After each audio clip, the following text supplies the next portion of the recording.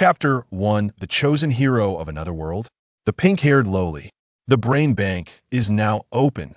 During the grand opening, depositing your brain grants a daily interest of Fortune 1. Click to claim. The protagonist is traversing. You have died. As Gu Shaoyan regained consciousness, this peculiar voice echoed in his mind. Dead? Who has perished? Wait, am I dead? 3 question marks promptly appeared above his head. Lowering his gaze, he indeed beheld a lifeless body sprawled in a pool of blood, a sword embedded in its chest. Clad in white, stained crimson, with long black hair cascading down, obscuring half of its face. Is this me? So I have crossed over? And I just arrived only to meet my demise? Is this even reasonable? Before he could ponder further, the disembodied voice resonated once more in his ears, summoning ritual complete, transporting. What summoning ritual? What transport? Hey, where are you taking me? Gu Shaoyan was anxious beyond measure. Yet as a mere ethereal entity, he was powerless to act. He could only watch helplessly as a pink magical circle materialized in the air, followed by a cascade of pink light descending upon his already lifeless body. The next second, whoosh, a blinding flash of light. In an instant, both the corpse and the soul vanished without a trace. In a parallel universe, Blue Star. 10 minutes prior. The battlefield of all races is now open. The current universe has been selected, and intelligent life forms are being extracted. Whoosh. In the next moment, billions of humans across Blue Star collectively disappeared as a flash of white light enveloped him. Lin Youyu, still reeling from shock, found himself in an expansive wilderness. Before him lay a grassy expanse. Rising gradually in elevation approximately a kilometer away stood a densely vegetated forest with towering trees reminiscent of redwoods. Stretching high into the sky, nearly consuming Lin Youyu's entire field of vision. Turning back. Behind him, a cliff loomed about 100 meters away, with a vast sea stretching endlessly into the distance. The sound of crashing waves echoed in his ears. Gulp. Lin Youyu instinctively swallowed, feeling a tingling sensation on his scalp. Boom! Suddenly, a pile of firewood before him ignited spontaneously. The orange flames danced in the air, drawing Lin Youyu's attention. Is there a book? Cautiously, Lin Youyu approached, bending down to gently pick up a thin book lying on the ground. Survival Manual. 4 characters adorn the cover. Turning to the first page, he read, Survival Rule Number 1 of the Battlefield of All Races.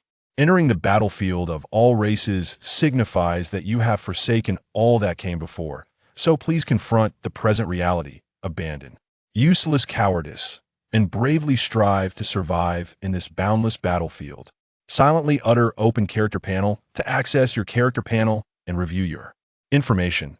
Silently uttering Open Backpack will grant you access to your inventory interface for item management. Silently uttering Open Chat Interface will unveil the chat channel interface. Survival Rule 2 of the Multitude Battlefield. The initial campfire is a vital resource in your early stages. Ensure you carry it with you upon departure. You may activate the manufacturing module in your survival manual, but be mindful that you must first possess the corresponding blueprints. You can access the mini-map in your survival manual to ascertain your location. However, areas you have yet to explore will be shrouded in the fog of war, rendering them invisible. The survival manual is an essential resource. Please keep it close at hand. Survival Rule 3 of the Multitude Battlefield. Newcomers entering the Multitude Battlefield are granted a 48-hour novice protection period during this time. Your arrival point serves as your safe zone, allowing you to rest here without fear of attack. Outside of the novice protection period, absolute safety is non-existent in the Multitude Battlefield, even in towns or camps. Danger may lurk at any moment. Therefore, remain vigilant. Life is precious, cherish it. Survival Rule 4 of the Multitude Battlefield. Newcomers are afforded a single opportunity to summon an initial hero. To summon additional heroes thereafter, you must acquire Hero Summoning Orders, obtainable by defeating Lord-level creatures or opening high-level chests. Newcomers also have a chance to draw a talent ability. It is imperative to do so promptly, as this talent will be fundamental to your survival in the Multitude Battlefield. Survival Rule 5 of the Multitude Battlefield. There are no allies in the Multitude Battlefield. Anyone besides yourself may become an adversary, even your kin. There are no fixed conditions for completion in a multitude. Battlefield survival is your sole objective. Everything you do is for the sake of better survival. Finally, the multitude battlefield wishes you an enjoyable gaming experience. I wish you well, dear uncle. After reading the 5 survival rules, Lin Youyu was infuriated upon encountering the final remark, feeling utterly undermined. Her naturally pink hair danced in the wind, with her bangs lifted, revealing a smooth, fair forehead. Her exquisitely doll-like face was adorned with an expression of sheer anger. She appeared adorably fierce. Despite her inner turmoil, Lin Youyu understood that she had no choice but to accept her current predicament. Thus, she opted to obediently summon her character panel. Lin Youyu, Level 1. Experience points, 0-100. Health, 1010. Mana, 1010. Strength, 1. Constitution, I. Agility, 1. Mentality, 1. Free attribute. Points, 0. Physical defense, 1. Elemental resistance, 1. Attack speed, 1.01 SEC. Fastest movement speed, 5.1 meters second. Critical hit on vital points, 150. Talent ability, awaiting selection. Skills, none. Hero units, none summonable. Note, strength influences physical damage output. Constitution affects physical defense. In health, agility impacts attack speed, reflexes, and movement speed, while spirit governs spell damage, mana, and elemental resistance. Gazing over the attributes, all marked with 1s, Lin Youyu swiftly focused on the section labeled talent ability. The golden words awaiting selection flickered enticingly. Phew, I hope I receive an extraordinarily powerful talent. Lin Youyu clenched her small fist, rallying herself with determination. Then, she closed her eyes and chose to draw. Whoosh! A radiant golden light erupted. Golden legend? Lin Youyu cautiously opened her eyes a crack. Talent ability, Undying Body. Undying Body SSR. You have 100 chances to resurrect each day. Go ahead and throw yourself into danger, young lady. Wow, it's SSR. Lin Youyu jubilantly leaped into the air, her excitement palpable. Chapter 2. Hidden Talent. Who says Frank heroes are useless? Talent ability level, Frank SSR rank. I am invincible. Lin Youyu exuberantly waved her small fists, her previous tension and confusion dissipating entirely with the emergence of this SSR level talent. An undying body. In this perilous realm, what could be superior to such a talent? As for the limit on the number of uses, surely 100 chances per day would suffice.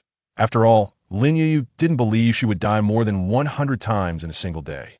She was not that inept. By the way, I still need to summon my initial hero. In her elation, Lin Youyu recalled that she had yet to summon her starting hero. Thus, she immediately turned her attention to the hero unit section of the character panel, firmly pressing the gleaming awaiting summon button. Whoosh! A burst of pink light illuminated the surroundings. Before Lin Youyu appeared a pattern resembling a magical circle. The pink radiance intensified. In the haze, Lin Youyu squinted and took 2 steps back, witnessing a tall and imposing figure emerge from the light. Moments later, the brilliance faded. The magical circle vanished. Ding! You have summoned the hero Nameless Swordsman from another world. Draped in white garments, with long hair as dark as ink dancing in a breeze, a long sword sheathed at his waist, the scabbard a stark contrast to his snow-white attire. With sword-like brows, starry eyes, a high nose, and almost perfect facial contours, he possessed an undeniable allure from every angle. Standing approximately 1.87 meters tall, the sunlight cascading perfectly upon him left Lin Youyu momentarily mesmerized. So handsome! In the next instant, Lin Youyu snapped back to reality, hastily checking the information of the initial hero she had summoned. Such a striking initial hero surely he possesses. Remarkable strength, swish. A virtual interface unfurled before Lin Youyu. Unnamed Swordsman. Qualification, F grade. Level 1. Experience, 0-10. Health points, 50-50. Mana, points, 5,050. Strength, 6. Constitution, 5. Agility, 6. Spirit, 5. Physical defense, 5. Elemental resistance, 5. Attack speed, 1.06 second. Maximum. Movement speed, 5.6 meters second. Critical hit, 150. Talent ability, Lifesteal. Lifesteal F. Absorbs 5 of damage dealt to restore health. Skill, double slash. LV.1. Double slash LV.1. Consumes 10 mana points to strike the target twice at an astonishing speed, each hit inflicting 60 of attack power as physical damage. What? Gazing at the information before him, Lin Youyu felt as if his mind had momentarily crashed. How could such a dashing initial hero possibly possess an grade qualification? The most pathetic of all? Surely this is a jest. Has all the attribute allocation been devoted solely to appearance? Lin Youyu felt on the verge of despair. Perhaps his luck had been entirely spent when drawing talents? Otherwise, how could he have drawn such a lamentable initial hero? I should never have held any expectations. Lin Youyu pouted, his face flushed with indignation. As the light and shadow shifted, the scene before him transformed abruptly from a battlefield strewn with corpses to a lush, vibrant wilderness. Gu Shaoyan surveyed his surroundings and soon spotted a pink-haired lowly glaring at him, her expression one of irritation. A voice echoed in his mind, revealing that this pink-haired lowly was the one who had summoned him from another world. So, I have returned to life? Gu Shaoyan glanced down at his body, confirming that he was no longer in a translucent spirit form, but had regained a corporeal existence. The battlefield of all races, By the way, where's the place I traversed before? And I have actually become a summoned hero of another world? It seems I also have a character panel to examine. Instinctively, Gu Shaoyan summoned his character panel for inspection. Skipping past the dismal grade qualification and lackluster attributes, he focused on the talent ability section.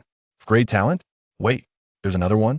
Talent ability hidden, endless talent. Endless talent? Increases talent level by 1 with each upgrade.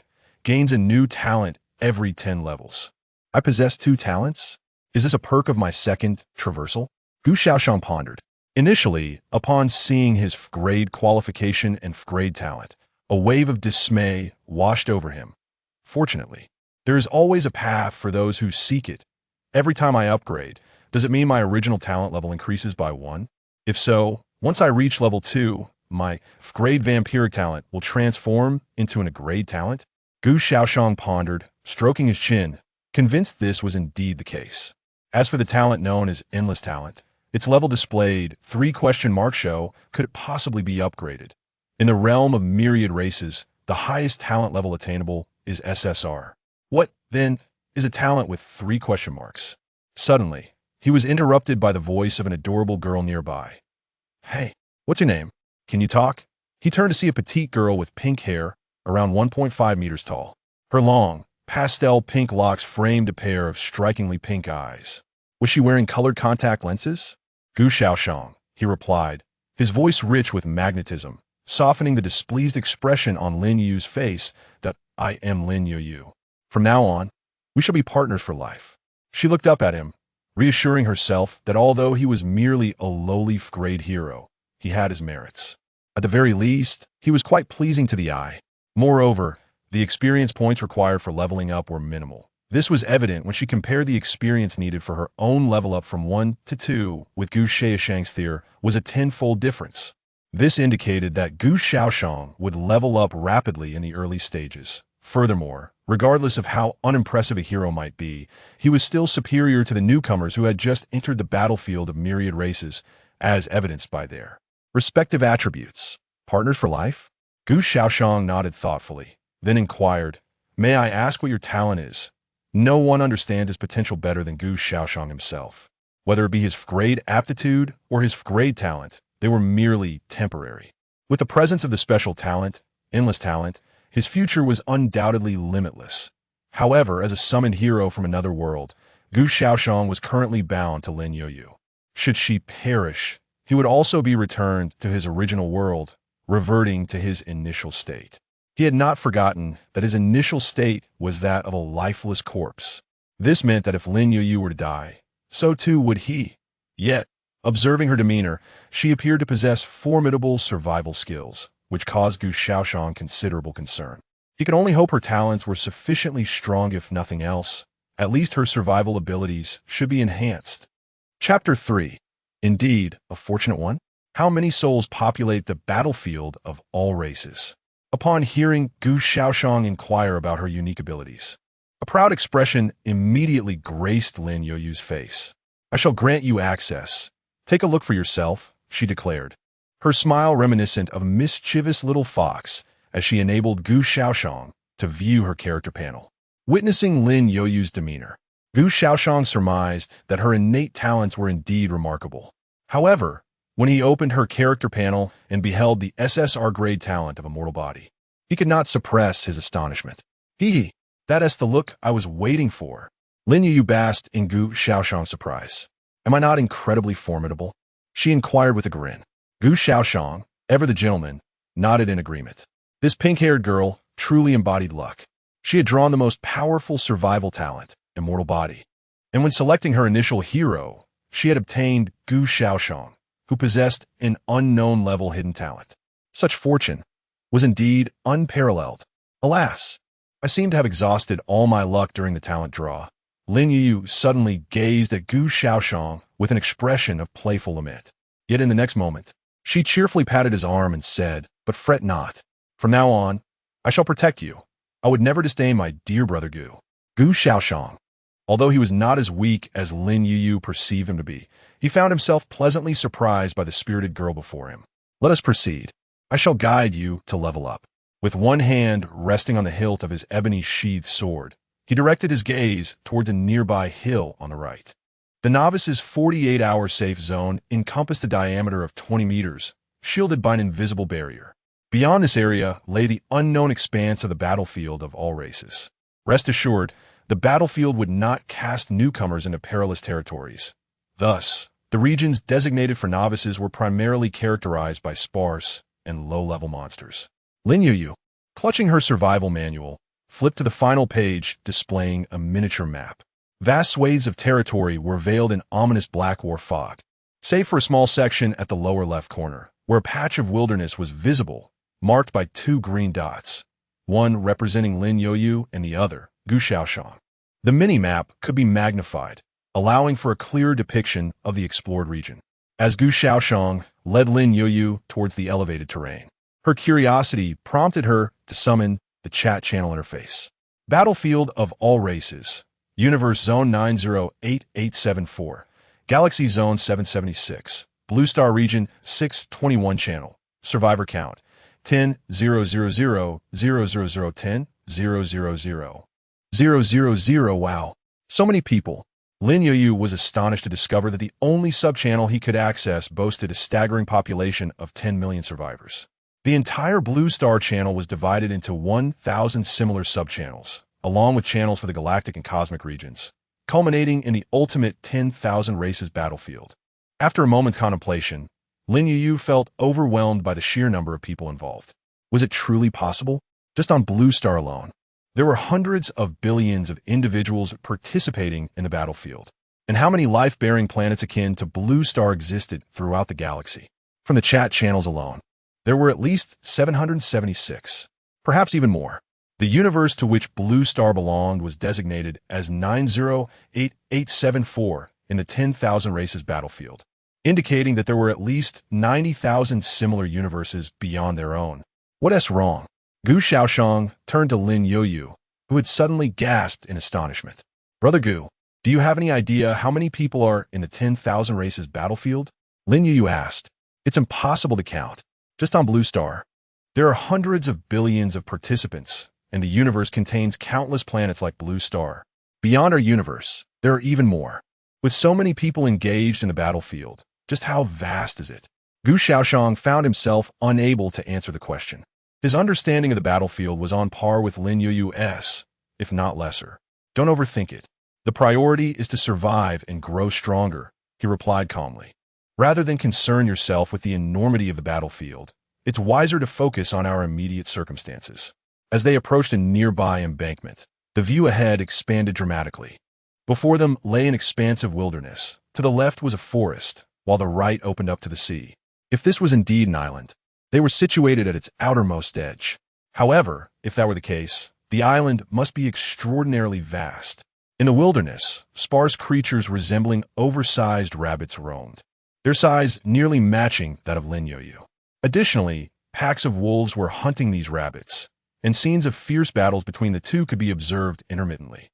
Wow, what enormous rabbits! Lin Youyu exclaimed softly, noticing the colossal creatures. Let us find a solitary one and assess the situation, Gu Shaoyan suggested, quickly spotting an injured rabbit and leading Lin Youyu towards it. After undergoing data transformation, he found that while other aspects were manageable, the most challenging part was the limitation on movement speed. However, this could very well be attributed to Gu Shaoyan being merely an F-grade hero. A hero of higher rank would likely possess greater agility and thus higher mobility. For example, SSR-grade heroes would not have a mere initial movement speed of 5. 6 like Gu Shaoyan. Stand behind me, he instructed. Upon approaching the injured rabbit, Gu Shaoyan promptly instructed Lin Youyu to step back. He then unsheathed the obsidian blade at his waist and executed a swift 2-part slash, delivering 2 precise strikes to the creature's wounded leg. The hapless rabbit, unable to evade the assault, suffered the full brunt of Gu Shaoyan's attack and succumbed to its injuries immediately. Crimson blood gushed from the gaping wound in its abdomen, staining the surrounding grassland a vivid red. Experience points, 5. Gu Shaoyan glanced at his experience tally, noting it had already reached halfway. The drawbacks of his inferior aptitude bore a silver lining, as it significantly reduced the required experience for leveling up. Of course, this was also due to Lin Youyu allocating all experience points to Gu Shaoyan. After all, he needed only 10 points to advance, while her own threshold was a daunting 100 points. Thus, it was only natural that she prioritized distributing experience to him, facilitating his progression. Chapter 4, Prairie Wolves. Level Up. Talent Level 1. Wow, Brother Gu is truly remarkable. Behind him, Lin Youyu rushed over. Her curiosity piqued as she examined the lifeless body of the large rabbit on the ground. It turns out that defeating monsters does not yield any loot. She lamented with a hint of disappointment. Upon hearing this, Gu Shaoyan offered a faint smile. Although the myriad battlefields had digitized their bodies, not everything in the world was entirely data-driven. For instance, these beasts did not possess levels, nor did they have health bars. Everything appeared quite normal. The only anomaly lay with those chosen individuals like Lin Youyu and heroes like Gu Shaoyan, summoned from another world. Having slain the giant rabbit, Lin Youyu's survival manual activated the biological encyclopedia entry for this creature. Giant rabbit, herbivorous beast, gentle in nature, and unlikely to attack humans unless provoked. It serves as one of the best sources of meat for beginners. With the activation of the encyclopedia, Lin Youyu also received a reward of 5 experience points. This reward could not be shared with Gu Shaoyan, thus she retained it for herself. A mere 5 experience points were trivial to her. Fortunately, the encyclopedia could be activated repeatedly, each time granting a reward. Therefore, seeking new species to activate the entries could serve as a viable means of leveling up. Of course, the prerequisite was to be cautious and avoid detection. Otherwise, with their diminutive frames, these newcomers risked becoming the beast's lunch. Gu Shaoyan entrusted the giant rabbit's carcass to Lin Youyu for safekeeping. As a hero summoned from another world, he lacked the inventory capacity that Lin Youyu and her companions possessed. Each of these chosen warriors had an initial backpack with 9 slots, each capable of stacking 99 items of the same type. Brother Gu, let us go. After stowing the giant rabbit's body in her backpack, Lin Youyu excitedly waved her arms in enthusiasm. Not far away, 3 giant rabbits were grazing on the tender grass, nearly a meter in length. These giant rabbits could swiftly consume a patch of tender grass with their large incisors, leaving the ground barren and exposing the soil beneath. In the distance, 2 prairie wolves lay in ambush amidst the tall wild grass, their bodies crouched low to conceal their grayish-green fur among the dense vegetation. The 3 giant rabbits, engrossed in their meal, remained blissfully unaware of the impending danger. Suddenly, a stone flew from afar, landing precisely in front of the 2 wolves hidden in the grass. Instantly, the 3 giant rabbits raised their heads, alert to the threat.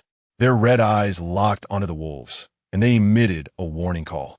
Upon being discovered, the 2 prairie wolves ceased their concealment, darting from the wild grasses with a fierce display, pouncing upon the trio of colossal rabbits. Though the prairie wolves were not particularly large, measuring approximately 1 meter in length without their tails, and even weighing less than the giant rabbits. They were armed with sharp fangs and claws. This predatory weaponry afforded them an advantage, even against a greater number of their prey. As the two wolves lunged, the 3 giant rabbits responded with frantic cries, kicking their legs in retaliation.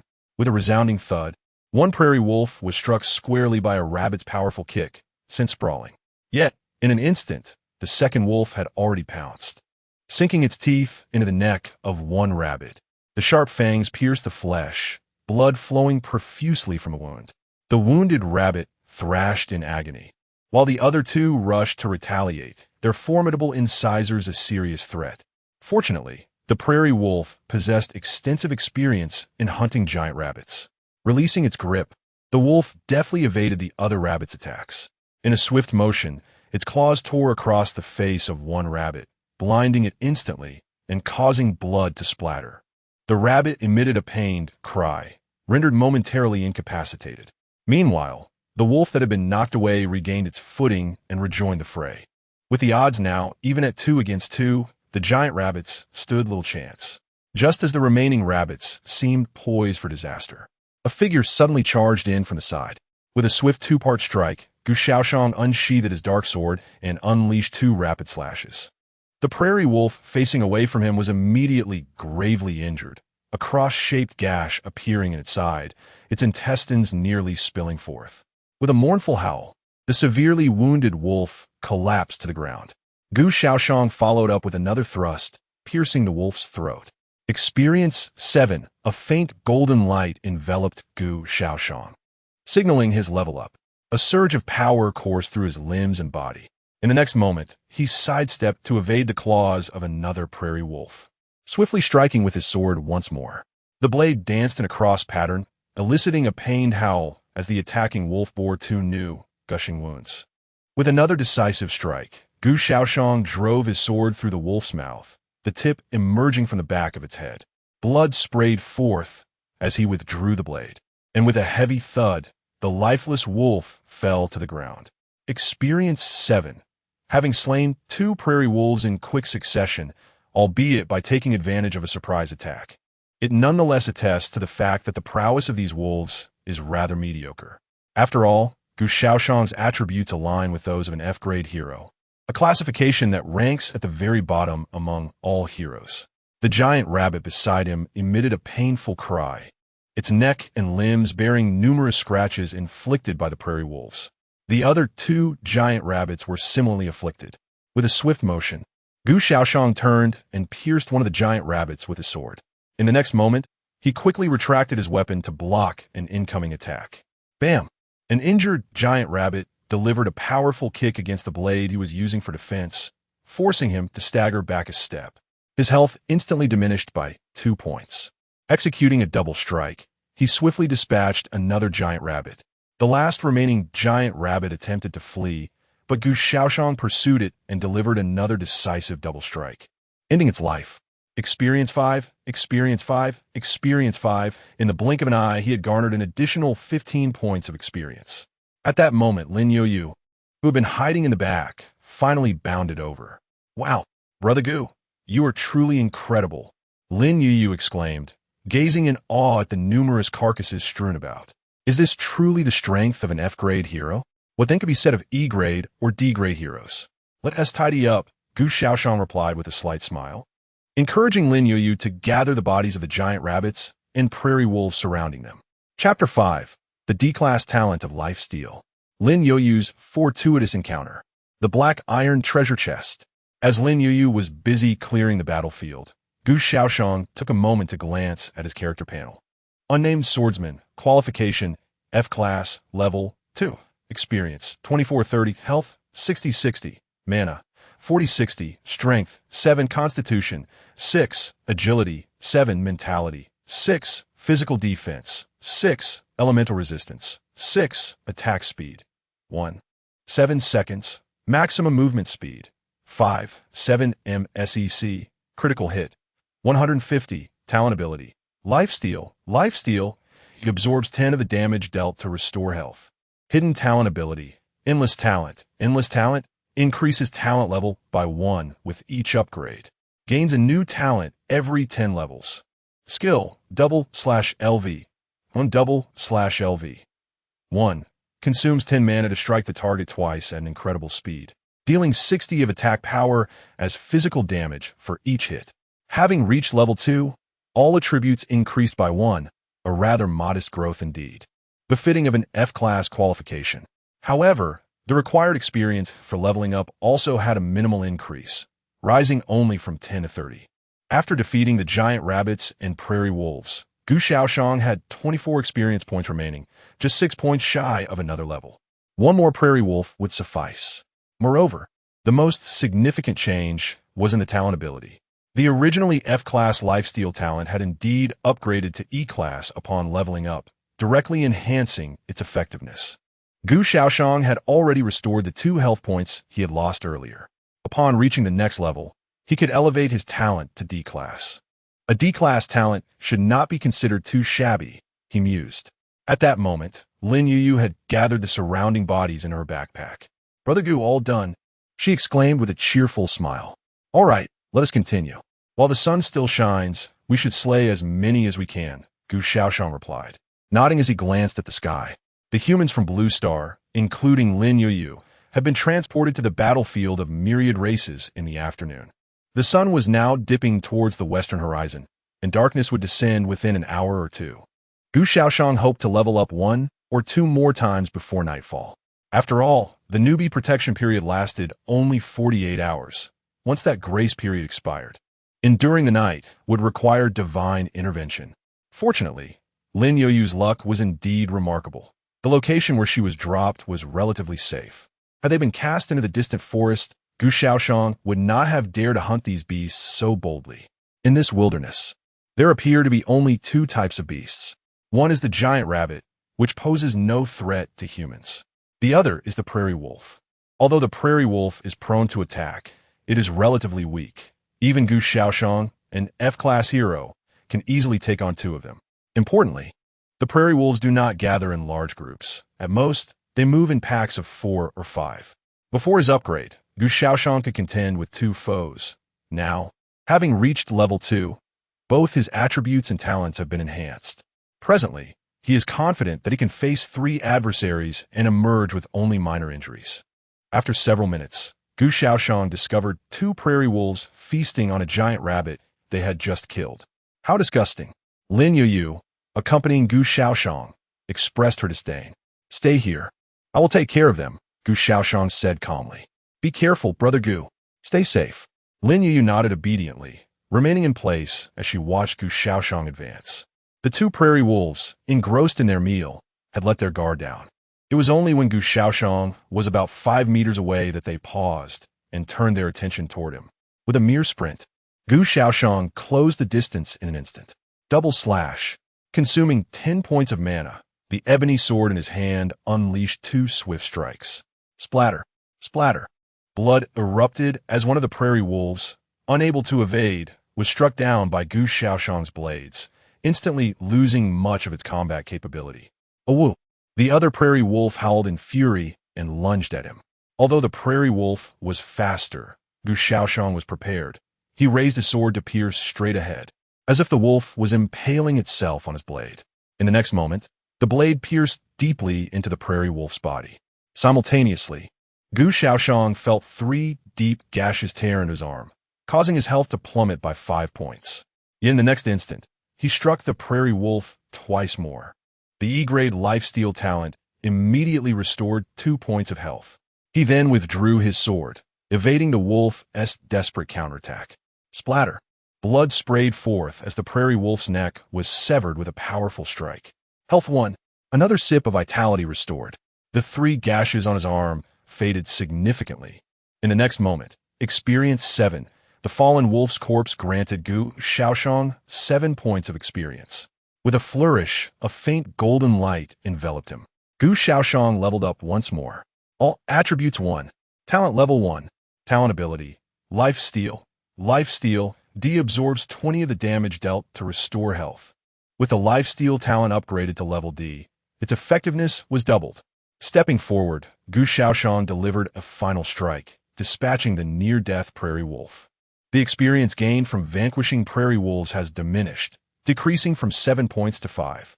However, this is to be expected, as Gu Shaoyan has now ascended to level 3. "Xiao Yu, come here," Gu Shaoyan called back. "Brother Gu, look what I found," Lin Youyu exclaimed, rushing over while dragging a box from the nearby grass. Gu Shaoyan turned his attention to the box she was pulling. It was modest in size, akin to an ordinary medical kit, entirely black, and bore a somewhat antiquated design. "Where did you find this?" Gu Shaoyan inquired with curiosity. "Right over there in the grass," Lin Youyu replied, pointing towards a nearby thicket, then proudly placing the box before Gu Shaoyan. "Brother Gu, would you like to open it?" she asked with a playful grin. "No, you should open it," Gu Shaoyan replied, shaking his head. He was uncertain about his own luck, but he was certain that Lin Youyu possessed remarkable fortune. Thus, it was undoubtedly the wisest choice for her to open this black iron treasure chest. Chapter 6. The Sleeping Bag Blueprint. As night descends. "Very well. I shall take the lead." Lin Youyu was evidently quite intrigued by the unboxing as well. She rubbed her small hands together and, with a serious expression, forcefully opened the black iron treasure chest. A burst of white light illuminated the surroundings, interspersed with a hint of green. Once the brilliance subsided, several items within the chest were revealed. Ding! Acquired 500 milliliters bottled water X5. Acquired 500 g hand-torn bread X10. Acquired inferior short blade, white X1. Acquired sleeping bag blueprint green, X1. Inside the black iron chest lay a collection of supplies. Among them were 5 bottles of 500 milliliters mineral water, each encased in unbranded plastic, rendering the brand indistinguishable. Additionally, there were 10 loaves of bread stacked together, each weighing a pound, totaling a hefty 10 pounds. Beside them rested a short knife, approximately the length of an arm. Its design was simplistic, and it bore the name inferior short blade, classified as a white tier item. In the myriad of battlefields, all items, aside from essential survival supplies, are categorized into several tiers. White represents the lowest tier, followed by green and blue. Typically, a black iron chest yields only basic survival supplies along with 1 or 2 white tier items, with a slim chance of containing a green tier item.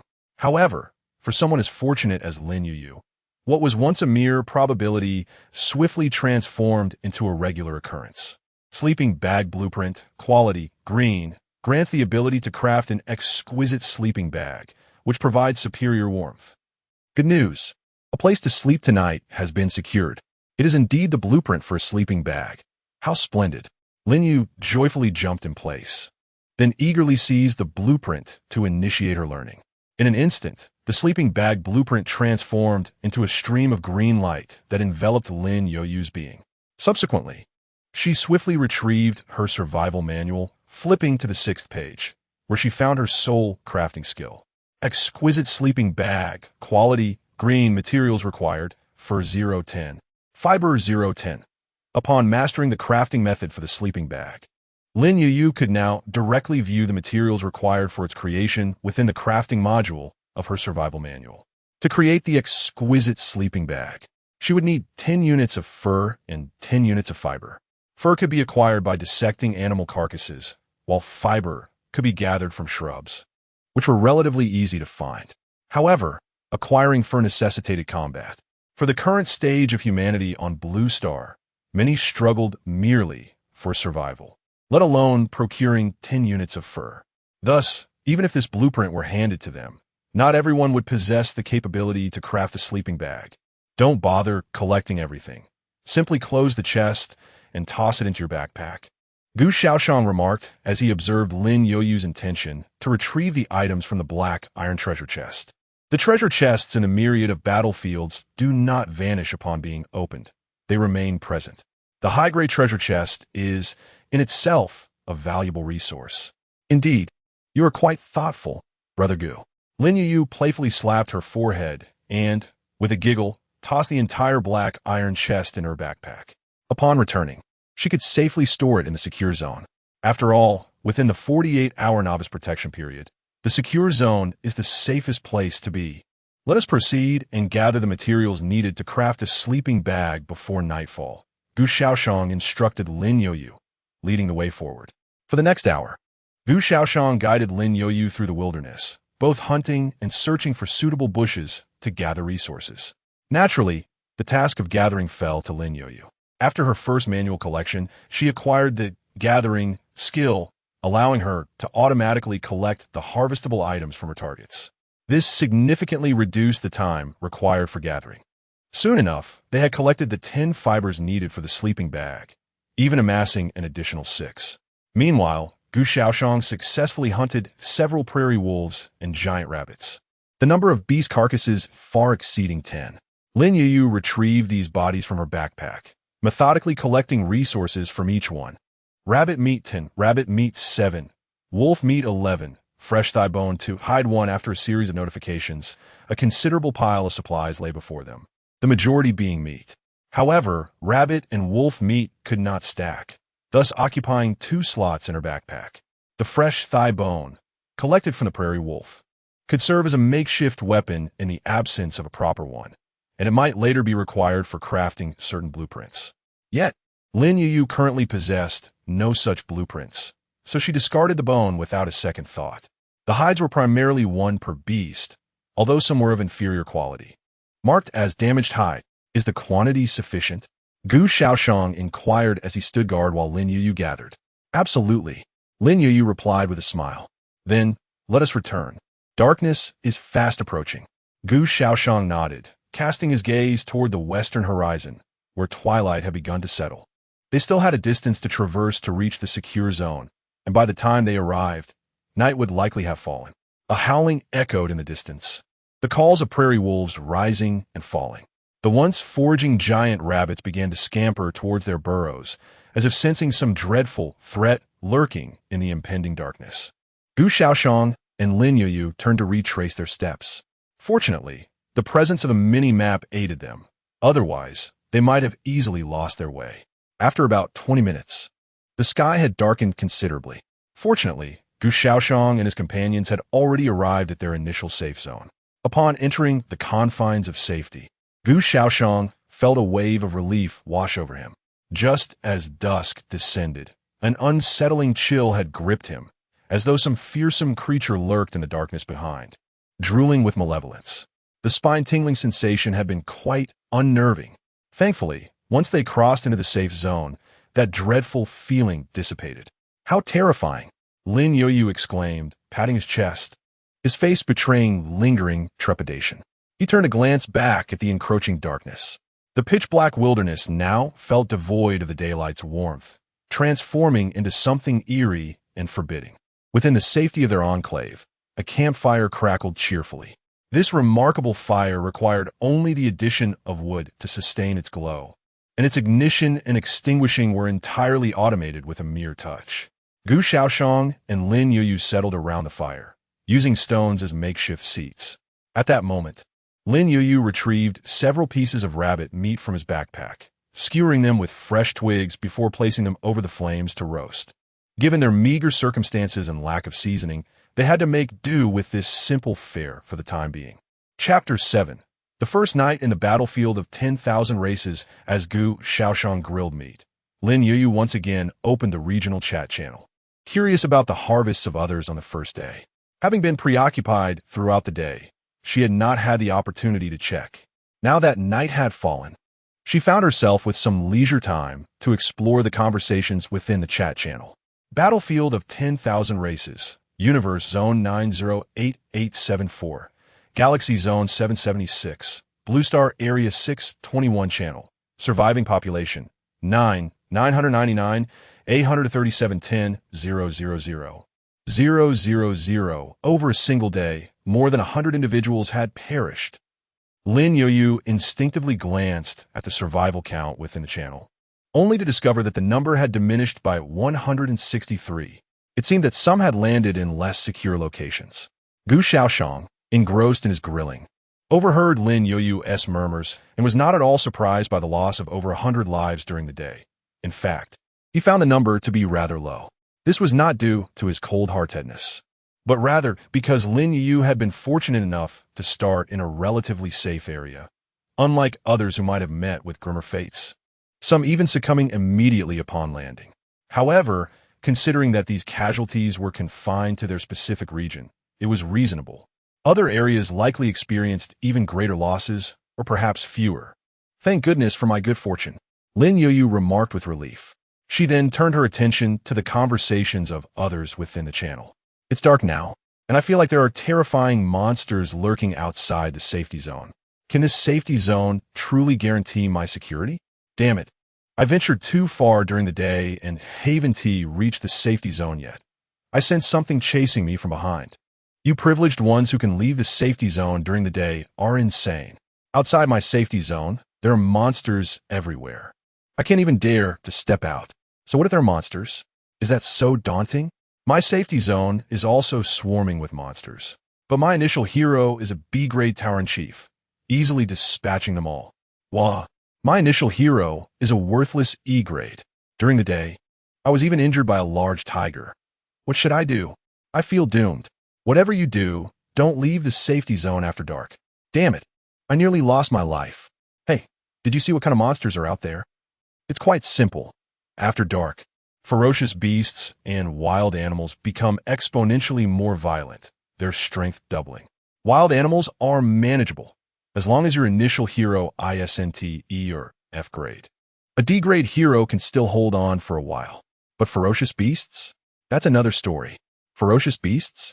Is that an upgraded version of wild animals? I suspect wild animals are merely appetizers prepared for us newcomers, while ferocious beasts are the standard adversaries of this battlefield, and they possess levels, even though they lack health bars. I saw some ferocious beasts during the day. They were generally large and quite fearsome. As for levels, I have yet to encounter anything below level 10. I advise those of you who have drawn initial heroes of B rank or below not to entertain thoughts of hunting fierce beasts in the early stages. Even my rank initial hero, the Blood Dragon Warrior, could only manage to hold its ground against a level 10 fierce beast at level 1, ultimately failing to slay it and allowing it to escape. Goodness, an A rank expert. Are fierce beasts truly that formidable? Even a rank heroes cannot defeat them? It seems no one in our region has drawn an S rank initial hero. I haven't heard of anyone doing so. Not even S rank talents have been reported. Perhaps someone has drawn such a hero, but is intentionally concealing their prowess. This is the battlefield of myriad races, not Blue Star. Everyone's past identities are irrelevant. If it were me, I would certainly not hide my abilities. Is there something more terrifying than beasts? I hadn't seen anything during the day. Lin Youyu gazed at the messages flooding the chat channel, feeling astonished. She had thought that the beasts were already quite fearsome. Were it not for Brother Gu, she certainly would have struggled to fend off those beasts alone. The idea of slaying a beast seemed daunting, fraught with the possibility of countless failures. Little did she know that beasts were merely a form of benevolence extended to newcomers in the battlefield of myriad races. The true monsters must be the fierce beasts. Moreover, fierce beasts possess levels, starting from a minimum of level 10, making them utterly beyond the reach of newcomers like themselves. Even those who had drawn a rank initial heroes could not prevail, let alone others. However, is it truly the case that not a single person in our area has drawn an S rank hero? Lin Youyu found this hard to believe. It seemed more plausible that someone had indeed drawn one, but chose to remain silent about it. For instance, she herself had drawn an SSR rank talent ability. Yet, she had only confided this information to Gu Shaoyan, as he was her initial hero, and their fates were intertwined. With regard to others, Lin Youyu had not uttered a single word. Thus, she felt certain that there were others like herself who had also drawn talents or initial heroes of S rank or higher, but had not flaunted them. They were all a bunch of sly ones. Lin Youyu pouted and muttered under her breath. The roast is ready. Here. At that moment, Gu Shaoyan offered her a skewer of roasted meat. Thank you, Brother Gu. Lin Youyu chirped sweetly, reaching out to take the sizzling, oily skewer. After blowing on it, she took a small bite to savor the flavor. However, before she could discern the taste, she was overwhelmed by the heat. Lin Youyu stuck out her tongue, hurriedly grabbing a nearby bottle of water to quench the burning sensation. Don't be so hasty. Let cool a bit longer before eating, Gu Shaoyan said, unable to suppress a chuckle at Lin Youyu's adorably foolish demeanor. Brother Gu, your smile is truly charming. Lin Youyu exclaimed, gazing at Gu Shaoxiang's face with a playful grin. You should smile more often. Gu Shaoxiang gently shook his head, choosing not to pursue the topic further. After a while, the roasted rabbit meat had cooled sufficiently. Lin Youyu took another small bite to savor the flavor. Moments later, her eyes lit up with delight. It was far more delicious than she had anticipated. She exclaimed in surprise. Although it could not be compared to the skewer she had enjoyed back on Blue Star, there was nothing unpalatable about it. Rather, it possessed a sweet and fragrant taste. Furthermore, the meat was tender, juicy, and not at all dry. It bore no resemblance to rabbit meat.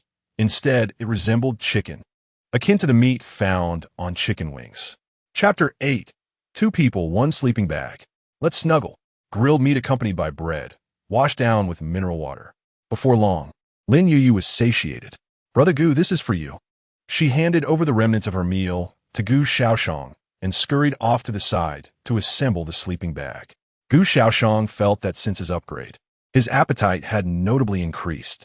Although the change was not drastically apparent, he indeed consumed significantly more than usual. 1 loaf of bread, a generous skewer of grilled meat, and half a bottle of 500 milliliters mineral water. Yet, he felt only about 70% full. After finishing off the substantial skewer of grilled meat and half the loaf Lin Youyu had given him, he drained the remaining half bottle of water, finally feeling somewhat satisfied. At that moment, Lin Youyu had completed assembling the sleeping bag. The gray-green sleeping bag appeared quite exquisite, thick and soft to the touch, promising warmth as asserted in its description. However, a predicament arose. There were 2 of them, yet only 1 sleeping bag. How would they manage to sleep? Lin Youyu seemed to realize this as well. She glanced at the sleeping bag on the ground, then at Gu Shaoxiang. After a moment's hesitation, she said, Brother Gu, how about we snuggle up together tonight? Gu Shaoxiang cast her a glance. To be honest, upon first seeing Lin Youyu, his instinctive impression was that she resembled a pampered young lady, unable to bear burdens and somewhat afflicted with a princess complex. However, through their subsequent interactions, he gradually discovered that Lin Youyu was not at all what he had initially perceived. This girl occasionally displayed a playful charm, sometimes uttering a few expletives, critiquing the meager meat on the prairie wolf's bones, and mocking the clumsiness of the giant rabbit that didn't know how to run. Yet, she exhibited none of the princess-like traits he had anticipated, even when tasked with clearing the battlefield and disposing of the disemboweled beasts. She did so without uttering a single complaint. Despite traversing such a long distance during the day, she never once expressed fatigue or desire to rest. Her thoughtfulness made Gu Shaoxiang feel ashamed of his initial prejudice. Truly, the adage, do not judge a book by its cover, holds utmost truth. Now, faced with the singular sleeping bag, Lin Youyu was still willing to share it with him. Gu Shaoxiang did not regard her as the kind of girl who would act frivolously. Her decision to offer was undoubtedly the result of careful consideration. No, you should use the sleeping bag. I will manage beside the campfire tonight. He firmly rejected her proposal, shaking his head. The sleeping bag was limited in size, and accommodating 2 people would be quite cramped. Moreover, considering the distinction between genders, Gu Shaoxiang would not easily acquiesce. But what if it gets cold at night, Brother Gu? What if you catch a cold? Lin Youyu, at this moment, shed her obedient demeanor from earlier in the day, hands planted firmly on her hips. Exuding a somewhat intimidating aura. We have been digitized. The likelihood of catching a cold is minimal, Gu Shaoxiang replied, shaking his head. But one must always be prepared for the unexpected. Lin Youyu shook her head and said, Brother Gu, you are currently the only one among us capable of fighting. You cannot expect me to battle monsters tomorrow, can you? Would you truly have the heart to do that? As she spoke, Lin Youyu assumed a pitiable expression, gazing at Gu Shaoxiang. Gu Shaoxiang thought to himself, this woman is indeed a born actress, effortlessly playing her role regardless of age. Although he recognized that Lin Youyu was merely acting, her performance was so convincing that he found himself somewhat swayed. Noticing Gu Shaoxiang's wavering demeanor, Lin Youyu promptly exclaimed, Brother Gu, you are a man. Channel your masculine vigor and stop hesitating. Goodness, is this a tactic to provoke me? Gu Shaoxiang queried suddenly. How old are you this year, little fish? Lin Youyu blinked and replied, I am 18 years old. Speaking of which, I just celebrated my birthday this month. and my parents gifted me my first car as a birthday present. Unfortunately, I hardly got to drive it before being whisked away to this place. So, she has indeed reached adulthood. Gu Shaoxian had always assumed Lin Youyu was still a minor, as her appearance bore no resemblance to that of an adult. He could easily believe she was 16 or even 15. He was taken aback to discover she was older than he had imagined. Brother Gu, are you worried about my age? Lin Youyu suddenly realized why he had inquired about her age and grinned mischievously. You're overthinking it, Brother Gu. We are merely sharing a sleeping bag. You don't harbor any other thoughts, do you? As she spoke, she playfully hugged herself, feigning a frightened expression. Gu Shaoxian turned his head away in disdain. Let us sleep. We need to rise early tomorrow. Seeing Gu Shaoxian relent, Lin Yu joyfully bounced after him. Although it was still relatively early, the Wanzhou battlefield offered no nighttime entertainment, and with an early start anticipated for the next day, many chose to retire early. After a long day of exertion, Lin Youyu was quite fatigued, while Gu Shaoxian, having leveled up twice, felt relatively unburdened. The two squeezed into the sleeping bag, lying back to back. After a while, Lin Youyu quietly asked, Brother Gu, are you asleep? Not yet, Gu Shaoxian replied, engrossed in studying his character panel upon hearing her voice. Brother Gu, what was the world like before you summoned me? Lin Youyu, also struggling to sleep, inquired curiously. What was the previous world like? This question posed a challenge for Gu Shaoxian, as he found himself unable to provide an answer. After his arrival in this new realm, he had met his demise almost immediately, only to be summoned to the Wanzhou battlefield where his physical form was restored. Yet, he had no recollection of what the world he first traversed was like. It is merely an ordinary world. Have you ever read any martial arts novels? Gu Shaoxian pondered for a moment before responding. Yes, I have. Lin Youyu nodded and inquired. So, does that mean the world you lived in, Brother Gu, was akin to those martial arts novels? In a sense, though not entirely the same. Gu Shaoxian refrained from elaborating, as he wished to keep the fact of his being a traveler from another realm a closely guarded secret, buried deep within his heart. Enough about me, what about you? You previously mentioned your parents. Did they also arrive at the battlefield of the myriad races like you? Gu Shaoxian sought to divert the conversation away from himself, aware that excessive discussion could lead to missteps. Unfortunately, I am unable to contact them at present.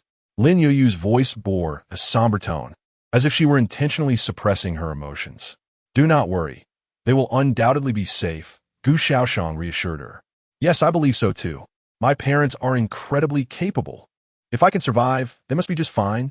At that moment, Lin Youyu nodded vigorously, as if reassuring herself of her parents' safety somewhere on the battlefield of the myriad races.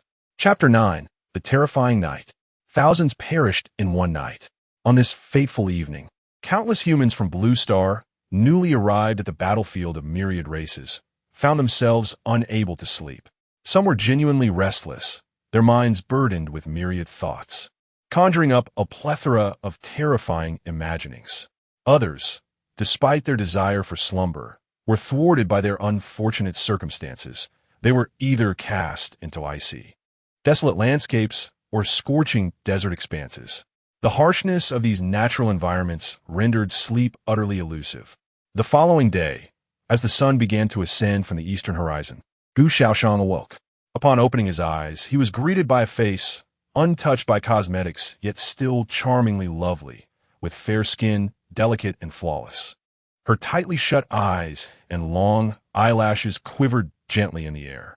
Just the night before, they had been sleeping back to back, but inexplicably, upon awakening, their positions had shifted to face each other.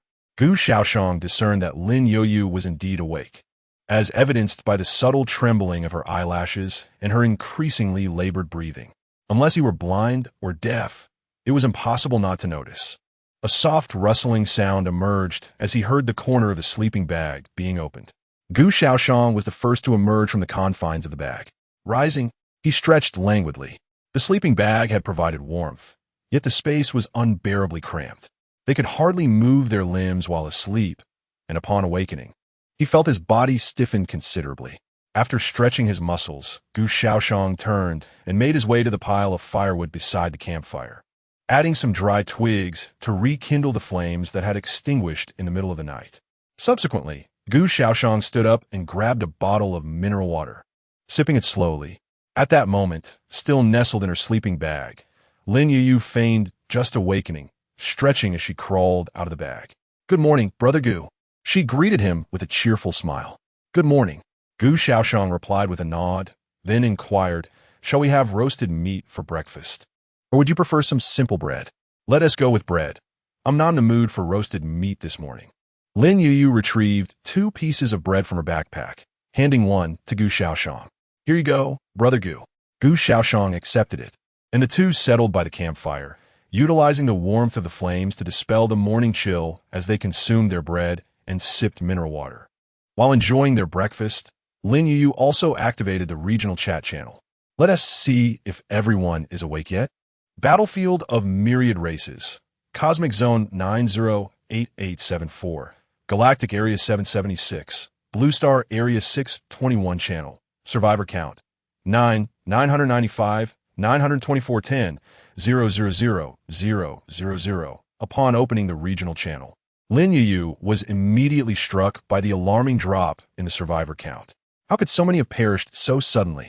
She gazed in astonishment at the stark decrease in the survival count, which had plummeted by nearly 4,000 since the previous night. "What happened?" she exclaimed. Gu Shaoxian turned to her, inquiring, "What is it?" "Brother Gu, many people perished in our area last night." Lin Youyu quickly informed him. "When I checked before going to bed, there were fewer than 200 deaths. But now, the death toll has approached 4,100. Brother Gu, what do you think could have caused this? Everyone was supposed to remain in the safe zone at night, right? If so many died during the night." Lin Youyu could only surmise that they had encountered some terrifying monsters. After all, with a base of millions, it is not inconceivable for a small percentage to meet such a fate. However, weren't they all supposed to be resting in the safety of the zone? How could there still be so many fatalities? Was the safe zone not as secure as claimed? Could there still be dangers lurking within? This thought troubled Lin Youyu greatly. "Brother Gu, do you think the safe zone is not as secure as we imagined?" She expressed her concerns. Upon hearing this, Gu Shaoxian furrowed his brow in contemplation before responding. The safe zone should indeed be absolutely secure. There is no need for deception in the Myriad Realms battlefield. But what about those who died? Lin Youyu pressed. "They must have left the safe zone," Gu Shaoxian speculated. "Didn't you mention that some people found the conditions in the safe zone quite poor? Those who were deployed to places like the snow mountains may have lacked sufficient warmth, making them susceptible to freezing to death. Thus, this group might have taken a risk to seek a warmer refuge for the night. Isn't that extremely perilous?" Lin Youyu remarked. "It is indeed dangerous. But they had no other options," Gu Shaoxian replied. "As for the other group, there will always be some arrogant fools in this world. Are you suggesting that they ventured out to hunt monsters at night?" Lin Youyu's expression reflected her astonishment, clearly unable to comprehend such reckless behavior. "Isn't that simply courting death? Even with my SSR talent as the chosen one, I would rather squander 100 chances of revival than venture out into danger, knowing full well that death was inevitable. I am no masochist. Even though I could revive, the pain of death cannot be erased. Yet these individuals, lacking my extraordinary talent and possessing only one life, still choose to seek their own demise. What could possibly be their rationale? It's incomprehensible." Lin Youyu glanced at the regional channel, and indeed, many were already discussing the thousands who had perished last night, with some speculating on the causes of their demise. A few even came forward with first-hand accounts. "I am one of those unfortunate souls deployed to the snow mountain environment. Fortunately, when the Myriad Realms battlefield commenced, I was vacationing in the land of the bears, so I was dressed warmly. Otherwise, with the temperature last night, I might have also been compelled to take the risk and venture out. Isn't there an initial campfire? Aren't you all utilizing it?" "We did, but over here on the snowy mountains, the temperature drops to at least -20 degrees at night. Do you think a campfire is a panacea? You could construct an ice shelter. It's easy for you to say from up there. Building an ice shelter with bare hands and completing it within a few hours is no simple task. Why don't you give it a try? It's unfortunate, but that's just a matter of luck. However, who in their right mind would venture out at night to hunt monsters? Yesterday, during the day, I encountered a foreigner who had been dropped nearby. This foreigner initially drew a B-grade hero and boasted about his B-grade talent. How arrogant. But guess what? He died last night. What? A B-grade hero with B-grade talent? Isn't that a waste on someone so foolish? Why am I so clever, yet only have a worthless E-grade hero? Even my talent is merely D-grade. Be grateful, my talent and initial hero are both E-grade. And I haven't complained yet. An F-grade hero just passed by. I feel like I'm doomed once the novice protection period ends. Make the most of a novice protection period and level up quickly. It would be wise to find a secluded cave or something similar to serve as a refuge after the protection period ends. Although my initial hero is only D-grade, she is quite adept at climbing trees. I have already found a high tree hollow to use as a shelter once the novice protection period concludes. Sigh. I have a feeling many will perish once the novice protection period is over. If nothing unexpected happens, I will likely be one of them. Come on, don't say such disheartening things. We, the low-grade heroes with low-grade talents, must strive even harder to survive. You all can strive. I, on the other hand, have decided to take it easy. While the safe zone still exists, I plan to communicate more with my initial hero. Communicate? I hope you mean serious communication. Is that not right? I may not know what your initial heroes look like, but mine is quite a beautiful girl, albeit with green skin. Green? Is she a goblin? Goodness, you all are truly hungry. Chapter 10, an upgrade new. Level C, blood-sucking. Hiss, my eyes are stinging. Lin Youyu swiftly shut off the regional channel. Initially, she had hoped to glean some valuable intelligence from the discussions, but it seemed these individuals had quickly veered into a frenzied exchange. By the way, can the initial heroes truly be utilized in such a manner? Lin Youyu couldn't resist glancing sidelong at Gu Shaoyan. If it were Brother Gu. In the next instant, Lin Youyu vigorously shook her head, attempting to dislodge the unsavory thoughts festering in her mind. What is the matter? Gu Shaoyan inquired, a look of perplexity crossing his face as he regarded Lin Youyu, who appeared inexplicably possessed. In nothing, Lin Youyu averted her gaze, feeling a pang of guilt. Too timid to meet his eyes. Ugh, it's all the fault of those imbeciles in the regional channel. Why can't they simply engage in meaningful conversation and share useful information? Why must they resort to chaos at the slightest disagreement? Gu Shaoyan regarded the peculiarly agitated Lin Youyu with curiosity before tossing the empty wrapper into the campfire and rising to his feet. Have you finished eating? He asked. Lin Youyu nodded. Her appetite had always been modest, and she could hardly eat more than a few bites. Let us go. Today's daylight will be longer than yesterday's. We should aim to level up a few more times before the beginner protection period concludes, Gu Shaoyan declared. He was currently at level 3, requiring 50 experience points to reach level 4.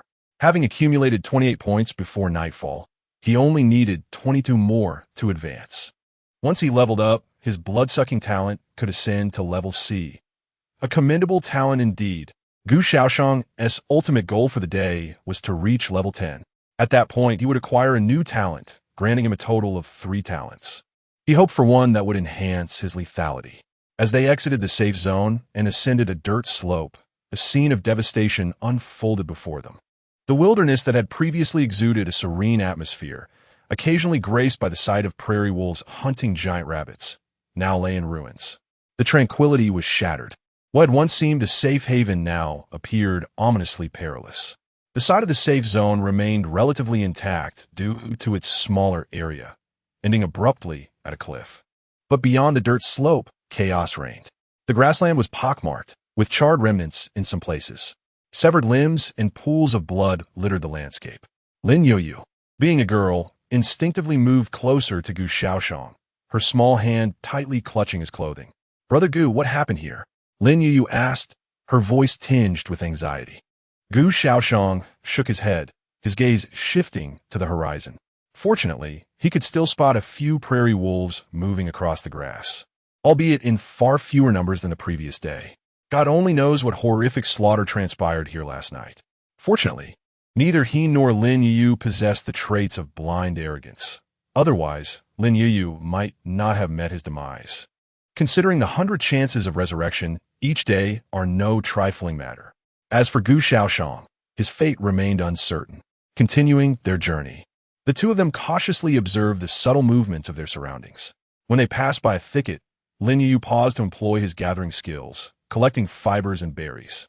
At that moment, the ground ahead suddenly rose dramatically. Following this, a rabbit's head burst forth from the earth, emerging from its subterranean lair. 1, 2, 3. A total of 5 enormous rabbits surfaced from that hole. Whoosh! A flash of sword light sliced through the air, piercing one of the giant rabbits. A hand gripped the hilt, withdrawing the blade and sending forth a spray of crimson blood. Squeak! The remaining giant rabbits, their eyes aflame with fury, lunged forward. Gu Shaoyan deftly evaded their assaults while wielding his sword to inflict damage upon them. In instances where he could not evade, he braced himself for the impact. With a physical defense of 7, even a direct hit from these colossal rabbits would only deduct 2 points from his health. This minimal loss was easily replenished with a mere breath. Consequently, Gu Shaoyan grew increasingly indifferent to dodging their attacks. Moments later, all 5 giant rabbits lay lifeless. A glance at Gu Shaoyan's health revealed that it had not diminished in the slightest. Experience 3. The 5 giant rabbits yielded a total of 15 experience points for Gu Shaoyan. He was now just 7 points shy of leveling up once more. At this juncture, Lin Youyu hurried over to gather from the corpses of the 5 giant rabbits, acquiring an abundance of rabbit meat and pelts. After several minutes, plop! With the collapse of a prairie wolf's carcass, a faint golden light flickered around Gu Shaoyan. He had leveled up. Talent ability, lifesteal. See each time an effective damage is dealt, recover 2 of maximum health. The talent level had risen once again, and this time, the effect had undergone a significant transformation. Slash of 2. 2 intersecting beams of sword light descended, and the final prairie wolf succumbed to Gu Shaoyan's blade. Experience 3. Prior to leveling up, slaying a prairie wolf would grant Gu Shaoyan 5 experience points, yet upon reaching level 4, the experience gained from a prairie wolf diminished to 3 points. Unnamed swordsman, qualification, F grade, level, 4 experience points, 6/100, health points, 80/80, mana points, 60/80, strength, 9, constitution, 8, agility, 9, spirit, 8, physical defense, 8, elemental resistance, 8, attack speed, 1, 9 second, maximum movement speed, 5, 9 meters second, critical hit on vital points, 150, innate ability, lifesteal. Chapter 11, Bloodsucking at Level B. The combat style grows increasingly reckless. It is evident that after reaching level 4, even an F-grade hero like Gu Shaoyan requires 100 experience points to level up once more. This essentially aligns with the growth standard of a level 1 human for Blue Star. Naturally, this standard corresponds to that of a C-grade hero. However, while C-grade heroes gain 4 in all attributes with each level, Gu Shaoyan, possessing F-grade qualifications, can only achieve a meager 1 in all attributes, resulting in a staggering disparity of 4-fold, not to mention the even greater gaps found in B-grade and A-grade heroes beyond that. In comparison, humans for Blue Star, in their initial state, already embody the growth standard of C-grade heroes, gaining 4 in all attributes per level. Therefore, as soon as Lin Youyu reaches level 3, she will surpass Gu Shaoyan in attributes alone. However, reaching level 3 requires a total of 300 experience points, while Gu Shaoyan has only accumulated 90 experience points from level 1 to his current level 4. The difference is indeed significant. As Gu Shaoyan and his companions ventured out from the safe zone, it was approximately 6:30 in the morning. From that point until nearly 11 o'clock, a span of 3.5 hours, Gu Shaoyan led Lin Youyu at least 5 kilometers away from the safe zone. Most of their time was spent traveling and searching for monsters, with actual combat being relatively scarce. Nonetheless, Gu Shaoyan had already amassed enough experience points to elevate to level 5, successfully achieving this new rank and surpassing half of the experience points needed for level 5. Unnamed swordsman, qualification, F grade, level 5, experience points, 100-200.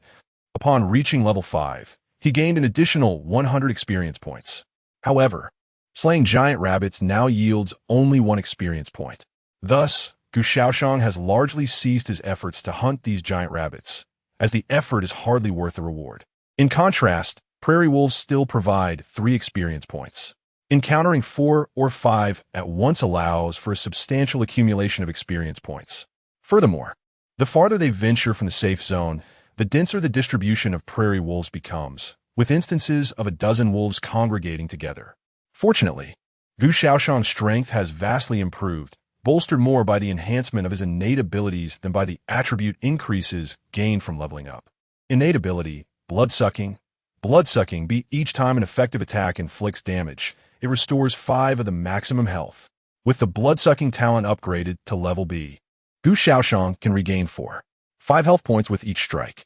Given his current attack frequency of 1 times per second, he can recover 5 health points in 10 seconds, surpassing more than half of his maximum health. The prairie wolves' attacks, in comparison, can inflict only 2 or 3 points of damage on Gu Shaoxian.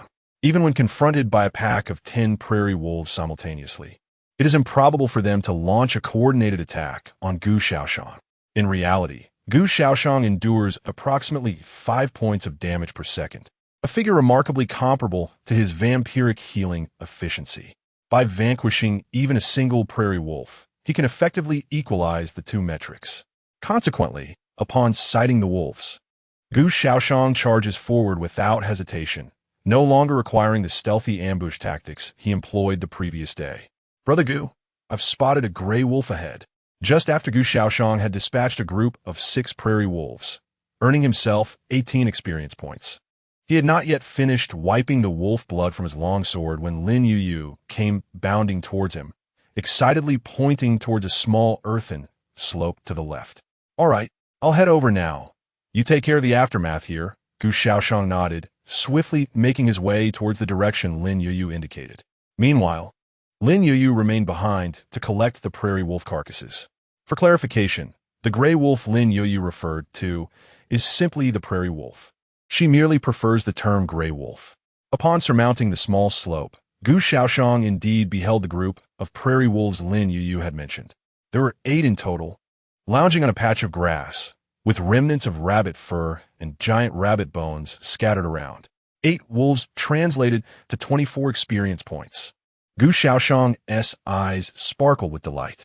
Given his current strength, had he not spent so much time seeking out foes, he could very well have reached level 6 or even 7 by now. Thus, the sight of a cluster of 8 prairie wolves filled him with exhilaration. Upon leveling up once more, his vampiric talent would ascend to grade A. An A-grade talent is a distinction reserved for heroes of A-grade aptitude, while Gu Shaoxian is merely of F-grade aptitude. Although this would not elevate his prowess to be on par with other A-grade heroes, it would certainly narrow the gap. With a swift leap from the slope, Gu Shaoxian charged towards the wolf pack. At level 5, his maximum speed had reached 6 meters per second, allowing him to cover the distance of over 100 meters in merely about 20 seconds. At that moment, the previously resting wolves stood alert, baring their teeth in a menacing display and issuing low growls as a warning to the approaching Gu Shaoxian. However, he paid no heed to their threats and surged forward, executing a rapid 2-hit slash that severely injured one of the wolves.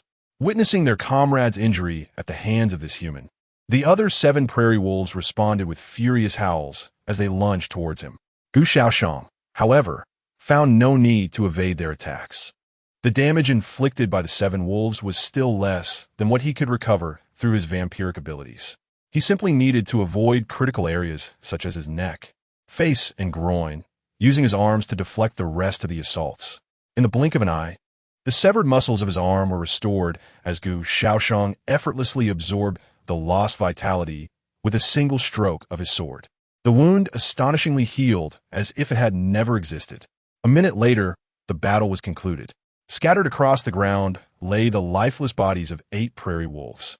Remarkably, apart from his garments stained with wolf blood, Gu Shaoxian exhibited no signs of injury whatsoever. His white swordsman robe, which he had donned since the beginning, possessed an extraordinary quality. Every tear it sustained would swiftly mend itself over time.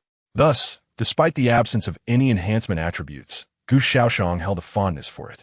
Otherwise, during combat, he would have to exercise caution to protect his attire from damage, lest it become tattered and ragged after several encounters, leaving him with little more than beggar's rags to wear. Chapter 12. The Fierce Forest Tiger. Brother Gu, I assured you I could protect you. Experience 24. Gu Shaoxian cast a fleeting glance at his current experience points, now at level 5. After vanquishing this pack of prairie wolves, his experience had risen to 162 points.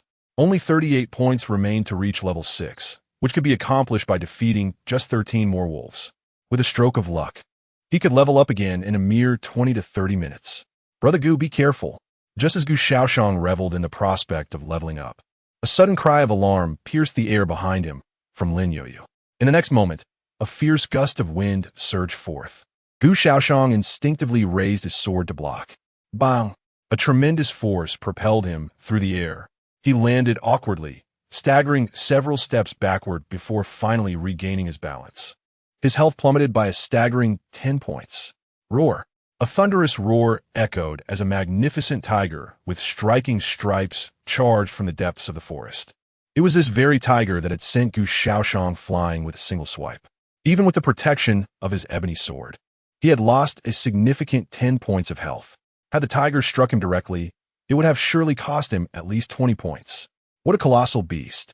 Gu Shaoxian gazed in astonishment at the striped giant before him, but his expression swiftly shifted to one of gravity. This tiger, even without its tail, measured nearly 3.5 meters in length, its shoulders standing at about 1.5 meters high. It was almost as tall as Lin Youyu. The mere presence of this creature bore down on him, making his breaths feel heavy and labored. This creature was undoubtedly far superior to any prairie wolf. Had he not been privy to the details of its level, Gu Shaoxian might have believed he had encountered the ferocious beast Lin Youyu had spoken of. However, even without being a true beast, it was already an imposing threat. It was truly unfathomable to consider how terrifying the genuine beasts must be. Roar! The striped giant tiger unleashed another furious roar and lunged at Gu Shaoxian. The tiger's speed surpassed his own, and its strength was palpably greater. Luckily, the distance between them was not insurmountable. As the tiger pounced, Gu Shaoxian anticipated its move, deftly dodging while simultaneously executing a two-part slash with his ebony sword. The intersecting beams of sword light struck the tiger, splattering blood in a dazzling display. The good news was that his attack had proven effective. The bad news was that Gu Shaoxian had forgotten that a tiger's tail was also one of its primary means of attack. A shadow swept toward him, and Gu Shaoxian raised his arm in defense, only to be sent hurtling away once more. Roar! With its tail sweeping away the human before it, the striped tiger lunged at Gu Shaoxian again. Its gaping maw aimed straight for his neck. If that bite connected, Gu Shaoxian would surely lose half his life. Brother Gu, I'm coming to rescue you. At this moment, Lin Youyu, with her short legs scurrying towards the scene, finally arrived. Clutching a flimsy dagger in one hand, she fearlessly lunged forward, seizing one of the striped giant tiger's hind legs and thrusting the blade into it. Unfortunately, the inferior quality of the dagger rendered it too dull. Despite her strength being enhanced by one attribute, Lin Youyu possessed only a meager 1 point of strength. The strike merely grazed the tiger's fur. In the next instant, bang! A small figure was sent flying. Lin Youyu was swatted away by the enraged striped tiger, her paltry 10 points of health instantly depleted. Little fish! Gu Shaoxian, witnessing this scene, was engulfed by a surge of rage. Even though he was aware that Lin Youyu could resurrect, capable of doing so up to 100 times a day, seeing her slain by the tiger-esque paw ignited a fire within him. In the blink of an eye, Gu Shaoxian charged forward. Seizing the opportunity that Lin Youyu had bravely created with her sacrifice, he unleashed a rapid succession of 2 swift strikes upon the striped giant tiger, one of which even managed to injure its eye. This assault severely wounded the formidable beast. Though the black-sheathed sword bore no enhancements, its sharpness was undeniable. Coupled with Gu Shaoxian's own power reaching 10 points, the 2 strikes elicited pained roars from the tiger. Gu Shaoxian poured all his fury into the tiger, sacrificing one of his arms to deliver a decisive thrust into its neck. The blade pierced through with a sickening squelch, blood gushing forth and staining the ground around them. The once mighty, striped giant tiger staggered back, its massive form swaying before it collapsed heavily to the ground. Gu Shaoxian rushed forward to deliver a final blow, ensuring the beast was vanquished. Ouch! That hurts! From a distance, Lin Youyu, having just experienced her first death, climbed to her feet. She gingerly touched her abdomen.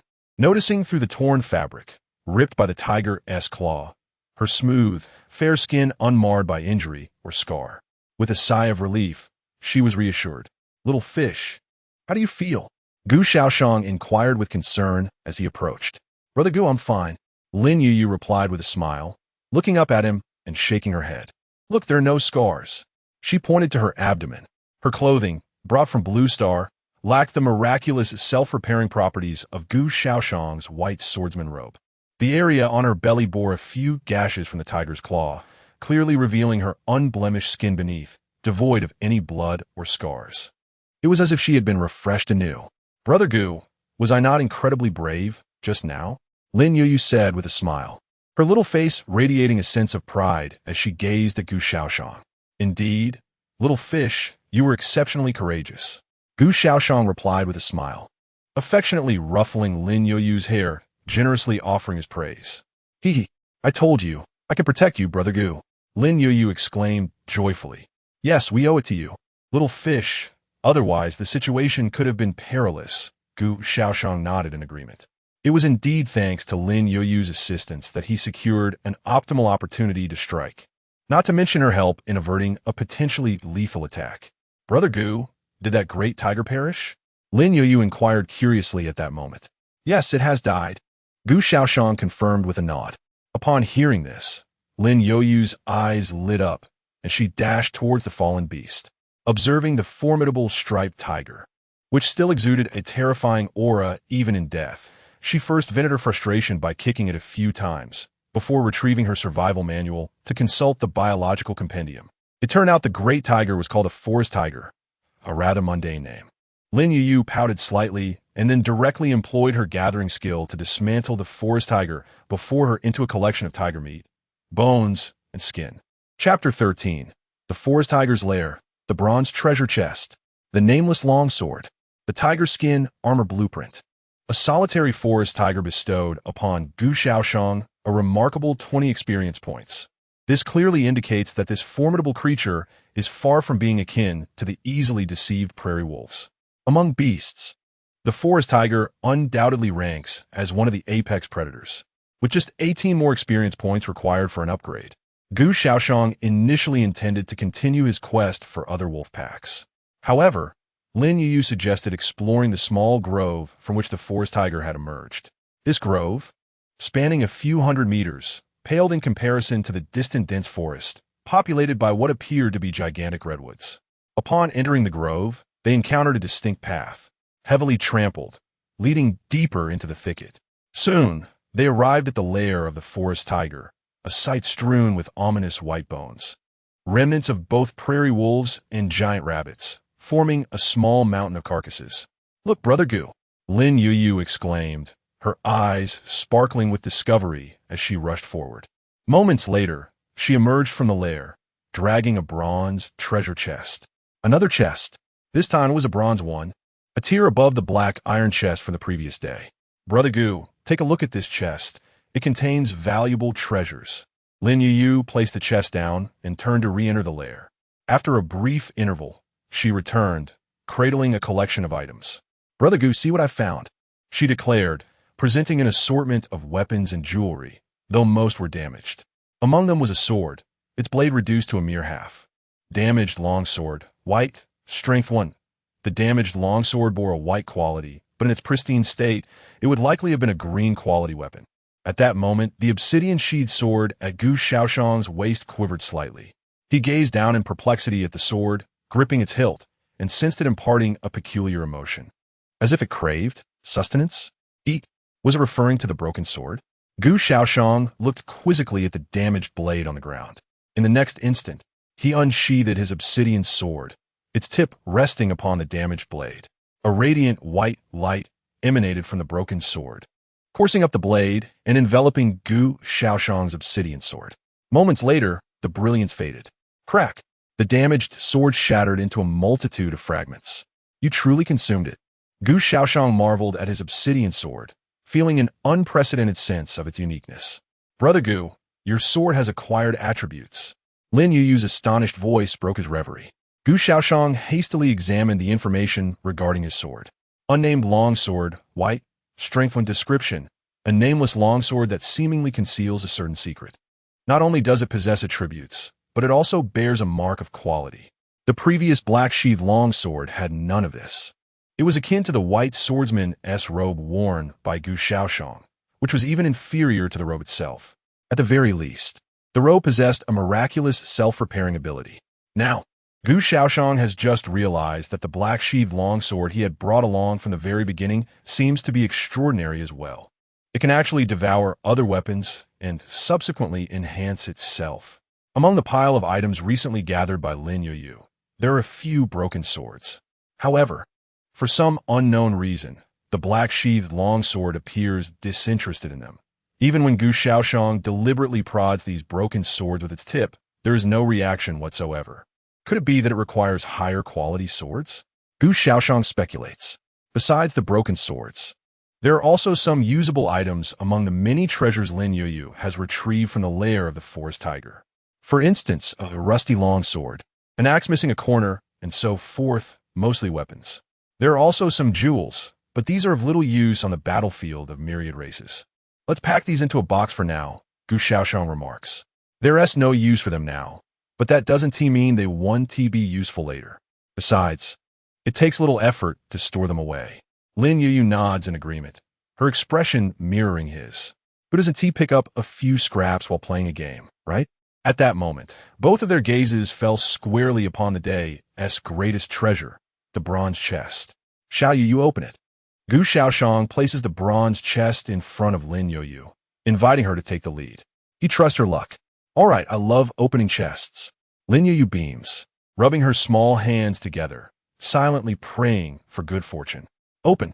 As the lid of the bronze chest is lifted, a burst of white light intermingled with green and blue rays instantly illuminates the surroundings. Moments later, the brilliance fades. Ding! You have obtained 10 bottles of 500 milliliters mineral water. You have obtained 6 beef hamburgers. You have obtained 5 packs of 150g fruit-flavored lollipops. You have obtained 1 quality short knife green. You have obtained 1 primary skill upgrade stone green. You have obtained 1 blueprint for tiger skin armor blue. 6 notifications ring out. Lin Youyu's eyes gleam as she gazes at the abundance of resources contained within the bronze chest. First and foremost is the singular blue quality blueprint.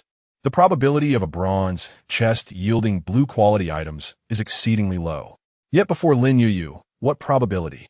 Non-existent. Tiger skin armor blueprint, quality, blue.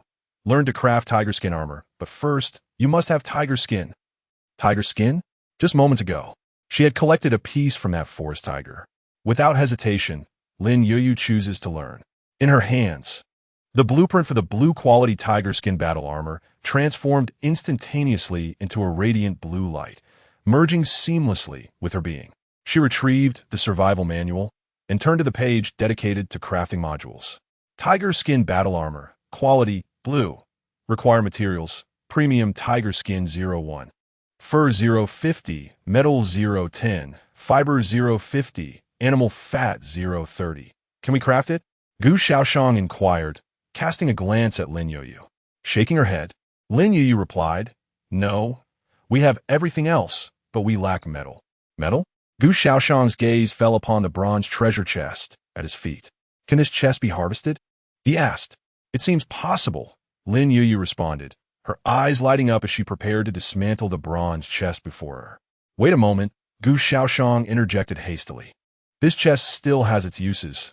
We could dismantle it later, once we return to safe zone. He quickly halted her actions, reasoning. If we dismantle the bronze chest now, how will we transport all these supplies back? Some could indeed fit into your backpack, but with just 6 slots, it won't suffice.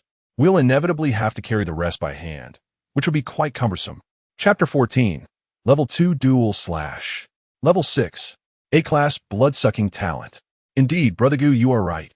Lin Youyu slapped her forehead and stuck out her tongue, suddenly realizing that in her eagerness to craft the tiger skin armor, she had entirely overlooked the issue of how to transport the contents of the bronze treasure chest after dismantling it. Since crafting the armor was temporarily out of reach, Lin Youyu decided to stow away her survival manual for the time being. Afterward, the two turned their attention to the other items within the chest. At the very bottom, 10 bottles of mineral water were neatly arranged in 2 rows. Above them lay 6 beef hamburgers. Lin Youyu picked one up and opened it, discovering that it was still warm. Perfect, as neither she nor Gu Shaoxian had yet had lunch. Each of the 6 hamburgers was generously stuffed with 2 substantial beef patties, leading Lin Youyu to doubt her ability to finish even one. Brother Gu here. Lin Youyu offered him a beef hamburger before reaching for a nearby bag of lollipops.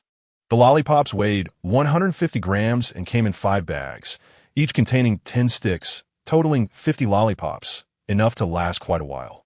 Do you want some candy, Brother Gu? Lin Youyu unwrapped a pack, holding a lollipop aloft as she inquired.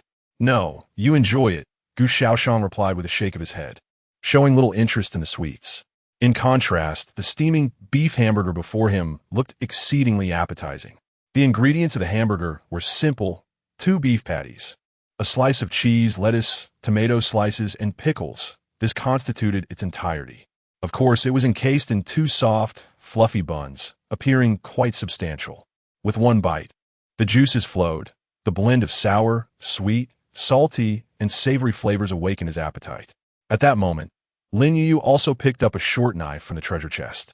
The blade measured approximately 40 centimeters in length, featuring a straight edge and a white sheath. It looked considerably more impressive than the inferior blade in Lin Youyu's possession. Quality short knife, quality, green, strength 2, agility 1.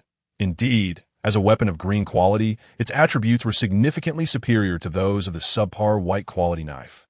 Brother Gu, is this knife useful to you? Lin Youyu inquired, extending the short knife toward Gu Shaoxian. Gu Shaoxian assessed it briefly, but his black sheathed sword showed no reaction, indicating a lack of interest. He shook his head. My sword only responds to similar types of weapons. You should keep this knife for self-defense. Oh, I see. It has quite the discerning taste, Lin Youyu replied with a playful laugh, nodding in understanding. She then eagerly wielded the new short knife, resembling a child with a newly acquired toy. After some time of playful gestures, she set the knife aside and reached for the most unassuming item in the treasure chest. A stone, a small, blue stone adorned with white patterns, comparable in size to a quail egg. Discarded in the corner of a treasure chest, it could easily be overlooked. Beginner skill upgrade stone, quality. Green can enhance the level of skills of green quality or lower. A stone capable of elevating skill levels. Lin Youyu curiously examined the skill upgrade stone. It appeared rather unremarkable, resembling the commonplace river pebbles found everywhere. Brother Gu, this is for you. Lin Youyu handed the stone to Gu Shaoxian, as she had not acquired any skills, rendering the stone useless to her. Gu Shaoxian accepted it without hesitation. Their fates were intertwined. His growth in strength would also signify a rise in her own capabilities. Upon receiving the skill upgrade stone, Gu Shaoxian promptly opened his character panel. The skills section displayed his sole ability, Double Slash, radiating a brilliant golden glow with a resplendent plus sign appearing next to it. With a mere thought, he tapped the shimmering golden plus. In an instant, the beginner skill upgrade stone in his hand transformed into a streak of green light and vanished. Ding! Your skill has leveled up. Double Slash, white, LV. 2. Consumes 10 mana points to execute 2 swift attacks on the target, each inflicting 70 of physical damage based on one's attack power. The upgraded Double Slash skill increased damage by 20, while the mana consumption remained unchanged. Overall, the enhancement was modest, as it was merely a white quality skill, and one could not expect too much. In the small forest, Gu Shaoxian led Lin Youyu in a thorough exploration, ensuring no other items were present before they departed from the grove. Brother Gu, I can't eat anymore. Lin Youyu, holding a half-eaten beef burger, gazed at Gu Shaoxian with an expression of pitiful longing. Give it to me. Gu Shaoxian reached out and took the remaining portion from her. It was just right. Having consumed a beef burger earlier, he still felt slightly unsatisfied. Once he finished this half, he would likely be satiated. As for whether the burger had been touched by Lin Youyu, Gu Shaoxian was indifferent. In the afternoon, the duo continued their journey eastward. Around 12:30 p.m., Gu Shaoxian spotted a pack of prairie wolves, 7 in total, gathered together. He instructed Lin Youyu to stay put while he charged ahead alone. Drawing from his prior experience battling the forest tiger, he suddenly felt a twinge of guilt for confronting these weaker prairie wolves. Nevertheless, This did not deter him from engaging them. Defeating all 7 wolves would yield 21 experience points for Gu Shaoyan, yet in reality, he only acquired 19 points. As the 7th prairie wolf perished, Gu Shaoyan had already ascended in level. Consequently, slaying these prairie wolves would yield merely a solitary point of experience. Nameless Swordsman Qualification F grade, level 6, experience 1,300, health 100, mana 8,100, strength 11, constitution 10, agility 11, spirit 10, physical defense 10, elemental resistance 10, attack speed 1, 11 seconds, maximum movement speed 6, 1 sec, critical hit 150, talent ability lifesteal. It restores 10 of maximum health with each effective damage dealt. Hidden talent ability infinite talent increases talent level by 1 with each upgrade. Gains a new talent for every 10 levels. Skill /white LV 2 /white LV 2 consumes 10 mana, delivering 2 rapid strikes against the target, each inflicting 70 of 1's attack power as physical damage. Upon reaching level 6, the experience required for the next ascent escalated by an additional 100 points. The silver lining is that it hasn't doubled. The unfortunate reality is that hunting prairie wolves has become rather unprofitable. Each wolf now grants a mere point of experience. Gu Shaoyan must vanquish 299 more prairie wolves to attain level 7, a painfully slow endeavor. Fortunately, Gu Shaoyan's lifesteal talent has also advanced to an A-grade ability with his level increase.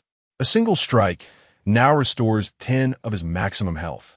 This means that although his health bar is currently low, had he possessed tens of thousands of health points, he would be healing several thousand with each strike. A sense of security envelopes him. Chapter 15. The Miniature Forest Tiger, finally level 7, a powerful S-class talent. Around 1 p.m., Gu Shaoyan and Lin Youyu ascended a high ridge, and before them unfolded an expansive vista. Upon crossing this elevated terrain, they encountered a vast downward slope, where the elevation dropped significantly from the highest point to the lowest several kilometers away, with a difference of at least several dozen meters.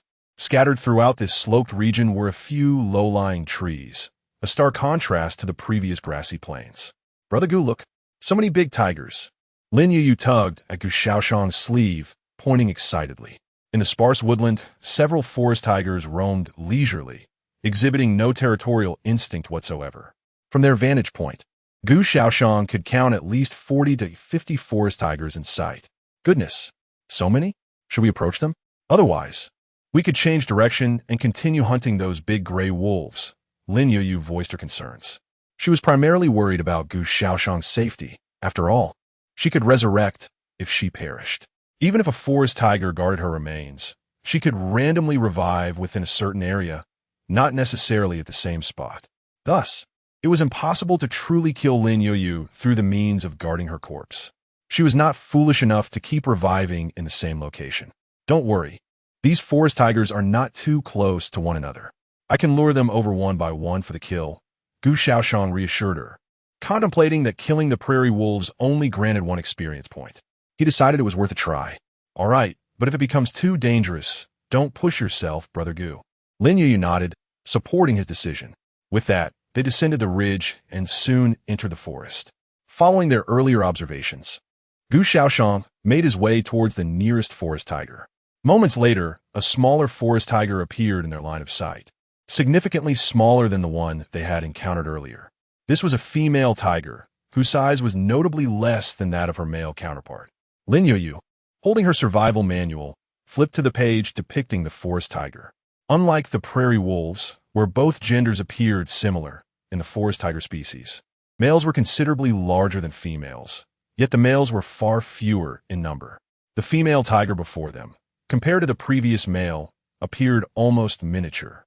Approaching nearly 2 meters in length and standing about 1 meter tall, the female forest tiger emitted a deep, intimidating growl upon noticing the presence of humans.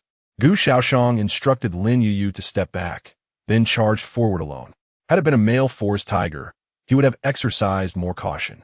However, facing a significantly smaller female, he felt no trepidation. A fierce roar echoed, as if provoked.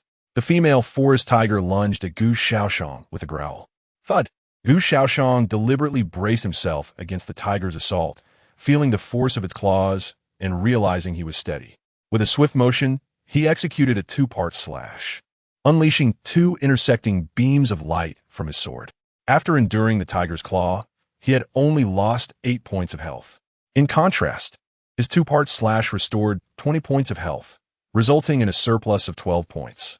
Lin Youyu, who had been standing at a distance with concern, was taken aback as she witnessed Gu Shaoyan exchanging blows with the forest tiger. Each struck in turn, devoid of any finesse, purely numerical exchanges. Within half a minute, the forest tiger let out a mournful cry before crashing heavily to the ground. Experience 10. The experience gained from the female forest tiger was noticeably less than that from the male, a mere half. However, considering Gu Shaoyan was only at level 5 previously and had now ascended to level 6, the experience might have been reduced accordingly. Thus, the experience from the female forest tiger likely exceeded half that of the male. Xiaoyu, come here, Gu Shaoyan called to Lin Youyu, shaking the blood from his blade. Wow, Brother Gu, you took down that huge tiger in just a few moves. That's incredible, Lin Youyu exclaimed as she rushed over, excitedly circling the carcass of the forest tiger. The female tiger was weaker than her male counterpart. Had it been a male, the encounter would not have been so effortless. Gu Shaoyan humbly replied. Yet in truth, with his newly acquired A-grade vampiric talent, he felt confident even against the male forest tiger, no longer as beleaguered as before. That's still super impressive. Lin Youyu laughed, turning to use her gathering skill on the tiger's body. As she collected the tiger's skin and meat, Gu Shaoyan led her onward in search of their next quarry. For the next several hours, Gu Shaoyan and Lin Youyu hunted forest tigers in the woods, encountering predominantly female tigers, with occasional males that Gu Shaoyan could handle with ease given his current strength. Soon, it was around 4:30 p.m., and the two had been wandering the woods for over 3 hours. Let us head back. We still have quite a distance to cover.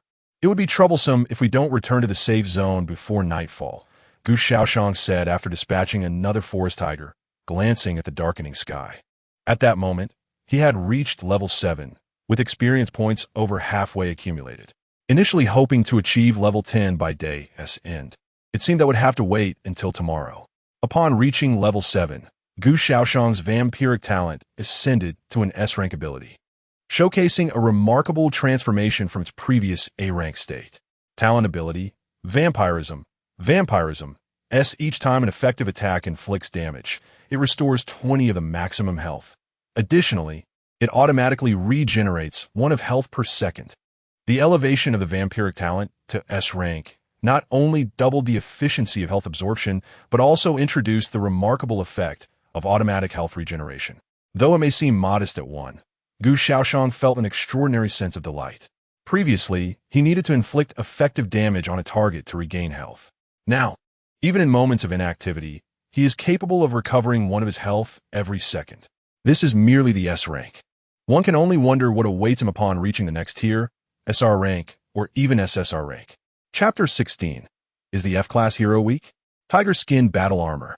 At approximately 5 in the evening, just before darkness enveloped the land, Gu Shaoyan and Lin Youyu finally returned to the safety zone.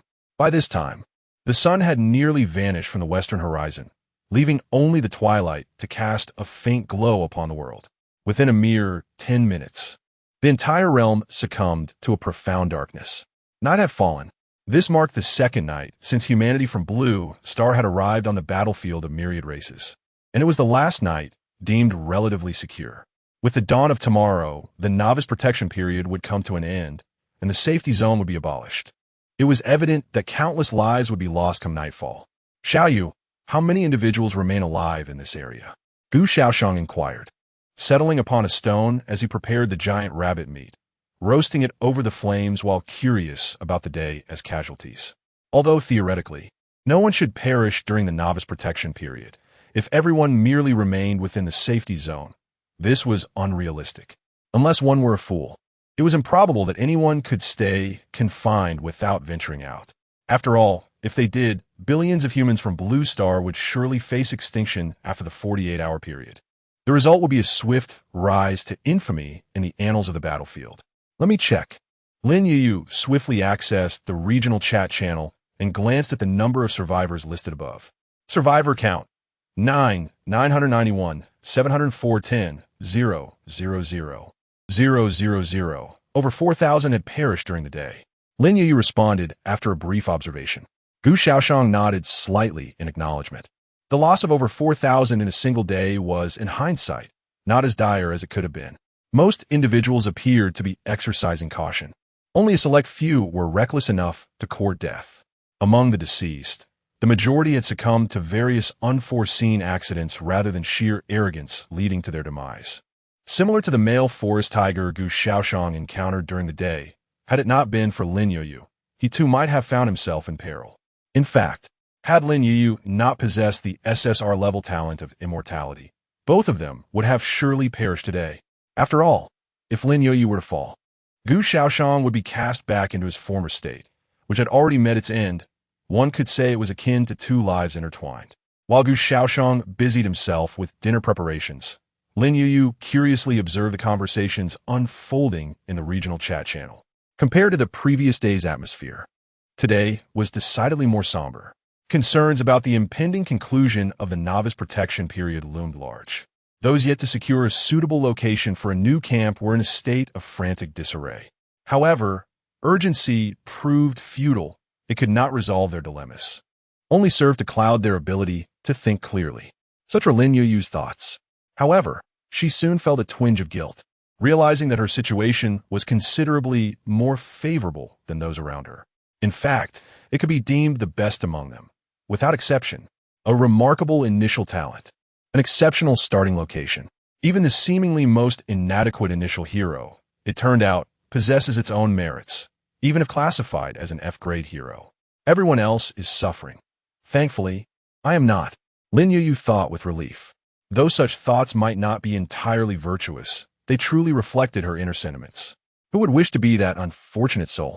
Brothers, how do you plan to spend tonight? How else? Sleeping, of course. I intend to take one last shot, otherwise. Once the new player protection period ends tomorrow, it's certain death. I might as well experience the night environment while the safe zone is still intact and get accustomed to it. Hey, isn't there a lack of ferocious beasts near your drop point? I've never encountered any ferocious beasts. Then why the hell are you boasting? If there are no beasts lurking nearby, sure, you can take your chances, but for someone like me, surrounded by numerous ferocious beasts, venturing out at night is tantamount to seeking death. It's a guaranteed demise. What about the A-grade big shots in our area? How's everyone's progress? My initial hero is still only level 2. Such a tragedy. My initial hero is already at level 5. Level 5? Your initial hero can't possibly be of E-grade or even F-grade quality, right? Is there a rule regarding this? Allow me to explain. Heroes of lower quality require less experience to level up initially. Our blue star humans have experience requirements roughly on par with C-grade heroes. D-grade seems to need around 70 points, E-grade 50 points, and as for F-grade, I'm not quite sure. Don't say any more. I am indeed an F-grade initial hero. The experience needed for leveling up is quite minimal. Only 10 points to advance from level 1 to level 2. But it's truly pathetic. Only 10 points to level up? Wow, that seems remarkably easy. I don't understand why you find it easy. What are the initial attributes of your initial heroes? My F-grade hero possesses only 2 attributes at 6 points, while the other 2 are merely 5 points. And the initial skills are of white quality, utterly worthless. 5 points? 6 points? My C-grade hero has 2 attributes at 15 points and 2 at 18 points, and has just barely reached level 3. C-grade heroes are quite impressive, far superior to my D-grade. What about the A-grade big shots? Care to share your hero's initial attributes? Do you enjoy humiliation that much? We could still chat without this. Let me share. A friend of mine has an A-grade initial hero. His hero has strength and constitution both at 50 points, with spirit and agility at 40 points. Extremely powerful. Wow, my E-grade hero Woon T even reached those attributes at level 20. This battlefield of myriad races is truly unfair. Why must my initial hero be an F-grade? I'm exhausted. Let all end. Is an F-grade hero truly so weak? Lin Youyu observed the lively discussions unfolding in the chat channel, her gaze inevitably drifting towards Gu Shaoyan, who was roasting meat by the campfire. It struck her as peculiar that the so-called F-class heroes they spoke of seemed to bear no comparison to her esteemed elder brother. Xiaoyu, the meat is ready. We can have dinner now, Gu Shaoyan called out to Lin Youyu, inviting her to join him for the meal. I'm coming. Lin Youyu hurried over, washing her hands with the clear water she had fetched earlier from a small lake. The two settled down by the flickering flames to commence their evening repast. Lin Youyu found her appetite quite robust today, devouring an entire skewer of roasted meat along with a generous portion of bread. Once dinner was concluded, Lin Youyu began to lay out various materials, preparing to craft the tiger skin armor. Gu Shaoyan stood nearby, intrigued by the potential attributes of the blue quality armor. Chapter 17. Surrounded by the wolf pack, Gu Shaoyan has gone mad.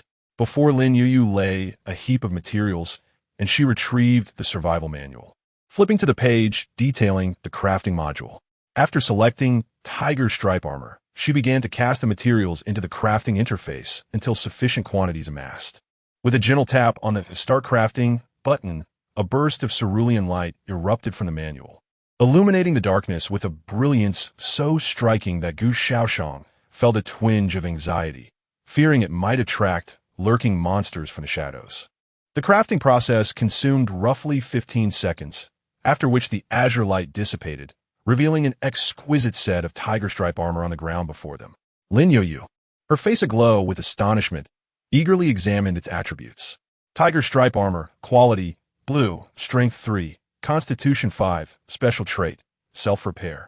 The armor, a striking blend of white and black stripes, comprised both a tunic and trousers, forming a complete set.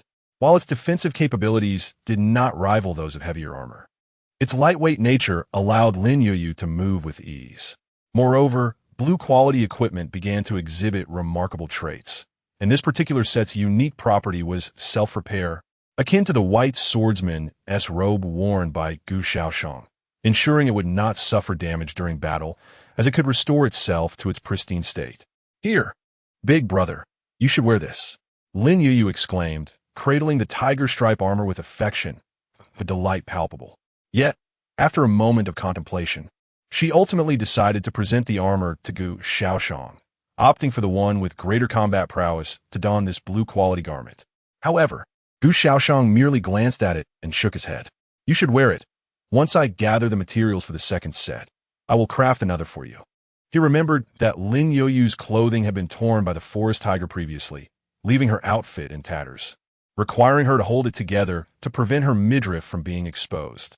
This newly crafted tiger stripe armor perfectly resolved her predicament. Big brother, you are so kind.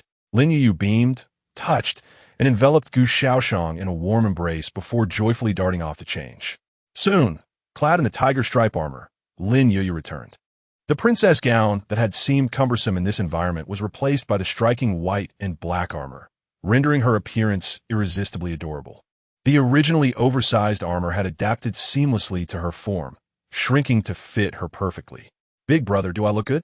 Lin Youyu twirled in front of Gu Shaoyan, her smile radiant. Indeed, it suits you remarkably well. Gu Shaoyan nodded, a smile gracing his lips. Upon hearing this, Lin Youyu smiled joyfully. She would occasionally touch her trousers, then her clothing, marveling at the exquisite texture that surpassed even the finest furs worth thousands. Just then, a chilling howl echoed from outside the safe zone. Howl. Following that, a cacophony of footsteps resounded beyond the perimeter. The two swiftly turned to look. In the darkness, pairs of green eyes illuminated the night, a multitude so dense that counting them seemed impossible. Brother Gu, Lin Youyu, feeling a pang of fear, hurriedly approached and hid behind Gu Shaoyan, gripping his arm anxiously. Do not be afraid. We are within the safe zone. There is nothing to worry about. Gu Shaoyan gently reassured her, patting the back of her hand. The safe zone was an absolute sanctuary. Even if the very ground beneath them were to be annihilated, this place would remain secure. Of course, this was contingent upon the inhabitants of the safe zone being able to fly. Otherwise, they would still be at risk of falling. After all, the safe zone merely ensured protection from external harm while one was inside, not offering omnipotent safety. After a while, the number of wolves outside the safe zone continued to swell. A glance revealed a sea of green eyes. "Brother Gu, do you think these wolves will disperse by morning?" Lin Youyu inquired, her worry palpable. "They should," Gu Shaoxian replied absent-mindedly, his gaze fixed on the pack of prairie wolves outside.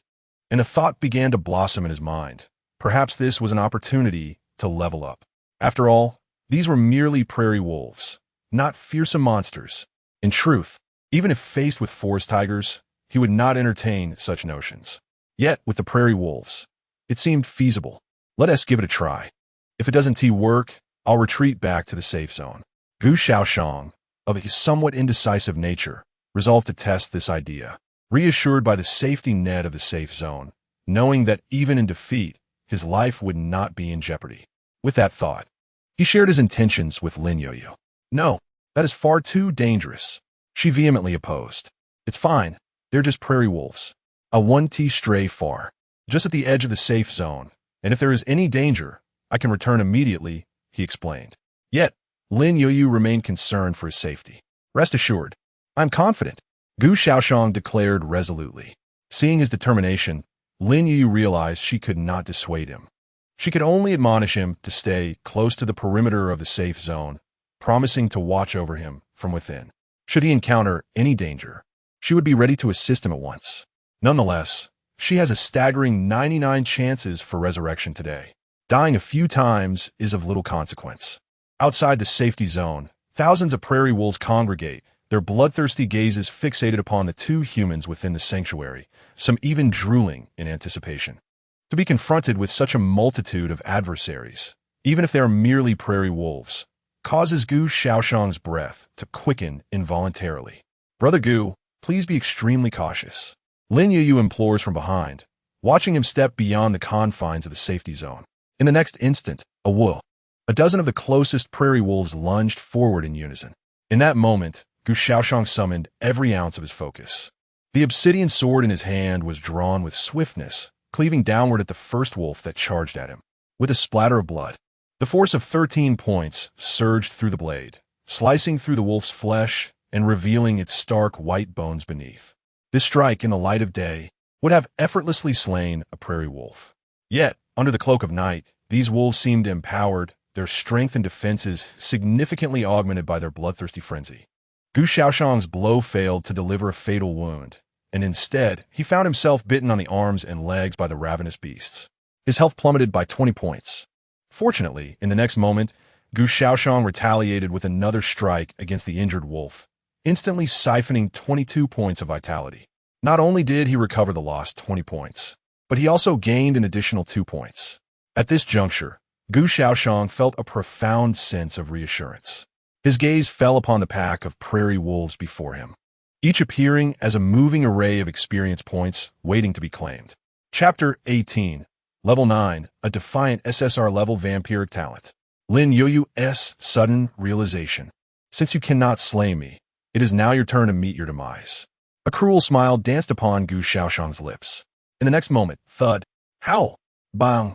Gu Shaoxian could scarcely recall the number of prairie wolves he had vanquished. He was simply aware that each nocturnal wolf granted him 3 experience points. In the midst of his slaughter, he ascended to a new level. Reaching level 8, his maximum health soared to 120 points, his defenses fortified. Moreover, his vampiric talent evolved further into the SR tier. Vampirism. SR, each time effective damage is inflicted, restore 40 of your maximum health. Additionally, automatically regenerate 2 of health per second. With a regeneration rate of 2 per second, this equates to a recovery of 2 for health points each moment. With each strike, he could siphon back 40, reclaiming a remarkable 48 health points with a single blade. Now, Gu Shaoxian was thoroughly secure. Even if beset by 6 or 7 wolves simultaneously, he could restore his lost vitality with a mere swing of his sword. Over an hour later, the number of prairie wolves that had perished beneath Gu Shaoxian's blade was beyond reckoning. He only remembered having relocated several times, even kicking some wolf corpses into the safe zone for Lin Youyu to dismantle with her gathering skill. Otherwise, the accumulation of so many carcasses would attract more wolves from the outskirts. At last, with yet another radiant glow enveloping him, Gu Shaoyan leveled up once more. Level 9. Unnamed Swordsman. Qualification. F grade. Level 9 experience points. 0 600 health 130 mana.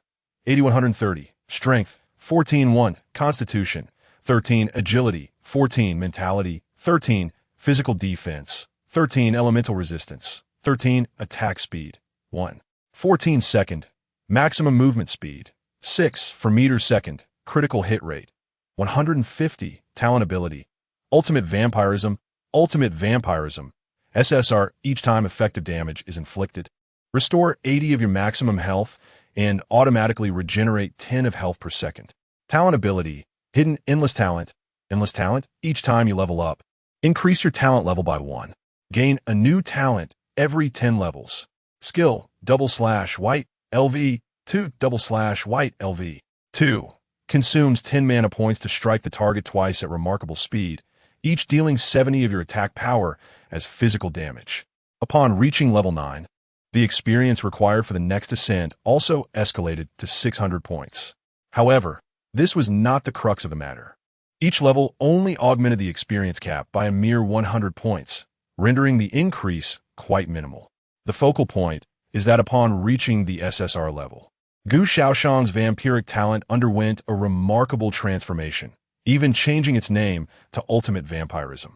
The effects exhibited a revolutionary change, not only doubling the life-stealing capability to an astonishing 80, but also enabling an automatic health regeneration rate of 10. Thus, with a recovery of 10 per second, Gu Shaoyan could restore his depleted health to full within a mere 10 seconds, even without taking any action. Truly, it exemplified the power of an SSR-level talent, almost akin to cheating. Upon reaching level 10, Gu Shaoyan mused softly. This statement may seem trivial, yet what truly occupied his thoughts was that upon attaining level 10, he would acquire new talent. To be frank, the SSR-level ultimate vampirism primarily served to enhance Gu Shaoyan's survivability rather than significantly augmenting his combat prowess. If the new talent acquired at level 10 were to directly enhance his battle capabilities, it would be nothing short of perfection, even if it were merely an F-level talent. Gu Shaoyan could gradually upgrade it to SSR level. After leveling up, slaying the frenzied prairie wolves would only yield a meager single point of experience for Gu Shaoyan. To reach level 10, he would need to eliminate an additional 600 of these wolves, a rather uneconomical endeavor. Shaking his head, Gu Shaoyan turned and retreated to the safety zone, where he found Lin Youyu, who had been following him. Little fish, adjust the experience distribution ratio to 91%. Gu Shaoyan instructed. All right, Brother Gu. Lin Youyu nodded, not questioning the reasoning behind it. After modifying the experience allocation to 91%, Gu Shaoyan ventured back outside the safety zone. The pack of prairie wolves charged at him fearlessly. Gu Shaoyan's strength was now formidable, rendering him impervious to their assaults. The wolves' claws and teeth inflicted merely 2 or 3 points of damage on him. Simultaneously, he could withstand attacks from no more than 6 or 7 wolves at once, which was already the limit, as there was insufficient space for more. And what was Gu Shaoyan's vampiric recovery rate? Each strike returned 104 points. Adding to this was the automatic regeneration of 13 points per second, resulting in a staggering total of 117 points of health regained every second. How could these prairie wolves hope to defeat him? Experience 13. The single experience point belonged to Gu Shaoyan, with the minimum effective experience being 1 point, or none at all. For instance, if Gu Shaoyan were to hunt the daytime prairie wolves, he would receive no experience whatsoever. However, should he gain any, it would always be at least 1 point. The 13 points of experience, on the other hand, were attributed to Lin Youyu. The frenzied prairie wolves at night could originally grant her 14 points of experience, but after deducting 1 point, that left her with 13. Lin Youyu had previously accumulated 35 points of experience from learning to craft blueprints and activating the creature encyclopedia. Now, she was able to gain 13 experience points almost every 3 to 4 seconds. Gu Shaoyan had just defeated 5 ferocious prairie wolves when Lin Youyu leveled up. I leveled up, Lin Youyu exclaimed joyfully, bouncing on the spot. She then glanced at Gu Shaoyan, who was still engaged in a fierce battle beyond the safe zone. Her beautiful eyes filled with deep admiration. Brother Gu is truly remarkable. But why do people say that F-grade heroes are worthless? Lin Youyu pondered, perplexed, driven by curiosity. She opened Gu Shaoxian's character panel to discover just how powerful he had become. To her astonishment, she was utterly shocked by what she saw.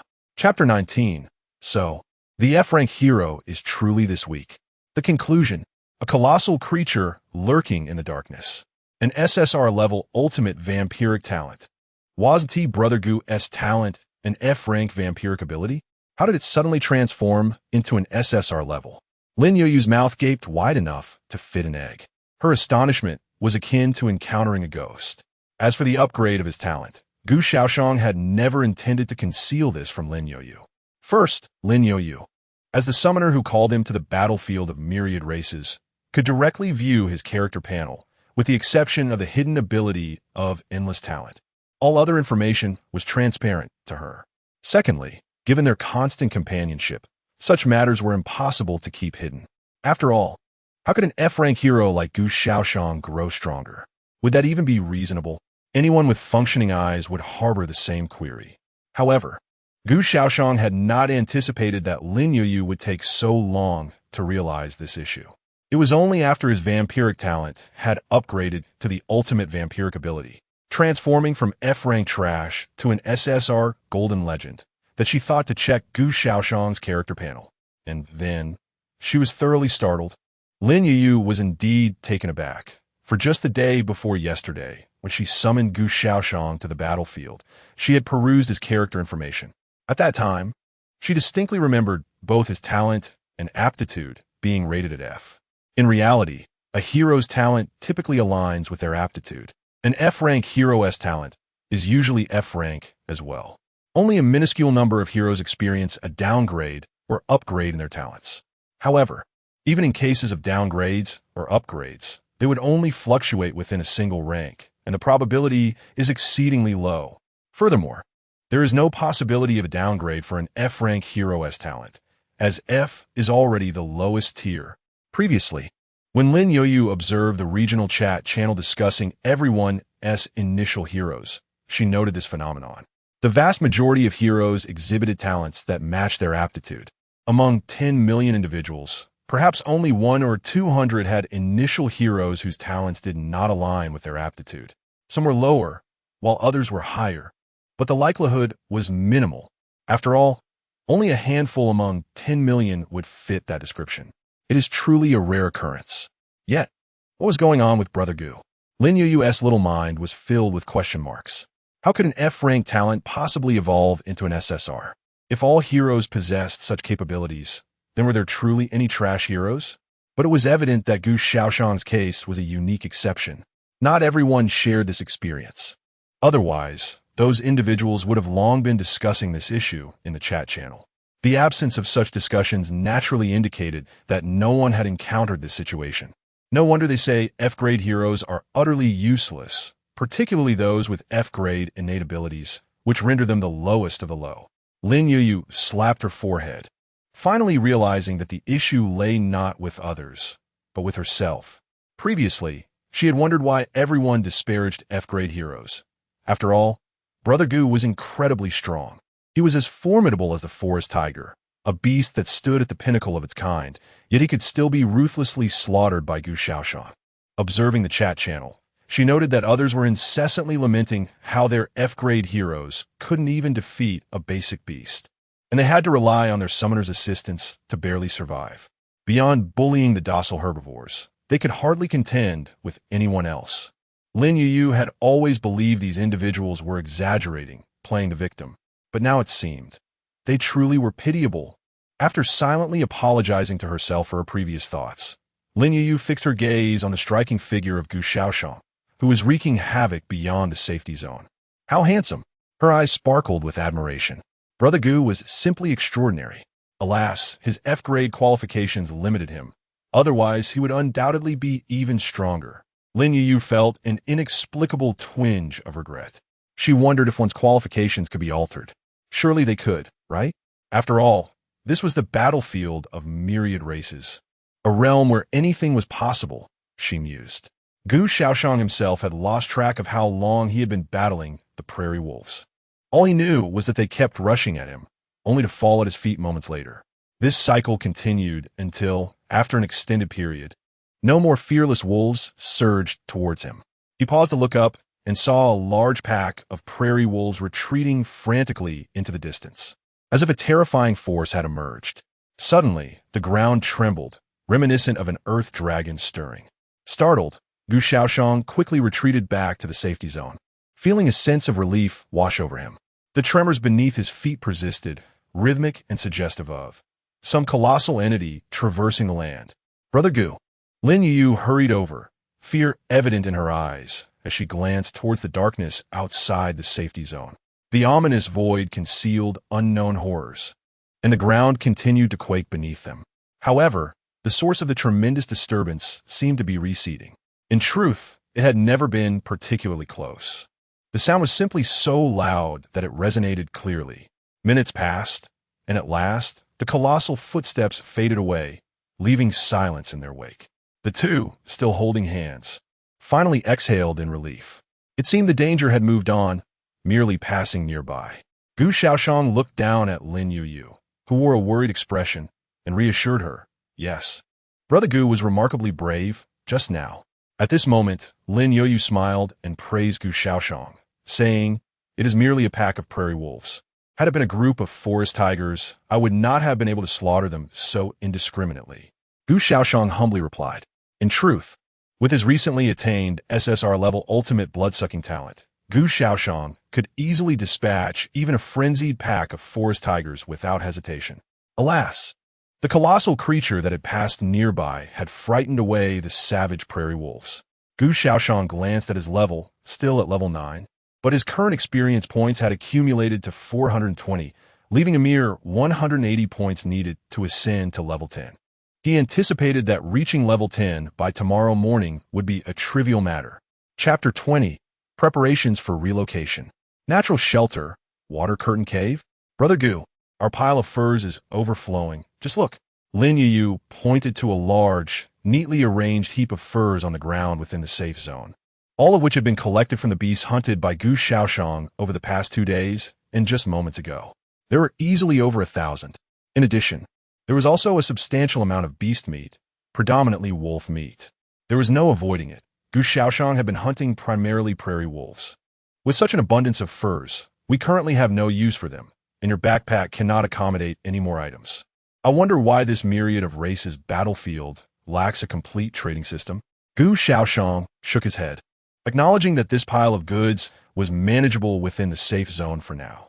However, the novice protection period would soon come to an end. They certainly could not embark on their journey burdened by such a large pile of furs. It would be far too cumbersome. Indeed, I completely agree. Lin Youyu nodded, echoing his sentiments. Brother Gu, you must be tired. Why not sit down and rest for a moment? After a brief venting session, Lin Youyu gently urged Gu Shaoyan to sit down and even handed him a bottle of water. Speaking of which, over the past couple of days, Lin Youyu had noticed many people in the chat channel claiming to have discovered treasure chests, yet it seemed no one had found chests of bronze rank or higher. Moreover, only a select few had encountered any chests at all. For most, even the prospect of food and water had become a daunting challenge. Reflecting on the survival conditions of those individuals and then glancing at her own situation, Lin Youyu felt an overwhelming sense of gratitude for her circumstances. Gu Shaoyan took a few sips of water and turned his gaze toward Lin Youyu. "Speak your mind. Is there something you wish to ask?" he stated directly. Upon hearing this, Lin Youyu shyly smiled and, her face brimming with curiosity, inquired, "Brother Gu, how did your talent suddenly elevate to SSR level?" Gu Shaoyan anticipated this question, though he was surprised that Lin Youyu had only just now realized it. She seemed rather slow on the uptake. It didn't happen suddenly. In fact, I had already noticed it over the past few days. Each time I leveled up, my talent level increased by 1 as well, and just recently, I reached level 9, causing my talent level to finally attain SSR. Gu Shaoyan explained to Lin Youyu. "Wow, that is truly remarkable." Lin Youyu exclaimed in astonishment, her face reflecting disbelief. In this world, there exists a phenomenon where talent levels ascend alongside one's own level. When Gu Shaoyan reaches level 10, was already SSR-ranked talent upgrade further? In truth, Gu Shaoyan had pondered this question himself. Theoretically, SSR is the highest talent level. Thus, he speculated that his endless talent could at most elevate other talents to SSR rank. Beyond that, it seemed improbable. After all, the endless talent itself is an unknown level above SSR. It is unlikely that all other talents could simultaneously ascend to an unknown level, is it not? This notion seems quite improbable. Upon learning about Gu Shaoyan's talent fluctuations, Lin Youyu remained enveloped in a state of exhilaration. Indeed, her excitement stemmed not solely from Gu Shaoyan's SSR level talent, but also from the fact that after a 2-day interval, she had finally leveled up. Remarkably, she had advanced to level 7 in one swift descent. Lin Youyu, level 7 experience, 0-700 health, 250 mana, 250 strength, 25 vitality, 25 agility, 25 spirit, 25 free attribute points, 12 physical defense, 25 elemental resistance, 25 attack speed, 1 25 second maximum movement speed, 7 5 meters second critical hit, 150 talent ability, undying body, SSR. You have 100 chances to resurrect each day. Go forth and embrace your fate, young lady. Skills, none. Hero unit. Nameless swordsman, F. At level 7, Lin Youyu had elevated all her attributes to 25, significantly surpassing Gu Shaoyan. Furthermore, she possessed 12 unallocated attribute points, having acquired 2 free attribute points with each level gained. With 6 levels attained, she had accumulated a total of 12. Lin Youyu found herself uncertain about the direction she should take in her development. Moreover, as she had no immediate need for combat, she contemplated her options and ultimately decided to refrain from allocating her points for the time being. After all, despite having surpassed Gu Shaoyan in terms of attributes, she was acutely aware that her combat prowess paled in comparison to his. With an SSR level talent, Lin Youyu comprehended the profound transformations such a gift could bestow upon an individual. Currently, even looking far into the future, there existed no being or creature capable of genuinely ending her life. One might succeed in eliminating her a few times, but to achieve the feat of killing Lin Youyu 100 times in a single day, the likelihood of that occurrence was exceedingly remote, nearly non-existent. After all, Lin Youyu was not bound to a single resurrection point. She could revive randomly at a nearby safe location or even pre-establish a resurrection point, allowing her to come back to life precisely at that spot. Thus, theoretically, if Lin Youyu set multiple resurrection points at great distances apart, she could never truly be vanquished. As the moon waned, a night had swiftly passed. For those who had arrived from Blue Star, this night marked their final opportunity to sleep soundly. From this day forth, the novice protection period was drawing to a close. This evening would prove to be exceptionally arduous for them. At the break of dawn, Gu Shaoyan and Lin Youyu arose. With ample resources at their disposal, Lin Youyu had crafted a sleeping bag the previous night, eliminating the need for the two of them to share a single bag. They rose, tended to their morning rituals, and enjoyed breakfast together. Their morning meal consisted of hamburgers. Yesterday, I had not yet finished the hamburger obtained from the bronze treasure chest. Gu Shaoyan devoured 2, while Lin Youyu, after leveling up, seemed to have developed a larger appetite, consuming an entire one. Today, I will first visit the location I previously discovered. If there are no unusual circumstances, it can be tentatively concluded that we will establish our camp there for the time being. The place mentioned by Gu Shaoyan was a natural shelter they found during their hunting expedition yesterday. It appeared quite satisfactory upon inspection, being sufficiently concealed and spacious. However, I wonder how it fared today. If there has been no significant disturbance around that natural shelter for 2 consecutive nights, it should be deemed safe. Gu brother, wait for me. Lin Youyu gathered some essential items and hurried to catch up with the preceding Gu Shaoyan, and together they advanced towards the slope ahead. Half an hour later, they arrived at the site. Before them lay a small river, its waters flowing from north to south. Originating deep within the redwood forest to the north, its extent unseen from the grassland. The southernmost point culminated in a cliff, creating a waterfall that cascaded dramatically into the sea. Gu Shaoxian and Lin Youyu found themselves at the midpoint of the river. A drop of 5 to 6 meters formed a petite waterfall, beneath which lay a pond approximately 20 meters in diameter, not particularly large, with a maximum depth of about 3 meters and mostly shallow at the edges, allowing one to wade through without the water surpassing their calves.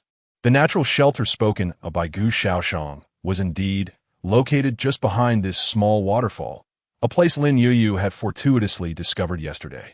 Chapter 21. Entering the Northern Forest. Terrifying beasts. Even the crocodile lion is bewildered. Upon observing the surroundings closely, there were no signs of destruction. Scarcely any tracks of wild beasts could be seen. Gu Shaoxian ascended a nearby hill, surveying the area from his elevated position. He could only spot a few giant rabbits occasionally, and not a single prairie wolf in sight. Perhaps it was due to the excessive number of kills he had made the previous night, he mused. Descending from a hill, Gu Shaoxian nodded to Lin Youyu, remarking, "The situation appears quite favorable. If all goes well, we can relocate here tonight." "Indeed, let us commence our move this afternoon," replied Lin Youyu with a nod. The discussion of relocation could wait until the afternoon. The priority was for Gu Shaoxian to level up to level 10. Consequently, Lin Youyu amended the distribution of experience points to allocate all to Gu Shaoxian, withholding any for herself. She was eager to see if Gu Deji's already SSR level talent would exhibit any new transformations upon leveling up again. Reaching level 9, hunting those beasts would yield minimal experience points. Moreover, the confidence bestowed by his SSR level talent was substantial. Therefore, after a brief consultation, the two decided to venture directly to the northern grove of redwoods. While no ferocious beasts had been detected in the southernmost plains, they were certain that the northern redwood forest harbored them. As they journeyed northward, it was their first time traversing in this direction. The closer they approached the redwood forest, the more they were struck by the sheer magnitude of the towering trees. From a distance, they appeared merely tall, but as they drew near, they resembled colossal giants. The towering redwoods stood so high that one could not see the tops when gazing upwards from their base. The average height soared above 100 meters, with some extraordinary specimens reaching 200 to 300 meters. The diameter of the trunks exceeded 20 meters, truly awe-inspiring. Fortunately, these were just ordinary trees and not monstrous plant creatures. It was difficult to fathom a tree of such immense stature transforming into a tree-like humanoid. Merely contemplating it was chilling. Upon entering the redwood forest, Gu Shaoxian found it to be less sinister than it appeared from the outside. The leaves of the redwoods were not particularly broad, and the immense trunks stood sufficiently apart, allowing sunlight to penetrate the forest. However, after walking for a short while, they had a halt. "Gu Deji, is that a ferocious beast?" The two concealed themselves behind a towering redwood, stealthily observing a massive creature lying on the ground and feeding not far from them. It was a beast clad in scaly armor, over a meter tall even while prone, its body a dull gray, akin to the hardened carapace of a crocodile. Yet its head bore a resemblance to that of a lion, complete with a mane reminiscent of one. It resembled a fusion of a lion and a crocodile.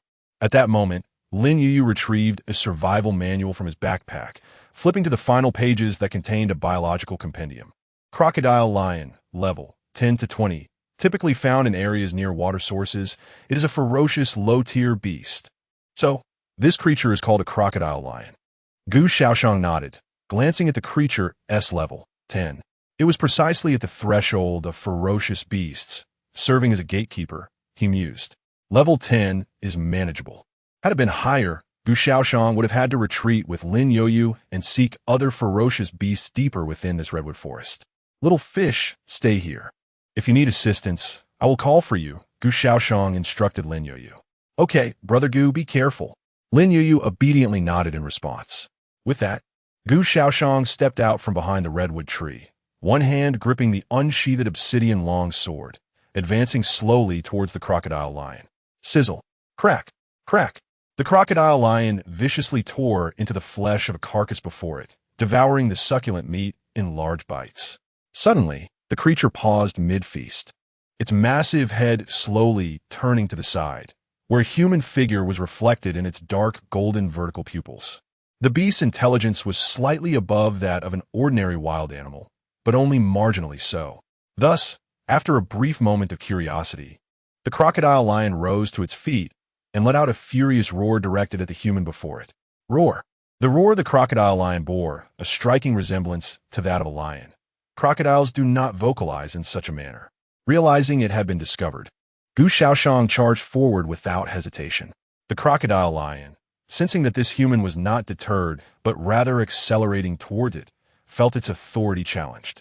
How dare this mere human, just a source of sustenance for ferocious beasts, display such audacity?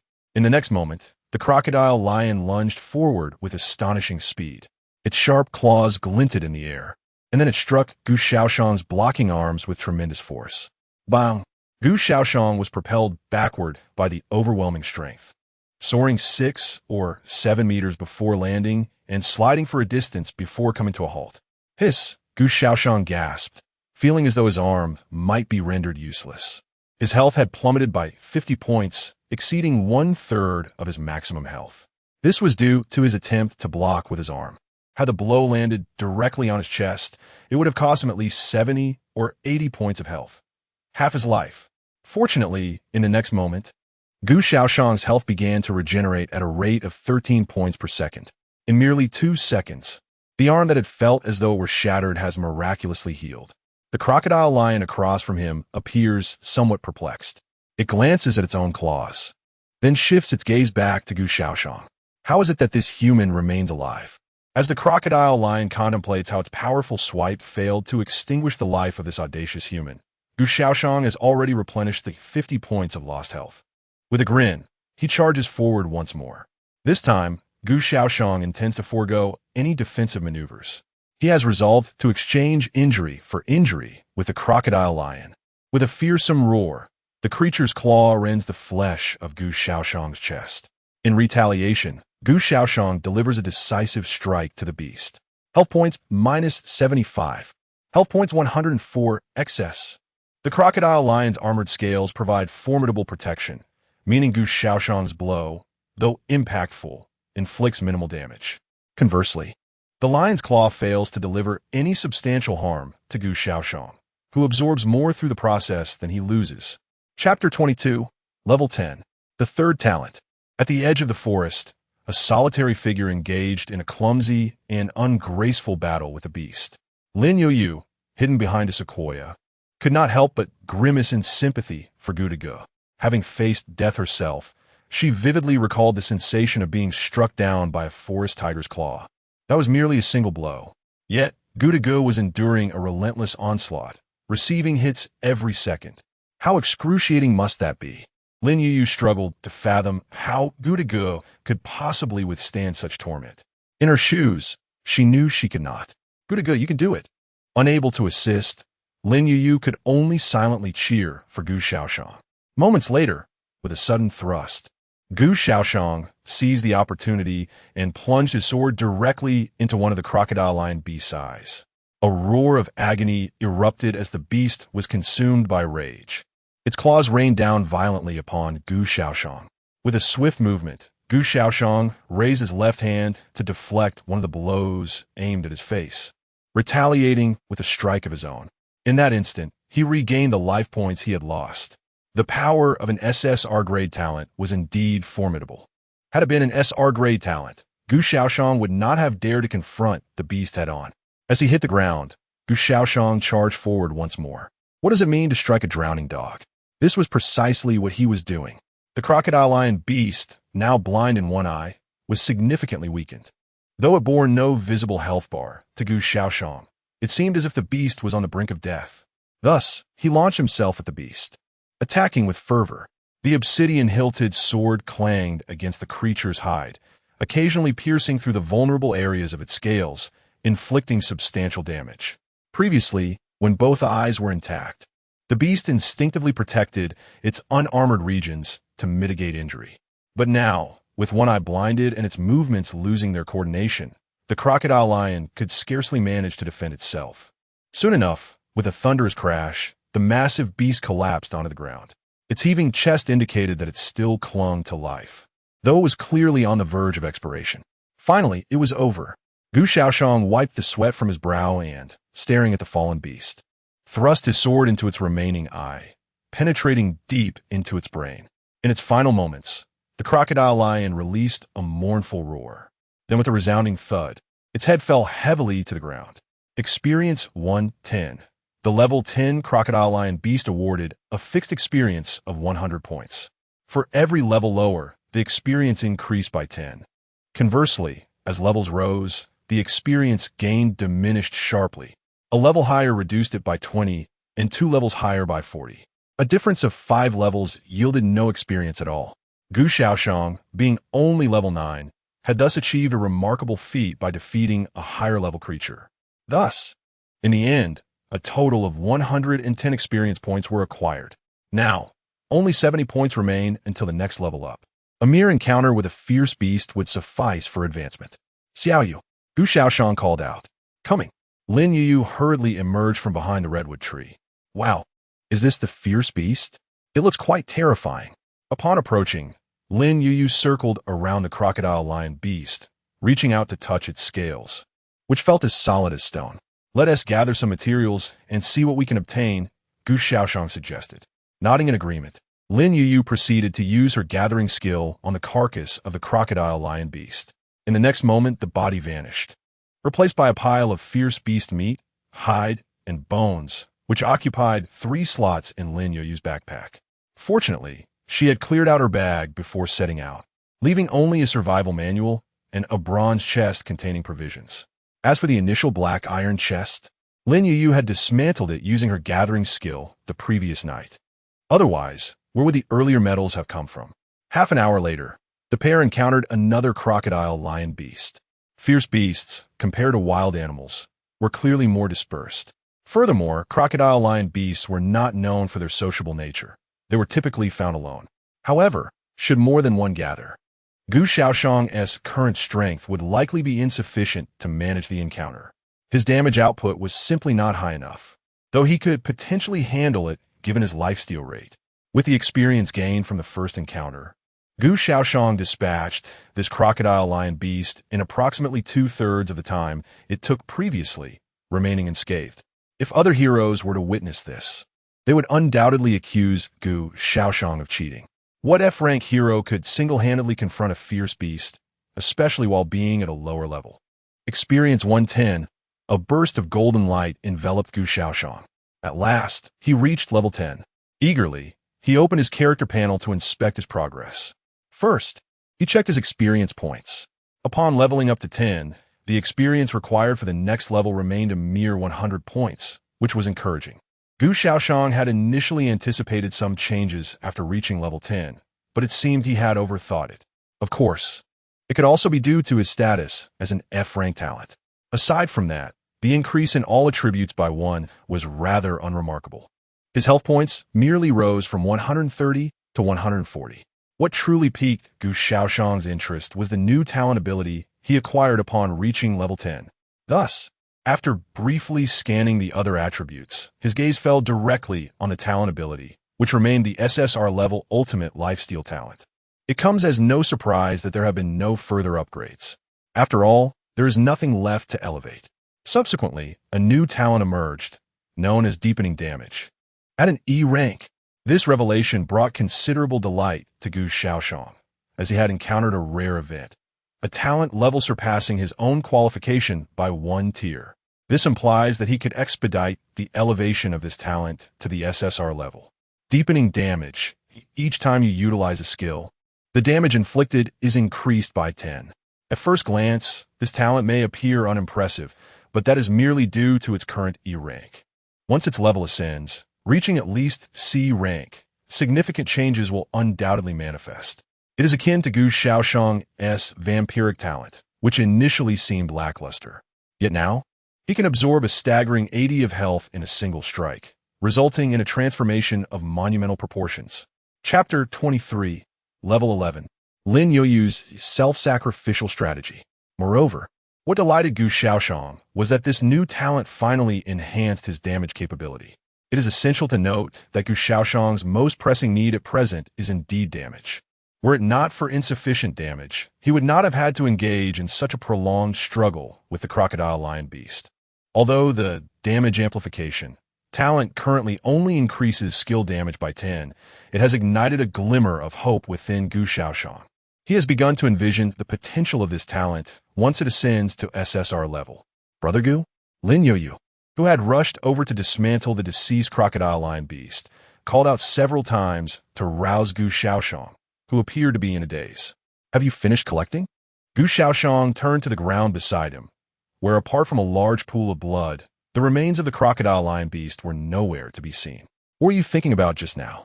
You seem so engrossed, Lin Youyu inquired, curiosity evident in her voice. You'll know if you take a look at my character panel. Gu Shaoyan replied with a smile. Has your talent leveled up again? Lin Youyu's eyes brightened, and she hurriedly checked Gu Shaoyan's character panel. However, she soon discovered that the ultimate vampirism remained at SSR level, unchanged. How come there's an additional talent?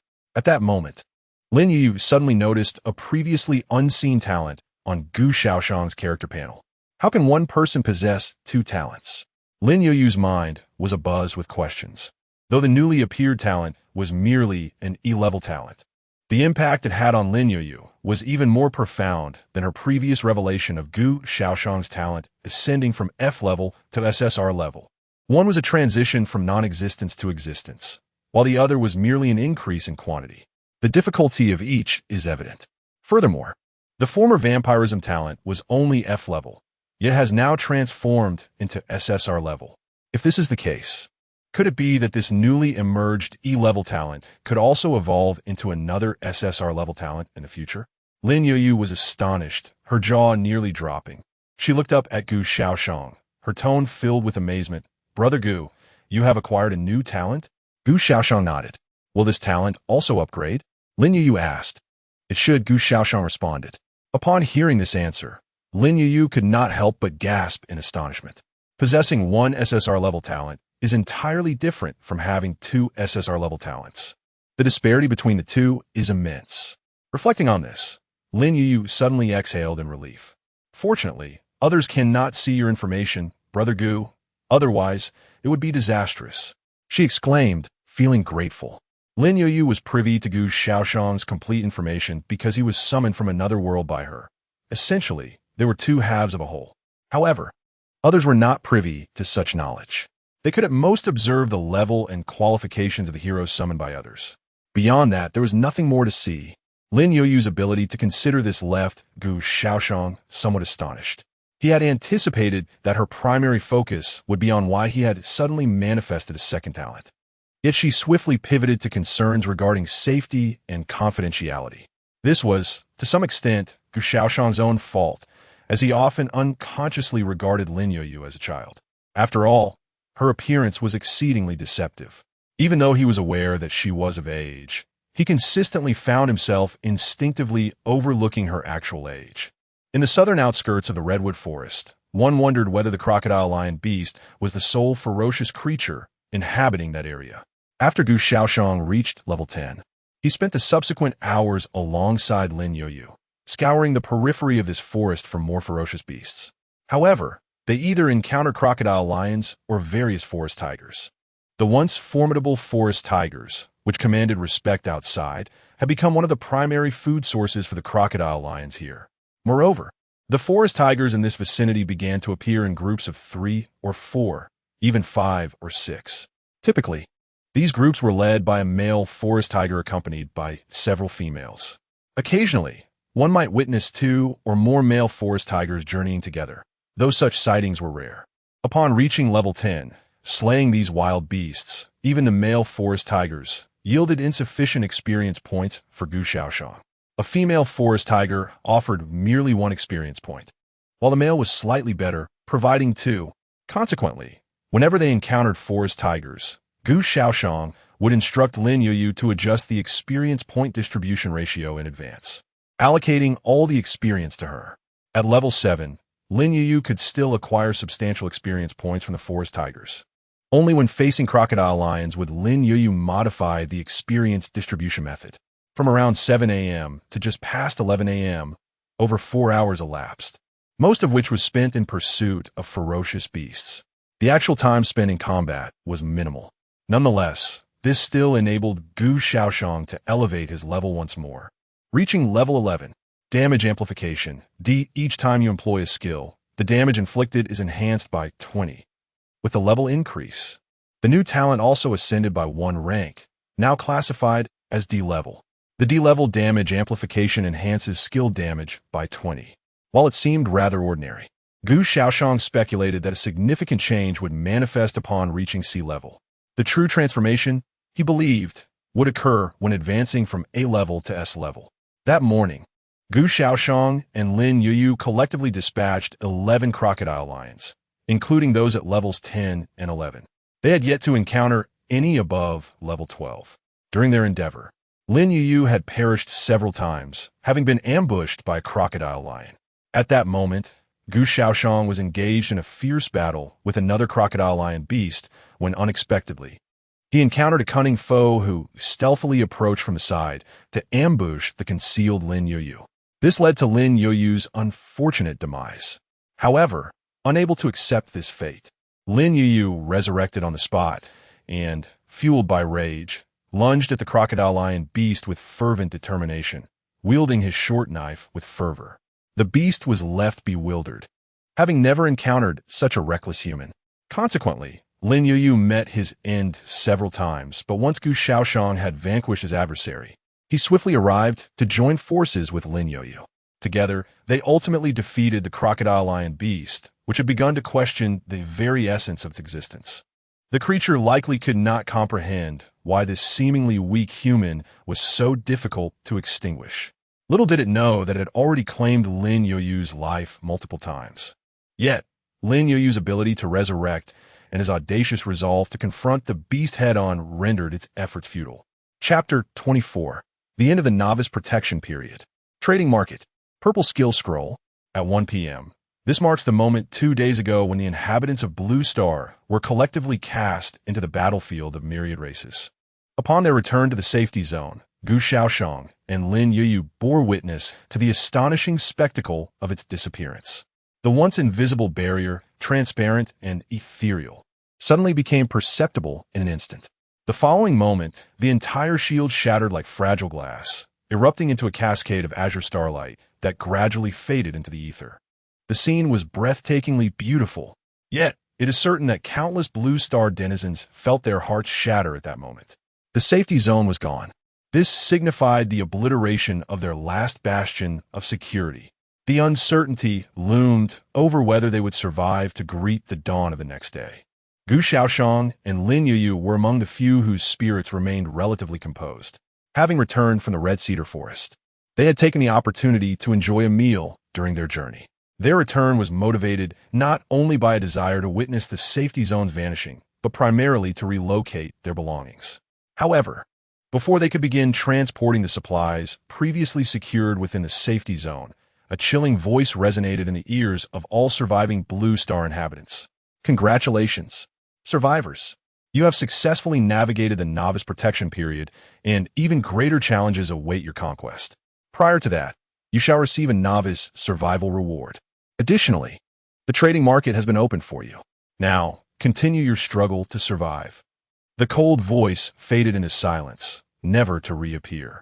Meanwhile, all those who had endured the novice protection period were presented with their reward. Boom! A box, as red as blood, materialized amidst a burst of crimson smoke before every Blue Star inhabitant, crashing heavily to the ground. Some quick-witted individuals managed to catch it midair. What is this? Gu Shaoyan, having missed the preceding announcement, remained oblivious to its nature. Why did it suddenly appear? It must be the reward for surviving the novice protection period. Lin Youyu bent down to retrieve the box, explaining, "The voice that brought us here has returned. It announced that we survived the novice protection period, hence this reward. It also opened the trading market for us, likely to facilitate long-distance transactions." As for the trading market, Lin Youyu was not in a hurry to explore. What piqued her curiosity was the contents of the box in her hands. "Gu, would you like to give it a try?" she inquired, glancing at Gu Shaoyan. Gu Shaoyan shook his head. "Gambling on probabilities is not my forte." "Go ahead. I believe in your luck," he encouraged. At his words, Lin Youyu smiled and nodded. "Yes, I have always felt quite fortunate. Not merely fortunate, but exceedingly so, Gu Shaoyan mused. Open it. Let us see what it contains, he urged. Upon hearing this, Lin Youyu nodded thoughtfully, her small face adorned with a serious expression as she gazed at the blood-red box in her hands. In the very next moment, the box was gently opened by Lin Youyu. A surge of green light, intertwined with blue and purple hues, captivated the eyes of both individuals. Ding! You have acquired a quality short sword, green 1. You have obtained a delicate cloth armor, green 1. You have received sturdy shoes, green 1. You have gained 3 additional backpack slots. You have acquired a magical tint, blue 1. You have obtained a skill scroll, purple 1. A flurry of notifications echoed in Lin Youyu's ears, followed by a plethora of items materializing before her. The short sword, cloth armor, and shoes, all green-tier equipment, were neatly arranged on the ground before her. Furthermore, with the addition of 3 backpack slots, her capacity had expanded from a meager 9 to a commendable 12, finally breaking into double digits. Brother Gu, look, it's a tent, Lin Youyu exclaimed, lifting a heavy chest that weighed at least 200 to 300 pounds. With her elevated level, her strength attribute had significantly improved, enabling her to lift the chest. Had this been, at the beginning, even a mere 20 or 30 pounds would have proved arduous for her. Magical tint, quality, blue. A magical tint that, once used, automatically assembles itself, offering 3 times the internal space compared to its external appearance. This blue tier tint not only assembles itself automatically, but also possesses spatial attributes. This single feature alone justifies its blue quality, and Gu Shaoyan believed it might even be underrated, considering its spatial properties. Of course, this tint lacks significant defensive capabilities, which is likely its greatest drawback. Furthermore, it cannot self-repair. Once damaged, it means that Gu Shaoyan and his companions currently lack the ability to mend it. This could also explain why it is only of blue quality. Setting down the chest containing the tint, their gazes quickly shifted to the final item, the highest quality among the 6, an unprecedented purple-tier skill scroll. Lin Youyu extended her small hand to grasp it. The scroll was not large, even somewhat miniaturized, adorned with shimmering purple patterns against a brown base that resembled some form of leather, though its origin remained a mystery. Skill scroll, quality, purple upon use, grants a random purple tier skill. To her slight discontent, Lin Youyu noted the absence of probability. Pouting, she handed the scroll to Gu Shaoyan, placing it firmly in his hands. Brother Gu, you should use this skill scroll. No diffuses. She insisted earnestly. Your talent truly requires more skills. Thus, it is most advantageous to bestow it upon Brother Gu. Gu Shaoyan glanced at the skill scroll in his hand, fully aware that Lin Youyu's assertion was indeed correct. His damage amplification talent undeniably required more potent skills for effective synergy. Yet, among 1,000 blue star humans, even when confronted with the knowledge that granting the skill scroll to one's initial hero was the most prudent choice, there would still be 9,999 individuals who would opt to reserve the scroll for their own use. Lin Youyu, however, stood as the singular exception. This is the essence of human nature. Human nature is inherently selfish, dictated by the foundational elements of our genes, shaped by millions of years of evolution, compelling organisms to instinctively choose paths that favor self-interest. Only those with tremendous willpower can transcend this innate tendency. If the same situation were to befall Gu Shaoyan himself, he could not guarantee that he would act as selflessly as Lin Youyu. He cast a profound glance at Lin Youyu, refraining from uttering any words of gratitude. At that moment, such expressions would feel rather distant. He simply committed this act to memory, vowing that when he became powerful in the future, he would repay Lin Youyu 1,000-fold. Having arrived in this battlefield of myriad races, Gu Shaoyan naturally yearned to gaze upon the vistas that awaited at the summit. In that eventuality, he hoped that the one by his side would be the very maiden before him. Chapter 25, New Skills. Equipment Fusion. A mesmerizing purple halo enveloped Gu Shaoyan's hands, casting them in an enchanting hue. Moments later, the radiance dissipated, vanishing into thin air. At the same time, a notification sounded in Gu Shaoyan's ears, heralding the acquisition of a new skill. Ding! You have utilized a skill scroll and acquired a new skill, Dragon S Vitality LV. 1. Upon hearing the notification, Gu Shaoxian promptly opened his character panel to examine the details of his newfound skill. Dragon S Vitality, Purple, LV. 1. Consumes 100 mana points to bestow the Dragon S Vitality buff on the target, temporarily increasing maximum health by 50, lasting for 30 minutes. Upon reading the description of this skill, Gu Shaoxian could not help but feel a surge of excitement. Truly, it was a skill of purple quality, far surpassing the white ones in potency. Not only was the effect formidable, but the mana consumption was equally daunting. At level 1, it required 100 mana points. Fortunately, this was a buff-type skill. Had it been a standard skill, Gu Shaoxian's meager 150 mana points would only suffice for a single use. Nonetheless, even with this advantageous buff, Gu Shaoxian could not maintain it indefinitely. The buff lasted for 30 minutes, but he could only regenerate 1 mana point per minute. This meant it would take him 100 minutes to fully replenish the 100 mana points needed. The difference was a staggering 70 minutes. Over an hour. Thankfully, Gu Shaoxian did not need to sustain the buff continuously. Using it prior to battle would suffice. And in the span of 30 minutes, he would certainly have ample time to conclude a fight. Overall, this skill was indeed quite impressive. The only lament was that it was not the attack-type skill Gu Shaoxian had hoped for. However, a 50 increase in health would significantly bolster his survivability. His ultimate lifesteal talent, combined with a longer health bar, would enable him to exploit its full potential. Moreover, skills that enhance percentage values are perpetually valuable. Brother Gu, how is it? Lin Youyu inquired eagerly, her eyes sparkling with anticipation. What kind of skill is it? Is it powerful? Noticing her eager demeanor, Gu Shaoxian shared the details of his new skill with her. Wow, this skill is perfectly suited to your talent, Brother Gu, Lin Youyu exclaimed with delight. This means you will be even safer when battling those monsters.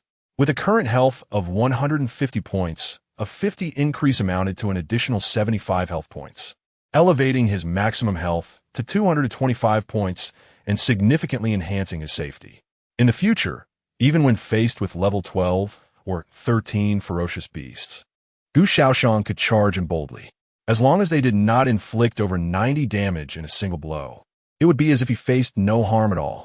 Having acquired a new skill, both Gu Shaoxian and Lin Youyu were in high spirits. Without hesitation, Lin Youyu handed over the 3 pieces of green quality equipment to Gu Shaoxian. As anticipated, the green quality short sword was immediately consumed by Gu Shaoxian's ebony scabbard longsword. Nameless long sword.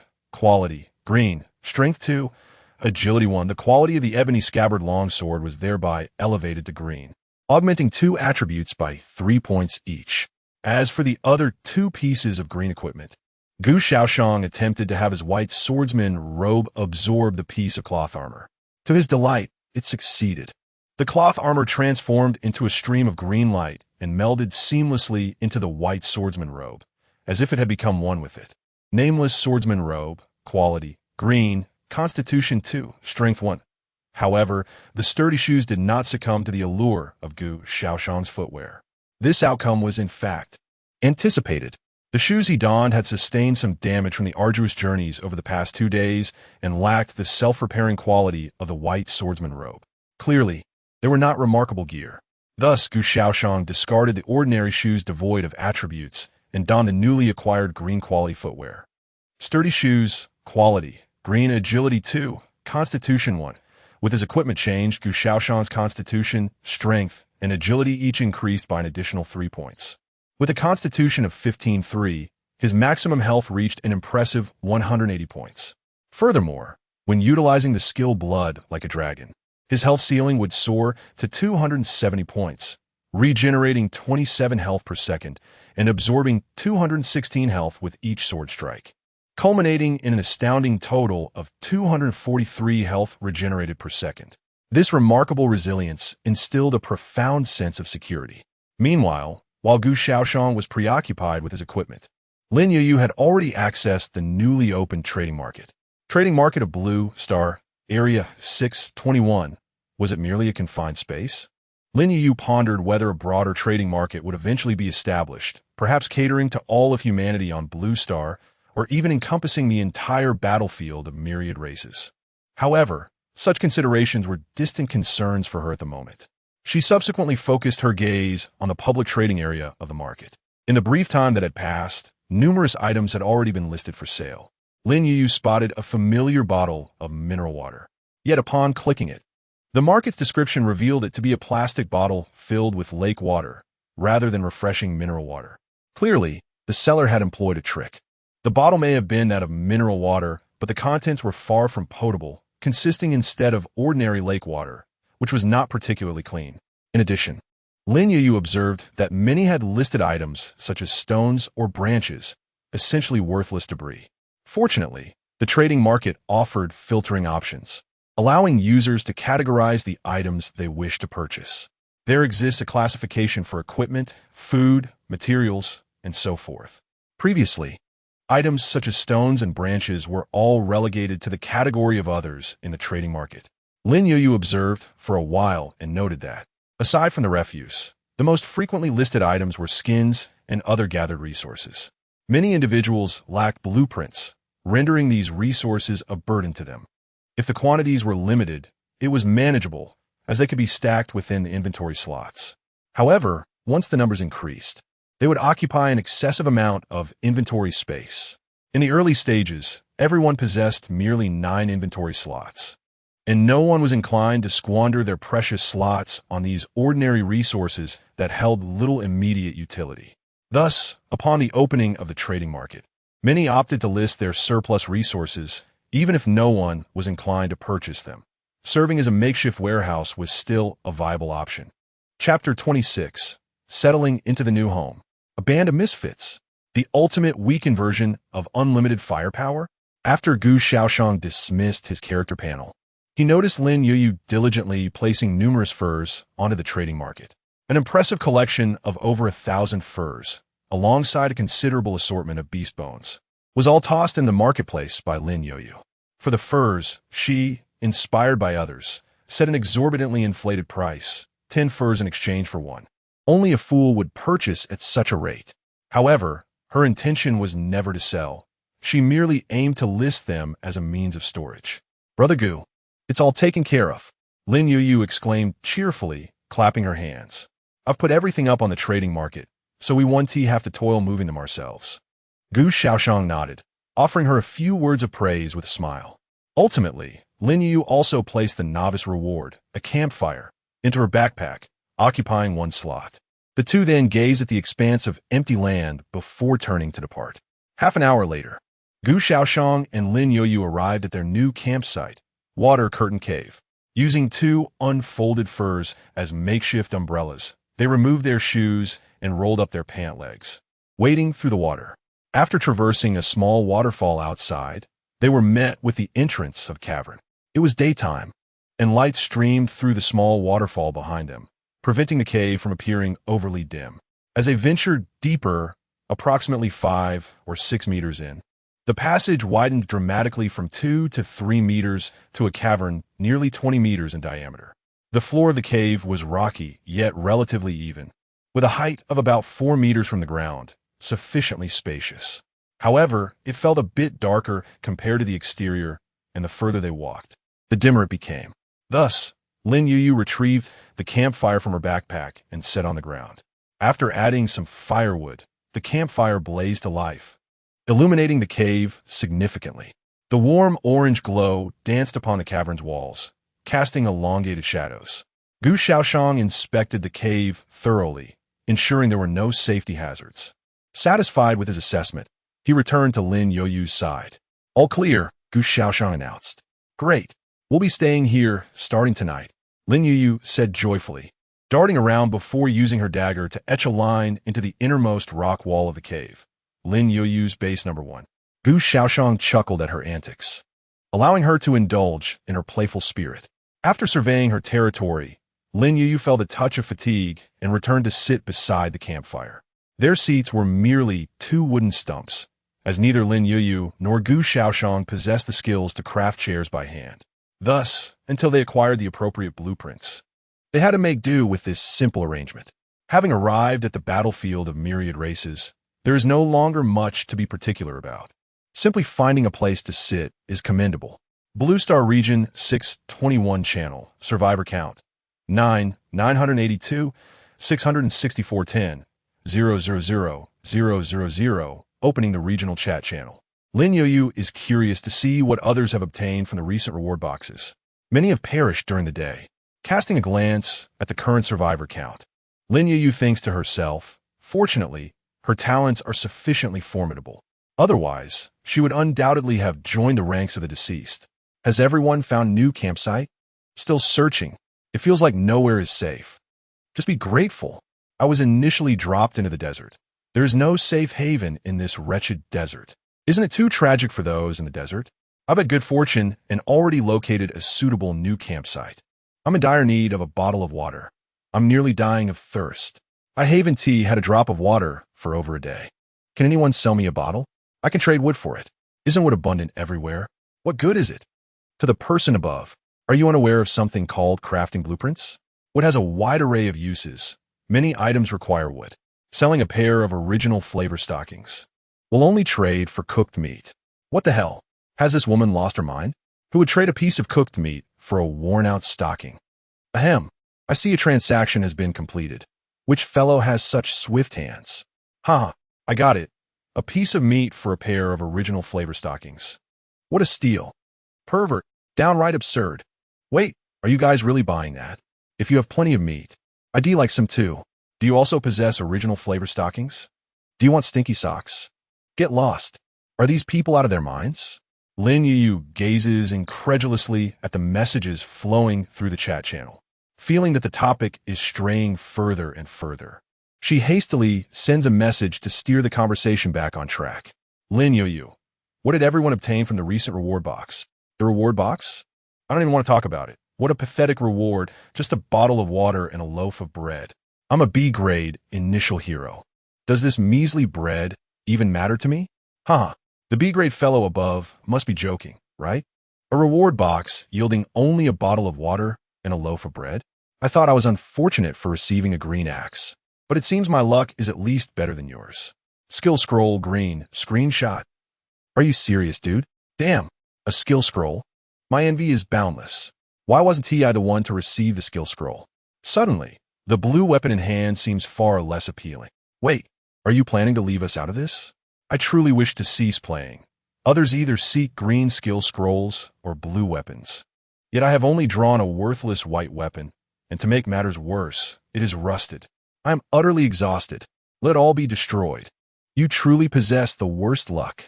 Even reward boxes yield white weapons. One might as well give up entirely. Ah, Bugun. It appears that my fortune is exceedingly favorable.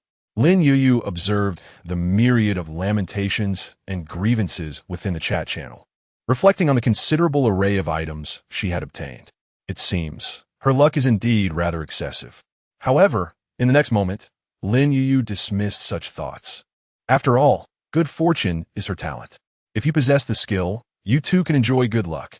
After resting for a while in the new camp, Gu Shaoyan and Lin Youyu set off once more towards the northern region of the Sequoia Forest. For several hours in the afternoon, from approximately 2 p.m. to around 4:30 p.m., they dedicated 2.5 hours to their endeavors. At last, Gu Shaoyan reached level 12. Simultaneously, the talent for increased damage deepening also ascended to grade C.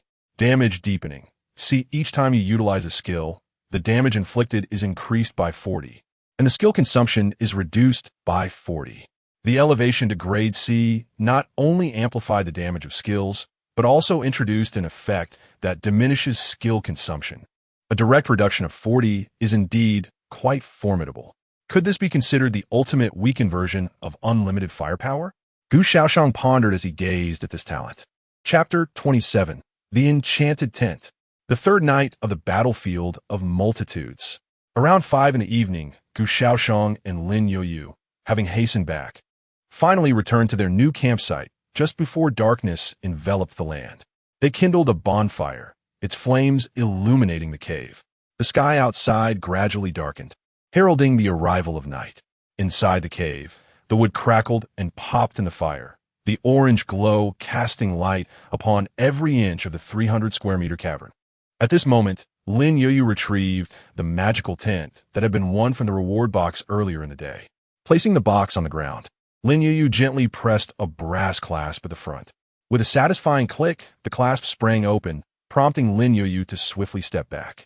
In that instant, the lid of the box burst open, and a flurry of blue and yellow fabric, along with slender poles, erupted from within, under some mysterious force. They effortlessly assembled themselves mid-air. "Wow!" Lin Youyu exclaimed, clasping his hands together, his eyes shimmering with excitement. Soon, a tent adorned in blue and yellow hues stood triumphantly erected, secured in the rear of the cave. Not far behind lay the cave's innermost rock wall, while the crackling bonfire flickered just ahead. Gu Shaoyan sat beside the fire, skewering several fist-sized pieces of meat with a slender metal rod, roasting them over the flames. This metal rod was merely a makeshift weapon. Yet neither Gu Shaoyan nor Lin Youyu had any use for it in combat. Thus it served as a skewer for their meat. Surprisingly, it proved quite effective, far superior to twigs, which posed the risk of catching fire. The metal rod, though it conducted heat uncomfortably, had few other drawbacks. "Brother Gu, look!" Lin Youyu called out excitedly from a short distance, urging Gu Shaoyan to admire the newly erected tent. Gu Shaoyan punctually thrust the skewer into the earth beside the bonfire and stood up to approach. "Come on, Brother Gu." Lin Youyu, eager to explore, seized Gu Shaoyan's hand, pulling him toward the tent. As they lifted the curtain at the entrance of the tent, their vision suddenly expanded dramatically. From the outside, the tent appeared to cover an area of about 20 square meters, which was already substantial for a tent. However, upon stepping inside, they discovered that the internal space was far grander than it seemed from the exterior. As previously mentioned, the magical tent interior was 3 times larger than its outward appearance suggested. Such a claim may be difficult to grasp through mere words, but upon entering, the two realized the truth of that assertion. Threefold indeed was an immense difference. The tent's interior boasted nearly 60 square meters of space, and most notably, its ceiling soared high above. The vertical distance appears to be approximately 6 meters. This is astonishingly high, even exceeding the height of the cavern's ceiling outside. Moreover, the interior is separated by fabric curtains into distinct areas. The outermost section resembles a living room, complete with furniture, although it consists of only simple furnishings. This revelation is somewhat unexpected for both individuals. After all, none of them anticipated that this tent would come equipped with furniture. The living room spans nearly 20 square meters, featuring a table, chairs, and even a bookshelf, albeit devoid of any books. As one ventures further inside, there are 2 rooms on either side. Between these 2 rooms lies a recessed area, which houses a small bathroom containing a large bathing tub, perfect for soaking in comfort. Arriving at a battleground for myriad races, where survival is already a formidable challenge, one could hardly believe that a relaxing bath is possible here. "Wow, there's even a bathtub," Lin Youyu exclaimed, her face illuminated with delight. Over the past couple of days, she had longed for a bath but had refrained from mentioning it due to the lack of suitable conditions. Although each upgrade brings a purifying effect, restoring not only physical wounds but also cleansing the body, the 2 of them, who had been leveling up continuously, remained remarkably clean without the need for a bath, perhaps even cleaner than a simple wash could achieve. For many, bathing transcends mere hygiene. It serves a psychological purpose.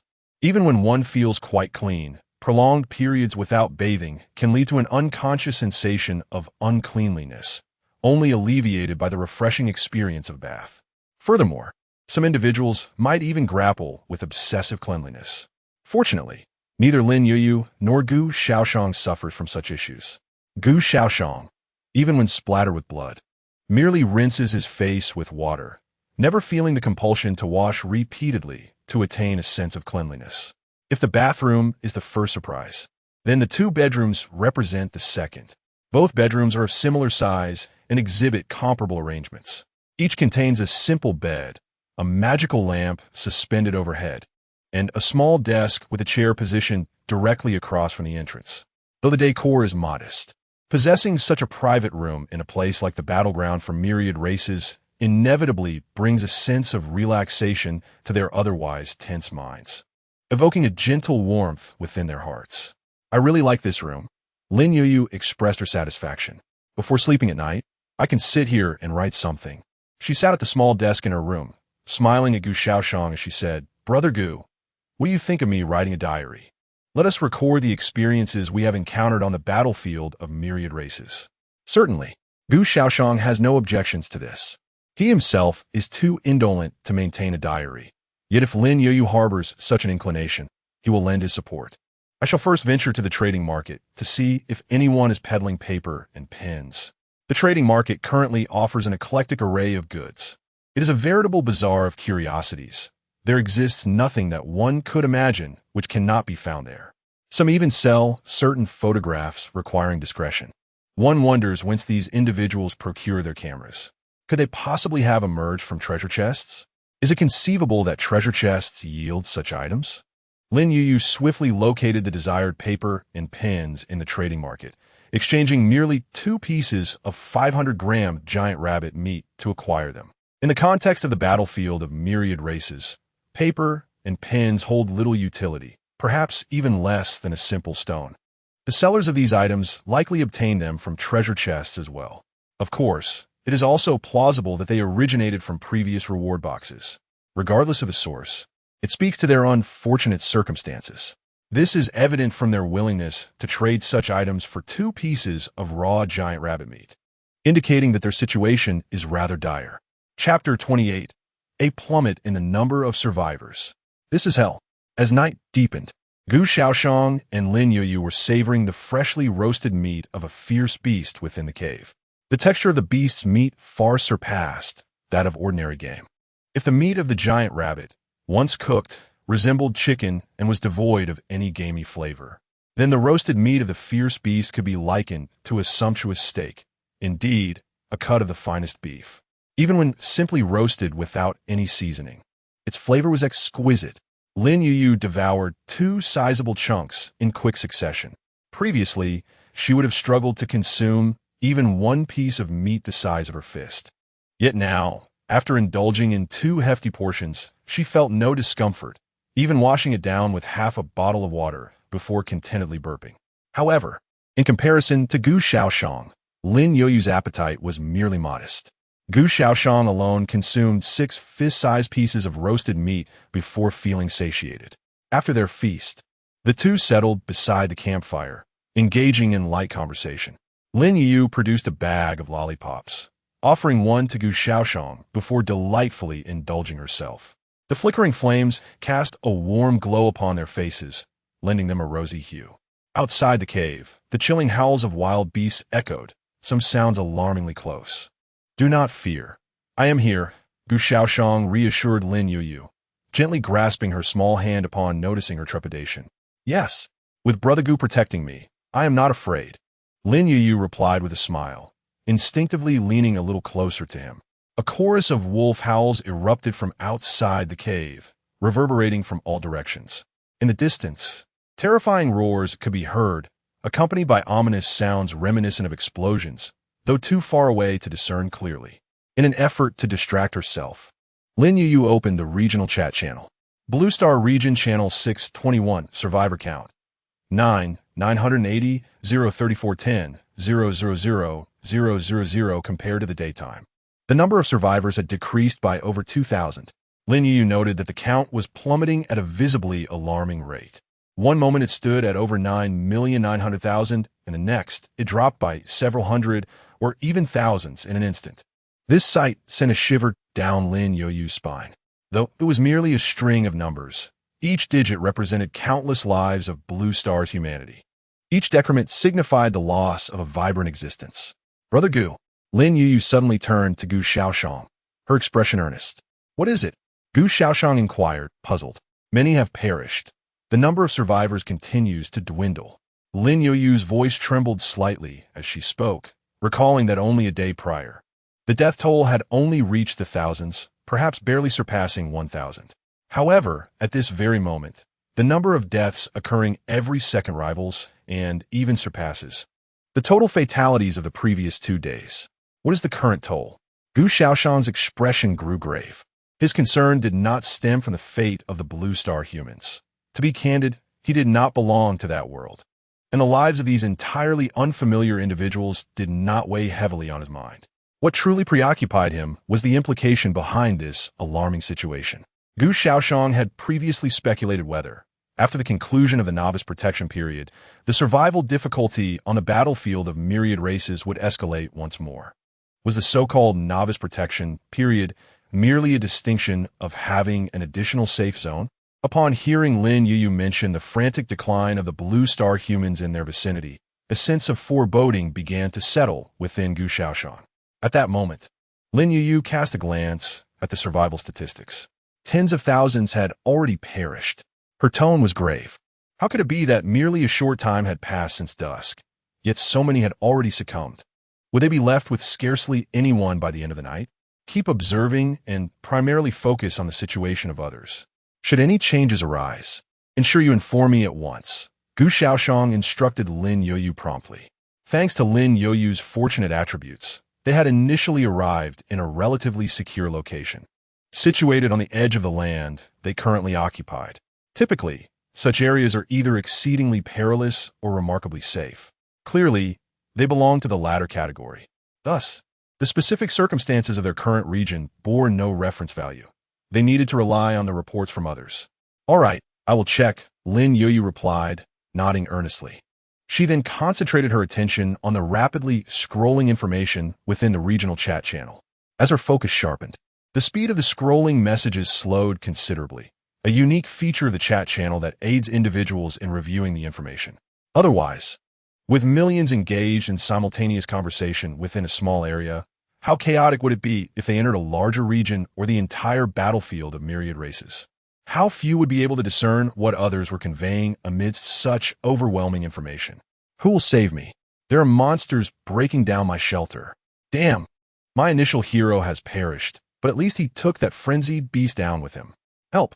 Invisible creatures are pursuing me. This is madness. Everyone has lost their minds. Is this what the outside of the safe zone looks like at night? No. I ventured outside the safe zone on the previous 2 nights, but I swear the situation was never this terrifying.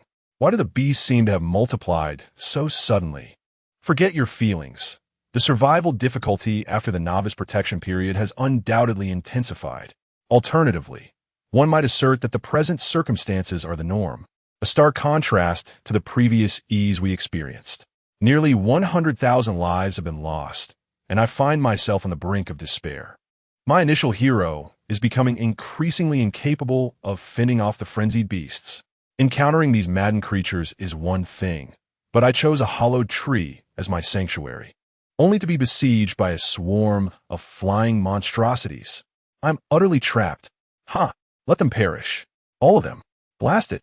Another one has succumbed to madness. Tell me, are your chosen refuges truly so dismal? Why is it that my surroundings remain so eerily tranquil?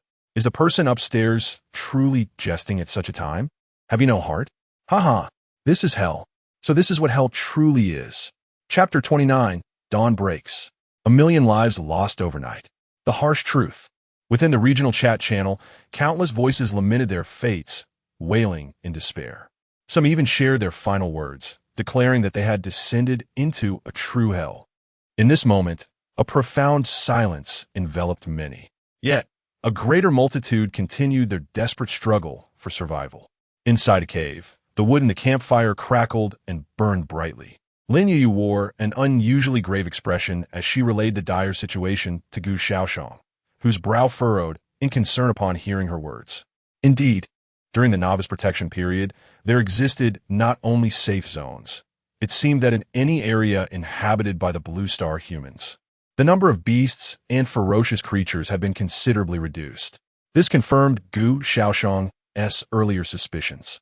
Although their circumstances were relatively stable, they were merely a rare exception amidst the many who faced peril in this region. For countless others, tonight could very well be their last on the battlefield of myriad tribes. Even those fortunate enough to have drawn an A-grade hero could meet their demise if their chosen shelter was inadequately positioned. Brother Gu, do you think we will be all right here? Lin Youyu asked, her voice tinged with worry. Gu Shaoyan looked at her and gently shook his head, assuring her, "Rest easy. Our situation is among the safest in this area." Surrounding us are merely packs of wild beasts. Even if they discover our location, I possess the strength to keep them at bay. The destructive power of wild beasts is limited, unlike that of ferocious creatures, which can effortlessly shatter stone. The natural environment of this cave dictates that there is only one route for any beast attempting to breach our sanctuary. Thus, I am confident that, regardless of how many beasts may come, I can fend them off single-handedly. However, should we encounter ferocious creatures, our options will be severely limited. We would need to find a way to gather our belongings and flee.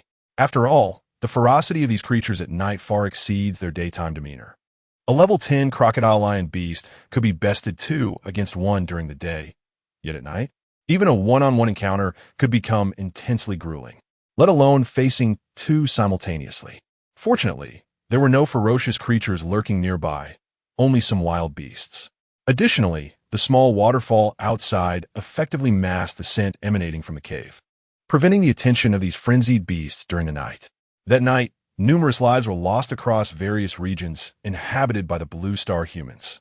As the first rays of sunlight broke over the eastern horizon, light dispelled the darkness, causing the once mad beasts and ferocious creatures to scatter with the arrival of day. Countless Blue Star humans huddled in their shelters, having spent the entire night in fear, deprived of even a moment as sleep. As dawn broke, the weight that had been hanging over them finally lifted. They had endured.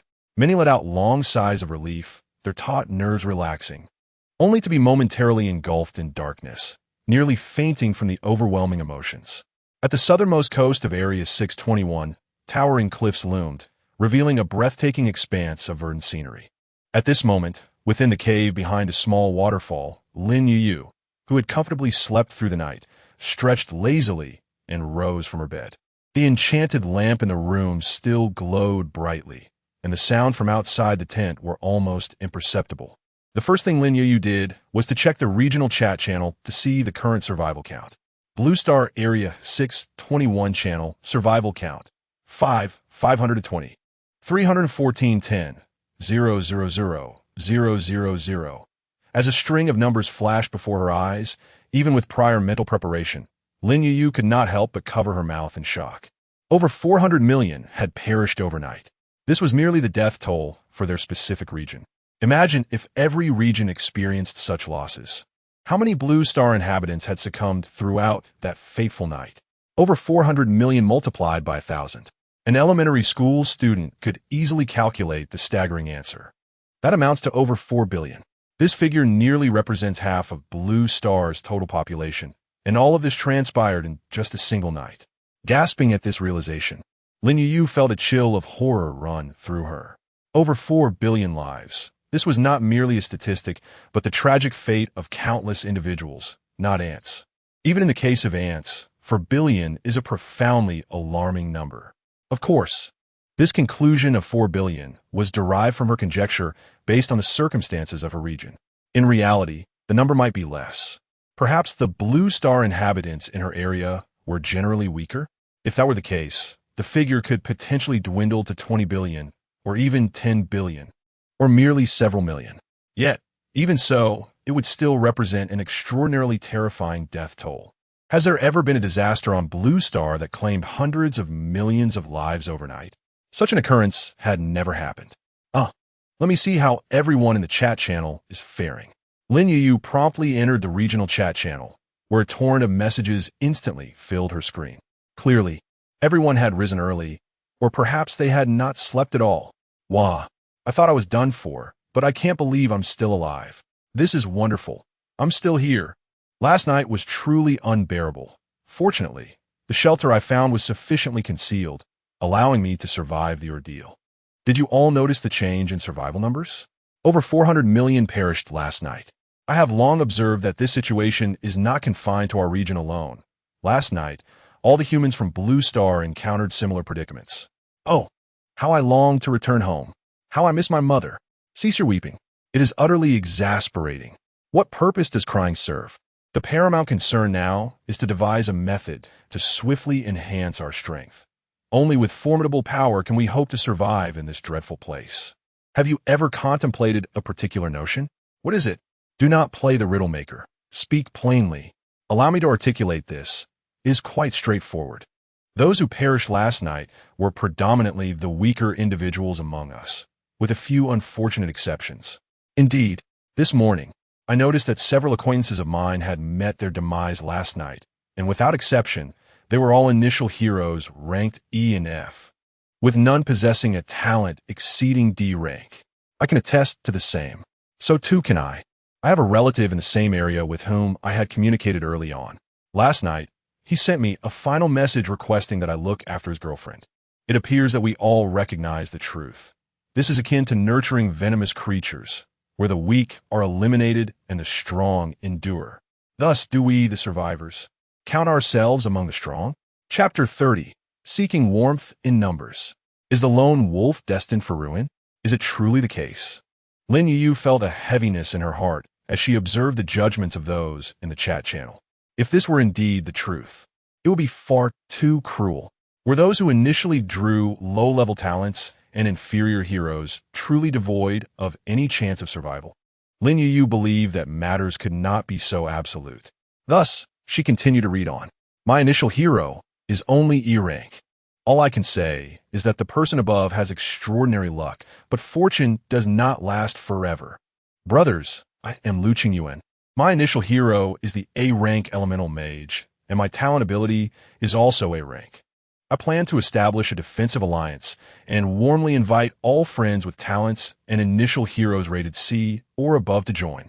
Interested parties may contact me privately. Lu Qingyuan? Are you the Lu Qingyuan, one of the top 10 young talents of the Dragon Kingdom, the heir of the Lu group? My talent is B rank, and my initial hero is C rank. I have already messaged you privately. Please take a look. Meh. I also wish to join. I've come to realize that in this dreadful place, one cannot survive alone. Only by banding together can we endure longer. Count me in. I also possess A-rank talent, though my initial hero is slightly lacking, being only B rank. Slightly lacking? B rank? Is this how the elite speak? How can this be? What about us who are unfortunate enough to have drawn inferior talents and heroes? Could we possibly receive some assistance? I promise to be very obedient. The avatar above seems to belong to a stunning beauty. What a beauty! This is the battlefield of myriad races, where death is a certainty. Even at such a time, you men still resort to trivialities? Indeed, it seems that fellow women are the true adversaries, and the targeting has begun. Have you ever considered one thing? This place is called the battlefield of myriad races, which implies that besides us humans, there should be many other races. So, races need to reproduce. You cannot expect to rely solely on the few of us here, can you? We must consider the future. Therefore, I believe it is essential to protect those women with superior genes. To the person above, I hesitate to expose you. But are you suggesting that you are one of those women with superior genes who ought to be protected? Is it not so? I am not advocating for my own benefit. I am voicing the concerns of our fellow women. Oh, give it a rest. You do not speak for us women. How can that not count? I believe this sister is correct. You men used to call us goddesses, yet now you cannot even manage to protect a goddess? Lin Youyu quietly closed the regional chat channel. There was no need to continue reading. Indeed, humanity, regardless of the era, could not escape infighting. Even at such a critical juncture, the quarrels persisted, leaving Lin Youyu at a loss for words. However, she also noticed that those who previously spoke of forming an alliance had since fallen silent. Perhaps they had retreated to private channels to deliberate on specific matters. After all, establishing an alliance is not a task to be swiftly accomplished. The foremost challenge lies in how these individuals can congregate. If they are unable to meet in person, then the notion of an alliance becomes nothing more than a farce. Must they truly unite to survive? Lin Youyu, wrapped in her small blanket, fell into deep contemplation. Outside the tent, Gu Shaoyan had risen early to practice swordsmanship. He sought to ascertain whether he could grasp any new skills. He did not aspire to attain skills of purple or orange tier. Even the comprehension of a white tier skill would suffice. Was it not said that anything is possible in the battlefield of myriad races? Alas, after a considerable period of practice yielded no results. Gu Shaoyan resigned himself to the reality that he was not a prodigy of extraordinary insight. Never mind, he thought, perhaps he would procure a skill scroll next time. As he sheathed his black scabbard sword, Gu Shaoyan turned his gaze toward the tent, where the flap was pulled aside. Lin Youyu emerged, her countenance somewhat gloomy. "Brother Gu." She greeted him softly upon seeing Gu Shaoyan. "What is the matter? Are you feeling down?" Gu Shaoyan inquired, noting her demeanor. In response, Lin Youyu shook her head and said, "Brother Gu, last night, over 400 million people perished in our region. And now everyone in the chat channel is discussing this event. They believe it is the battlefield of myriad races actively eliminating the weak. However, I feel that the battlefield should not deprive those with even a flicker of hope. Perhaps the battlefield has already presented such opportunities. It's just that they failed to seize them." Unlike Lin Youyu, who was engulfed in sorrow, Gu Shaoyan merely felt a fleeting surprise at the news of the deaths. As for the concept of survival of the fittest, it exists everywhere. It just manifests more vividly in the battlefield of myriad races. Lin Youyu's mood was still in flux, perhaps due to concerns for those she held dear, such as her parents. Lin Youyu's parents were not in their region when the battlefield of myriad races delineated these areas. It seemed entirely random, disregarding whether individuals were from the same region prior to their arrival. It simply fragmented the population of Blue Star into 1,000 parts. The area in which Gu Shaoyan and his companions found themselves was quite diverse, comprising individuals of various ethnicities, Caucasian, African, Asian, and more, with a slightly higher proportion of Asians. However, not all were originally from the Dragon Kingdom. Among the Asian population in their region, approximately 40 were originally from the Dragon Kingdom, followed closely by a significant number from the neighboring region. Even upon arriving at the battlefield of myriad races, significant barriers still exist among individuals from different nations. Lin Youyu is no exception to this.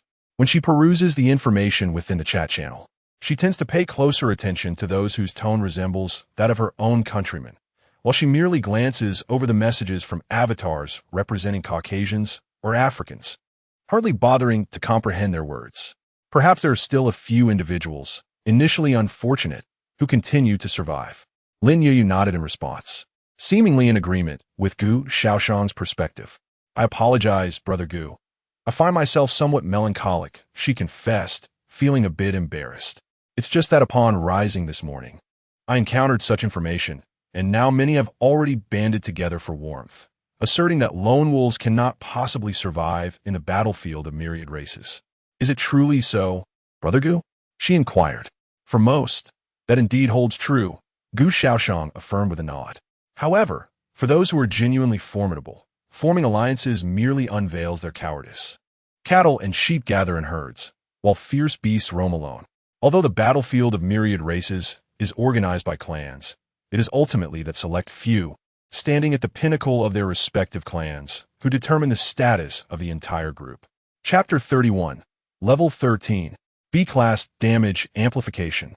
Gu Shaoyan did not shy away from seeking warmth in numbers, but only under the premise of his own frailty and lack of security.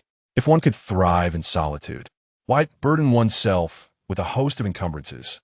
Do you relish the role of a caretaker? Indeed, you are right, Brother Gu. After a moment of contemplation, Lin Youyu suddenly smiled and remarked, "I was being rather obstinate earlier, instinctively placing myself in the position of others. Yet in truth, I am fundamentally different from them." Indeed, Lin Youyu was caught in her own web of reasoning. She insisted on perceiving the world through the lenses of others. However, her circumstances were entirely distinct from theirs. Setting aside the extraordinary Gu Shaoyan, Lin Youyu herself possessed an unparalleled SSR-level talent, an immortal body. With 100 resurrection opportunities each day, she had an abundance of chances to learn from her mistakes, unlike others who faced a finality in death, devoid of the possibility of resurrection. Therefore, Lin Youyu had no need to adopt the perspectives of those around her. They required unity out of a necessity for safety, a pooling of strength to ensure survival. But did Lin Youyu require such measures? Absolutely not. In fact, the greatest drawback of banding together in the battlefield of myriad races lay in the distribution of experience points. This was no game. The concept of teamwork did not apply here. Essentially, the one who delivered the final blow claimed the experience points. This dilemma was manageable when one was alone, merely necessitating an adjustment in the allocation of experience points between oneself and 1S heroes. However, once several blue-star humans congregated, disparities in experience distribution were inevitable. Perhaps the issue would not manifest immediately, but those who received lesser experience points would undoubtedly harbor a lingering resentment, a thorn that would eventually fester and erupt. This was merely one of the many concerns to be navigated. Gu Shaoyan believed he did not possess the mental bandwidth to address such matters. In truth, he would prefer to hunt down more ferocious beasts. At 7 a.m., Gu Shaoyan and Lin Youyu emerged from their shelter, re-entering the northern expanse of the redwood forest. Today, Gu Shaoyan aimed to reach level 14. With a stroke of luck, level 15 might even be within reach. Almost immediately upon entering the forest, they encountered two lion crocodiles engaged in a rather intimate display. Lin Youyu, her eyes wide with curiosity, wore an expression of astonishment. So this was how it was. A look of enlightenment flickered in her gaze. Meanwhile, Gu Shaoyan was less intrigued. After a cursory glance, he cast a buff upon himself, boosting his health by 50, bringing it to a total of 285 points. Stealthily maneuvering to another direction, a swift two-part slash was executed at the vulnerable abdomen of the male crocodile lion beast. With a resounding thud, the intricate cross-shaped strike delivered a heart-wrenching display to the beast. The creature, momentarily immersed in its own realm, let out a pained howl. Yet, Gu Shaoyan felt no empathy. He immediately thrust his sword upward, and in an instant, a dark mass flew forth. The already grievously wounded male crocodile lion beast succumbed to its demise. With its husband fallen, the female beast too would soon join him in death. Gu Shaoyan flicked the droplets of blood from his blade, and, with a cold smirk, struck at the female crocodile lion beast that had just risen. A minute later, the battle-weary female was mercilessly slain by Gu Shaoyan. Alas, among the two, only the male crocodile lion beast was of level 11, while the female was merely level 10, yielding little experience points. Dear Brother Gu, why the haste in turning against one another? Lin Youyu approached with a demeanor of sage-like wisdom, patting Gu Shaoyan's arm before turning away to collect the corpses of the two beasts. Gu Shaoyan, momentarily taken aback, finally grasped the meaning behind Lin Youyu's words and found himself both amused and exasperated. Throughout the entire morning, Gu Shaoyan and Lin Youyu scoured the fringes of the redwood forest in search of ferocious beasts to hunt. This particular area seemed to be inhabited solely by crocodile lion beasts, perhaps indicative of their territorial nature. Once a certain clan of beasts claimed a territory, others would refrain from encroaching upon it. However, the territories of such beasts were not immutably fixed. Should a stronger clan set its sights on another's domain, conflict could ensue, resulting in the defeat of the vanquished clan, which might either retreat in shame or become prey for other ferocious creatures. The territory occupied by the Crocodile Lion clan was quite expansive, and Gu Shaoyan had traversed a considerable distance from yesterday to today, yet he remained within the confines of their domain. Around 9:30 a.m., Gu Shaoyan once again dispatched a level 12 Crocodile Lion beast, earning 100 experience points. Currently, slaying a level 11 beast granted him only 80 points, while the level 10 yielded a mere 60. It was only the level 12 that provided a substantial reward of 100 experience points. With the acquisition of these 100 experience points, Gu Shaoyan found himself enveloped in a golden radiance. A flash of golden light signified his ascension to level 13.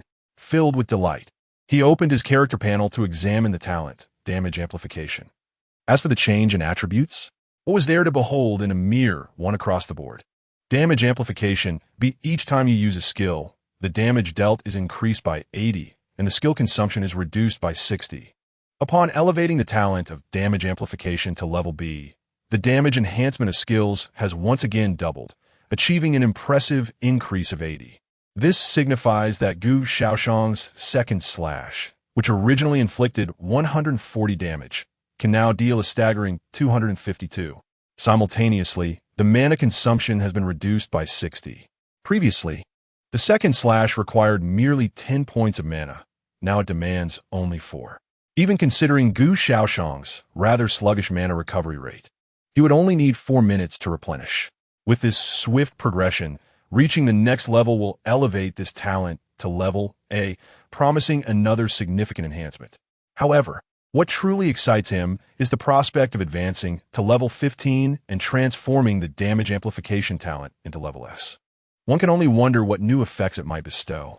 Gu Shaoyan feels an immense anticipation within. Currently at level 13, he requires 1,000 experience points for the next upgrade. If fortune favors him, he may only need to vanquish 10 level 13 crocodile beasts. Yet, should luck elude him, the number required could be considerably higher. It is best not to encounter any level 10 crocodile beasts, for defeating them would yield a meager 40 experience points. A most unfortunate trait indeed. Chapter 32. A surge in efficiency. Qualifications alliance. Alas, I have been deceived. From 9:30 in the morning until noon, spanning 2.5 hours, Gu Shaoyan encountered 7 crocodile lion beasts one after another. After vanquishing them all, he garnered 440 experience points, among which only one was a level 13 crocodile lion beast, while 3 were of level 10. It was indeed a stroke of misfortune. However, Gu Shaoyan's luck was moderately average, whereas Lin Youyu stumbled upon a bronze treasure chest hidden behind a tree. Upon opening the chest, he not only acquired a plethora of survival supplies, but also several pieces of green quality equipment, and most importantly, a blue quality longsword. The sword was excessively long for Lin Youyu, measuring over 1 meter and exceeding his height. After attempting to wield it a few times and finding it unwieldy, he ultimately decided to pass it on to Gu Shaoyan. Gu Shaoyan promptly commanded his obsidian blade to consume it, subsequently elevating his sword to blue quality. Unnamed longsword, quality, blue, strength 5, agility 3, special trait. Attacks will inflict a bleeding effect of 3 points per second, lasting for 30 seconds. With the enhancement to blue quality, the total attribute increase of the obsidian blade reached 8 points, a standard value for blue quality equipment. Additionally, it gained a new trait, bleeding. Although the damage was merely 3 points per second, over 30 seconds, it amounted to a substantial 90 points of damage, thereby enhancing Gu Shaoyan's efficiency in slaying monsters. His efficiency had notably improved compared to when he was level 12. 2 factors contributed to this enhancement: the newly upgraded blue quality obsidian blade and the consumption reduction granted by the B-level damage amplification talent. With each use costing only 4 points of mana, Gu Shaoyan could unleash 42 successive strikes of his dual slash while at full mana. Even level 13 crocodile lion beasts could not withstand the onslaught of 10 dual slashes. Thus, a single battle would not require anywhere near 42 uses, as 10 dual slashes consumed merely 40 points of mana, which could be replenished in 40 minutes. Such efficiency in monster slaying had indeed surged dramatically. At noon, Gu Shaoyan and Lin Youyu took a brief respite, indulging in some food. Afterwards, Lin Youyu glanced at the regional chat channel, observing the messages exchanged by others. "Brother Gu, I noticed that some individuals have truly banded together. How do you suppose they managed to accomplish this?" Lin Youyu suddenly inquired, turning to Gu Shaoyan. It was noteworthy that they had not encountered a single blue-skinned human in the past few days. Those individuals had merely spoken of forming alliances in the morning. Yet by noon, they had already successfully convened. Was it perhaps a matter of talent? Gu Shaoyan pondered thoughtfully, speculating that perhaps one among them possessed a spatial teleportation talent, though it likely required specific prerequisites to target an individual or a location effectively. "Such a talent must be formidable," Lin Youyu exclaimed. If one could wield spatial teleportation freely during combat, the ability to preserve one's life would be undeniably enhanced. It is difficult to ascertain. It ultimately depends on the circumstances. If the activation requires an extended duration, utilizing it in battle would be tantamount to courting death, Gu Shaoyan replied, shaking his head. Meanwhile, deep within the arid expanse of Zone 621, remnants of structures lay scattered, some relatively intact and appearing barely habitable. At that moment, a shimmering blue magical barrier enveloped the area, with monstrous creatures resembling colossal scorpions, larger than tigers, prowling around its periphery, seemingly reluctant to depart. Their numbers swelled into the hundreds, if not thousands. If Gu Shaoyan were to witness this sight, he would undoubtedly drool with envy. How many levels could he ascend if he vanquished such a multitude of fierce beasts? Inside the blue magical barrier, a figure clad in a magical cloak held aloft a towering staff, maintaining the barrier's operation. Not far from him stood a man, approximately 30 years old, possessing an impressive demeanor, who was softly murmuring incantations while sustaining a particular gesture with his hands. Moments later, a golden magical circle materialized beneath the man's feet. As the golden light flickered, a silhouette emerged from within. "Ah, I'm utterly exhausted," Lin Youyu sighed, relaxing from his previously tense state. After rubbing his forehead in discomfort, he proceeded to explain the situation to the newly arrived individual, who appeared somewhat dazed from the teleportation. "Lu Xiao, has everyone else arrived?"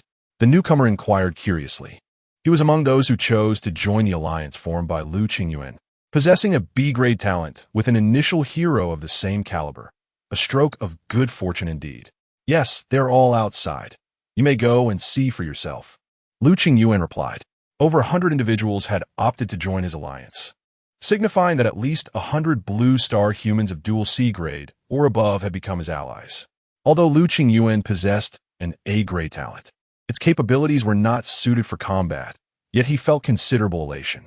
Despite being a dual A-grade figure, his life was not without its challenges. This was evident from the multitude of fierce beasts surrounding the magical barrier. Were it not for the initial hero under his command possessing a barrier-type spell with an accompanying illusion effect, he would likely have been reduced to mere bones by now. "Very well, I shall go and take a look," the man nodded before making his way toward the exit of the building.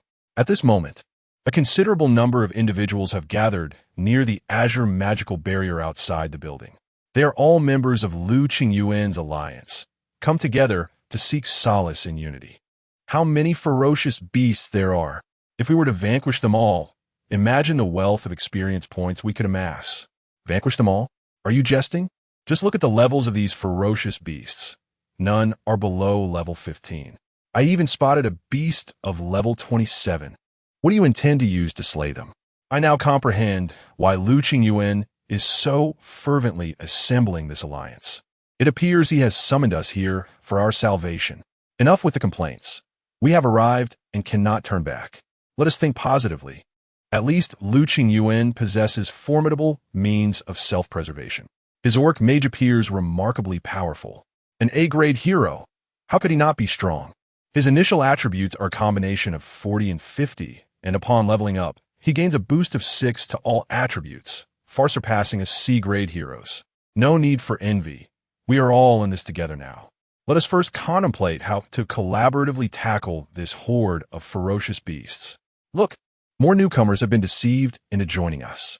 Chapter 33. The Discovery of New Beasts. A horde of monstrous creatures by the seaside.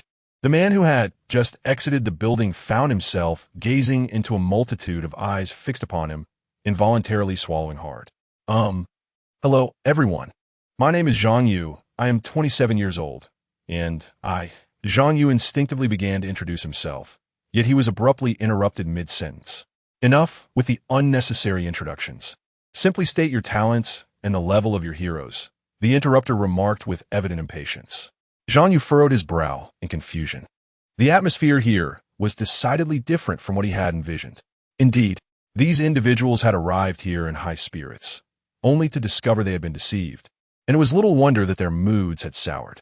The crux of the matter was, they could not return upon their arrival. They had traded a personal item through the marketplace to Lin Youyu, who then used this item to teleport them from various distant locations to this very spot. Yet, as for returning, Lin Youyu lacked the ability to facilitate that. His utmost capacity was to initiate a random teleportation, but who could predict where that randomness might lead? If they were to be unceremoniously deposited among a horde of high-level beasts, would they not be handing over their lives on a silver platter? Thus, with pent-up frustration, the tone of these individuals became increasingly brusque. Zhang Yu remained oblivious to the full extent of the situation. Otherwise, he too would likely share in their vexation. Since morning, Lin Youyu had been steadily teleporting individuals here. Initially, the numbers were few, and everyone felt a profound sense of unease. However, as time passed, the arrivals multiplied, swiftly surpassing 100. At this point, when they gazed at the monstrous creatures beyond the magical barrier, they began to perceive them as less fearsome. After all, this was not their first day in the battlefield of the myriad races. Their strengths had, to varying degrees, seen some enhancement. Among them, the highest level reached even beyond level 15, and not just one or two, but a dozen or more. After all, those who found themselves here belonged to the elite of their respective regions. Finally, around 1 p.m., the last individual arrived. Lin Youyu, having exhausted his mana several times over, was at last able to take a breather. It is finally over. With so many individuals now present, we should be in a good position, right? His thoughts drifted to the horde of beasts outside, sending a shiver down his spine. Yet, he could only blame himself. It was his avarice that had attracted such a multitude of monstrous creatures. Had it not been for the formidable initial heroes under his command, he would have long since paid the price for his greed with his life. Fortunately, his mind was sufficiently agile, and he quickly devised a plan based on last night's events. Now that everyone had arrived, it remained to be seen if they possessed the strength required to prevail. Go out and have a chat with them. They're probably cursing me right now. Lin Youyu chuckled softly, fully aware that he had failed to clarify the situation beforehand, deceiving these individuals. Yet what could he do? If he spoke candidly, how many would be willing to come forth? As the saying goes, a dead friend is better than a poor priest, and for the sake of his own survival, Lin Youyu had no choice but to allow others to bear the brunt first. Moreover, the current circumstances were far more favorable than he had initially anticipated. They had gathered over 100 people, and there was indeed a possibility of vanquishing the formidable beasts outside. Around 2 p.m., Gu Shaoyan dispatched another crocodile lion beast and glanced at his experience points. Level 13 experience, 780-1000. He was merely 220 points away from leveling up. Reaching level 14 was assured, though level 15 seemed implausible. Gu Shaoyan mused to himself, recognizing that ascending to level 14 was entirely feasible today. However, level 15 was exceedingly difficult, if not outright impossible. Just then, Brother Gu, come quickly. Lin Youyu suddenly dashed over, waving at Gu Shaoyan. Puzzled, Gu Shaoyan ran over, only to be pulled through a thicket by Lin Youyu. In the next moment, the vista before him opened up dramatically. In the distance lay an endless expanse of ocean, while beneath his feet extended a sloping terrain that descended several hundred meters. Initially, it was grassy, but it soon transformed into a beach. The beach stretched endlessly to the right. To the left, however, a few kilometers away, he could see an ascending slope, beneath which lay a vast expanse of flat sandy terrain, forming a colossal C-shape. Above the slope was a lush green meadow. It appeared remarkably similar to the wilderness they had traversed earlier. Thus, if they continued walking in the opposite direction from that wilderness, they would directly arrive at this beach. Nevertheless, if it were merely a vast, sandy shore, it would hardly warrant Lin Youyu's urgency in bringing him here. The true reason for Lin Youyu's eagerness was the presence of a formidable beast currently resting upon the beach. Gu Shaoyan scanned the shoreline, and his gaze fell upon numerous creatures with skin of a bluish-brown hue and dorsal fins adorning their backs. They resembled fish, yet possessed limbs capable of traversing land. Complete with claws, their skin was smooth, reflecting sunlight brilliantly. In terms of size, they surpassed the crocodile lion beasts, appearing extraordinarily menacing and fierce. These are leopard fish, Lin Youyu whispered. Leopard fish? Gu Shaoyan exclaimed in astonishment. Is this a leopard fish? Not that kind of leopard fish. Lin Youyu, upon observing Gu Shaoyan's expression, immediately discerned his misunderstanding and promptly clarified. It refers to the leopard, akin to the previously encountered crocodile-lion hybrid, which appeared to be a monstrous amalgamation. The crocodile lion was indeed reminiscent of a fusion between a crocodile and a lion. And these before us, leopard fish? They strikingly resemble a blend of fish and leopards. Their appearance is both bizarre and fierce. The leopard fish is a formidable beast, ranked between levels 10 to 20, bearing strength comparable to that of the earlier crocodile lion. Holding the survival manual in hand, Lin Youyu provided Gu Shaoyan with information about these leopard fish, as detailed in the biological compendium. Despite the comical nature of the name, the leopard fish possesses formidable prowess. The critical aspect is they are social creatures. Not only do they appear in large numbers, but they also enjoy lounging on the beach to rest. What Gu Shaoyan and the others beheld was, in fact, a congregation of multiple leopard fish clans. After a rough estimation, Gu Shaoyan calculated that the number of leopard fish visible on the stretch of beach exceeded several thousand. If they were to eliminate them all, achieving levels 20 or even 22 for both Gu Shaoyan and Lin Youyu would be entirely feasible. Chapter 34. Lin Youyu takes the lead. Even short legs can run swiftly. On the edge of the redwood forest, adjacent to the sea, Gu Shaoyan and Lin Youyu hid among the bushes, keenly observing the leopard fish beasts on the distant beach. Unlike the solitary crocodile lion beasts, the leopard fish beasts tended to gather in small clans. However, due to their size, or perhaps the spaciousness of the beach, there was a significant distance, at least 10 meters, between each creature. This separation posed a challenge for Gu Shaoyan. Charging in recklessly would be tantamount to courting death. Yet, if he could lure them in one by one, even if a couple were attracted at once, he believed he could manage the encounter, as long as the numbers were not overwhelming. After listening to Gu Shaoyan's plan, Lin Youyu's eyes sparkled with enthusiasm. Let me take the lead, Brother Gu. My speed surpasses yours, and I still have 16 unused attribute points. If I allocate them all to agility, I can reach a maximum speed of 9 meters per second, making it impossible for these creatures to catch me. Gu Shaoyan pondered for a moment and deemed the suggestion viable. It was true that Lin Youyu's speed eclipsed his own. His maximum speed was a mere 3 meters per second, even with equipment bonuses. Without using her attribute points, Lin Youyu could still achieve a speed of 3 meters per second, 1 meter faster than Gu Shaoyan. Although he was uncertain of the leopard fish beast speed on land, they were primarily aquatic creatures, suggesting their terrestrial agility would be limited. Furthermore, Lin Youyu possessed the remarkable talent of immortality, granting her 100 resurrection opportunities each day, affording her numerous chances to experiment without dire repercussions. Very well, but hold off on allocating your points for now. First, test your current speed to see if you can draw them in. If it proves ineffective, you can always enhance your attributes later, Gu Shaoyan advised, nodding at Lin Youyu. Hearing this, Lin Youyu beamed with joy and agreed eagerly. She had longed to assist Gu Shaoyan more actively. During previous battles, she could only watch from a distance, which left her feeling somewhat disheartened. Now, she finally had the opportunity to contribute in a meaningful way, which filled her with delight.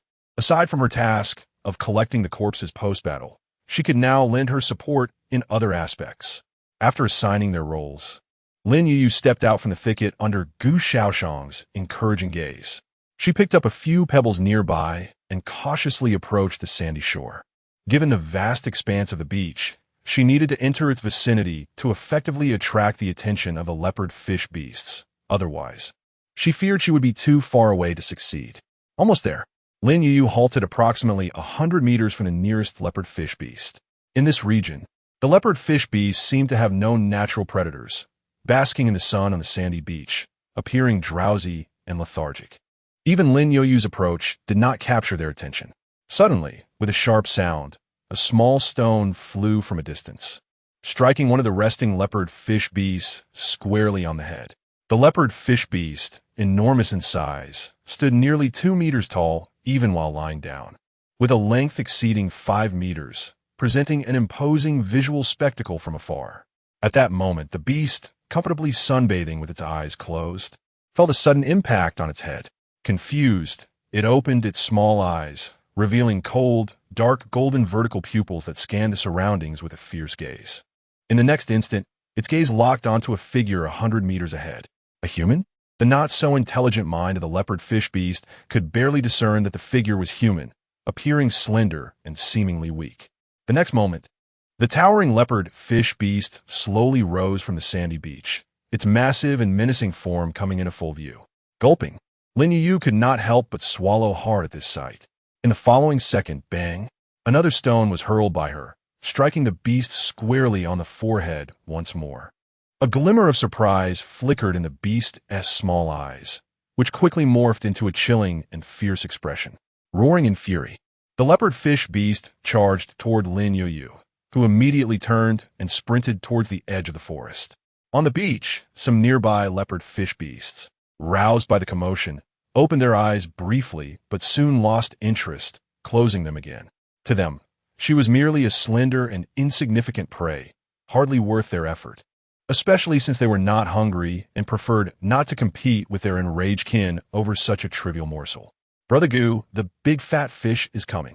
Lin Youyu's little legs propelled her swiftly into the thicket ahead. In the next moment, bang, a colossal creature lunged at her, its dark claws aiming fiercely at her back.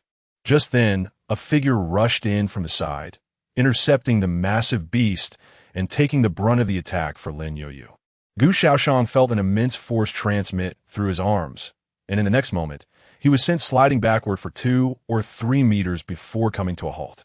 Roaring, the enormous body tore through the underbrush. This level 13 leopard fish beast bared its gaping maw, ready to tear into Gu Shaoyan.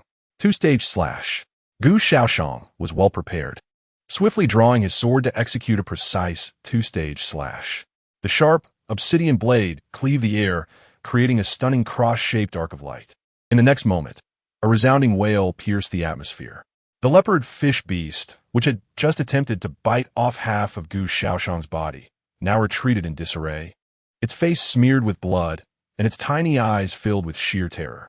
Could it be that even ferocious beasts experience fear? Gu Shaoyan let out a cold chuckle, and with a swift motion, he surged forward, relentlessly pursuing the leopard fish beast. Indeed, the creature's mobility on land was significantly hampered. Its maximum speed barely reached 8 meters per second, only slightly faster than Gu Shaoyan.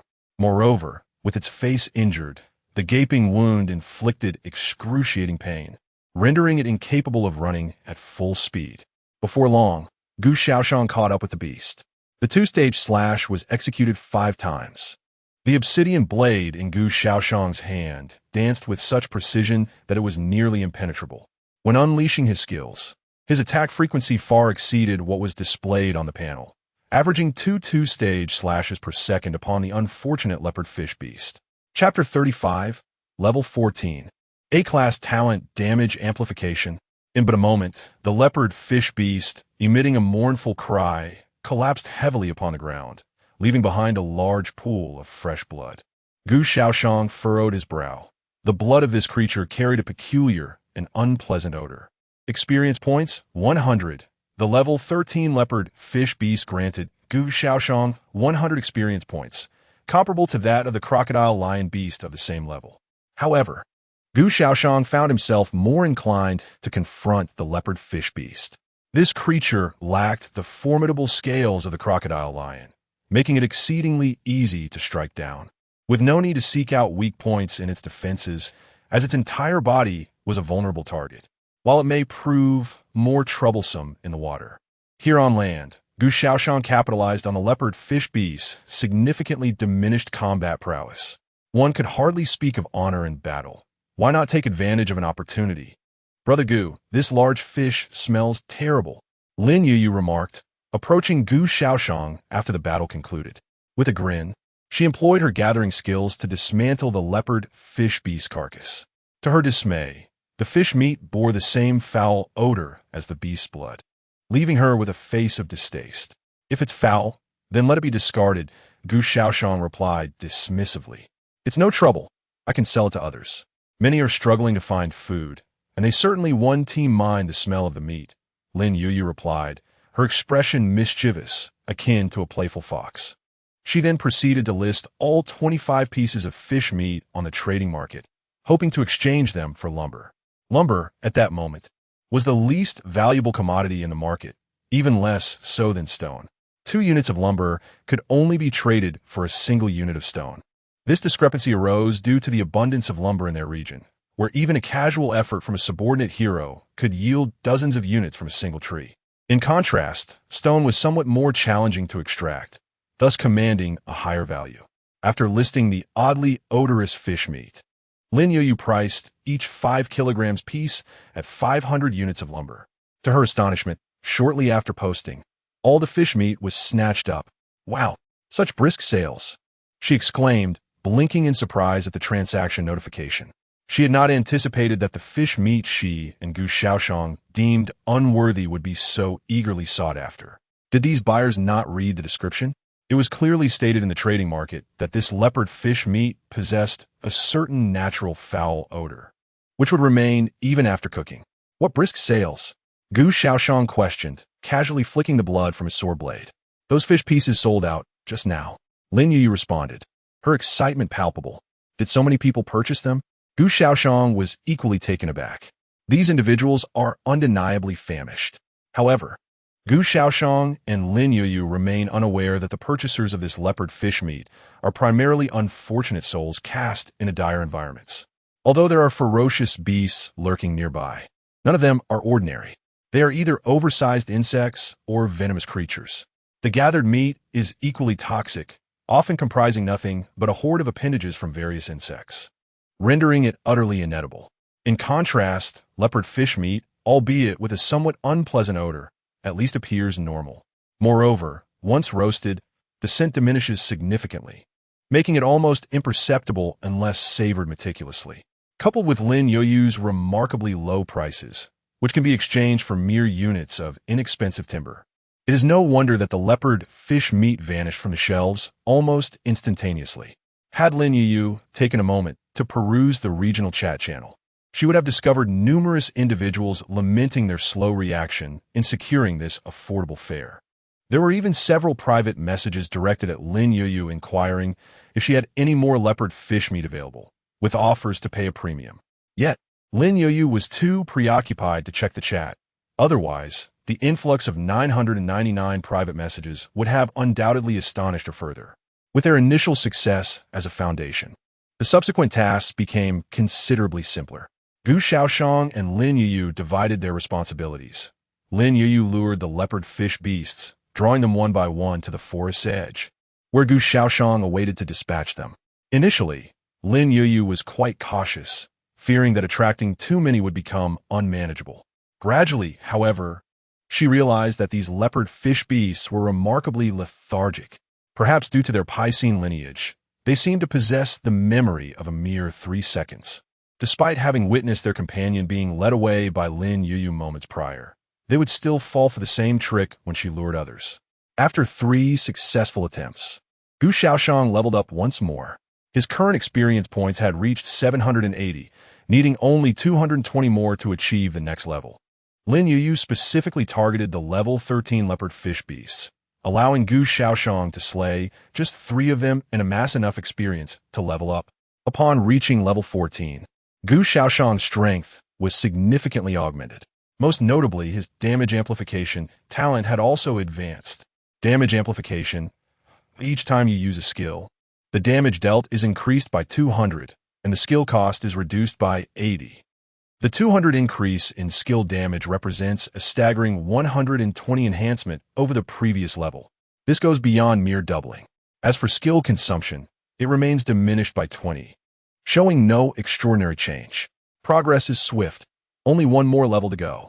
Gu Shaoxian closed the character panel, his gaze fervently fixed on the spotted fish beasts on the distant beach. To him, they appeared as mere moving experience points, awaiting his harvest. Were it not for his insufficient health point capacity, Gu Shaoxian would not even require Lin Youyu's assistance in drawing the monsters. He could charge and recklessly on his own. With his SSR-level ultimate vampiric talent, he could easily disregard the attacks of these spotted fish beasts. Alas, his innate aptitude was merely rated F, granting only a meager increase of 1 to all attributes with each level gained. Even upon reaching level 14, his highest attribute barely touched 19 points.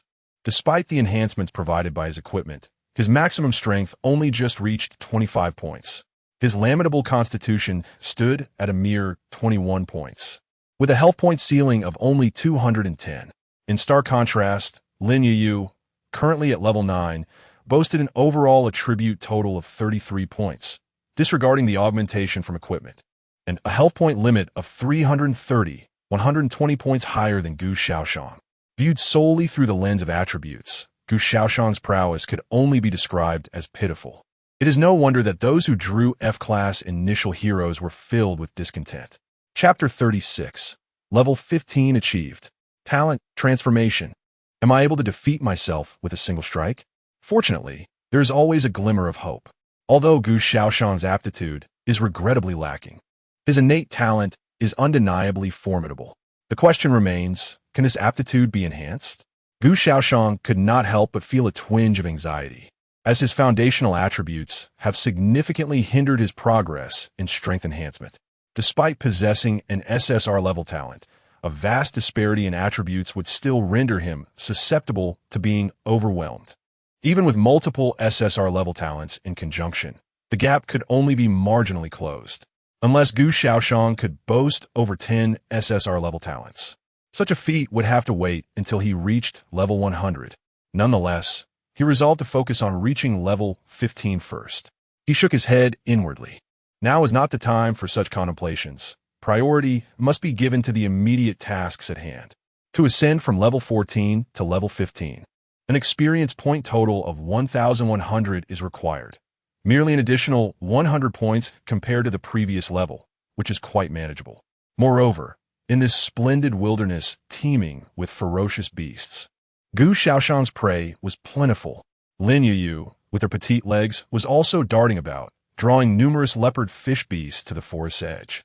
Soon, another batch of leopard fish beasts fell to Gu Shaoxian's blade. Each beast yielded dozens to hundreds of experience points, and, collectively, they finally propelled Gu Shaoxian's experience past the 1100 mark. With a soft flash of golden light, he leveled up. Beside him, Lin Youyu gleefully collected the corpse of a leopard fish beast, placing the harvested leopard fish meat onto the trading market, eliciting cheers all around. Such an abundance of wood. Yet alas, there were no construction blueprints. Lin Youyu mused greedily. Just then, Gu Shaoxian's upgrade was complete. Unnamed Swordsman, Aptitude, F grade, Level, 15 Experience, 0 1200 Health, 190 190 30 Mana, 100 190 Strength, 26 Constitution, 19 3 Agility, 25 Spirit, 19 Physical Defense, 19 3 Elemental Resistance, 19 Attack Speed, 1 20 0 5 second Maximum Movement Speed, 70 5 meters second, Critical Hit Rate, 150 Talent Abilities, Ultimate Lifesteal, Damage Amplification, Ultimate Lifesteal. SSR restores up to 80 of maximum health with each effective attack, additionally regenerating 10 of health per second. Damage Amplification. S increases damage dealt by 100 with each attack and boosts damage from skills by 300, while reducing skill costs by 90. Hidden Talent Ability. Endless Talent. Endless Talent increases talent level by 1 with each upgrade. Gains a new talent every 10 levels. Skills. Double Slash, White, LV. 2. Vitality of the Dragon, Purple, LV. 1 Double Slash, White, LV. 2. Consumes 10 mana points to execute 2 rapid attacks on the target, each inflicting 70 of a user's physical attack damage. Vitality of the Dragon, Purple, LV. 1. Consumes 100 mana points to bestow the target with the Vitality of the Dragon buff, temporarily increasing the maximum health by 50 for 30 minutes. Upon reaching level 15, the advancement to S-grade damage enhancement talent indeed underwent a transformation. The prior effects of the talent were limited solely to damage inflicted by skills. However, now the talent has evolved further, augmenting even normal attacks by an astounding 100. This effectively doubles Gu Shaoxian's attack power. Moreover, if the attack power is raised by 100, could this enhancement also apply when utilizing skills? Gu Shaoxian pondered thoughtfully, stroking his chin. His total strength attribute is 26 points, and the level 2 Double Slash inflicts 140 damage, equating to a damage value of 36. 4, of course. This figure must account for the target's physical defense attributes when it strikes. In a myriad battlegrounds, there is no absolute minimum damage guarantee. This means that if the physical defense exceeds double the damage dealt, the damage is effectively nullified. Gu Shaoxian now contemplated whether the phrase regarding the 100 increase in damage per attack mentioned in the talent description implied that this 100 is always added last. In other words, calculate other damages first, then multiply by 2. If this is the case, Gu Shaoxian's base attack of 26, when enhanced by level 2 double slash to 140, results in a damage value of 36, which, when further augmented by the talent's effect to enhance skill damage by 300, would amount to 145. 6. Finally, applying the additional 100 boost would yield a staggering total damage of 291. 2. One strike could potentially obliterate Gu Shaoyan himself.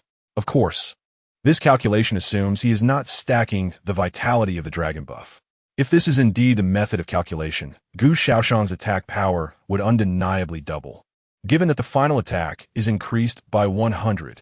Regardless of the initial attack power, the ultimate damage is multiplied by 2, which is quite remarkable. This highlights the inadequacy of Gu Shaoyan's base attributes. If a B-grade or A-grade hero were to join, even formidable beasts several levels above him would be effortlessly dispatched. Little fish, go summon a leopard fish beast for me. I wish to test the talent's effects. Gu Shaoyan instructed Lin Youyu, who was nearby. All right, brother Gu. Lin Youyu nodded and promptly dashed off. Before long, a level 14 leopard fish beast was lured over. Brother Gu, it's your turn to engage. Lin Youyu shouted as he darted from the thicket, swiftly taking cover to the side. Then, Gu Shaoyan leapt into action, executing a formidable two-part slash directly upon the visage of the leopard fish beast. There was no alternative. The leopard fish beast towered at least 3 to 4 meters high when standing. Without jumping, Gu Shaoyan could only strike its legs. The two intersecting strikes landed squarely on the beast's face, and in the next moment, flesh split open, resulting in a shower of blood. The leopard fish beast staggered back, emitting a mournful cry of agony, its entire demeanor resembling that of a creature grievously wounded, with cracks resembling spider webs forming on its bones beneath the skin. Gu Shaoyan's eyes sparkled with realization. The damage inflicted was undoubtedly not merely an enhancement from 200 to 300 in skill damage. Thus, his prior conjecture proved correct. The phrase indicating a 100 increase in damage per attack could indeed be interpreted as the final damage being doubled. This augmentation applied not solely to basic attacks, but to any form of inflicted damage. I knew it. An S-class talent could not be so simplistic. Elated, Gu Shaoyan swiftly delivered another two-part slash upon the leopard fish beast. Bang! The massive form of the beast collapsed heavily. Blood quickly pooled beneath it, forming a large puddle. Experience points, 80. It was instantly defeated. With just two-part slashes, he had slain a level 14 leopard fish beast. This efficiency had increased by more than just a factor of 1 or 2. Crucially, Gu Shaoyan's two-part slash now required merely 1 point of mana. Thus, the 2 slashes consumed only 2 points of his mana, which replenished in a mere 2 minutes. Chapter 37. The night of the 4th day. Italiens.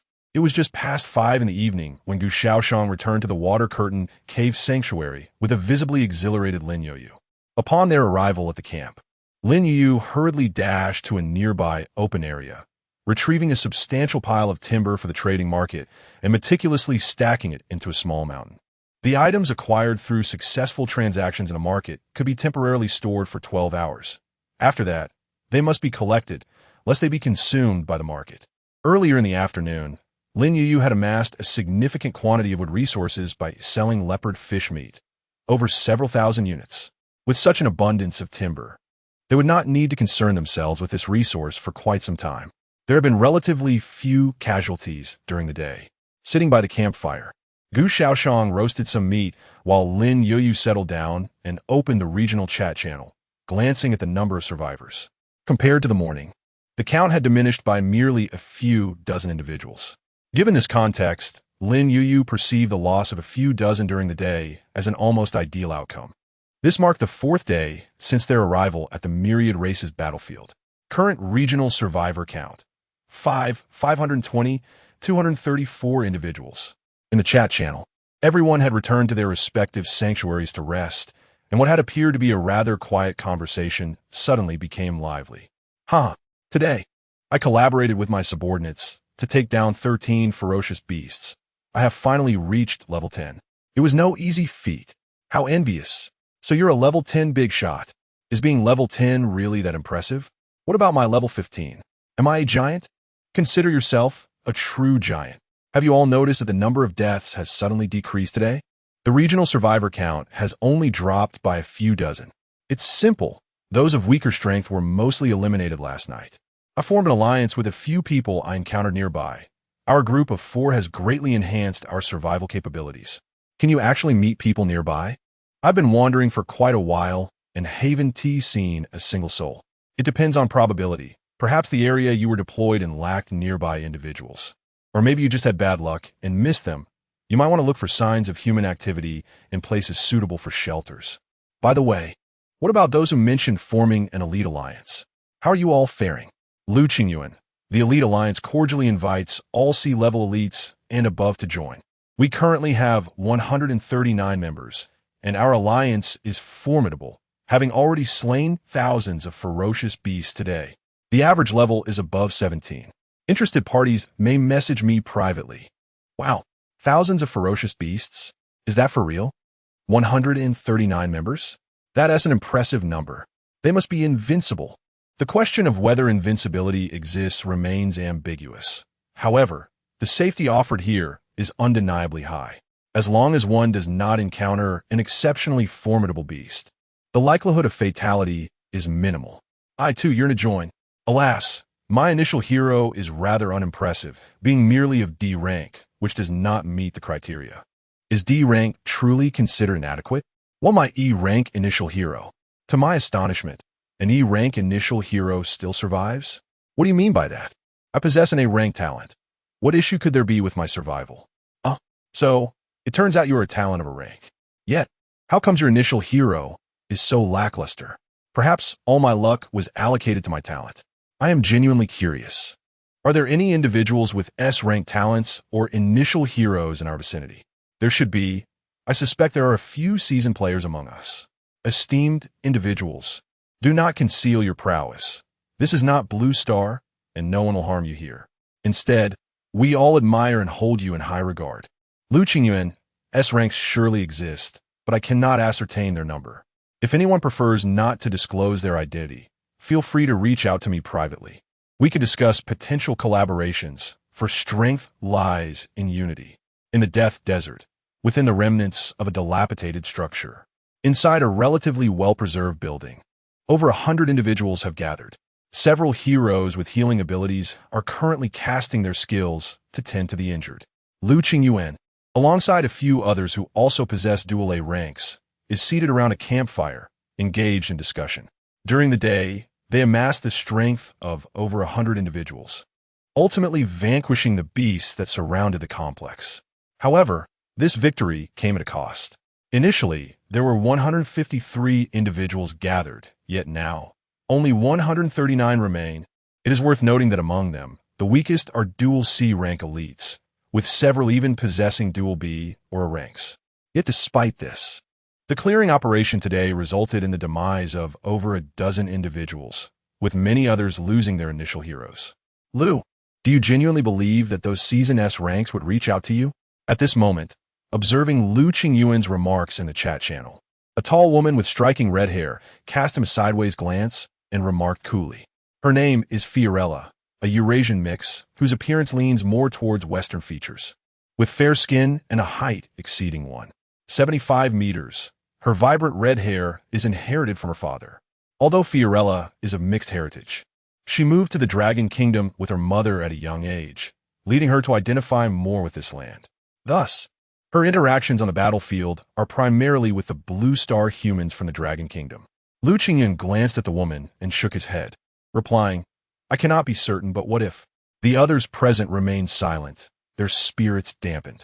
Although they successfully eradicated the vast horde of ferocious beasts during the day, reaping considerable benefits in the process, it was these 6 individuals who gained the most from the endeavor. At this moment, none of them were below level 19, with the highest among them having surpassed level 20, reaching an impressive level 21. However, correspondingly, their initial hero levels were not as elevated. The experience required for A-grade heroes to advance is significantly greater, starting at 300 experience points, with an additional 300 points required for each subsequent level. This has rendered their ascension rather arduous. While others have seen their initial heroes exceed levels of 10 or even 15, these 6 barely managed to surpass level 7. Nevertheless, even an A-grade hero at level 7 remains formidable. At the very least, the one among them at level 21 would not dare claim victory over a level 7 A-grade hero. Although their talents are all A-grade, their foundational attributes lag significantly behind. Furthermore, A-grade heroes inherently possess 3 powerful skills from the outset, whereas they are left with nearly blank attributes. Not to mention, they lack even a decent piece of equipment. Chapter 38. Regional Racing Competition. Lucrative Rewards. Yet, the mood of the group was far from cheerful, not solely due to their blank attributes, but rather because outside the architectural complex, a considerable horde of ferocious beasts had begun to gather, seemingly greater in number than before. This overwhelming sight weighed heavily on their spirits, prompting them to once again lament their decision to contact the swindler Lin Youyu. However, regret proved futile at this juncture. Instead of indulging in grievances and infighting, it would be far more prudent to contemplate their survival. Consequently, they managed to maintain a semblance of camaraderie with Lin Youyu, rather than resorting to a deadly conflict. As time trickled by, the night enveloped the surroundings in darkness. In the mountains, the roars of countless beasts echoed through the air. The blue star humans, huddled within their respective shelters, trembled as they clutched their knees, fervently praying for a safe passage through the night. As dawn broke, the first rays of sunlight kissed the earth. Those blue star humans who had succumbed to exhaustion during the night's torment began to awaken, their bloodshot eyes vacantly gazing outside. Their fatigue was not merely physical, but stemmed from a psychological burden. In the water-curtained cave shelter, Lin Youyu had slept soundly until daybreak, stretching her slender arms, which gleamed like white jade under the glow of the magical lamp.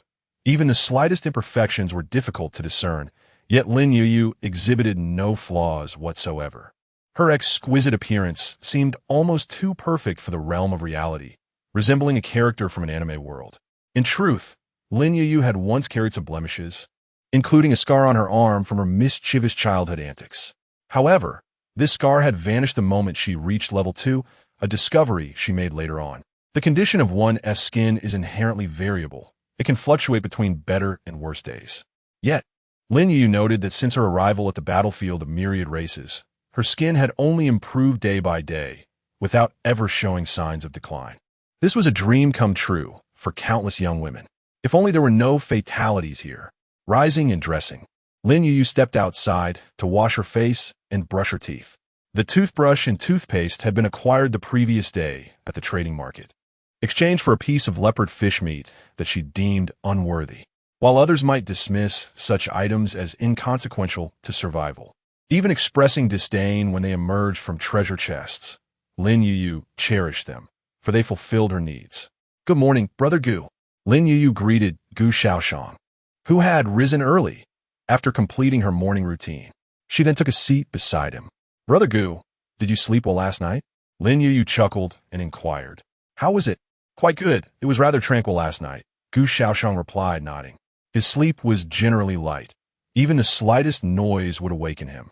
However, since arriving at the battlefield of myriad races, he discovered an improvement in his sleep quality. Despite the incessant howls of wolves outside, he was able to sleep soundly. Last night was indeed quieter compared to the previous days. "Brother Gu, today," Lin Youyu intended to say something, but at that moment, a voice resonated in the ears of all Blue Star humans, abruptly interrupting her thoughts. "Attention, all Blue Star humans. The regional speed race is about to commence. All Blue Star humans, please prepare yourselves. During the next 7 days, any hunting actions undertaken by you and your affiliated heroes will earn you points. At the conclusion of the 7 days, the top 1,000 individuals in the current region will receive rewards. Specific rewards are as follows. First place reward, Legendary Champion Chest X1. Legendary Title, First to the Regional Speed Race. Second to 5th place rewards, Diamond Leading Chest X1. Golden Title, Above 10,000. 6th to 10th place rewards, Golden Progress Chest X1. Purple Title, Great Potential. 11th to 100th place rewards, Silver Chest X2. 101st to 1000th place rewards, Silver Chest X1. In 5 seconds, the regional speed race will officially begin. As the announcement faded, all Blue Star humans scattered across 1,000 different regions erupted in excitement. The chat channels buzzed incessantly with information related to the speed race. Upon seeing Lin Youyu's suddenly tense expression, Gu Shaoyan surmised that she must have received some kind of notification. This was rather disconcerting. As a hero chosen from another world, it was unsettling that he could not hear the announcements of the battlefield of myriad races, leaving him with a sense of being disregarded. Is there yet another notification? Gu Shaoxian inquired. Lin Youyu nodded and proceeded to relay the details regarding the regional speed race to him. The regional speed race? Is this a competition among us? Gu Shaoxian's brow furrowed slightly. It was evident that this was yet another selection mechanism devised by the battlefield of myriad races. Its purpose was to identify a small elite group among them. Clearly, the battlefield operated under the law of the jungle, where the strong thrive and the weak are oppressed. In essence, this regional speed race was merely an incentive for those who were already formidable. Furthermore, the battlefield of myriad races offered no consolation prizes for those outside the top 1,000, rendering them mere background figures, while providing emotional value to those within the top 1,000. However, the good news is that with the prowess of Gu Shaoxian and Lin Youyu, entering the top 1,000 is a mere formality. In fact, Gu Shaoxian has already set his sights on the coveted first place. After all, the rewards for achieving the top position are undeniably enticing. That legendary champion's treasure chest exudes an extraordinary allure, not to mention the prestigious title that accompanies it. Although the effects of the title remain a mystery, anything adorned with the prefix legendary must be exceptional. Brother Gu, the speed competition has commenced. Lin Youyu reminded him from the side. At that moment, Gu Shaoxian noticed a flickering golden point of light appearing in the upper right corner of his vision. With a mere thought, he instinctively understood that this was the so-called leaderboard for the regional speed competition, updated in real time. Goodness, is this designed to keep everyone under constant pressure? Gu Shaoxian used. Chapter 39. The 16 begins to gain momentum. Charge. Level 16. In the Water Curtain Cave Sanctuary, Gu Shaoxian glanced at the regional speed ranking board, noting that no names appeared yet. After all, the race had just commenced, and it was still too early for any results.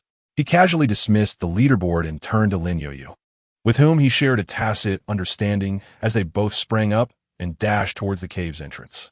Brother Gu, what rank are we aiming for? Lin Youyu inquired. Naturally, the first place. Gu Shaoxian replied with a playful tone. I was thinking the same. The duo emerged from the small waterfall outside and swiftly headed westward. The previous day, they had spotted a significant slope in that direction. If they traversed westward from their current position, they would soon encounter a vast C-shaped beach, home to numerous leopard fish beasts, perfect prey for their hunt today. Approximately half an hour later, Gu Shaoxian and Lin Youyu finally reached the outskirts of the C-shaped beach. This should be the spot, Gu Shaoxian declared, surveying the surroundings before selecting a suitable area.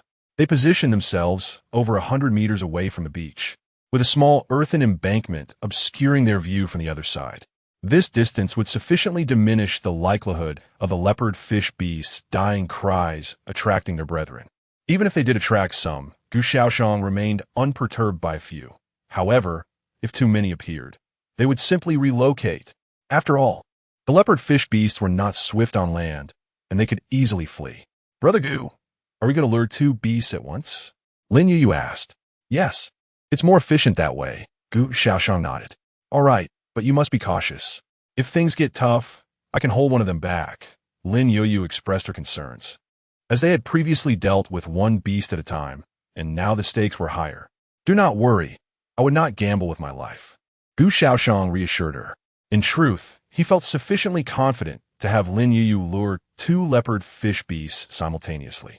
With his current damage output, he could slay a level 14 leopard fish beast in just 2 strikes. Even a level 15 beast would require only 1 additional blow, hardly a significant difference. Thus, even if he faced 2 level 15 leopard fish beasts at once, it would merely entail 6 strikes, consuming a mere 6 points of mana. Of course, these ferocious beasts were not mindless targets. They would not stand idly by while being attacked. Yet, Their volatile nature meant they charged recklessly, alleviating Gu Shaoxian's concerns about missing. Moreover, it had only been a little over half an hour. Previously, a leaderboard devoid of names has now become a tapestry woven with 1,000 identities. Remarkably, even the individual occupying the last position has accrued 3 points. It is noteworthy that, according to the regulations of the regional speed competition, slaying a beast of levels 10 to 20 yields merely 1 point. Subsequently, each 5-level increment grants an additional point. Thus, within this brief span of time, at least 1,000 individuals have vanquished 3 beasts within the level 10 to 20 range. The actual number of participants is likely even greater, for those beyond the 1,000th name are deemed unworthy of being recorded on the leaderboard. As Gu Shaoxian perused the leaderboard, his gaze fell upon the top 10 names. First, Yuling Long, points 68. Second, Zhou Cheng, points 52. Third, Wang Se, points 48. Fourth, Xie Tianhao, points 47. Fifth, Zhang Yuanqi, points 47. Sixth, Fiora, points 38. Seventh, Shun Xiong, points 36. Eighth, Zhou Yanan, points 36. Ninth, Augusta Klein, points 36. 10th, Sharuk Khan, points 35. Indeed, the presence of numerous old six is evident. Gazing at these unfamiliar names, apart from a few towards the end that Lin Youyu had mentioned, he had never heard of the top 5. Previously, Lin Youyu had speculated that within their region, there must be individuals concealing their talents and initial heroes. Now, this conjecture appears to be substantiated. Even the notably active Lu Qingyuan, who Lin Youyu had referenced multiple times in the chat channel, was absent from the top 10. It was only after descending to the 20s that Gu Shaoxian finally spotted Lu Qingyuan's name. How could this fellow be so underwhelming? It seemed improbable. Gu Shaoxian pondered, unaware that despite Lu Qingyuan's apparent enthusiasm in the chat, it was solely a facade for self-preservation. Those he had deceived found themselves without an escape route, choosing instead to remain silent about the truth. They tacitly accepted Lu Qingyuan's actions, awaiting the arrival of more victims. After all, with an influx of newcomers, the current individuals would find themselves increasingly secure.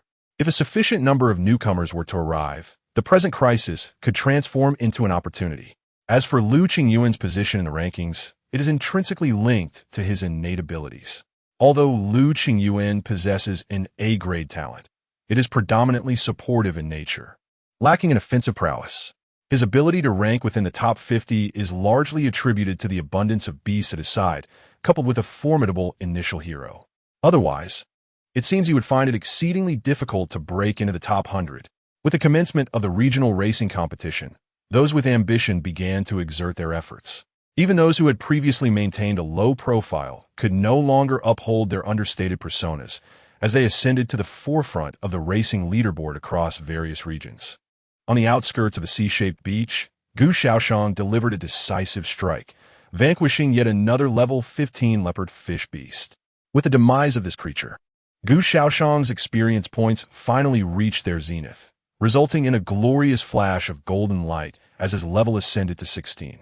Regional racing competition points, 10, rank 997, having slain 10 leopard fish beasts in total. He had finally accumulated enough points to breach the top 1,000 of the leaderboard.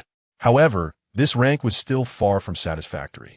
Gu Shaoxian and Lin Youyu aimed for the coveted first place. Anything less, even second, held no allure for them. "Brother Gu, here I come again," Lin Youyu exclaimed as she sprinted toward him, closely pursued by 2 level 15 leopard fish beasts. These massive creatures charged forth like 2 rampaging tanks. Gu Shaoxian swiftly closed the leaderboard and rushed forward. With a swift dual slash, 2 intersecting beams of sword light illuminated the air. Accompanied by a shower of crimson blood that erupted in midair, one of the leopard fish beasts let out a mournful cry before crashing heavily to the ground. The tremendous weight thudded against the earth, sliding several meters forward due to inertia before coming to a halt. At that moment, Gu Shaoxian faced the second leopard fish beast. It lashed out with a claw, striking his left arm that was raised in defense, instantly tearing it apart and leaving him bloodied. Yet in the next heartbeat, swish, swish, 2 swift blades of light descended like thunder. The once ferocious leopard fish beast fell to the ground with a cry of despair, as a torrent of blood gushed from its grievous wound, quickly staining the ground beneath it a deep crimson.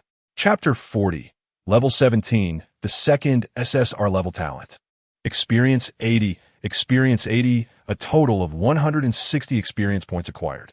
Gu Shaoyan casually flicked his bloodied black sword, his gaze sweeping across the lifeless bodies of two leopard fish beasts scattered on the ground. Damage amplification. SR your damage per attack is increased by 200. Skill damage is increased by 500, and skill consumption is reduced by 99. Having ascended to level 16, the talent for damage amplification has progressed further to SR level. A 200 increase in final damage, a 500 enhancement in skill damage, coupled with a 99 reduction in consumption. Gu Shaoyan declared this to be an infinite firepower talent. Who could possibly dispute that? The result of the talent's upgrade was evident. These two level 15 leopard fish beasts could not withstand even a single strike from Gu Shaoyan's second slash, being instantly obliterated.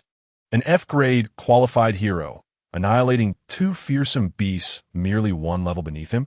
Such a claim would surely lead others to question one's sanity. Even as a jest, it hardly provokes laughter. Yet, in truth, this was the reality. Let us proceed. This time, we could try to lure over 3 at once. Gu Shaoyan instructed Lin Youyu. Understood. Lin Youyu nodded, then turned and sprinted towards the beach below, in the Death Desert. A vast array of dilapidated structures surrounded a throng of people engaged in fierce combat with thousands of ferocious beasts. Charge! Eliminate these creatures. Someone shouted. Darn it! These vile scorpions are poisonous. Who can cure the poison? I need healing. Attention! A large creature is approaching my position. Everyone nearby, concentrate fire. Take down that big one first. Ha! Another point acquired. I feel an upgrade is imminent. Are there any ferocious beasts above level 20? These lower-tier foes are hardly yielding any experience. Over here, there's a level 23 two-headed serpent. Let me handle it. Take that. Among the participants, over 100 individuals, accompanied by a similar number of hero units, surged forth, scattering the dense mass of beasts before them. The ferocious beasts in the Death Desert predominantly belonged to the poisonous variety, thus necessitating the presence of healing units at all times to prevent anyone from becoming so consumed by bloodlust that they succumbed to their own poison and perished. Amidst the crowd, Lin Youyu kept close to his ogre mage, occasionally launching fireballs at the bloodied beasts. Indeed, he was seizing kills. Seriously, Lin Youyu, are you stealing my kills again? You absolute scoundrel. Lu the great fraud, enough already. How many times has it been? Show some restraint. Occasional complaints echoed through the throng. Yet Lin Youyu showed no signs of restraint, instead becoming increasingly brazen. Ha ha ha. Forgive me, forgive me. We are all here to exterminate these beasts. Who isn't killing them? Just a couple of points. Don't concern yourself with such trivialities. Brother Zhang, I am merely trying to assist you. I never anticipated that you would misconstrue my intentions. It truly saddens me. The crowd is this wretched being liberated from restraint? Why does it seem that ever since deceiving others, his audacity has only grown? Now, he is utterly devoid of shame. Lin Youyu, in truth, does not wish to be so brazen, but what choice does he have? He is, after all, a double A-ranked figure, is he not? Yet, among the 6 double A elites in the league, he finds himself languishing beyond the 20th position on the regional racing leaderboard. How can he possibly come to terms with that? Thus, in a desperate bid, he resorts to claiming a few more victims to bolster his points. 1 or 2 are inconsequential. 4 or 5 are not excessive. Ultimately, he must at least secure a place within the top 20, right? Otherwise, how could he ever show his face in the regional chat channel again? What would he say when asked why, as the leader of an elite league, he failed to even make it into the top 20 of the regional racing competition? Would he claim it was due to disinterest? On the other hand, Fiora, also a double A-ranked individual, is currently outshining Lin Youyu by leaps and bounds. Fiora's innate ability is pyromancy. While the name may seem unremarkable, the effect is immensely potent. It augments any fire-based skill's damage and attack range by 200. Moreover, Fiora fortuitously unwrapped a blue skill scroll from a reward box, acquiring a skill named explosive fireball. Coincidentally, this skill is the advanced version of Liu Qingyuan's fireball. Fireball is a green tier magical skill, while explosive fireball is of blue tier, thus a level higher. Explosive fireball is inherently a wide area damage spell, and with Fiora's innate enhancements, the damage becomes exponentially destructive. Boom, boom, boom. On the battlefield, Fiora single-handedly obstructed an entire flank. Even with dozens of ferocious beasts charging at her, her initial A-rank hero ensured that they could inflict no substantial harm upon her. Instead, one after another, these beasts fell victim to Fiora's explosive fireball. Nearby, Liu Qingyan observed this scene, his eyes turning almost red with envy. Why, with the same A-rank talent, must his own abilities merely serve as support? Yet, let us not forget, had Liu Qingyuan's talent not been the A-rank spatial teleportation ability, he would be utterly incapable of dealing with such a multitude of poisonous beasts alone. Even a talent like Fiora's, which purely enhances destructive power, would lead him to certain demise when faced with thousands of beasts of equal or even superior rank. An hour later, Gu Shaoyan ascended to level 17 amidst a golden radiance. Concurrently, his SR tier damage enhancement talent also reached its pinnacle level, SSR. After the upgrade, Gu Shaoyan eagerly opened the character panel, directing his gaze towards his second SSR level talent. Infinite Firepower, SSR. Each of your attacks inflicts a damage increase of 400, while the damage dealt by skills is elevated by 800. Additionally, skill consumption is reduced by 99.9, and each of your attacks will absorb an effect equivalent to 10 of your maximum mana capacity, eliminating the skill's casting delay. Even though Gu Shaoyan was mentally prepared, he could not help but gasp in astonishment upon witnessing the true effects of this talent, his expression one of sheer shock. Chapter 41. Slaying Beasts as Easily as Slicing Vegetables. Upon ascending to the SSR level, the previously acquired talent for enhancing damage transformed into the formidable, unlimited firepower ability. Furthermore, its effects are astonishingly powerful. The increase in attack power is merely the tip of the iceberg. The reduction of skill consumption by a staggering 99.9 is nothing short of miraculous. This implies that a skill normally requiring 1,000 mana points can now be executed by Gu Shaoyan with merely 1 point of mana. Moreover, astonishingly, every strike Gu Shaoyan delivers now siphons mana as well. Each attack can absorb 10 of the target's mana. Even though Gu Shaoyan's mana cap isn't particularly high, standing at merely 210 points at level 17, 10 translates to 21 points. Yet, this is not merely a trivial matter. Coupled with the aforementioned reduction in skill consumption, this effectively equates to 21 points of mana, or rather, a whopping 21,000 points. However, the final new effect, the cancellation of skill wind-up, left Gu Shaoyan feeling somewhat underwhelmed. Yet, it is better than nothing. He considered it merely an embellishment. Exaggeration. It is indeed exceedingly extravagant. Nevertheless, he took solace in the fact that such an extraordinary talent belonged to him. Gu Shaoyan couldn't suppress a chuckle. There was no denying. The ultimate manifestation of this talent filled him with immense satisfaction. Brother Gu, you've leveled up again. At this moment, Lin Youyu bounded over, her pink eyes sparkling with delight as she gazed at Gu Shaoyan, who had once again ascended in level. The implications of Gu Shaoyan reaching level 17 were crystal clear to Lin Youyu. It signified that her brother's second talent had also attained the SSR level. Indeed, in the next moment, Lin Youyu opened Gu Shaoyan's character panel and marveled at the explosive effects of the unlimited firepower talent. Wow, what an extravagant talent effect. Is this even reasonable? She exclaimed, astonished. Existence is justification, and as long as it does not belong to others, it is acceptable, Gu Shaoyan replied with a smile. Yes, Brother Gu is right.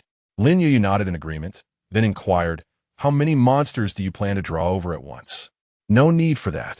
It is no longer necessary. Gu Shaoyan waved his hand dismissively. Huh? Lin Youyu looked at him in confusion. From here on, I shall take matters into my own hands. Gu Shaoyan lightly leaped onto the elevated terrain, his gaze surveying the multitude of leopard fish beasts scattered across the sandy expanse below. These creatures were densely populated, with no less than 1,000 in this particular area, some of which had even reached level 20. Previously, Gu Shaoyan would never have dared to take such risks. Although he had managed to execute a two-stage strike to annihilate leopard fish beasts below level 15, those above level 15 still required a second skill to be dispatched. This was still under one-on-one conditions. Facing a multitude of leopard fish beasts simultaneously, Gu Shaoyan would undoubtedly find himself in peril. However, with the augmentation from the infinite firepower talent, Gu Shaoyan's offensive capabilities have ascended to an unprecedented echelon. His innate strength of 28 points, upon executing a second-tier strike, is sufficient to inflict 2 points of damage, yet under the influence of the infinite firepower talent, this damage effortlessly escalates to a staggering 1764 points. This is a remarkable 63 times his original strength attribute. With a single strike, even a level 20 leopard fish beast may struggle to endure. Moreover, the attack's inherent life-draining effect allows Gu Shaoyan to perpetually unleash second-tier strikes without restraint. Thus, there is no need for him to painstakingly lure monsters to slay. After all, the highest level among them is merely 20. He can charge ahead without hesitation. At the edge of a C-shaped beach, Gu Shaoyan paused, bringing Lin Youyu along. "Stay here, little fish," he instructed without looking back. Brother Gu, good luck." Lin Youyu gazed at Gu Shaoyan's retreating figure with admiration. "Who said F-class heroes are worthless?" Her brother Gu, despite his F-class qualifications, remains an unparalleled force. Gu Shaoyan need not concern himself with Lin Youyu's safety. With 100 resurrection opportunities each day, she is even more secure than he is. Once he clears this region of ferocious beasts, he should easily rise to level 20, shouldn't he? A gust of ocean breeze swept in, carrying the scent of the distant sea. The sound of footsteps on the sand transitioned from a leisurely stroll to a swift sprint. In the midst of his run, a glimmer of icy light flashed, followed by a piercing wail that abruptly ceased. Splash! Blood erupted across the beach. A gruesome slaughter had commenced. The lethargic leopard fish beasts, now incensed, charged towards Gu Shaoyan. Yet, rather than retreating, he boldly advanced to confront the horde of leopard fish beasts. Perish! Gu Shaoyan's gaze was as frigid as the blade he wielded. With each stroke of his sword, a leopard fish beast met its demise. Almost every second witnessed the death of another. Consequently, Gu Shaoyan's experience points surged at an extraordinary rate. Equally soaring were Lin Youyu's scores on the regional leaderboard. In just 30 seconds, a radiant golden light of level up enveloped Gu Shaoyan, elevating him to level 18. "Little fish, adjust the experience point distribution to 80 to 20. You take 80, and I'll take 20, he called out without glancing back. After reaching level 18, the level 13 leopard fish beasts could only yield a meager 1 experience point, while the level 12 beasts offered none at all. Nevertheless, not all the surrounding leopard fish beasts were of high level. The majority were still low-level beasts, with the higher levels comprising only a small fraction. Thus, if all experience points were allocated to Gu Shaoyan, the experience gained from slaying those low-level leopard fish beasts would be squandered. "Very well, Brother Gu." Upon hearing this, Lin Youyu, standing at the edge of the beach, promptly adjusted the distribution of experience points. Almost immediately after her modification, a radiant golden light enveloped her, signaling her level up. Level 11. Wow, that advancement is astonishingly swift. Lin Youyu gazed at her rapidly increasing experience points, her face flushed with excitement. After altering the distribution to an 80 to 20 split, Gu Shaoyan's leveling speed diminished. Yet, even at this slower pace, he still reached level 19 within 5 minutes. Meanwhile, as numerous leopard fish beasts fell, Lin Youyu's soaring score propelled her name into the top 100 of the regional leaderboard, attracting the attention of many other blue star humans in the area. Chapter 42. Both ascend to level 20, entering the top 50. Is this Lin Youyu the same person who previously sold leopard fish meat? Indeed, that's her. I even messaged her privately, but she didn't respond. This girl turns out to be quite the powerhouse. Are all the elites so understated? Just entering the top 100, and she is already considered a big shot. Pray tell, what rank does this esteemed individual hold? Surely it must be within the top 10, given such grandiose claims. Those who can break into the top 100 are indeed the true masters of our region. What else could they possibly be? Lin Youyu, esteemed one, what level is your initial hero? And what are your talents? Have you noticed something peculiar? Lin Youyu's previous score was languishing outside the 900 range, essentially a mere gatekeeper of the leaderboard, and yet within mere minutes. She has surged into the top 100. Wow, that is indeed extraordinary. Could it be that she has discovered an area teeming with low-level ferocious beasts? That is certainly the case, otherwise her score wouldn't have risen so swiftly. However, isn't it true that every elite at the top of the leaderboard has found similar opportunities? They can locate and swiftly eliminate numerous low-level beasts, which itself is a testament to their formidable prowess. So envious? Why am I not an elite? Do not covet. As long as we survive, we too have the chance to become elites. You might fool others with such words, but don't deceive yourself. Look, Lin's ranking is surging once more. Now at 83, 77, so fast and still rising. At this moment, what was Lin Youyu, the subject of everyone's discussion, doing? On the periphery of the beach, she was as joyful as a child, bouncing around and exclaiming how marvelous Brother Gu was, praising his swordsmanship and celebrating her own level up. In just a few fleeting minutes, Lin Youyu's level had skyrocketed from 10 to an astonishing 18. It was evident that she was on the cusp of reaching level 19. Meanwhile, Gu Shaoyan had already ascended to level 19 and was charging towards level 20. However, after a mere 10 minutes, Gu Shaoyan had to pause temporarily. It wasn't due to fatigue. In truth, he was brimming with excitement, completely oblivious to weariness. The reason for his halt was that the leopard fish beasts on the beach had been entirely vanquished by him. At that moment, Lin Youyu's score on the regional leaderboard had also reached an impressive 1377 points, landing her at the 59th position. Clearly, Gu Shaoyan wasn't the only one to discover a horde of low-level beasts. Others had also encountered their own fortunes. Initially, the rise in everyone's scores was modest. But now, it seemed that every second brought about a refresh of their previous limits.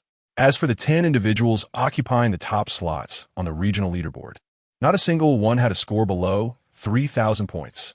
Keep up with me. Gu Shaoyan surveyed his surroundings, and the once-living leopard fish beasts were nowhere to be found. After calling out to Lin Youyu in the distance, he dashed toward a nearby sandy beach. Lin Youyu, casting a reluctant glance at the numerous corpses of the ferocious beasts scattered around, resolutely followed suit. On another beach, a greater number of leopard fish beasts resided, albeit at a greater distance. After clearing one area, they would need to cover some ground to reach the next. Although this added to the time lost in transit, Gu Shaoyan quickly conceived an effective strategy. He instructed Lin Youyu to lure the beasts. At level 18, Lin Youyu's speed had reached an impressive 11.9 meters per second, significantly surpassing that of the leopard fish beasts on land. Even a level 20 leopard fish beast would find itself left in the dust. Gu Shaoyan's plan was for Lin Youyu to sprint ahead to the next area and draw all the leopard fish beasts towards them. This naturally enhanced their efficiency. The only potential concern was whether Gu Shaoyan could withstand the onslaught. However, this was hardly an issue for him, as the number of leopard fish beasts capable of attacking him simultaneously was not substantial, especially given his 2 SSR-level talents. Even with a lackluster base attribute, he could easily absorb the attacks of a large group of leopard fish beasts and annihilate them. Half an hour later, Lin Youyu leveled up to 19. Concurrently, her name successfully entered the top 50 of the regional leaderboard. Big Brother Gu, I've adjusted the experience point allocation to 55. After leveling up, Lin Youyu proactively modified the distribution of experience points, setting it to 55. At this moment, both were at level 19. Although Gu Shaoyan was nearing a full experience bar, Lin Youyu had just reached level 19. However, the current situation dictated that the level 14 leopard fish beasts could only yield 1 experience point, while the level 13 beasts provided none at all, save for points from the regional competition upon defeat. Understood. I'm about to level up, so change the experience allocation back once I've leveled, Gu Shaoyan replied without looking back. At that moment, he was surrounded on all sides by enraged leopard fish beasts. Their massive bodies often meant that 4 or 5 could occupy an entire area around him. What to do if the outer beasts couldn't push through? They would simply crash into their brethren ahead, resulting in some of the frontline beasts being toppled by their own kind before Gu Shaoxian effortlessly dispatched them with a swift strike. Minutes later, accompanied by a melodious notification, Gu Shaoxian finally leveled up to 20. However, he had no time to examine the new talent gained from leveling up. The surrounding leopardfish beasts remained unresolved, and he certainly did not wish to jeopardize his life by becoming distracted. To understand, those high-level leopardfish beasts can inflict upon Gu Shaoxian at least 1/10, if not 1/5, of his life with each attack, should he fail to keep pace with their onslaught. Being beset by 2 or 3 of these creatures could spell his immediate demise. Thus, despite Gu Shaoxian's ability to effortlessly dispatch these leopard fish beasts with a mere swing of his sword, the risk he faces remains undeniably significant. Fortunately, high-level leopard fish beasts do not constitute the majority. Rather, it is those under level 15 that prevail in number within the herd. Half an hour later, Lin Youyu had also ascended to level 20. As the last few leopard fish beasts fell, Gu Shaoxian called for Lin Youyu to halt her monster hunting endeavors. "Let us take a break," he instructed. "All right, big brother Gu, you can rest for a moment while I take care of the corpses of these ferocious beasts nearby." Lin Youyu replied with a cheerful nod, happily setting off to tend to the numerous carcasses strewn across the beach. Chapter 43. The new talent has finally arrived. Stepping aside, Gu Shaoxian found a relatively clean spot to sit down. He then opened his character panel and gazed at the section for talent abilities. Talent abilities: Ultimate Bloodsucking, Infinite Firepower, Born to Run. Both Ultimate Bloodsucking and Infinite Firepower were talents Gu Shaoxian already possessed. However, the last talent, Born to Run, was one he had never encountered before. Was it a speed-related talent? Gu Shaoxian's eyes sparkled with intrigue. If it indeed pertained to speed, it could prove quite advantageous for him. While Ultimate Bloodsucking significantly enhanced his survivability, the deficiencies in basic attributes stemming from his F-grade aptitude remained Gu Shaoxian's most pressing concern. This directly resulted in his alarmingly low health cap. At level 20, Lin Youyu boasted a health cap of 770 points, not accounting for equipment, whereas Gu Shaoxian merely had 240 points. A staggering gap of 530 points. This disparity would only widen with level progression. Therefore, even if Gu Shaoxian could siphon off 80 of his health with each attack, his meager health cap remained a formidable limitation. What he feared most were opponents with overwhelming attack power. If an enemy could eliminate him in a single blow, then even absorbing 999 of the damage would be of no avail. Fortunately, Lin Youyu had previously drawn a skill scroll that enhanced health, providing Gu Shaoxian with a modicum of security. Yet, this was still far from sufficient. Although speed-related skills could not augment Gu Shaoxian's health cap, they could enhance his agility, enabling him to evade some lethal strikes. With increased speed, certain attacks would miss him entirely. If they couldn't hit him, then their damage was rendered inconsequential. With these thoughts swirling in his mind, Gu Shaoxian immediately examined the specifics of this new talent. Born to Run. Your natural speed surpasses that of others, granting you an additional 1 point in agility with each level up. Excellent. Another talent that commences at a level. I never anticipated such good fortune, having randomly acquired talents that exceed my current level on 2 consecutive occasions. Could it be that my luck has improved recently? Gu Shaoxian pondered, his gaze instinctively drifting toward Lin Youyu, who was nearby, tending to the corpses of the ferocious beasts. Am I perhaps favored by fortune? A thought flickered in Gu Shaoxian's mind. Setting luck aside, he found this talent remarkably well suited to him. The only lamentation was that an E-level talent did not grant additional attribute points to compensate for the current level disparity. Otherwise, at level 20, he could have supplemented his agility by a further 19 points. Nonetheless, this was of little consequence. After all, this talent's level would eventually rise. There would be ample time to make up for it later. Little fish, that should suffice.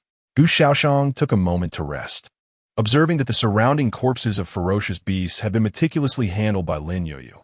Yet, she seemed inclined to return and continue clearing the accumulation of beast carcasses along the path they had traversed. Seeing this, Gu Shaoxian called out to her. "Oh, are we not continuing?" Lin Youyu expressed a hint of regret. With a gentle smile, Gu Shaoxian affectionately ruffled her silky pink hair. It's merely some inconsequential materials from these beasts. Look, after this event, the value of such low-grade beast materials will undoubtedly plummet. The worth of commodities is dictated by market demand. But once the market diminishes, these items become nothing more than refuse. The meat of ferocious beasts holds value primarily in the early stages. For those of lesser strength, hunting these beasts is often an insurmountable challenge, leading them to trade other materials for beast meat listed in the market. However, once they surpass this phase, the meat, lacking any value beyond mere sustenance, becomes worthless. Initially, this phase might extend for some time, perhaps a week. Yet, with the commencement of the regional racing competition, those skilled individuals, who previously disregarded the slaughter of lowly beasts, began to engage in mass extermination. Although not everyone opts to collect the carcasses of these low-grade beasts, even a small fraction participating will flood the market with such meat for sale. As for the meat of leopard fish, which is already of mediocre quality, it will soon be deemed utterly undesirable. Forget about trading for 100 units of wood as before. Not even a single unit of wood would be offered in exchange. This predicament is not complex. Lin Youyu simply needed a shift in perspective. Upon Gu Shaoxian's reminder, clarity dawned upon her. I must hasten to sell them. Lin Youyu hurriedly opened the trading market and adjusted the prices of the previously listed leopard fish meat. Indeed, a plethora of beast meat had appeared for sale in the market, with the lowest price being 10 units of wood for a kilogram. The leopard fish, known for its subpar taste and peculiar odor, was valued even less. Previously, none of her listings had sold. Now, she revised the price to just 1 unit of wood per kilogram and promptly listed a staggering 20,000 kilograms of leopard fish meat, dividing it into 20,000 portions. Thus, should everything sell, she could procure 20,000 units of wood. While not immediately necessary, it would surely prove beneficial in the future. After all, wood is a resource that remains a stable currency throughout all stages of the journey. All right, Brother Gu, let us continue our expedition.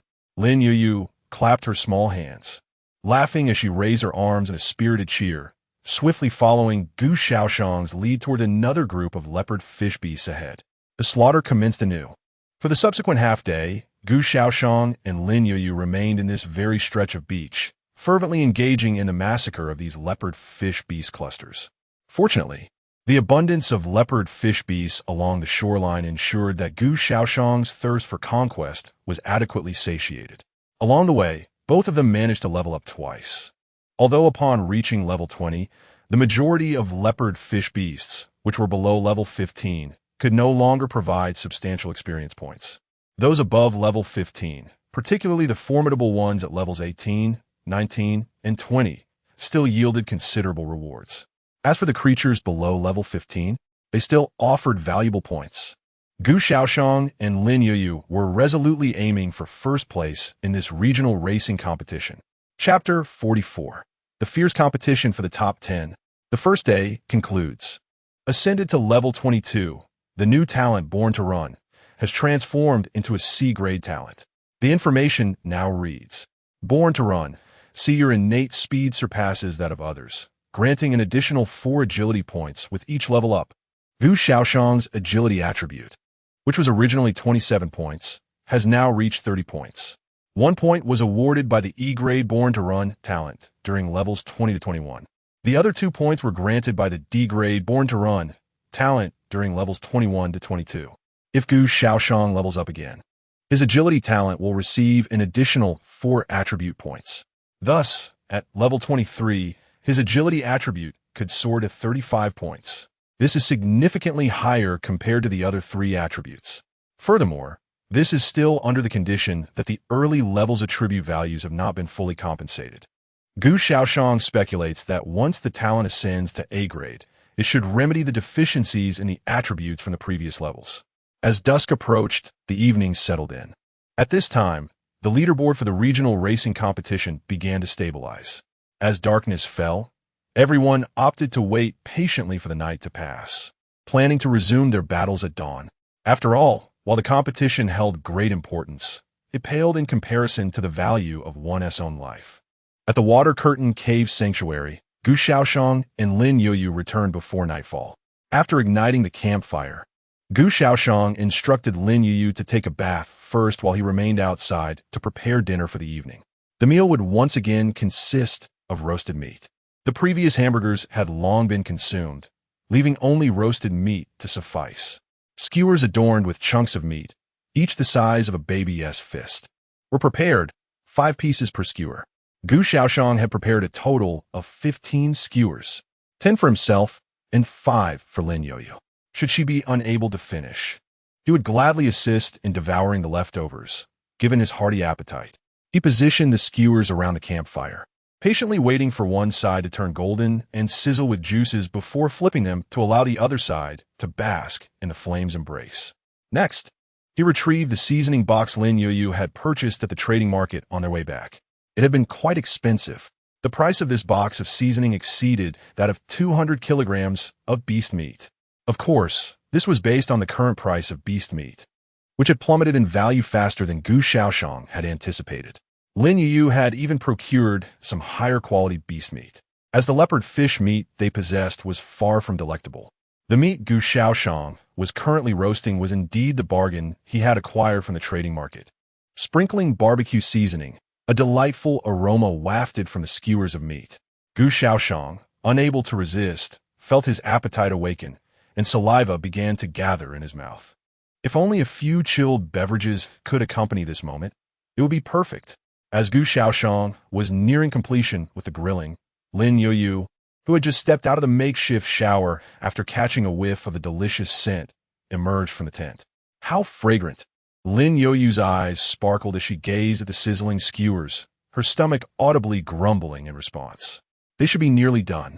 Just wait a moment before removing them from the fire. I'll take a quick shower first. With that, Gu Shaoxian entrusted the grilling to Lin Youyu and entered the tent for his shower.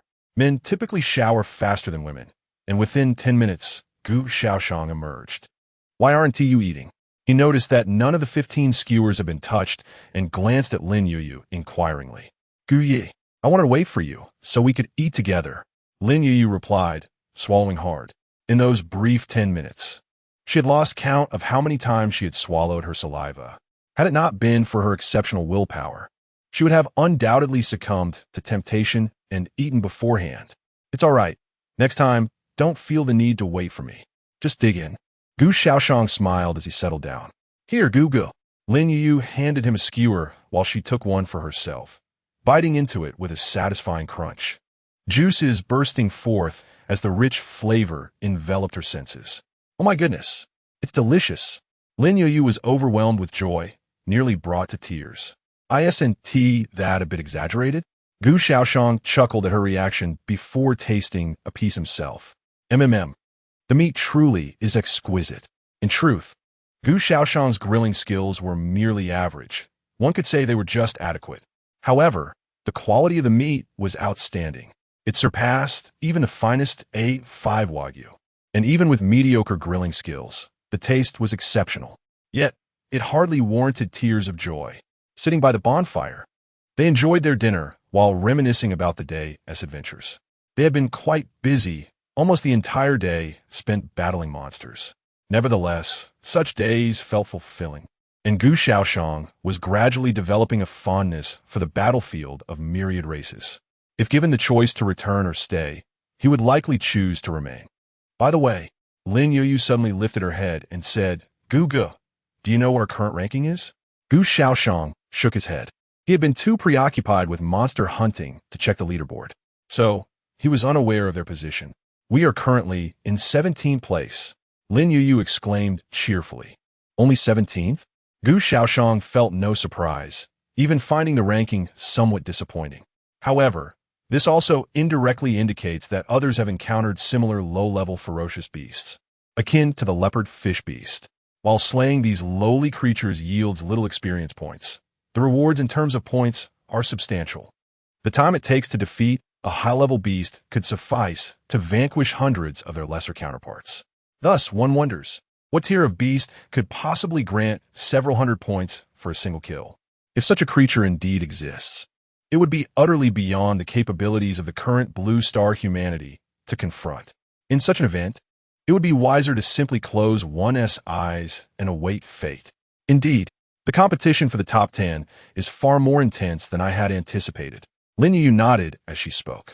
Just moments ago, she felt a flicker of joy upon seeing her name ranked 17th on the regional leaderboard. But soon, she found this position rather disappointing. After all, Brother Gu had helped her amass several thousand points today. With such a bounty of points, only 17th?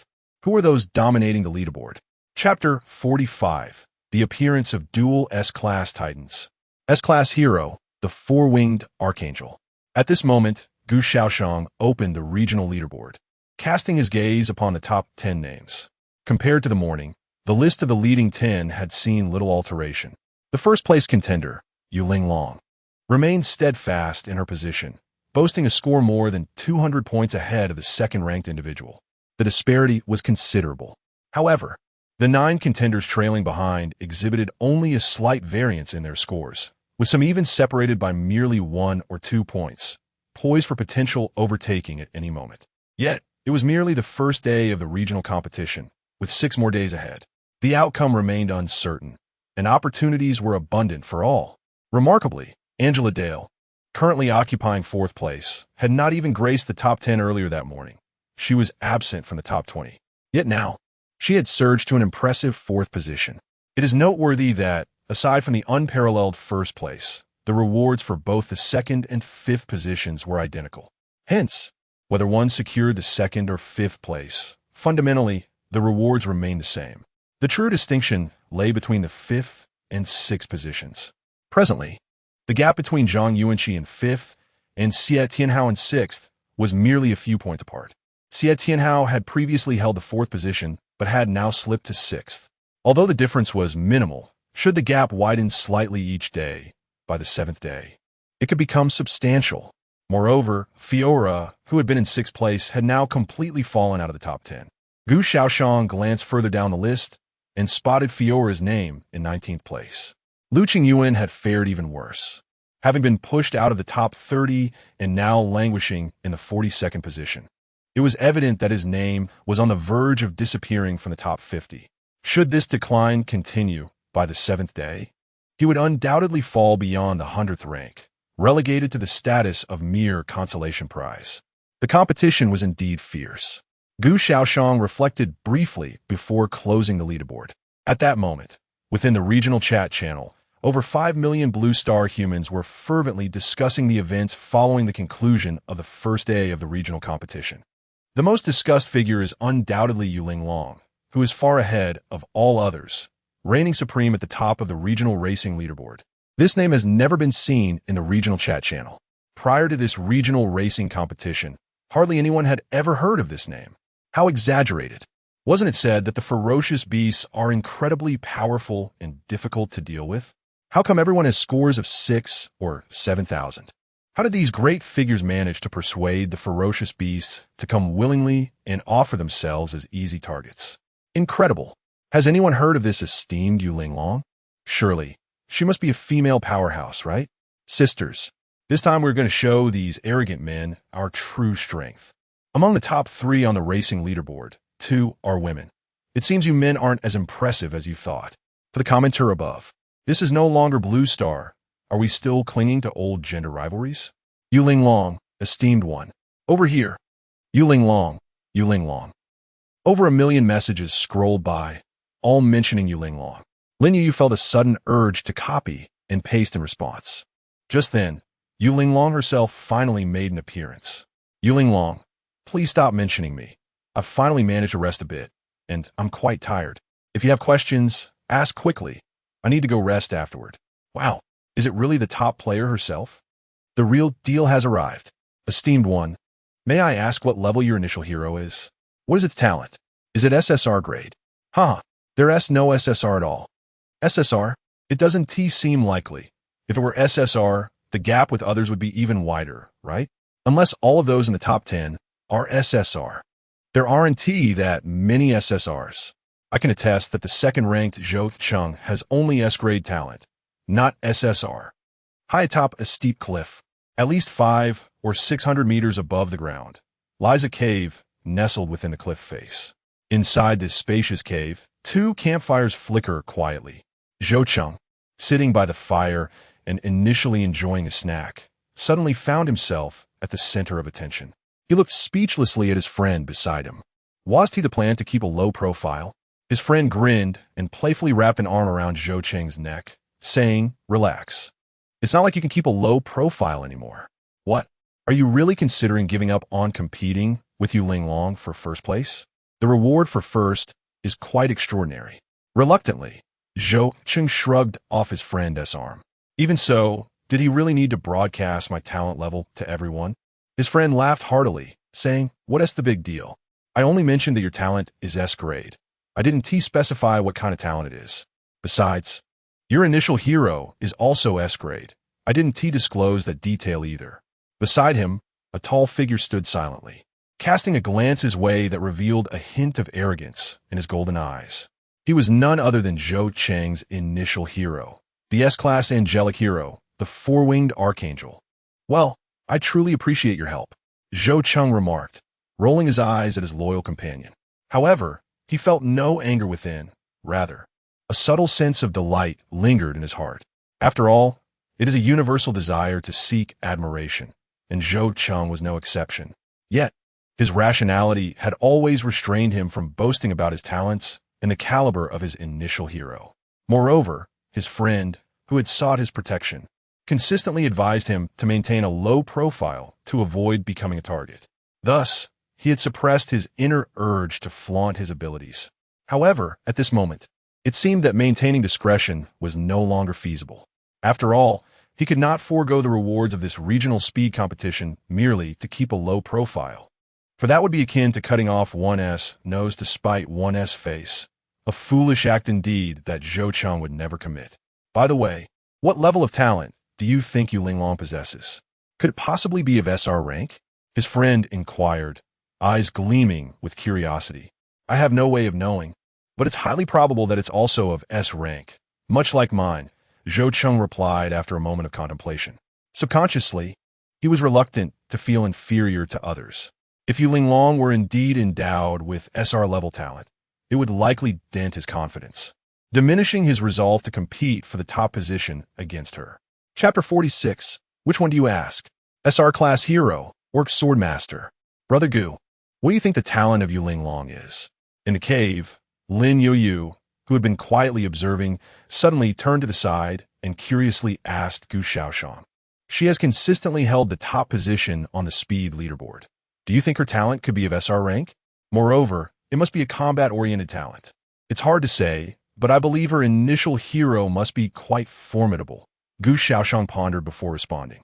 While he was uncertain about Yu Linglong's personal strength, the fact that she had maintained her position as the top contender on the regional speed leaderboard indicated that her prowess extended beyond mere talent.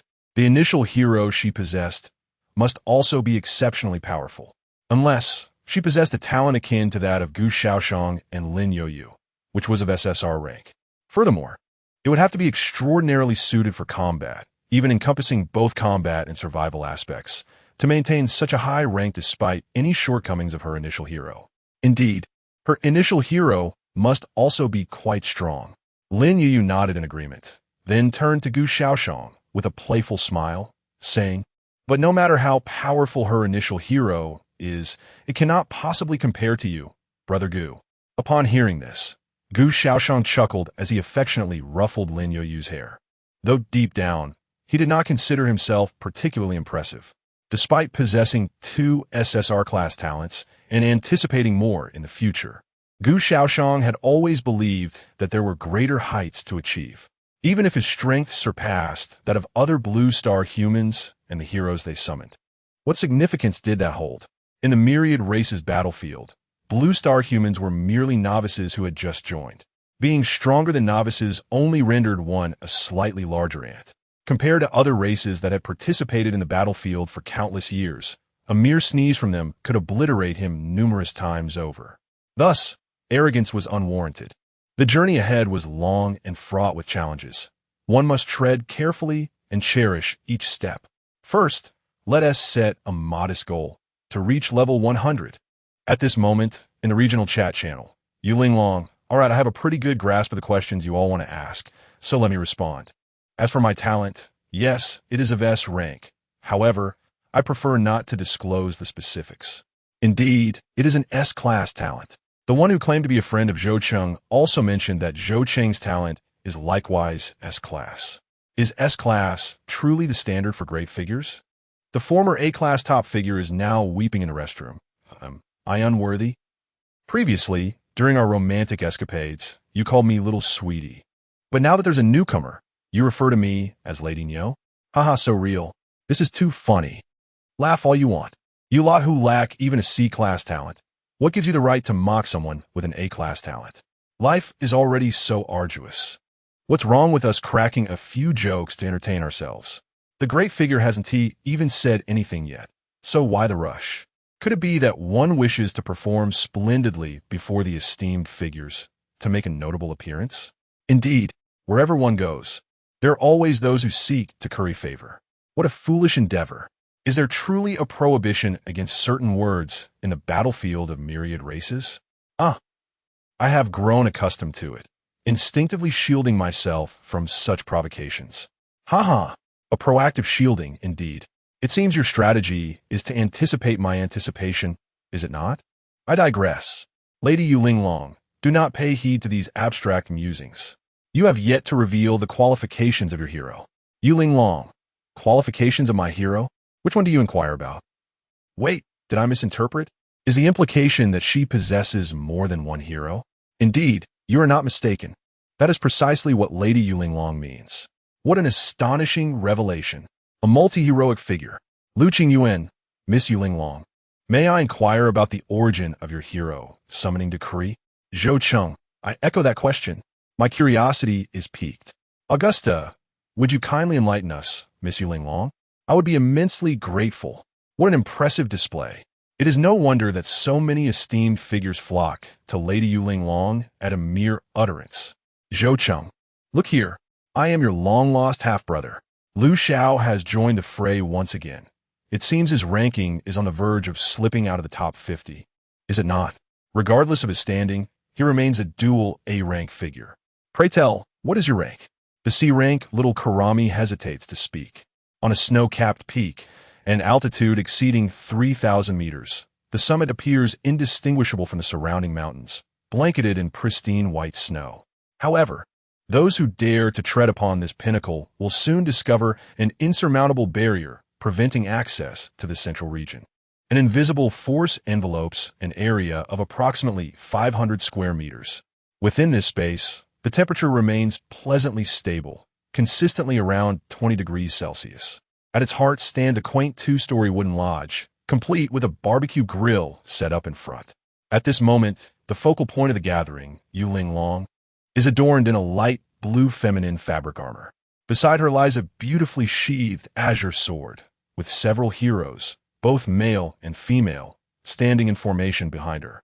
Kad, do you think I should disclose this to them? Yu Linglong smiles at the solitary seated hero, her initial hero, an orc swordmaster of SR level qualification, Carl. That decision rests with you, though I suspect they may not believe it. Carl stands over 2 meters tall, his physique not particularly imposing, a notable distinction among his kin. Orcs are among the myriad races of the world, and Carl is a rare orc swordmaster.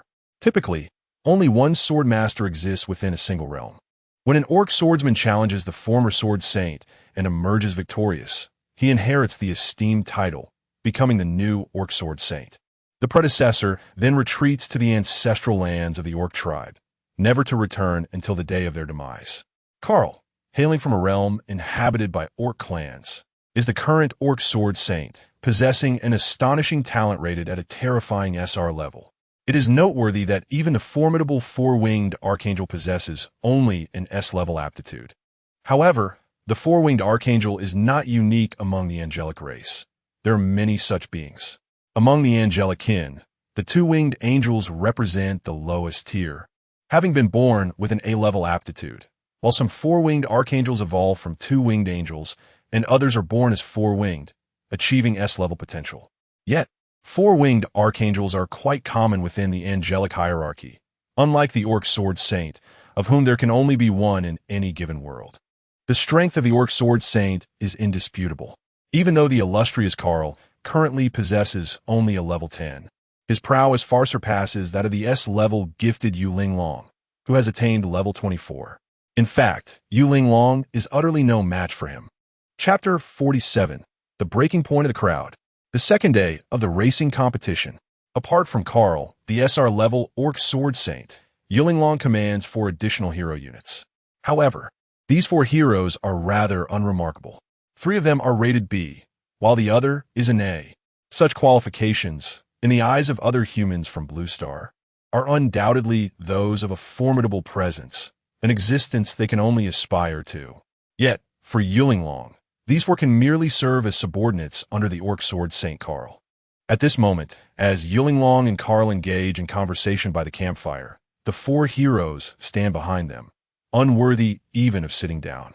Well, whether they believe it or not is of no concern to me, Yu Linglong thought, shaking her head with indifference before sending a message.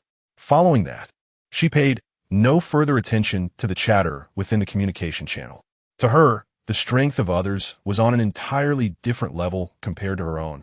Even Zhou Cheng, who ranked below her on the racing leaderboard, was nothing more than a mere failure, someone she deemed unworthy of her consideration. I shall take my rest now. Karl, you should retire early as well, Yu Linglong remarked softly, rising to head towards the wooden 2-story building behind her. As for the other 4 heroes, Karl would take care of their arrangements. There was no need for her to worry. Besides, they were merely 3 B ranks and 1 A rank, hardly meriting her direct involvement. Suddenly, the lively flow of messages in the regional chat channel came to a halt, as if the system had frozen. All eyes were fixed on the message sent by Yu Linglong. Yu Linglong, my main hero is the SR-level Orc Sword Saint. As for the other heroes, they are simply 3 B ranks and 1 A rank, nothing noteworthy. The heroes summoning orders were discovered in a cave. Don't you have any? This sentence caused the minds of the majority to momentarily crash. An SR-level hero, the Orc Sword Saint? Furthermore, 3 B-level heroes and 1 A-level hero? And the 4 hero summoning orders were merely found? Wow, are you serious? The crowd was on the verge of breaking down, especially those who had long reveled in their perceived superiority, believing themselves to be true elites wielding A-level heroes. At this moment, they glanced at their initial heroes beside them, suddenly feeling a wave of disdain. Just look at her. The A-level hero is so inconsequential that she hardly bothers to introduce them, clearly looking down upon them. And what about themselves? They had treated their heroes as treasures, convinced of their own prowess. Yet the reality. It turns out I am a fool? No way. Yu Linglong, are you serious? Just found them? Ha ha. This is hilarious. Yu Linglong couldn't even be bothered to introduce the other 4 heroes. Is an A-level hero really that insignificant?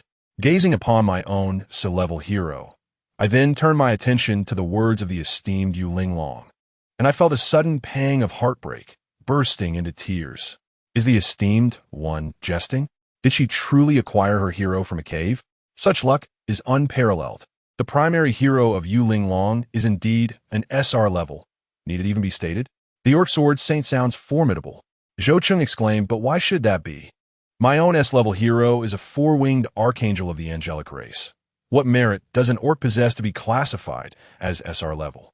Surely, Yu Linglong must possess the noble bloodline of our great universe nation. She is our pride. But left their dog, unrestrained. Hurry and take it back. Oh my goodness. An SR level hero. How enviable. Oh God, have you truly forsaken your followers? Might it be possible that God is also a hero unit? Huh. We shall see who draws God. Yet surely God must be an SSR, no? How dare you? You are blaspheming the divine. Enough of this prattle. We do not worship your God. What of it? In truth, there exists a possibility. I hereby declare that from this day forth, God shall be regarded as an SSR level hero. Agreed. Agreed 1. Huh. Agreed 2. Damn it. Inside the cave, the campfire burned quietly. Lin Youyu observed the increasingly off-topic discussions in the regional chat channel, then turned to his companion, Gu Shaoyan. Brother Gu, that Yu Linglong possesses an SR-level Orc Sword Saint as her primary hero. Moreover, she has 3 B-level heroes and 1 A-level hero. Lin Youyu relayed the information he had garnered to Gu Shaoyan. Gu Shaoyan nodded, not particularly astonished. After all, Lin Youyu himself was endowed with SSR-level talent. He was on the verge of attaining a third SSR-level talent himself. What significance does an SR-level Orc Sword Saint hold in comparison? Yet, one wonders if this SR-level Orc Sword Saint possesses SR-level or SSR-level talent. Surely it cannot be S-level. That would be quite a letdown. After all, she currently holds the top position in the racing competition. If her SR-level qualifications were paired with S-level talent, it would be quite absurd. Moreover, Lin Youyu earnestly stated, she also claims that her 4 hero summoning tokens were found within a cave. Brother Gu, do you believe this to be true? Upon hearing this, Gu Shaoxian was indeed slightly taken aback. Found in a cave? That would be quite fortunate. It must be true. She has no reason to lie about such matters. Indeed, I think so too. Lin Youyu agreed with a nod. The two continued their conversation for a while longer, primarily discussing Yu Linglong and others on the racing leaderboard.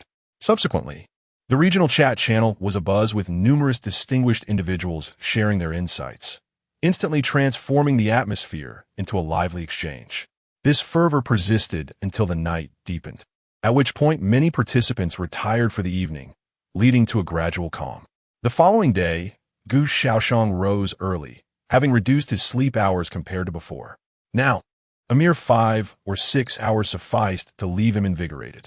After a brief morning routine, he emerged from his tent into the cavern outside. Today marked the second day of the regional speed competition, where the rivalry remained fierce.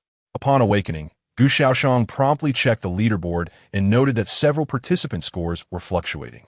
This individual must have been a formidable competitor in various fields prior to arriving at the myriad battlefield, he mused with a slight smirk. However, the top 10 competitors had not seen any changes in their scores. As for those beyond the top 10, to be frank, Gu Shaoxian held little concern. Even though Lin Youyu currently occupied the 17th position, he was confident that today, Lin would break into the top 10, perhaps even the top 5. His ultimate aspiration was to see Lin ascend to the pinnacle of the leaderboard. Chapter 48, Level 23, A Surge in Attributes. After a modest breakfast, Gu Shaoxian and Lin Youyu departed from the shelter of the water curtain cave, embarking westward. As they traversed the boundless wilderness, the thunderous roar of waves crashing against the sheer cliffs filled the air. Soon, they arrived at the C-shaped beach they had explored the previous day. Just yesterday, it had been strewn with the carcasses of thousands of leopard fish beasts. However, today, apart from the bloodstained sand, there was not a single corpse in sight. Even bones were scarce. It appeared that a revelry had taken place here last night, Gu Shaoxian remarked playfully. Clearly, the bodies had been devoured by other ferocious beasts, which had left little more than remnants, with hardly any bones remaining, let alone flesh. Speaking of which, weren't the blood and flesh of the leopard fish beasts supposed to be foul-smelling? Could it be that the sensory systems of these beasts differ from those of humans? Perhaps what humans find repugnant is perceived as fragrant by them. It is indeed a possibility, considering the vast differences between species. The gustatory systems of humans and wild beasts vary, not to mention those of the ferocious beasts from another world. Descending from the high slope, their feet crunched softly upon the sand. The two hastened their pace, noting that the scores of the top 10 competitors on the leaderboard had already begun to rise. Everyone was exerting themselves, striving for better rankings. The frontrunner aimed to maintain their position, while the second place sought to ascend to the top. Those beyond the top 5 aspired to break into that elite group, hoping to elevate their final rewards. Upon reaching the area they had explored the day prior, Lin Youyu found herself pushed down a rank on the leaderboard, now sitting at 18th. Nevertheless, she remained undeterred, for her score was poised to soar soon. Are you certain you wish to explore the surroundings? Gu Shaoxian inquired, halting and turning to Lin Youyu. Earlier on their journey, she had expressed her decision to him. Remaining there would not contribute to their efforts. In combat alongside Gu Shaoxian, her efficiency paled in comparison to his. Rather than simply trailing behind him, she preferred to scout the vicinity, hoping to uncover other groups of ferocious beasts. After all, they had nearly wiped out half of the leopard fish beasts. It seemed unlikely that they could sustain this pace for much longer. Once they had eliminated all the beasts, they would find themselves in the awkward predicament of having no foes left to slay. Rest assured, Brother Gu, I have 100 chances for resurrection each day. I shall be fine. Lin Youyu replied with a cheerful nod. Seeing her determination, Gu Shaoxian refrained from further persuasion. Although Lin Youyu could easily relax with Gu Shaoxian's protection, the spirited girl had her own ambitions and wished to lend a hand rather than remain idle. Very well. Just be cautious on your journey and remember not to wander too far, Gu Shaoxian advised. Lin Youyu nodded, waved goodbye to him, and dashed into the depths of the nearby redwood forest. Soon, Gu Shaoxian could no longer see her figure. Lin Youyu departed to explore other regions in search of more ferocious beast clans. Naturally, Gu Shaoxian could not remain idle during this time. His gaze fell upon the leopard fish beasts basking in the sunlight ahead. Their numbers seemed to have increased, though he could not ascertain whether this was merely an illusion. Regardless, Gu Shaoxian charged forward, drawing his black scabbard sword in a swift motion, transforming it into a streak of light that cleaved downward. The sound of slicing flesh echoed as numerous leopard fish beasts succumbed to their demise. Consequently, Lin Youyu's points on the racing leaderboard began to soar dramatically.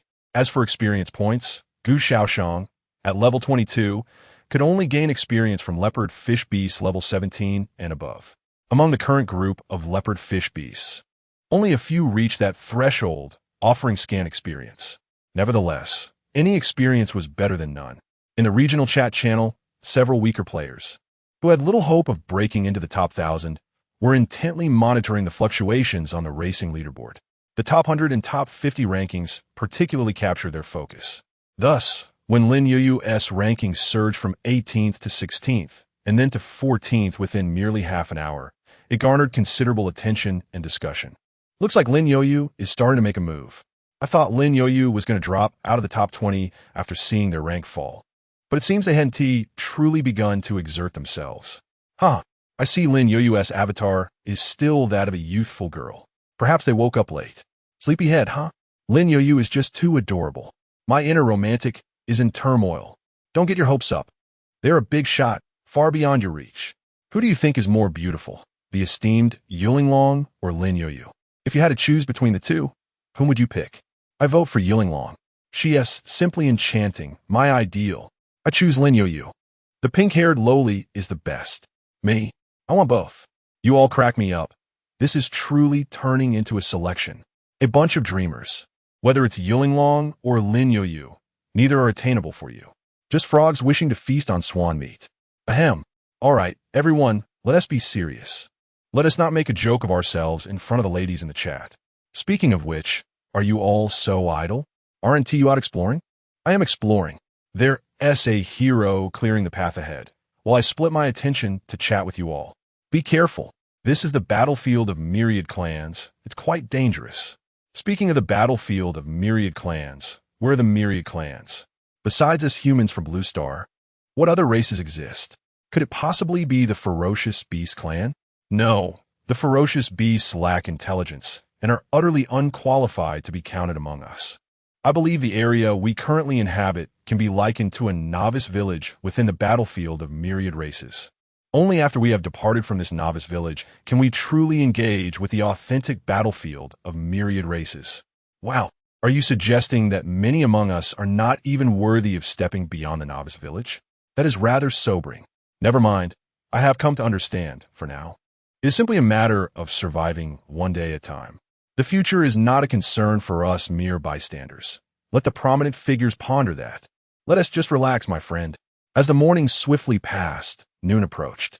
Gu Shaoxian shook off the droplets of blood from his blade and glanced back at the path he had traversed. Before him lay a gruesome tableau of slaughtered beasts. The overwhelming stench of blood even attracted a few lion crocodiles, which emerged from the forest, eager to indulge in this unexpected feast. Gu Shaoxian chose to disregard them for the moment, instead focusing on his own progress. At last, he had reached level 23, chapter 49, with 13,000 points. Ascending to the pinnacle, unnamed swordsman, qualification, F grade, level 23, experience 0 2000, health 270 270 30, mana 270, strength, 28.6, constitution, 27.3, agility, 202.5, mentality, 27, physical defense, 27.3, elemental resistance, 27, attack speed, 3.020, 5 second, maximum movement speed, 25.20, 5 meters second, critical hit chance, 150, talent abilities, ultimate lifesteal, infinite firepower, naturally swift, ultimate lifesteal, SSR. Each time you inflict effective damage, you restore 80 of your maximum health, while also automatically regenerating 10 of your health every second. Infinite firepower, SSR. Damage dealt by your attacks increases by 400, skill damage increases by 800, while skill consumption decreases by 99. 9, and each attack additionally siphons 10 of your maximum mana, eliminating skill animation delays. Naturally swift, B. Your speed inherently surpasses that of others, granting an additional 8 points in agility with each level up. Missing rewards from previous levels will also be compensated. Hidden talent ability, endless talent. Each level up increases your talent level by 1. Gain a new talent every 10 levels. Skills, double slash, white, LV. 2, Blood of the Dragon, purple, LV. 1, double slash, white, LV2. Blood of the Dragon, purple, LV. Upon opening his character panel, Gu Shaoyan discovered that his agility attribute had surged dramatically. It was no wonder. He had felt an exhilarating lightness the moment he leveled up, as if he might take flight with each step. The realization struck him. His agility had indeed increased so significantly. Was the B grade compensation finally bestowed? Gu Shaoyan was pleasantly surprised, having anticipated that he would need to elevate his talent to a grade before receiving the previously missing attributes. This truly was an unexpected delight. With an agility value of 207, Gu Shaoyan's maximum movement speed soared to an astonishing 25.7 meters per second. Such velocity meant that even a 100-meter stretch could be traversed in less than 4 seconds. In combat, this speed was equally remarkable, greatly enhancing Gu Shaoyan's efficiency in slaying monsters, thus saving precious time. Had he possessed this speed earlier, he could have vanquished the leopard fish beasts hours ago, rather than neglecting lunch and toiling from morning until afternoon. Nevertheless, the results were indeed fruitful. Not only had Gu Shaoyan leveled up, reaching level 23, but he had also achieved significant accomplishments in the process. Simultaneously, Lin Youyu's racing competition score has reached an unprecedented 13,788 points. Opening the regional racing leaderboard, Gu Shaoyan immediately focused on the names of the top 3. He was doubtful that anyone could rank beyond the top 3. As expected, Gu Shaoyan directly saw Lin Youyu's name in the first position.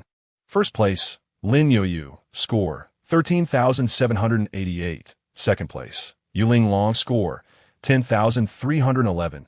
Third place, Wangxi, score 9,755. It was evident that everyone was striving to hunt ferocious beasts and accumulate points. However, finding groups of low-level ferocious beasts was not an easy task. Earning over 7,000 points in a single day yesterday indicated that they had nearly exterminated the nearby beasts of this type.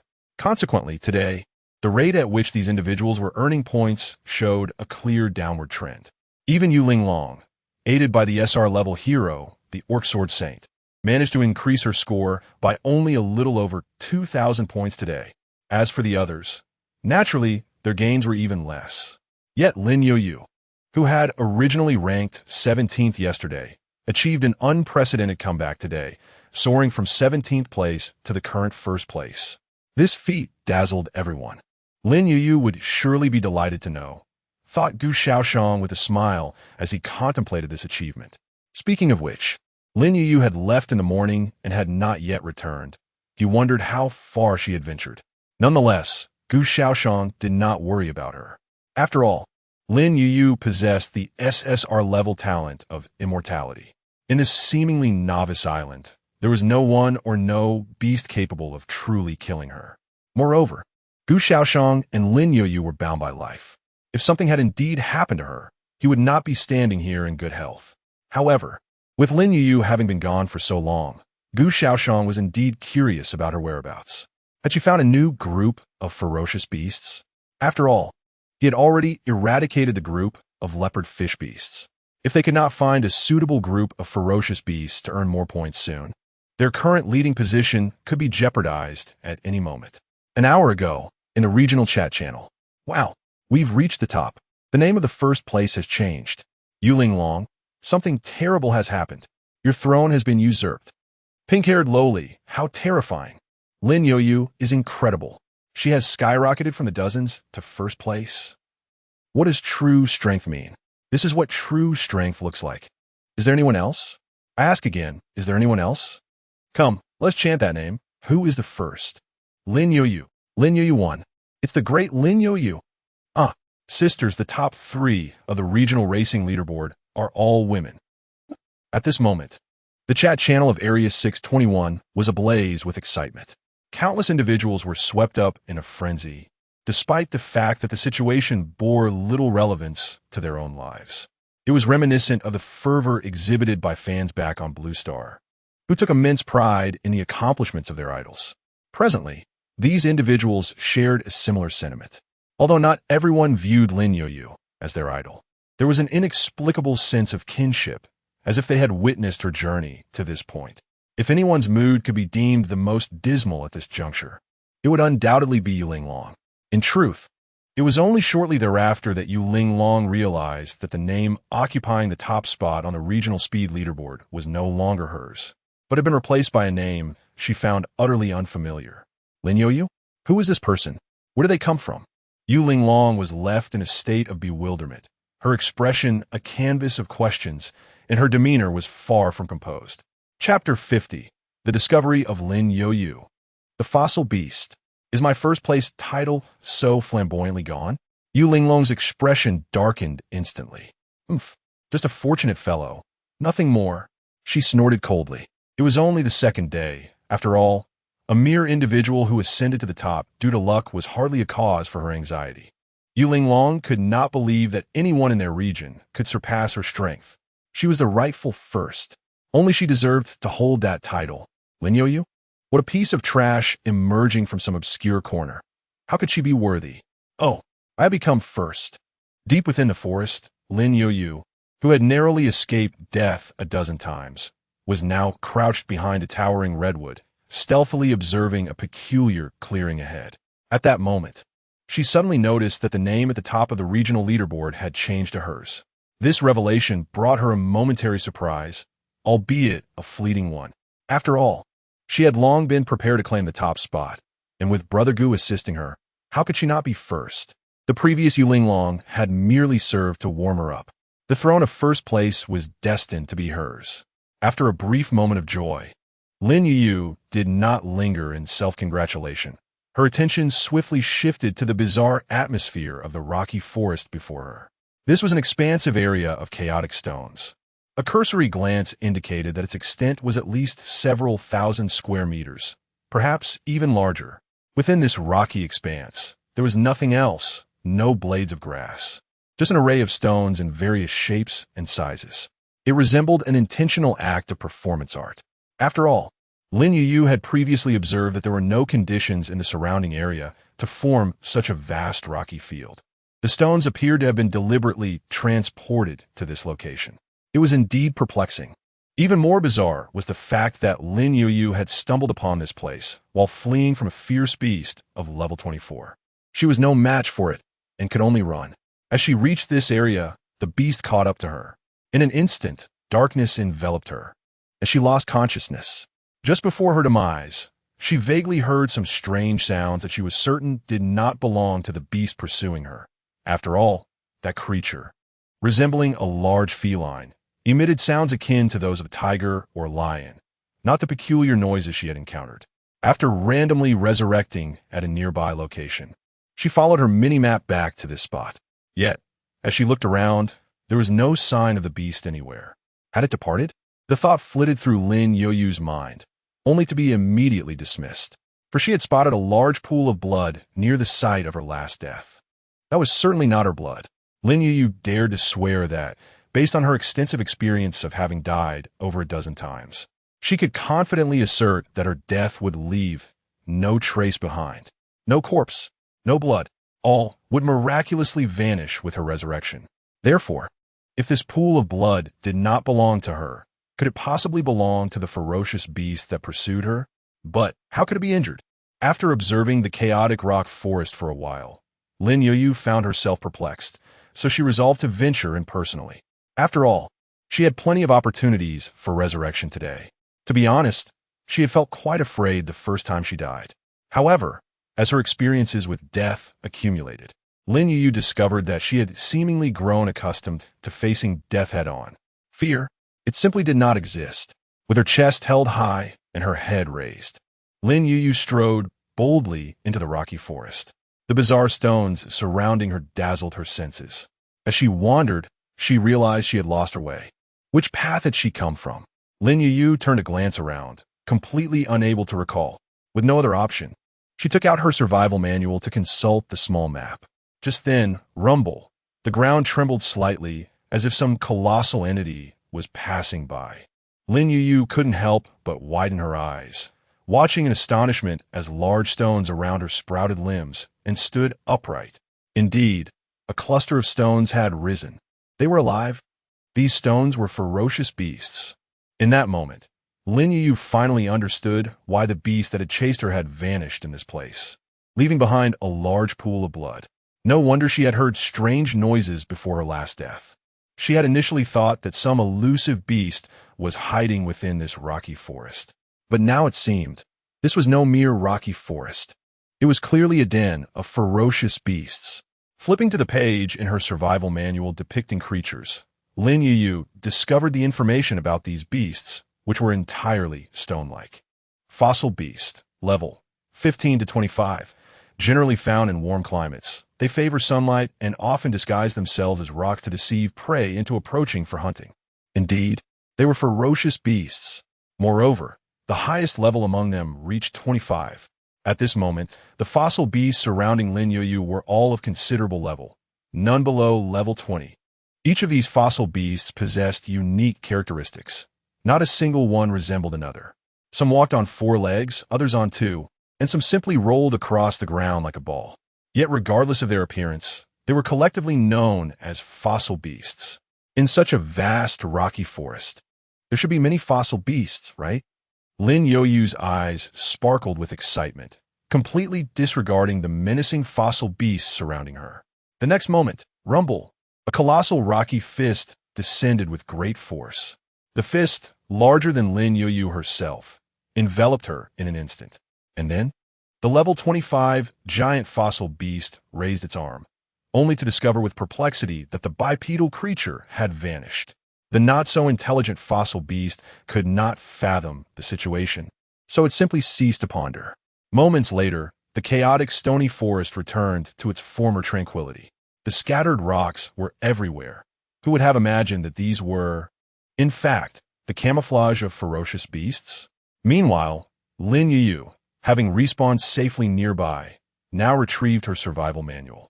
Upon opening the map, she set off in the direction she had come, eager to relay this promising news to Brother Gu and implore him to eliminate this wretched horde of stone creatures. Chapter 51. It is easy to transition from frugality to extravagance, but difficult to revert from extravagance to frugality.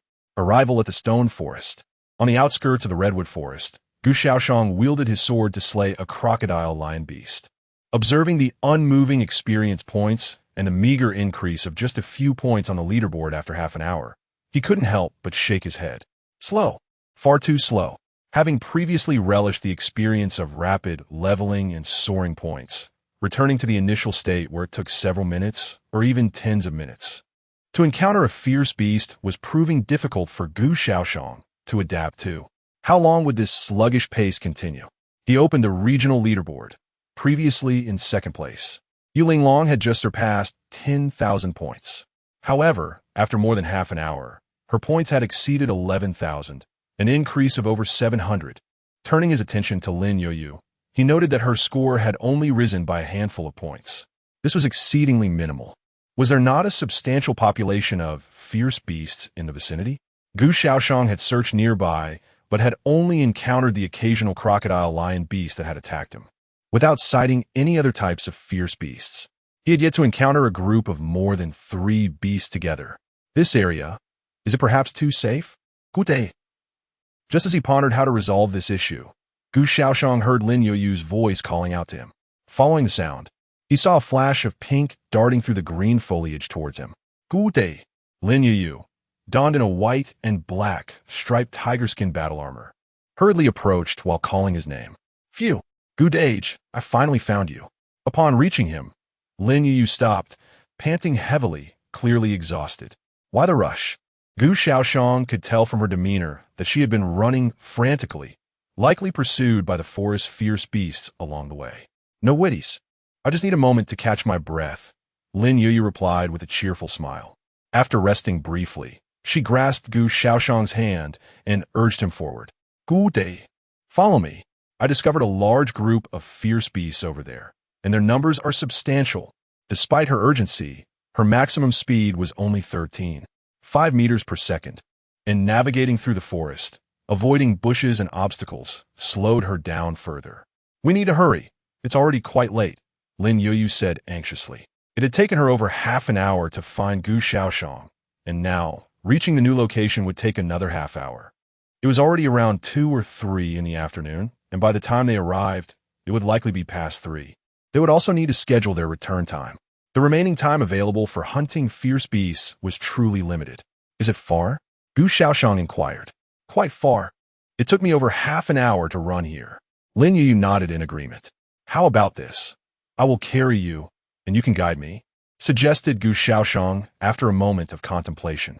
All right, Lin Youyu exclaimed, smacking her forehead in realization, cursing herself for being so flustered that she almost forgot that Brother Gu's speed far surpassed her own. Then I'll trouble you, Brother Gu, she said with a cheerful smile. Gu Shaoyan turned around, allowing her to climb onto his back. He supported her legs with his hands to ensure she wouldn't fall. Hold tight, he reminded her. Let's go onward. Lin Youyu called out, one hand around Gu Shaoyan's neck while the other waved a tiny fist in the air. In the blink of an eye, Gu Shaoyan surged forward, his speed so astonishing that Lin Youyu, clinging to his back, leaned back in surprise, quickly tightening her grip around his neck. What does a speed of 25.7 meters per second imply? It means covering 100 kilometers in roughly an hour.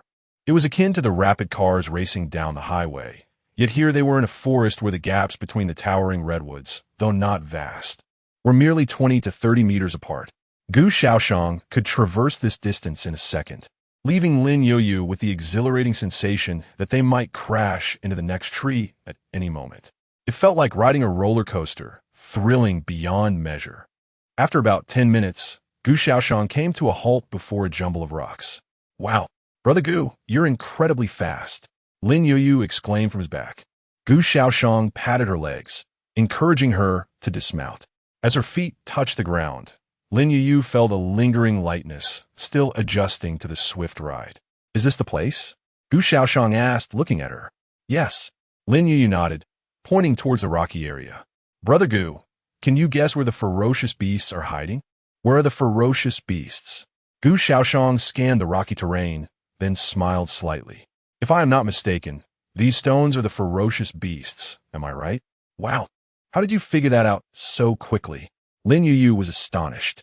Initially, she hadn't noticed anything amiss until the fossilized creatures began to move. Yet, Brother Gu had discerned their presence with just a glance. Was her observational skills truly that lacking? It's not that your observation skills are poor.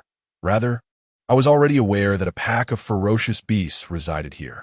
Now, seeing no visible beasts, the answer becomes quite evident, Gu Shaoyan explained with a smile. It's a classic case of knowing the answer beforehand, which naturally simplifies the process of deduction. That makes sense, Lin Youyu giggled, nodding her head in agreement, looking adorably dazed. What levels are these ferocious beasts? Gu Shaoyan inquired at that moment. They range from level 15 to 25, Lin Youyu replied. Excellent. This is a fine location, Gu Shaoyan affirmed, then cast a predatory gaze over the jumble of stones within the rocky terrain. Every one of these creatures serves as a living repository of experience points.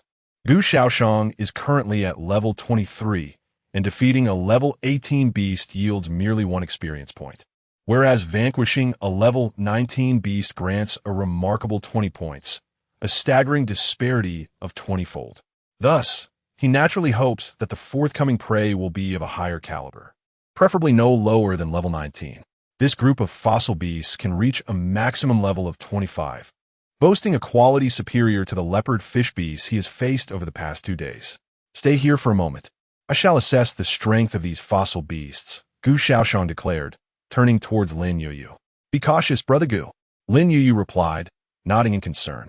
Subsequently, Gu Shaoyan raised his hand to cast a Vitality of the Dragon buff, causing his health points to surge to 450. He then drew his sword and charged forward with great fervor.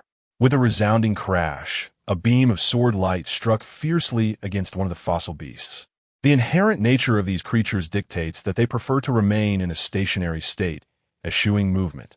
However, should they be threatened by an external foe, they will swiftly unite in a formidable assault. In the next moment, dozens of fossil beasts around him rose to their feet, each one colossal in stature, with the largest towering over 10 to 20 meters high, casting a shadow that blotted out the sun. Chapter 52. Leveling up again. A-class creatures naturally excel at speed. Bang! A figure was hurled through the air, landing a powerful kick on a fossil beast, leveraging the force to charge once more at the initial target. As Gu Shaoyan executed a double slash, he glanced at his health points. 205. That previous blow had directly taken away 245 of his health. He had lost more than half of his life. Of course, that strike was intentional. He sought to gauge the attack power of these fossil beasts. While they could not eliminate him in an instant, they indeed managed to drain a significant portion of his health. It was manageable. Gu Shaoyan nodded inwardly, and with the descent of his double slash, his health instantly replenished to full, even exceeding his maximum capacity. With his current strength value of 34, bolstered by the talent, infinite firepower, his double slash could inflict damage equivalent to 142 points of strength, a staggering 63 times, in a single strike. Despite the formidable level 21 of the fossil beast before him and its robust defense, Gu Shaoyan cleaved through it, sending shards of stones scattering as its massive form staggered backward. These fossil beasts epitomized high-defense creatures, boasting exceptional resilience. If they had health bars, those would certainly be quite substantial. However, correspondingly, their attack power was merely slightly above average for their level, not particularly high among their peers. Their speed and agility were abysmally low. Currently, Gu Shaoyan's highest attribute was agility, with a value of 207. He surpassed these fossil beasts in both speed and dexterity by several folds. Except for the initial moment when Gu Shaoyan deliberately tested the strength of their attacks. These creatures could no longer land a hit on him, a figure considerably smaller and swifter. Moments later, the first wave of fossil beasts surrounding Gu Shaoyan fell one by one, transforming into scattered stones of various sizes.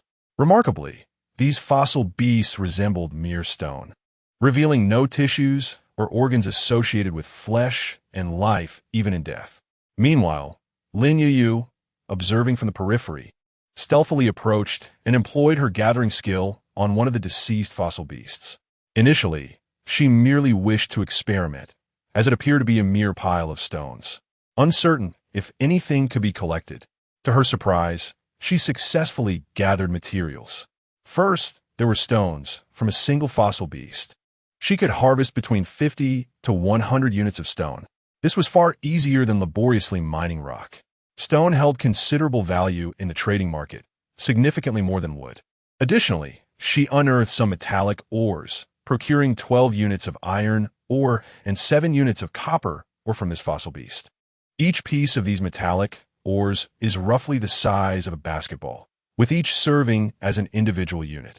Fortunately, the backpack does not account for weight. Or else how would Lin Youyu manage to carry such a substantial quantity of metal ores and stones with her petite frame? Upon discovering the corpses of these fossil beasts yielding such valuable materials, Lin Youyu's enthusiasm was instantly ignited. Thus unfolded the scene where, just after Gu Shaoyan had vanquished a fossil beast, Lin Youyu promptly rushed over to gather from the fallen creature's remains. Strangely enough, it was rather harmonious, although the fossil beasts were certainly at a disadvantage. An hour later, as yet another level 19 fossil beast succumbed, a radiant golden light enveloped Gu Shaoyan. He had leveled up. In that hour, he had slain approximately 160 fossil beasts. Calculating the average, each fossil beast provided him with about 5 experience points, of course. This was under the condition of sharing the experience equally with Lin Youyu. Otherwise, the average would have been around 25 experience points per beast. Nonetheless, this equitable division was quite reasonable, given that Lin Youyu was a level lower than Gu Shaoyan.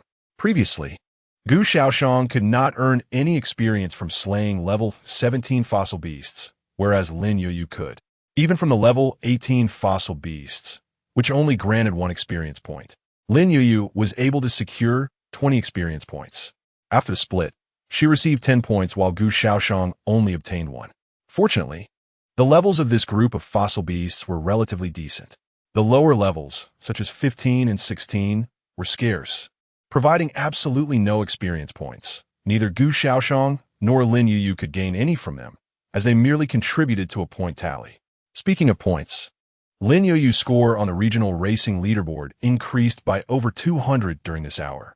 The reason for needing to defeat more fossil beasts was that each beast above level 20 granted 2 points, thereby helping Lin Youyu maintain her position as number 1. Darting away from the attacks of 2 fossil beasts, Gu Shaoyan moved with such swiftness that he left a trail of afterimages in his wake. After leveling up, his speed had significantly increased compared to before. Opening his character panel, Gu Shaoyan was even able to observe the changes to his attributes and talent abilities amidst the onslaught of fossil beasts.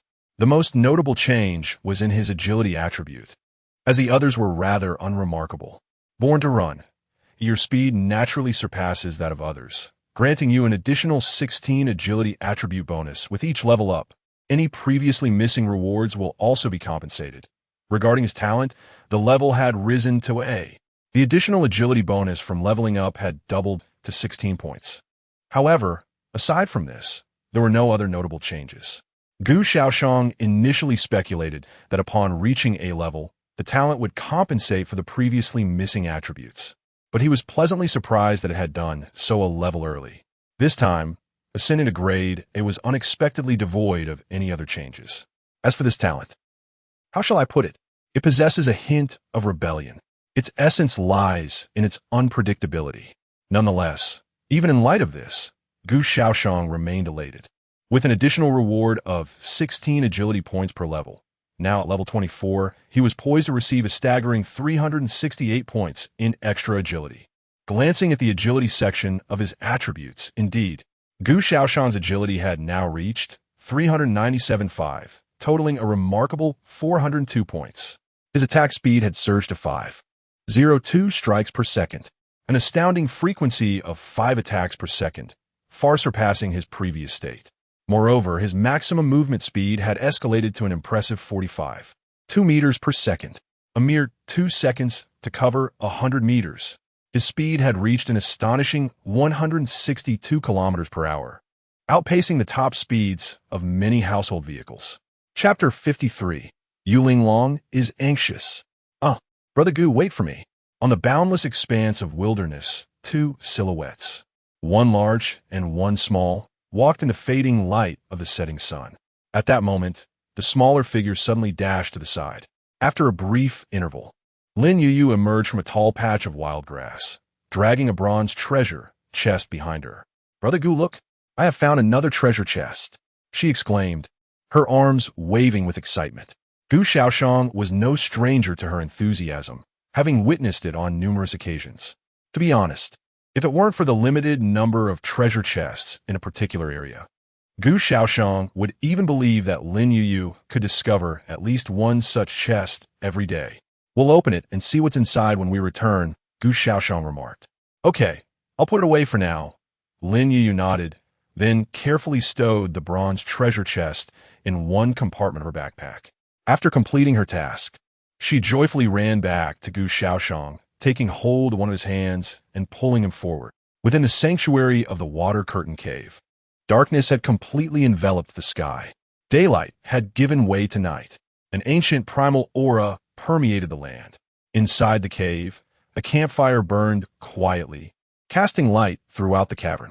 Before the fire, an open bronze treasure chest revealed its contents as Lin Youyu, clad in a striking black and white tiger-striped battle armor, extracted various items and placed them on the ground nearby. Bottles of mineral water were neatly arranged in a pile, alongside 8 steaming hamburgers emanating an irresistible aroma, and a pair of suede boots that appeared quite warm. "I found them," Lin Youyu exclaimed, her face alight with joy as she turned around. Her small hands opened to reveal 2 stones resting delicately in her palm. They were skill upgrade stones, one of green quality and the other of white. The white stone appeared noticeably coarser, lacking the refinement of its green counterpart. "Brother Gu here." Lin Youyu smiled as she pressed the 2 skill upgrade stones into Gu Shaoxian's palm. "One is sufficient," Gu Shaoxian replied. Currently, his 2 skills included a white grade 2nd tier slash, which had reached level 2. With another skill upgrade stone, he could elevate it to level 3, the highest attainable level for skills of that quality. Beyond that, there were no further upgrades available.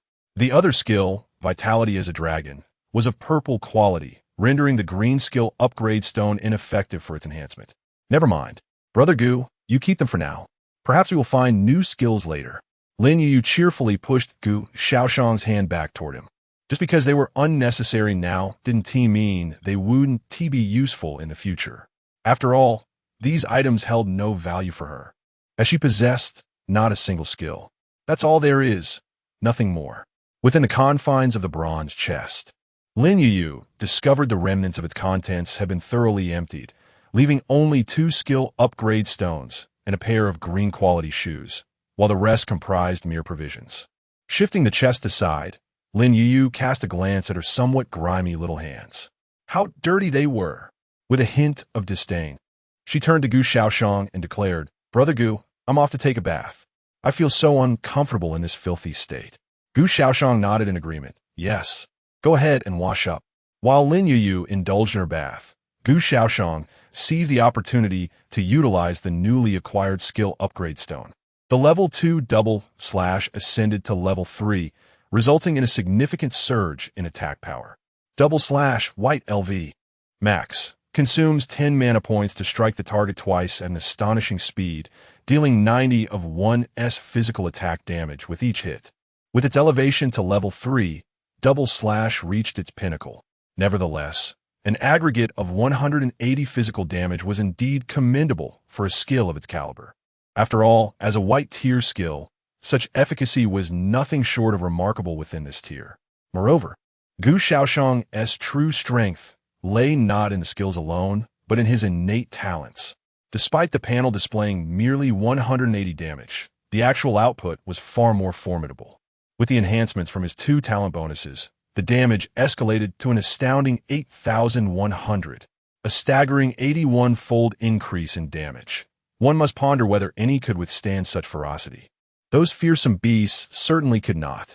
Even the most formidable of foes, the fossil beasts composed of rock and various metallic ores, could only endure 3 or 4 strikes before succumbing to such explosive damage. This was true even for the higher-level fossil beasts. For those of lower rank, a mere 2 double slashes would suffice to obliterate them. In the bathing chamber, the wooden tub brimmed with water, drawn from outside and remarkably clean, even reaching potable standards. However, it was advisable to refrain from drinking it unless absolutely necessary. At that moment, immersed in the water, Lin Youyu gently scrubbed her body with her petite hands, her skin as fair as jade, yielding little in the way of dirt.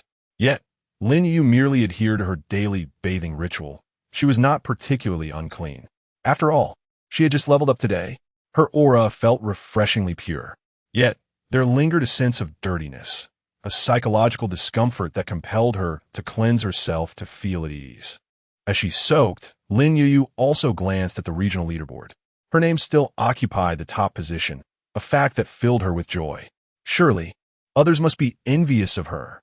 With a playful smile, she opened the regional chat channel to see how others were discussing her. However, upon entering the chat, She was greeted by a terrifying influx of private messages, surpassing 99.99. Startled, she hastily closed the private message notifications. The incessant barrage of notification sounds was indeed enough to send shivers down one's spine. Why? I wonder, is there no option to disable private messaging? Lin Youyu pouted in frustration, but her expression swiftly transformed when she caught sight of something that provoked a fit of laughter. Is this woman truly in a frenzy? Lin Youyu, giggling uncontrollably, gazed at the messages emanating from the chat channel, particularly those from the elegant Yulinglong. Indeed, she must be flustered. After all, just last night, this woman had exuded an air of haughty confidence, as if no one else could possibly contend for the top position. Yet merely a day had passed, and she had been swiftly humbled. Who wouldn't feel a sense of urgency in such a situation? Just the thought of it was embarrassingly amusing. Chapter 54. A Quarrel. The sharp-tongued Lin Youyu. Yulinglong's defenses crumble. Blue Star Region Channel 621. Survivors. 5, 251. 449.10.000.000. In recent days, the death toll has been low, barely reaching 30,000, while 520,000 remain online in the regional channel. At this moment, the channel is abuzz with activity. As night falls and everyone finds themselves at leisure, devoid of other forms of entertainment, engaging in the chat channel becomes the primary means of passing the time. Brothers, I've struck it rich. I've actually squeezed into the top 1,000. Ha! What a thrill. Ha! Is our brother feeling high? The competition still has 5 days to go. Congratulations, brother. What level is your initial hero? How did you make it into the top 1,000? What the heck? Lu Fugue, you made the list. Lu Fugue? Ahem. Fugue is my nickname. My real name is Lu Dalong. As for my initial hero, well, it's just AC rank. Lu Dalong? I must say, Lu Fugue sounds better. Wait, can a C rank hero really make the list? What is wrong with C rank? Is it eating your family's rice? Interesting, brother Dalong. Your talent must be quite remarkable, right?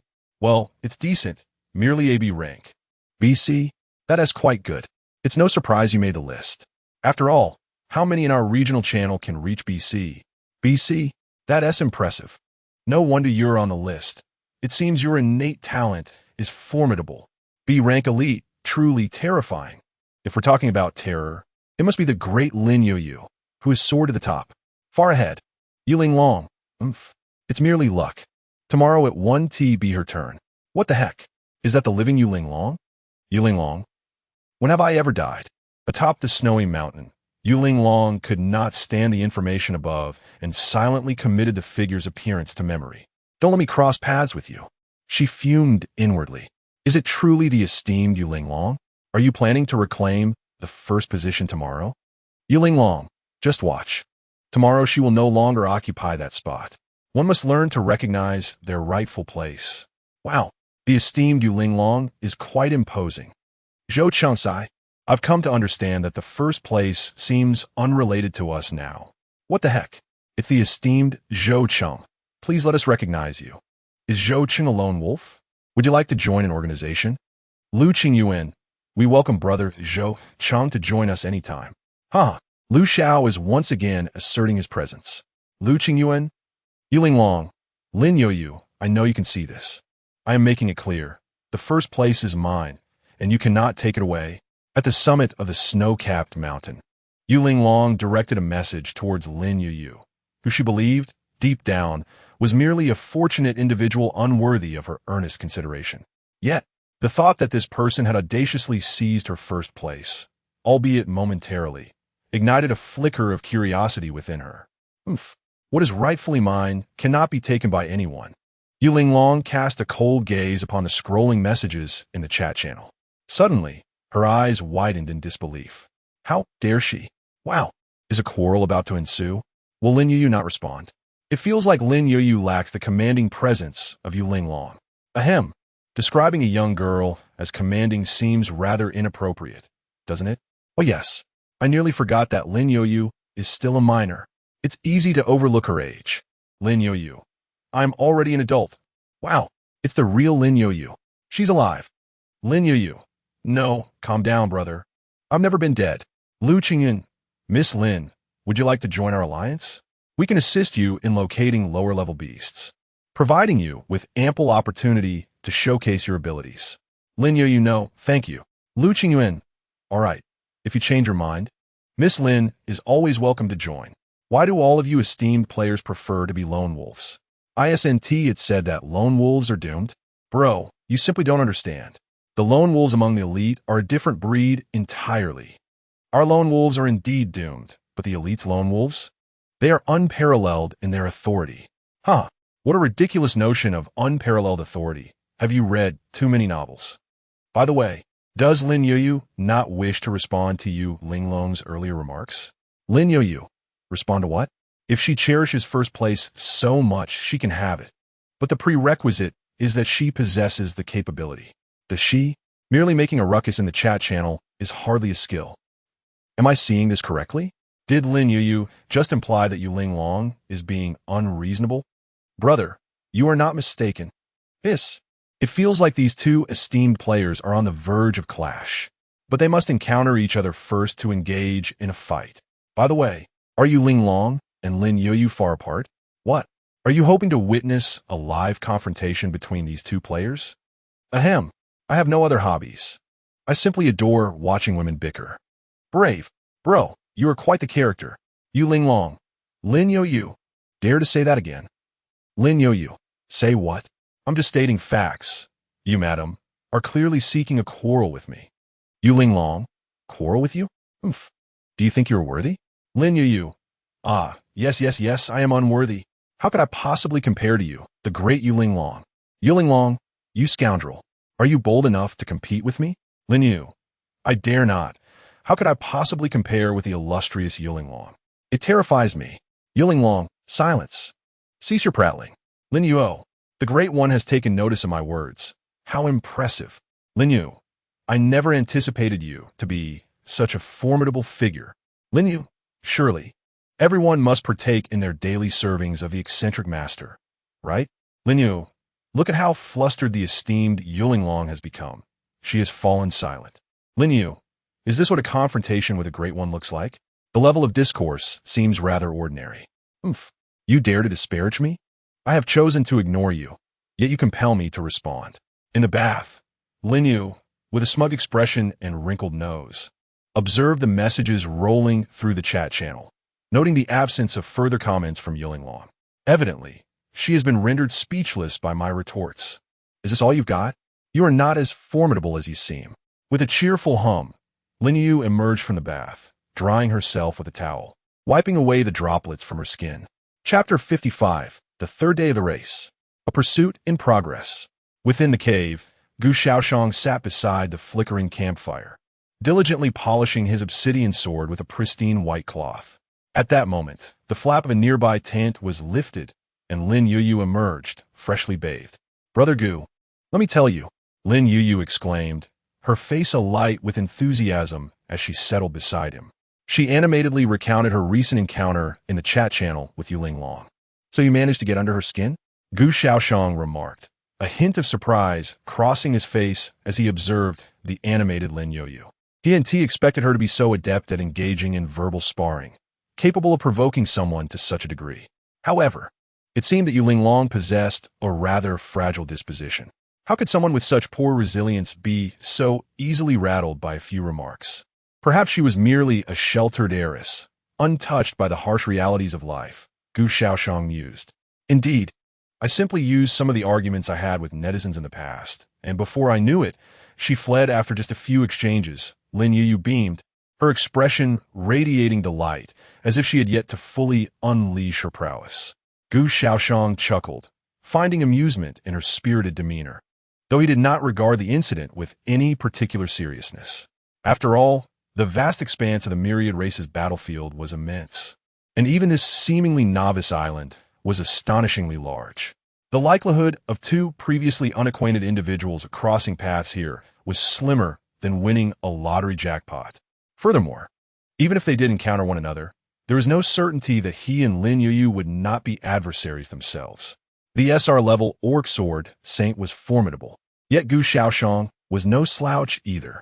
With two SSR-level talents and one A-level talent at his disposal, Gu Shaoyan could not claim absolute victory over the SR-level Orc Sword Saint, but he believed he could hold his own. Moreover, should he ascend just 3 more levels, he would possess 3 SSR-level talents. At that point, would Gu Shaoyan still find himself inferior to an SR-level Orc Sword Saint? Not to mention, Lin Youyu was no weakling either. Her SSR-level talent of immortality ensured that, at this stage, there was no one capable of slaying her. Simultaneously, with Lin Youyu already at level 23, her strength was commendable. Even if she had to resurrect a few times in battle, she could still wear down her opponents. Atop the snow-capped mountain, boulders weighing hundreds, even thousands of pounds were hurled into the surrounding darkness with great force, accompanied by the sound of crashing rock. With a furious countenance, Yu Linglong vented her frustrations upon the nearby stones. "You wretched fiend, if I ever cross paths with you again, I shall shatter that foul mouth of yours."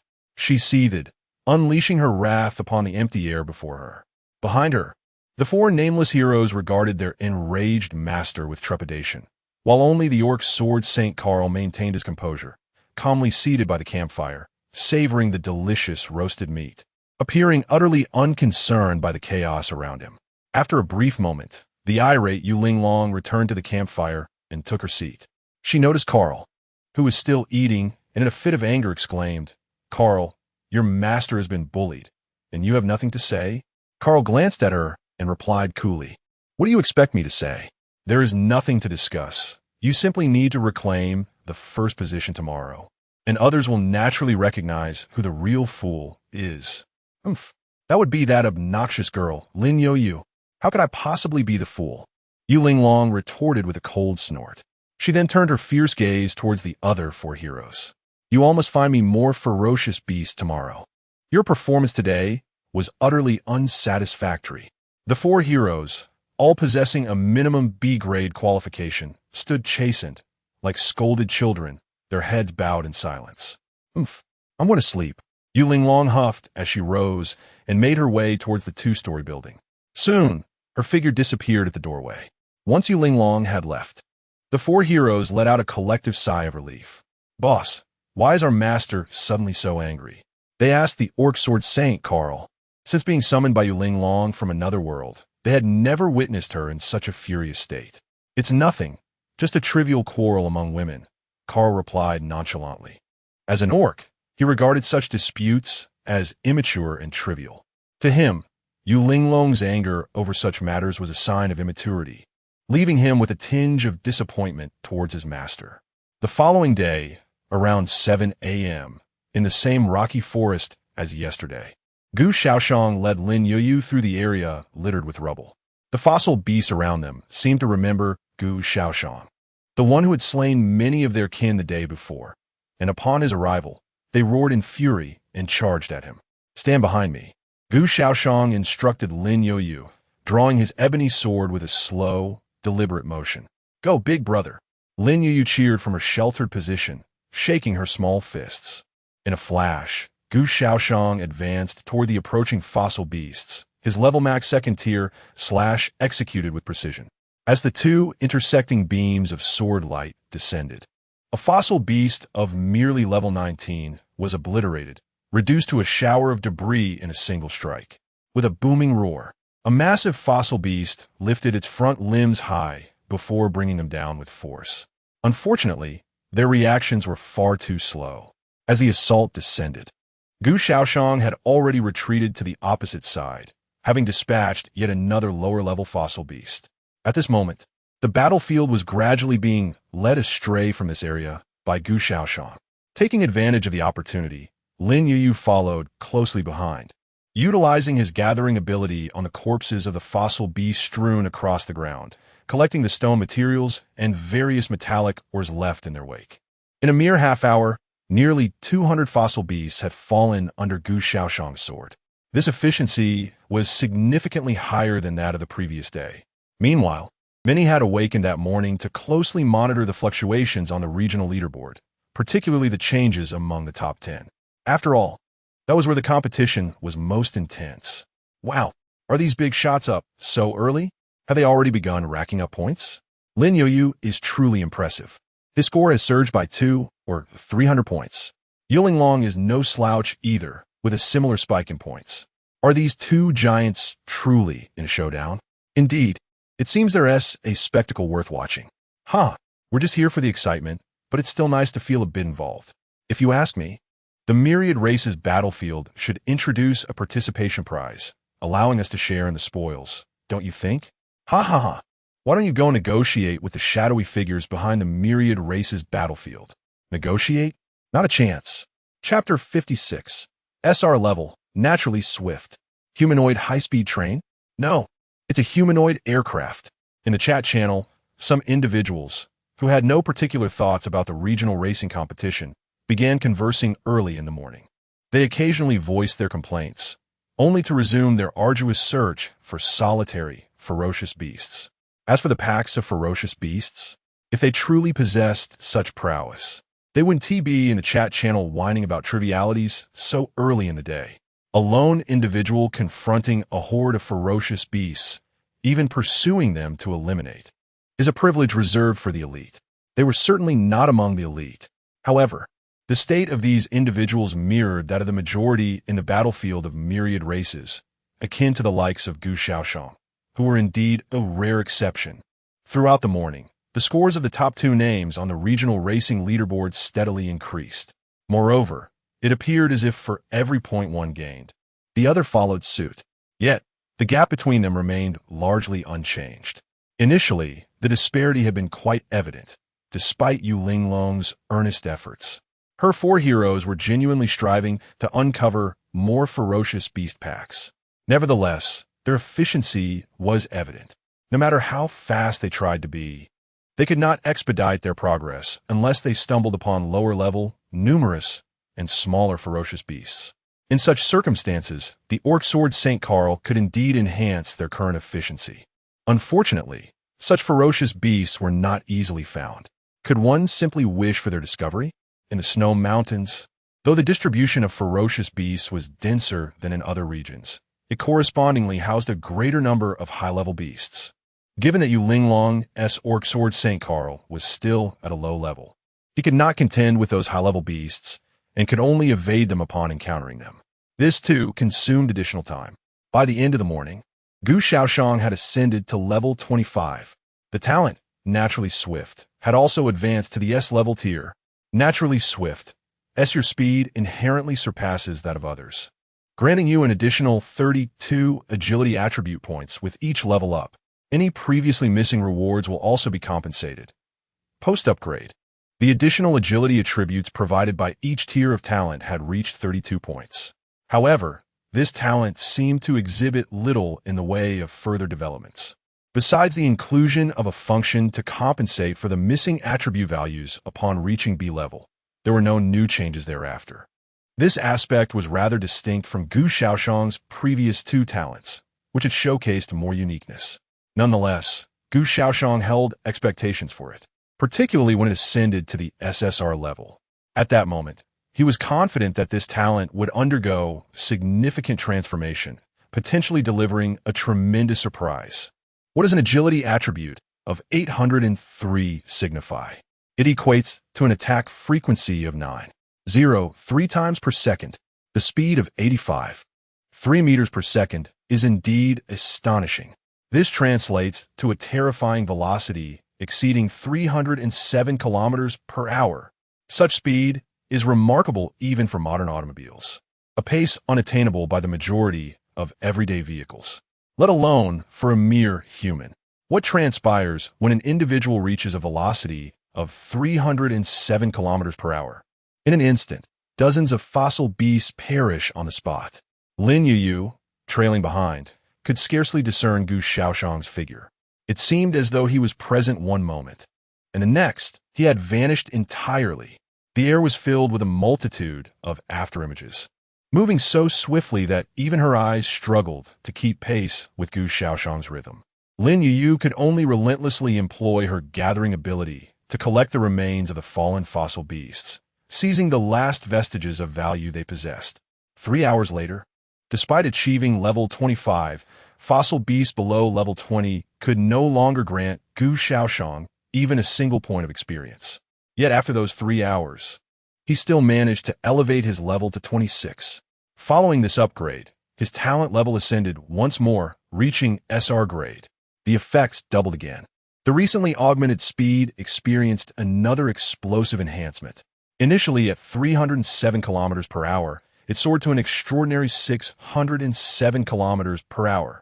This velocity transcends any terrestrial transportation means. It is a speed only achievable by aircraft. This figure, whether on Blue Star or Earth, should never manifest in a single individual. Such a being transcends humanity. They are nothing short of a superhuman. However, a new dilemma arose. Gu Shaoyan's rapidity led to an overwhelming outcome. The entire rocky forest of fossil beasts had been annihilated. This meant there were no more ferocious beasts left to hunt. Gu, you're simply too fast, Lin Youyu exclaimed, her petite legs flying as she darted amidst the corpses of the fossil beasts. Her gathering speed could scarcely match Gu Shaoyan's kill rate, leaving her with a plethora of fossil beast remains yet to be collected by the time he had eradicated their entire clan. Take it slow. This gives me a moment to rest, Gu Shaoyan thought as he settled on a rock, feeling a hint of fatigue. It was an opportune moment to pause and recuperate. As for Lin Youyu, she lamented, who among my kin understands? Before my journey to this realm, I toiled like a beast on Blue Star, only to find myself in the battlefield of myriad races, still laboring like a beast. Was my journey for naught? Yet, just aside, Lin Youyu quickly accomplished her task, gathering the remains of every fossil beast, yielding a bountiful harvest.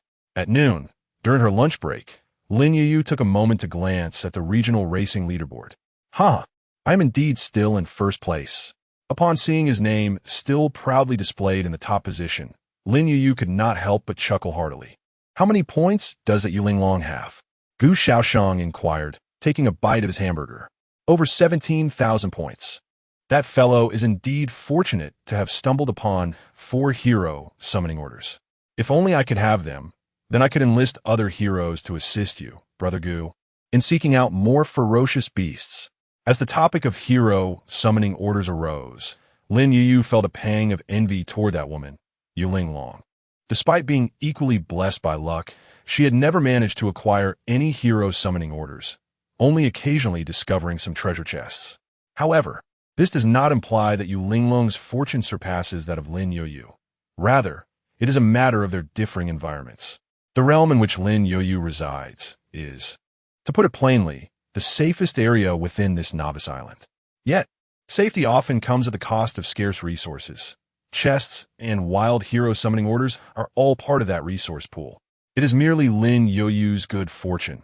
Otherwise, finding a black iron chest in this place would be exceedingly challenging. Chapter 57. The Fragmented Map, the Lair of the Armored Crocodile. Gu Shaoyan glanced at the regional racing leaderboard. Without a doubt, the top position belonged to Lin Youyu, having recently obliterated an entire species of fossil beasts. He had elevated his racing points to nearly 19,000, leading the second-place contestant, Yulinglong, by over 1,000 points. However, Yulinglong was undeniably tenacious, demonstrating the truth of the adage that strength lies in numbers, as she commanded a team of 5 heroes. As for the others, aside from Asan, who had fallen from the top 10 to 13th place, there were not many significant changes. Zhang Yuanqi, who had previously slipped out of the top 5 following Lin Youyu's ascendance, had managed to re-enter the top 5 today. His rivalry with Angela was quite fierce, resembling the competition between Lin Youyu and Yulinglong, as they closely pursued one another. The difference between 5th and 6th place, though merely a single rank, resulted in a considerable disparity in rewards. Wang Xie, who seemed to have never made an appearance, undoubtedly possessed formidable strength, having consistently ranked among the top 3 for several days. However, compared to Yulinglong, she maintained a much lower profile. Lin Youyu had mentioned that he had never seen her engage in conversations within the chat channel, whereas others, including Yulinglong, would often boast of their achievements there. Of course, that was before, since being reprimanded by Lin Youyu last night, Yulinglong had not shown herself in the chat channel. Perhaps she was nursing her pride, and if she ultimately failed to secure the top position, it was likely that she would remain absent from the chat for a considerable time. However, This had little bearing on Gu Shaoyan. He did not know her personally and would not relinquish the first place that rightfully belonged to him and Lin Youyu. Naturally, if it came to a genuine contest and he was unable to match up, he would accept defeat graciously, with plans to win back his position next time, rather than harboring any resentment or bitterness. He was above such pettiness. However, that seems rather improbable. The reward for securing first place in this regional racing competition has already been firmly claimed by Gu Shaoyan. It is inconceivable that someone could wrest it away from him. Moreover, he and Lin Youyu possess a considerable advantage, with a margin of over 1,000 points. As long as they maintain this lead, ultimately clinching the first position is undoubtedly within reach. At this moment, Gu Shaoyan was meticulously analyzing the current situation. Just then Lin Youyu, who had rushed off to continue gathering the remains of the fossil beasts, hurried back to him. "Brother Gu, I have something marvelous to show you," Lin Youyu exclaimed, her hands clasped behind her back, her smile resembling that of a cunning fox as she approached him. "What is it?" Gu Shaoyan inquired, curiosity piqued. "Take a guess." Lin Youyu replied with a playful grin. "If you guess correctly, there's a reward. Is that so?" Gu Shaoyan chuckled. "Then I surmise you have discovered yet another treasure chest. Haven't you? Perhaps you uncovered something splendid from it?" "Brother Gu, you're quite astute, guessing it so quickly." Lin Youyu beamed. "But do you think you can guess what this wonderful item is?" "It's certainly ISNT equipment."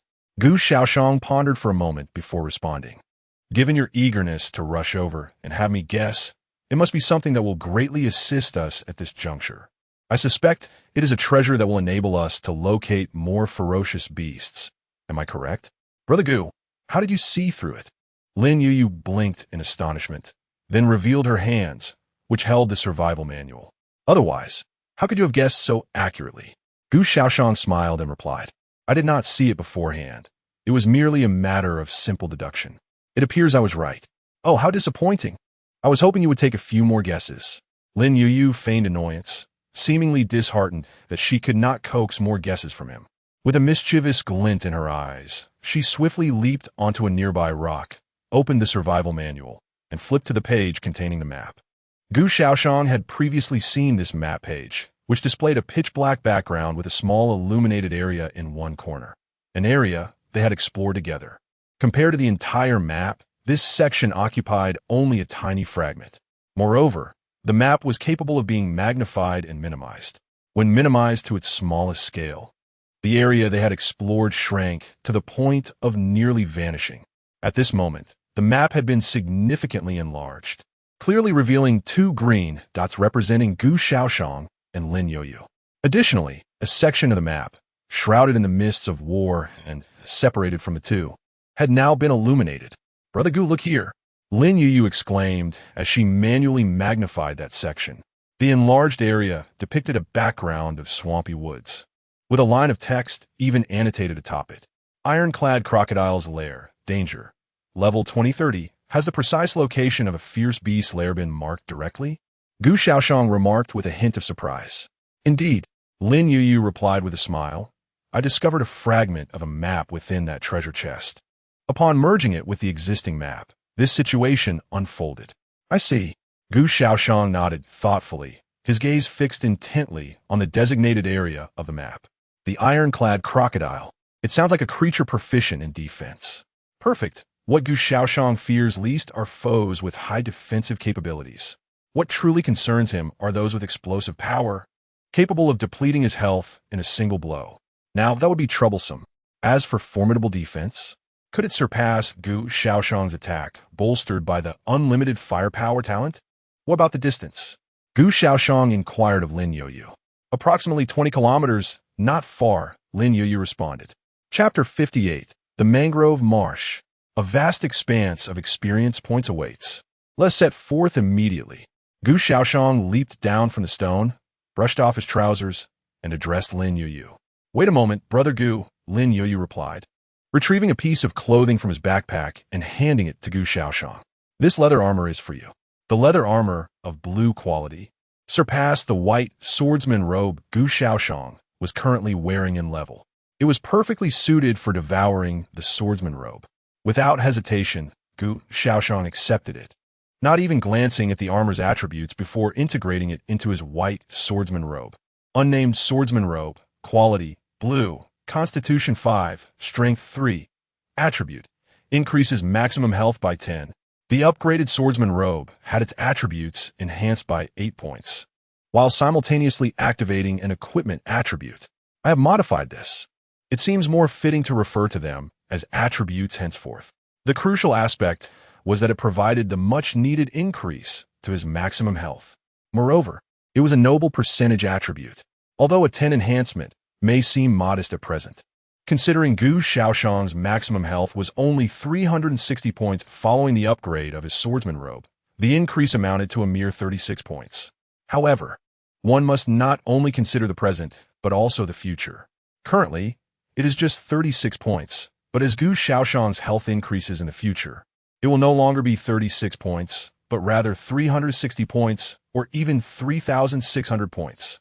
Health, 396, 396. Glancing at his enhanced health, a phrase inexplicably surfaced in Gu Shaoyan's mind. The burden is heavy, and the road is long. Indeed, a mere 3-digit health total does not align with his possession of 2 SSR-level talents.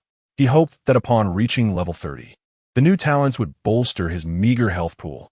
Gu Shaoyan silently wished for this outcome. As for its realization, that was left to fate.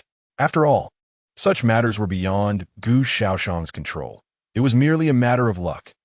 To traverse from this rocky forest to the marshland, one must navigate through a vast expanse of trees. The 20 kilometers Lin Youyu mentioned was indeed a straight-line distance. However, anyone with a modicum of wilderness survival experience knows that it is exceedingly difficult to maintain a straight path in the wild. This is not a highway where one can travel in a straight line. In a forest, one often must take detours.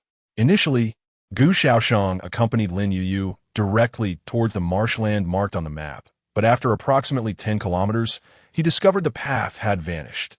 Ahead lay a precipice, with a height differential exceeding 300 to 400 meters. With no other option available, they were compelled to take a detour. After navigating a considerable distance around, they finally reached the base of the cliff. In total, they spent nearly 2 hours on this endeavor. The two finally arrived at the area marked on the map, where the marshy forest lay. Suddenly, a figure landed heavily on the ground. Gu Shaoyan gently set Lin Youyu, the princess he was carrying, down and turned to glance back at the path they had traversed. In truth, that could hardly be called a path.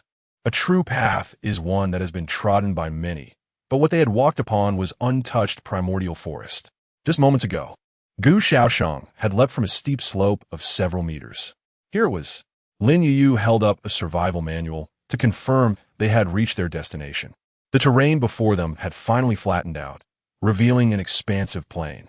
Stretching ahead for about 400 to 500 meters lay a dense mangrove marsh.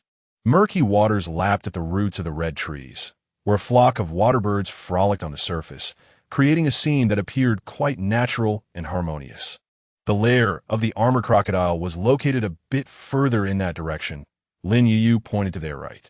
They stood approximately in the central area of the mangrove marsh, while the lair of the armored crocodile resided in the eastern part of the marsh, necessitating a further journey eastward to reach it. Then let us proceed, Gu Shaoyan declared, leading the way. Lin Youyu closed her survival manual and quickly followed him. After walking eastward for another kilometer or so, they finally spotted the area marked on the map as the lair of the armored crocodile. The ground here was a barren mix of mud and gravel, with little sign of wild grass, starkly contrasting the dense grasslands they had left behind. In this region resided the fearsome beast they sought, the armored crocodile. The armored crocodile bore a striking resemblance to ordinary crocodiles, akin to the bay crocodile, but was significantly larger, resembling the ancient king crocodile. Adult male armored crocodiles typically exceed 12 meters in length, while females reach around 10 meters. Their bodies are pitch black, adorned with spiky scales on their backs, from which their name derives. At this moment, numerous armored crocodiles lounged by the edge of the mangrove marsh. Some swam through the murky waters, occasionally splashing each other with their tails, as if engaged in a playful skirmish, or perhaps a peculiar form of interaction. Gu Shaoyan found himself intrigued by their source of sustenance. Surely they could not be herbivorous? However, in the next moment he was taken aback, for he witnessed several armored crocodiles grazing. More precisely, they were consuming a specific type of grass rather than just any vegetation. Yet, while feeding on this particular grass, they also uprooted surrounding plants, explaining the somewhat barren nature of their habitat. It seemed these creatures truly did consume grass. However, Gu Shaoyan soon realized he had jumped to conclusions too hastily, as he quickly observed several armored crocodiles in the marsh preying upon a school of enormous fish. This particular species of fish bears a resemblance to the Arapaima gigas, yet possesses a more corpulent physique, typically exceeding 3 meters in length, with some individuals even leaping from the water at 4 to 5 meters, resembling aquatic monsters. Here, they serve as the primary source of sustenance for the armored crocodiles. As for why these carnivorous creatures would consume vegetation, Gu Shaoyan found himself perplexed. He speculated that perhaps the grass offered some benefit to them. Otherwise, what could possibly motivate such behavior? Look at all those magnificent crocodiles, Lin Youyu exclaimed, her eyes gleaming with excitement as she fixed her gaze upon the fearsome armored reptiles on the shore. Their intimidating presence did not deter her. Instead, she began to ponder whether their flesh might be delectable. "Brother Gu, shall we feast on crocodile meat tonight?" she proposed, turning to Gu Shaoyan with enthusiasm. "Certainly," he replied with a nod. He recalled his previous encounter with crocodile meat, which he found to possess a texture somewhat akin to chicken, yet with a more refined quality and a unique, exquisite flavor. That experience, however, had been quite some time ago, and it had involved merely ordinary crocodile meat. But these creatures before them, they were true beasts from another world. Surely, their taste would be even more delightful. Chapter 59, Level 27, SSR Level Godspeed Talent. Nuclear Explosion Level Damage. In the mangrove swamp, hundreds of armored crocodiles basked in the sunlight, blissfully unaware of the 2 pairs of malevolent eyes fixated on their flesh. Gu Shaoyan instructed Lin Youyu to maintain vigilance on the periphery and to immediately inform him of any unforeseen circumstances. He then ventured into the territory of the armored crocodiles. As Gu Shaoyan approached, several nearby armored crocodiles detected the presence of this uninvited guest. These reptiles, reigning as the dominant force in the mangrove swamp, were accustomed to tyranny and would eagerly nip at anything that crossed their path. The bipedal creature that had intruded upon their domain was an unfamiliar entity, and they were curious about its taste. Thus, these armored crocodiles swayed their long tails and slithered towards Gu Shaoyan, mistaking him for previous unwary intruders. At this moment, Gu Shaoyan observed the levels of these armored crocodiles. 1 was level 27, and 3 were level 25. Defeating these 3 would grant him a direct reward of 350 experience points. This was far more lucrative than the arduous task of vanquishing those lower-level fossil beasts. Indeed, this was a land of fortune. In Gu Shaoyan's eyes, these armored crocodiles transformed from mere beasts into mere strings of experience points.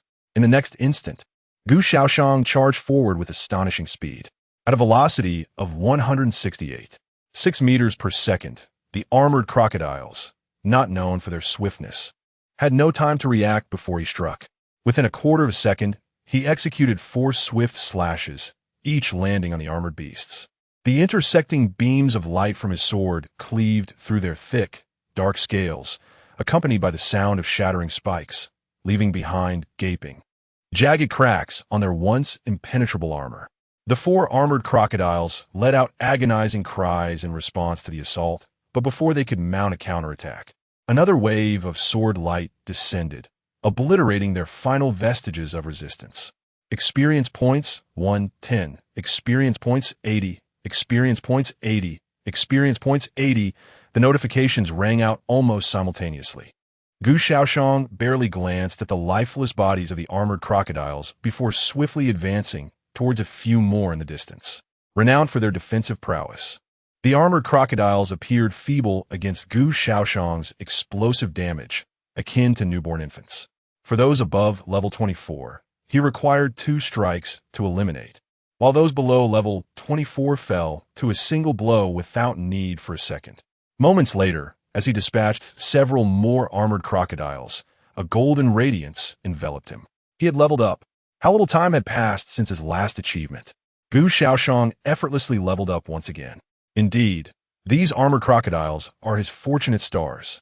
However, the armored crocodiles do not share this sentiment. After the upgrade, Gu Shaoyan's level has ascended to 27. Most importantly, his originally SR-ranked talent, Border Run, has finally been elevated to SSR rank, reaching its pinnacle. Bang! With a swift strike, he sent flying a crocodile attempting to ambush him. As Gu Shaoyan nimbly evaded the encirclement of the armored crocodiles, he seized a moment to glance at his character panel. He felt exceptional, better than ever before. Thus, he was eager to discover the astonishing transformations brought by his new SSR rank talent. With a swift motion, a virtual character panel unfolded before him. Gu Shaoyan directed part of his attention towards it.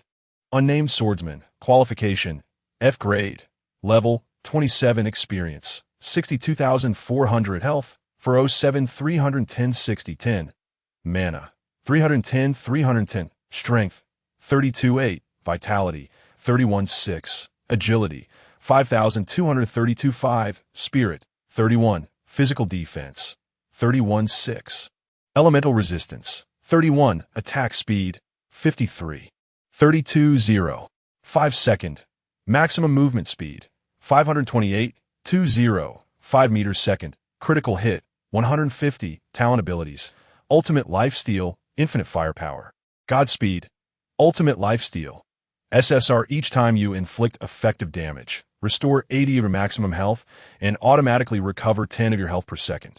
Infinite Firepower, SSR damage dealt with each attack is increased by 400, damage from skills is boosted by 800, while skill consumption is reduced by 99.9, and each attack siphons 10 of a maximum mana, eliminating skill wind-up time. Godspeed, SSR your speed inherently surpasses others, granting an additional 200 points in agility with each level up. Furthermore, your agility will enhance your physical attack power by 30. Hidden Talent Ability, Endless Talent. No wonder the changes feel so significant. Gu Shaoyan gazed at the skyrocketing agility attribute exceeding 5,000, and upon reading the description of the newly transformed Godspeed talent, he finally comprehended the extraordinary metamorphosis that had occurred within him. The SSR-ranked Godspeed talent not only grants Gu Shaoyan an additional 200 points in agility with each level up, but astonishingly, his agility attribute also amplifies his physical attack power. Speed indeed equates to power. Although the ratio is not 100, a 30 enhancement is already remarkably impressive. With Gu Shaoyan's current agility attribute standing at 5237, a mere 30 translates to an astounding 1571. 1. This effectively grants him an additional 1571. 1 in strength attributes passively. His damage output was already exceptionally formidable. Under the auspices of the infinite firepower talent, any offensive skill he employs results in damage that is a staggering 81 times his base statistics.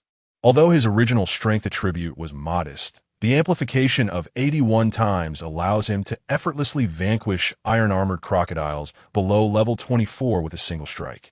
It is noteworthy that the iron-armored crocodile is renowned for its defensive prowess. For Gu Shaoyan to eliminate an iron-armored crocodile, previously 2 levels beneath him, with a single blow is already an extraordinary feat, and now, his strength attribute has surged from a mere 39 points to an astonishing 1611. 1. A single double slash inflicts a colossal 130,000 damage. This is no longer a mere explosion of damage. It is akin to a nuclear detonation. Who can withstand 130,000 damage? The iron-armored crocodile? Even its grandfather would be unable to endure such an onslaught. Chapter 60, Slaughter. Instant level up to 30. A new talent emerges. Invincible. Gu Shaoyan suddenly felt as if he were floating. An overwhelming sense of invincibility enveloped him, with a single strike inflicting 130,000 damage. What level of ferocious beast could withstand his blow without perishing? Level 40? Or perhaps 50? Regardless, a 30-level ironclad crocodile would certainly not endure, let alone a second strike. Even Gu Shaoxian's casual normal attack would obliterate it in an instant. Just ahead lay a 30-level ironclad crocodile. Like a flash of lightning, Gu Shaoxian dashed forward, casually delivering a normal attack upon the creature. With a resounding crack, the crocodile's head was cleaved in two. It was utterly lifeless. Indeed, it could not withstand the blow. After all, even a mere normal strike from Gu Shaoxian dealt over 8,000 damage. Such damage was far beyond the capacity of a 30-level ironclad crocodile. In the next moment, Gu Shaoxian appeared to move like a phantom, achieving a speed of 528.7 meters per second, equivalent to 1.5 Mach. At this velocity, he could seemingly manifest in dozens of locations almost simultaneously within a single second. This was still constrained by his attack speed, with 53 attacks per second. The result was the demise of 53 ironclad crocodiles. Experience points surged dramatically. Even though Gu Shaoxian had ascended to level 27, the ironclad crocodiles in the mangrove swamp were predominantly level 20. In fact, there were hardly any level 20 creatures. They were exceedingly rare.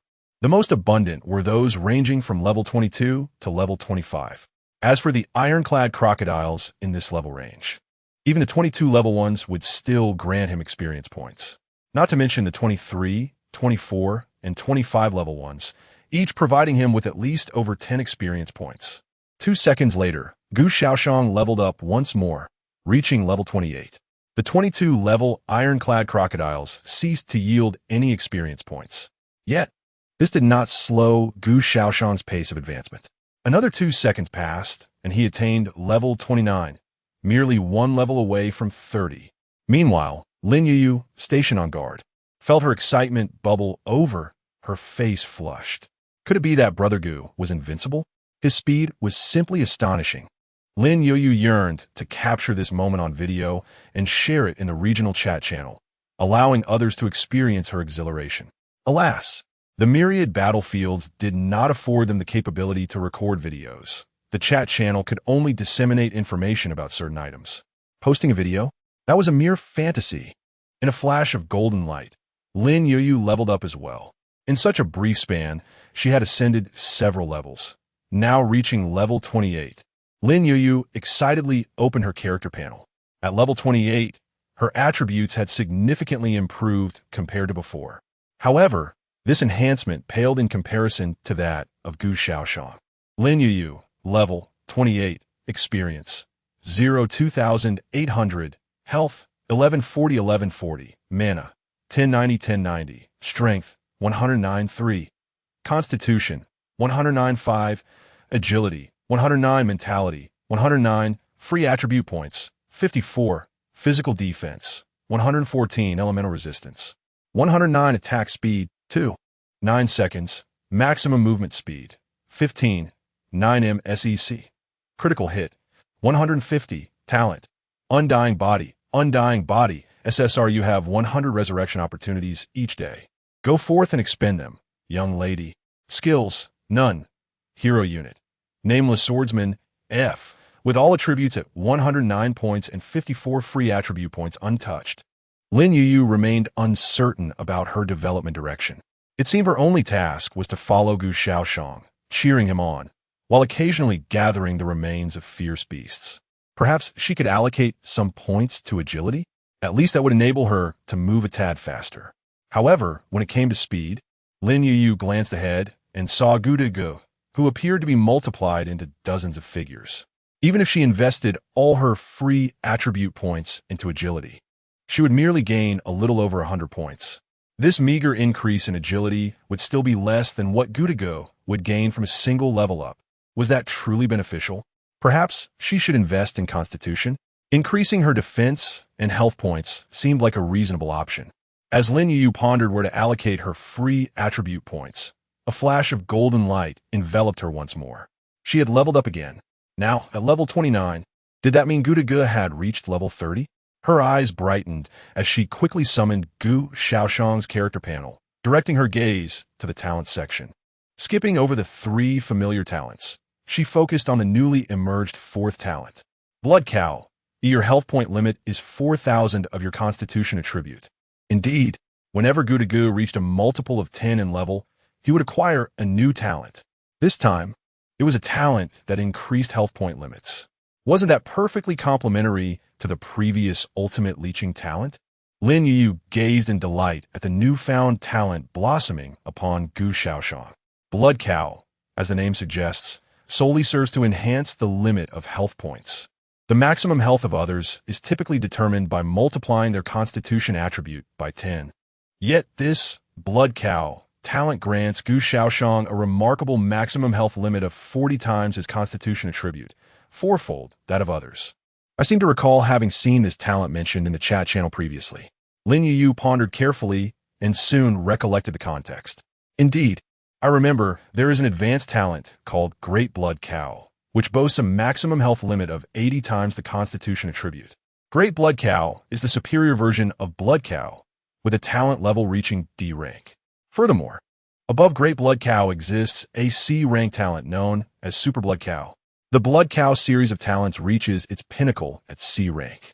Beyond that, B and A ranks do not retain the Blood Cow designation. While they may exhibit similar effects, they belong to a different series of talents entirely. However, Gu Shaoyan's Blood Cow talent is an exception. Notably, his previous 3 talents only changed names upon ascending to SSR rank. Until then, even at SR rank, they would retain their original names without alteration.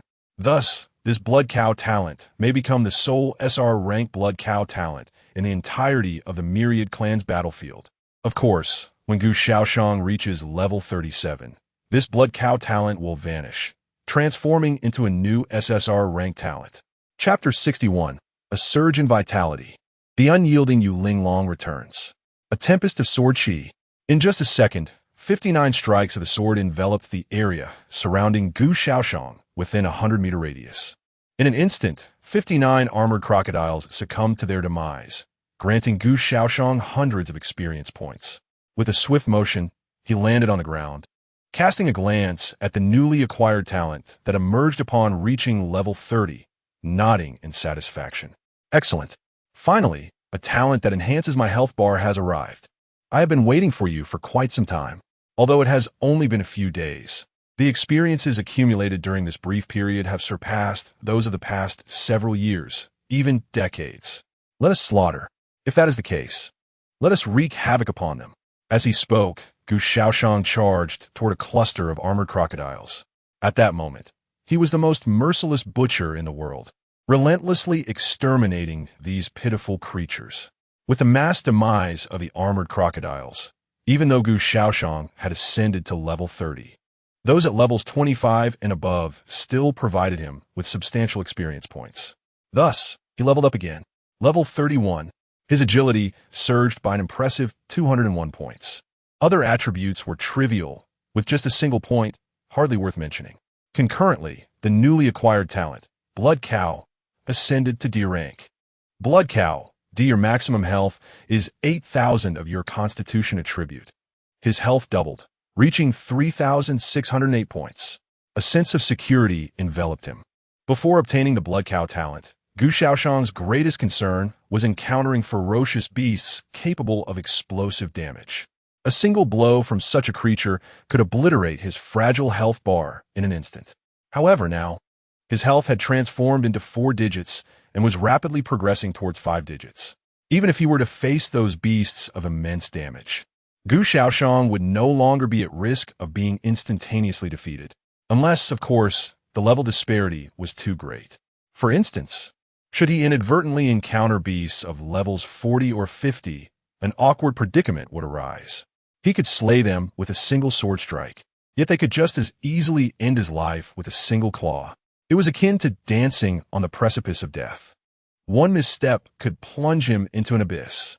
Moments later, Gu Shaoyan leveled up once more, reaching level 32. After level 30, the pace of leveling began to slow, but this slow was relative to the previous rate of ascending every 2 seconds. Is it slow to level up in a few minutes? Regardless of whom you ask, their response would undoubtedly be the same. Slow is astonishingly fast indeed. Following his advancement, Gu Shaoyan's health soared again to 7,392 points. Just one more level, and he would surpass 10,000. Prior to this, Gu Shaoyan had no inkling of how many levels he needed to ascend to reach such heights. But now, he only needed to reach level 33. Is level 33 difficult? It can be challenging, yet not insurmountable. Upon reaching level 32, defeating a level 27 iron armor crocodile yields merely a solitary point of experience. Only iron armor crocodiles at level 28 and above can provide a significant bounty of experience for Gu Shaoyan. However, the number of such formidable foes is rather scarce. Even though Gu Shaoyan can effortlessly dispatch over 60 iron armor crocodiles in a mere second, it is a stroke of luck if among them there exists a single level 28 creature. The majority tend to be at levels 25 or 26, with some even below level 25. Moreover, once the iron armored crocodiles along the shore have been eradicated, Gu Shaoyan must inevitably venture into the water to confront those aquatic adversaries, a shift that would inevitably diminish his efficiency. Nevertheless, such circumstances only slow his leveling pace to a mere 20 to 30 minutes, a remarkably swift progression compared to others. Approximately 20 minutes later, Gu Shaoyan once again annihilated a considerable number of iron armored crocodiles. With this influx of experience, his level ascended to 33. Blood Bowl. B. Your maximum health is 32,000 of your constitution. Additionally, each of your attacks will inflict damage equivalent to one of your maximum health. The Blood Bowl talent also advanced to level B, and upon achieving this rank, the talent underwent a transformation, introducing an attribute that adds 1 of health as damage to attacks.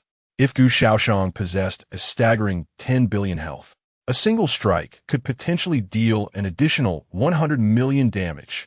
This attribute is truly synergistic with the Blood Bowl talent. Had it not been a perfect match, it would not have manifested here. Simultaneously, Gu Shaoyan's health, following the enhancement of his talent, soared to a genuine 5-digit figure, 15,136 points. This also signifies that each of his strikes now inflicts an additional 151 points of damage. Regrettably, this supplementary damage is not augmented by the unlimited firepower talent. However, there is no cause for concern. As Gu Shaoyan's health continues to rise, even a mere 1 will eventually translate into a formidable amount of damage. Not to mention, 1 represents the value at level B of the talent. What might it be at level A or level S? The ratio will undoubtedly escalate.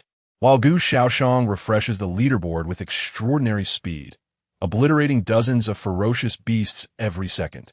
Many keen observers of the leaderboard have noticed that the points of the illustrious Lin Youyu, currently in first place, are surging by dozens to hundreds every single second. In just half an hour, Lin Youyu's points have skyrocketed to an astonishing 20,000. In contrast, the second-place contender, Yu Linglong, who had previously clung tenaciously to Lin Youyu, now finds her rate of point accumulation significantly lagging behind, barely surpassing the 18,000 mark, still striving to reach 19,000 points. Yet, Lin Youyu's point accumulation seems to show no signs of slowing down. He is consistently increasing his score at a staggering rate of dozens, even hundreds of points per second. Initially, the gap between the two was merely around 200 points. However, as of now, this disparity has widened to over 2,000 points, rapidly approaching 3,000. Goodness, what on earth is Lin Youyu doing? His points are skyrocketing at an astonishing pace. Heavens, just take a look. The points he accumulates in a single second surpass what I've gathered over several days. How can one even compete? It's happened. He surpassed 21,000 points. Absolutely incredible. Invincible. Who dares to claim that Lin Youyu's first place is merely due to luck? This is clearly a testament to his prowess. How remarkable. If only I possessed even half of Lin Youyu's skill. Half. I'd be content with just a tenth. A tenth? Then I would only require a 20th. I would settle for a 30th, and I would gladly serve Lin Youyu. Enough of this. Do we really need to compete in the myriad races on the battlefield? To those who wish to serve Lin Youyu, don't think I'm unaware of your intentions. I'm too embarrassed to call out. Meanwhile, Yu Linglong, who is diligently hunting fierce beasts, is also driven by curiosity to glance at the regional racing leaderboard. The result leaves her bewildered. Yulin, what in the world? Why is the gap continuing to widen? Chapter 62. The conclusion of the third day of the racing competition. A reckoning of gains. Throughout an entire afternoon, all those present on this novice island bore witness to what true score farming entailed, with scores surging by dozens every second. This astonishing rate persisted until the sun dipped below the horizon. The initial awe of the spectators gradually morphed into disbelief as they questioned why it had not ceased. Ultimately, they became numb to the spectacle. On the other side, equally numbed, was Yulin, who had initially intended to bide her time until she could reclaim first place before engaging in the chat channel with Lin Youyu. Gazing at Lin Youyu's seemingly unattainable score, a staggering 7-digit figure, Yulin found herself collapsing to the ground in despair. She was overwhelmed. The competition felt utterly futile. Never had she anticipated that by the third day of the regional racing competition, she would already be out of contention for the top position. Was she perhaps cheating? Yulin shouted in frustration. The 4 AB grade heroes nearby dared not utter a word. However, the recently sheathed orc sword saint, Carl, appeared brimming with combat spirit, seemingly eager to challenge her rival. Had Lin Youyu truly resorted to cheating? Of course not. The true cheat lay elsewhere. On their way back, the two were engaged in lively conversation, their spirits remarkably high. Why wouldn't they be? Their luck today had been extraordinarily fortuitous. Not only had they shattered the scoring records in the racing competition, a well-known fact, but unbeknownst to others, their levels had also skyrocketed. Furthermore, Lin Youyu had stumbled upon no fewer than 5 treasure chests in the mangrove swamp. Yes, 5. A total of 5. Among them were 3 bronze chests and 2 black iron chests. At that moment, Gu Shaoyan had bound the 5 chests together with tree bark, effortlessly lifting them with one hand, as their weight posed no challenge to him. Before long, the two managed to return to the secluded cliff area on the far edge of the novice island, just as darkness fell. After passing through a small waterfall, they entered the relative safety of the water-screen cave sanctuary. In truth, with Gu Shaoyan's current prowess, he could easily continue hunting the island's ferocious beasts even at night. After all, he could now slay creatures above level 60 with a single strike. His strength had experienced an explosive surge. However, the reality was that even Gu Shaoyan dared not venture into the forest at night in search of ferocious beasts. The reason was straightforward. The nighttime beasts roamed freely, just like in their current area, which was remarkably safe during the day, where not a single shadow of a beast could be seen. At night, powerful beasts would traverse through. Why was this so? Creatures of such caliber should not inhabit this region at all. Yet, once night fell, these beasts would leave their territories and wander across the island. One could never predict what level of ferocious beast awaited them in the next moment. It may be a trivial matter of little consequence, or it could be a terrifying existence of utmost severity. Therefore, it has become an unspoken consensus among all that one should not venture outside the sanctuary at night. Even Yulin, who had been significantly impacted this afternoon, harbored no intentions of hunting ferocious beasts in a desperate bid to reclaim her points. Such an endeavor would not be an act of bravery, nor merely a display of diligence. It would be tantamount to courting death. Within the confines of the Water Curtain Cave sanctuary, Lin Youyu approached and ignited the campfire, its flames instantly illuminating the entire cavern. Subsequently, Gu Shaoyan set down 5 treasure chests beside him. "Brother Gu here," Lin Youyu exclaimed, retrieving from his backpack a sizable object wrapped in a large leaf. It was none other than the meat of the armored crocodile they had previously agreed to sample. The fresh crocodile meat, still glistening with blood, was washed with mineral water by Gu Shaoyan, who then sliced it into evenly sized chunks and skewered them onto metal sticks for grilling. A total of 16 skewers were prepared, each substantial enough that an average adult could scarcely consume more than 2.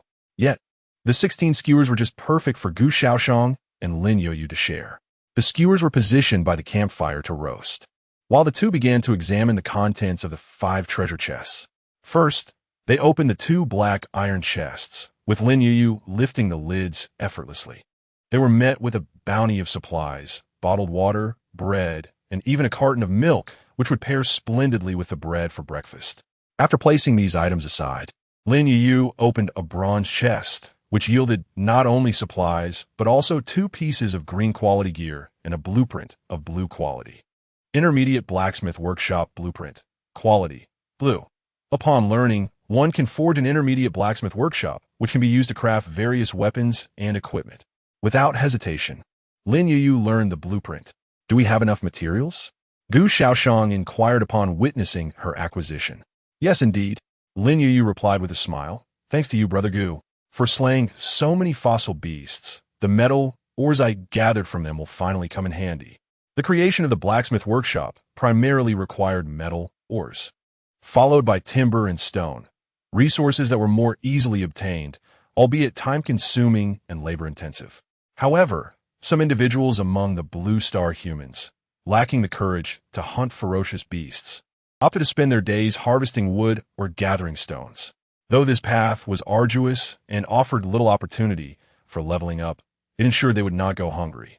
Moreover, with sufficient quantities, they could exchange their labor for valuable items, such as green quality gear. Some individuals initially engage in gathering wood, diligently amassing sufficient quantities before venturing into the trading market to exchange their resources for green quality equipment. Once adorned with these enhancements, they equip their initial heroes, empowering them to confront the formidable beasts of level 10 for the purpose of leveling up.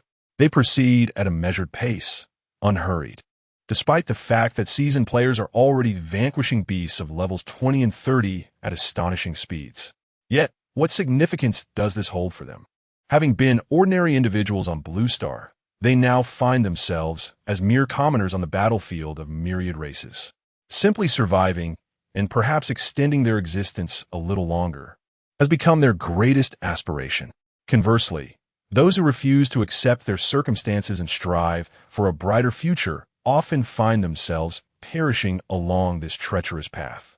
While some do achieve success, it is a rare occurrence amid countless attempts. Humanity must not solely focus on the successful.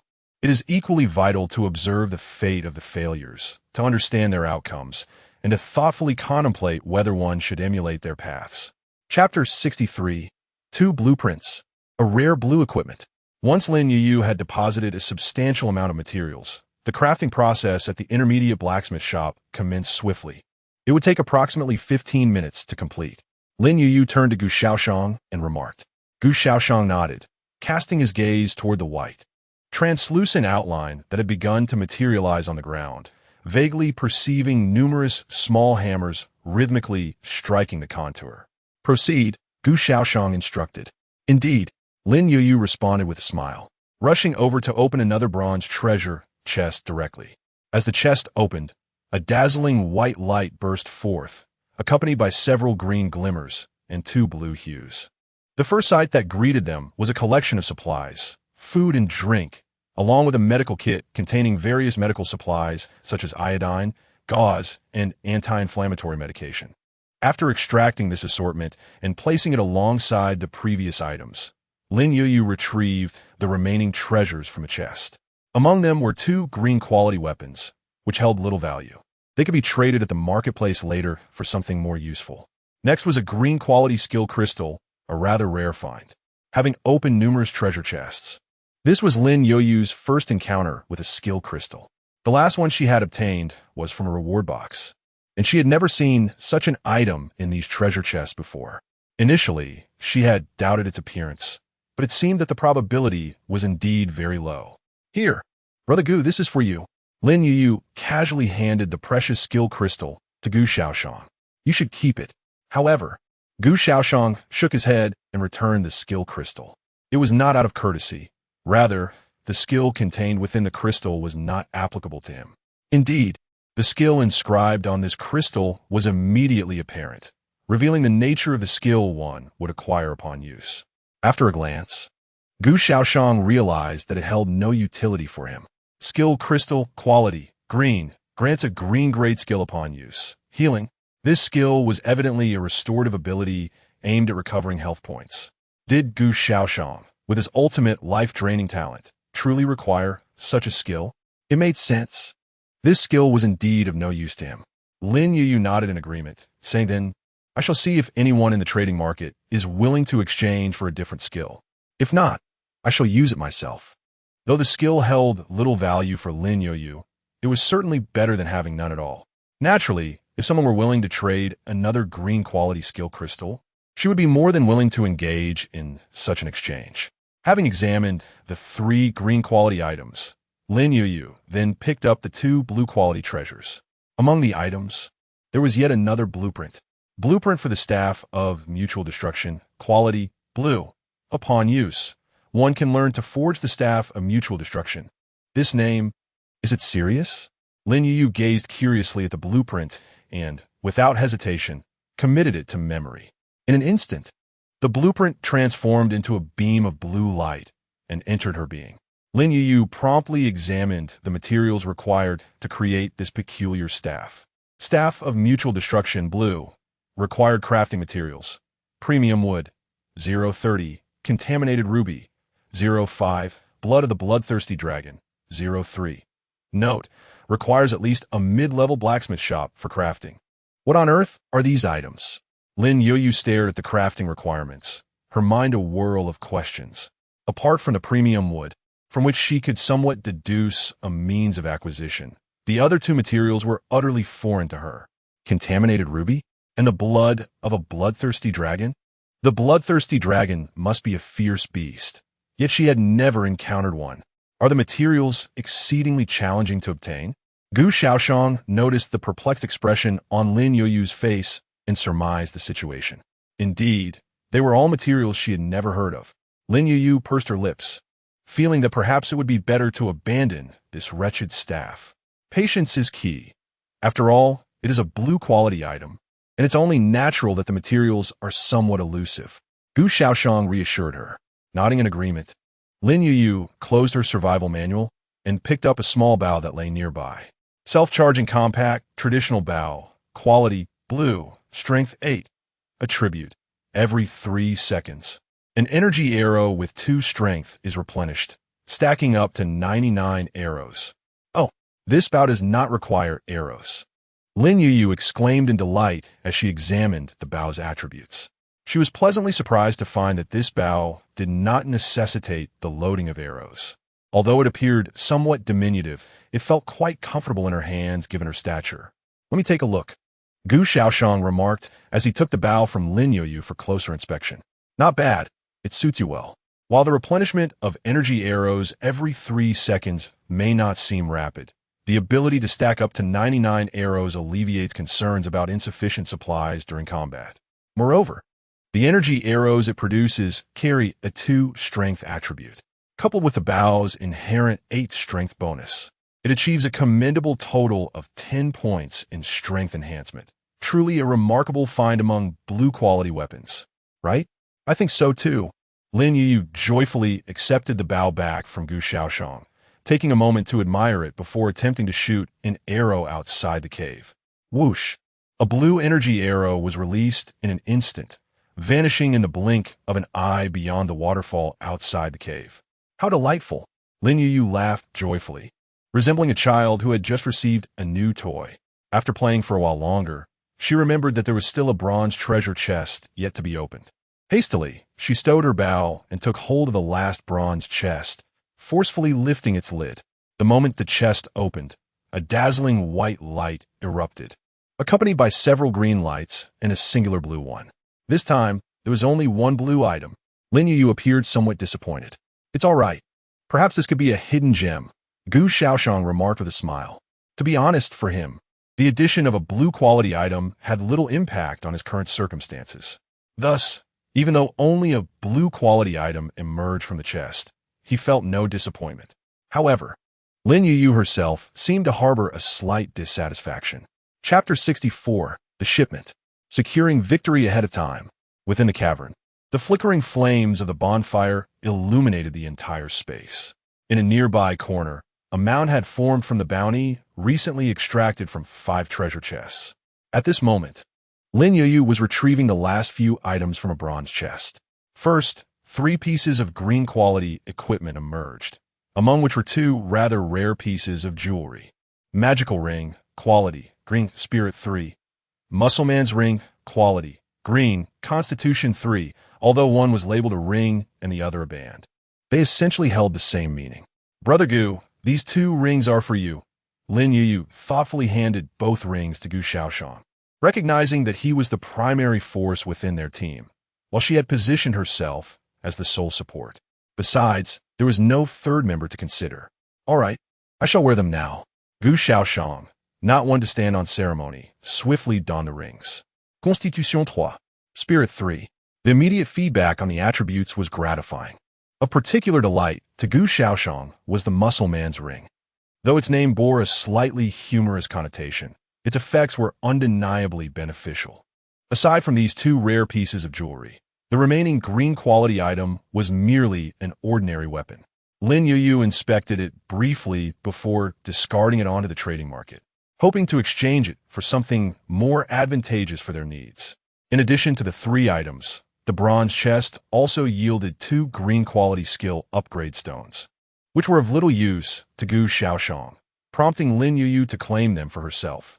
Finally, the last item from the 5 chests of the night emerged, a blue quality necklace. The necklace itself was silver white, adorned with a pendant shaped like a leaf. Blessed necklace, quality, blue, spirit 8. Attribute I, automatically restores 50 health points per second. Attribute 2, enters a state of invisibility after remaining stationary for 5 seconds. Removed upon movement or attack. They had struck gold. Both were astonished by the attributes of this necklace. The 8 spirit attribute spoke for itself, as it was standard among blue quality equipment. However, the subsequent 2 attributes were quite remarkable.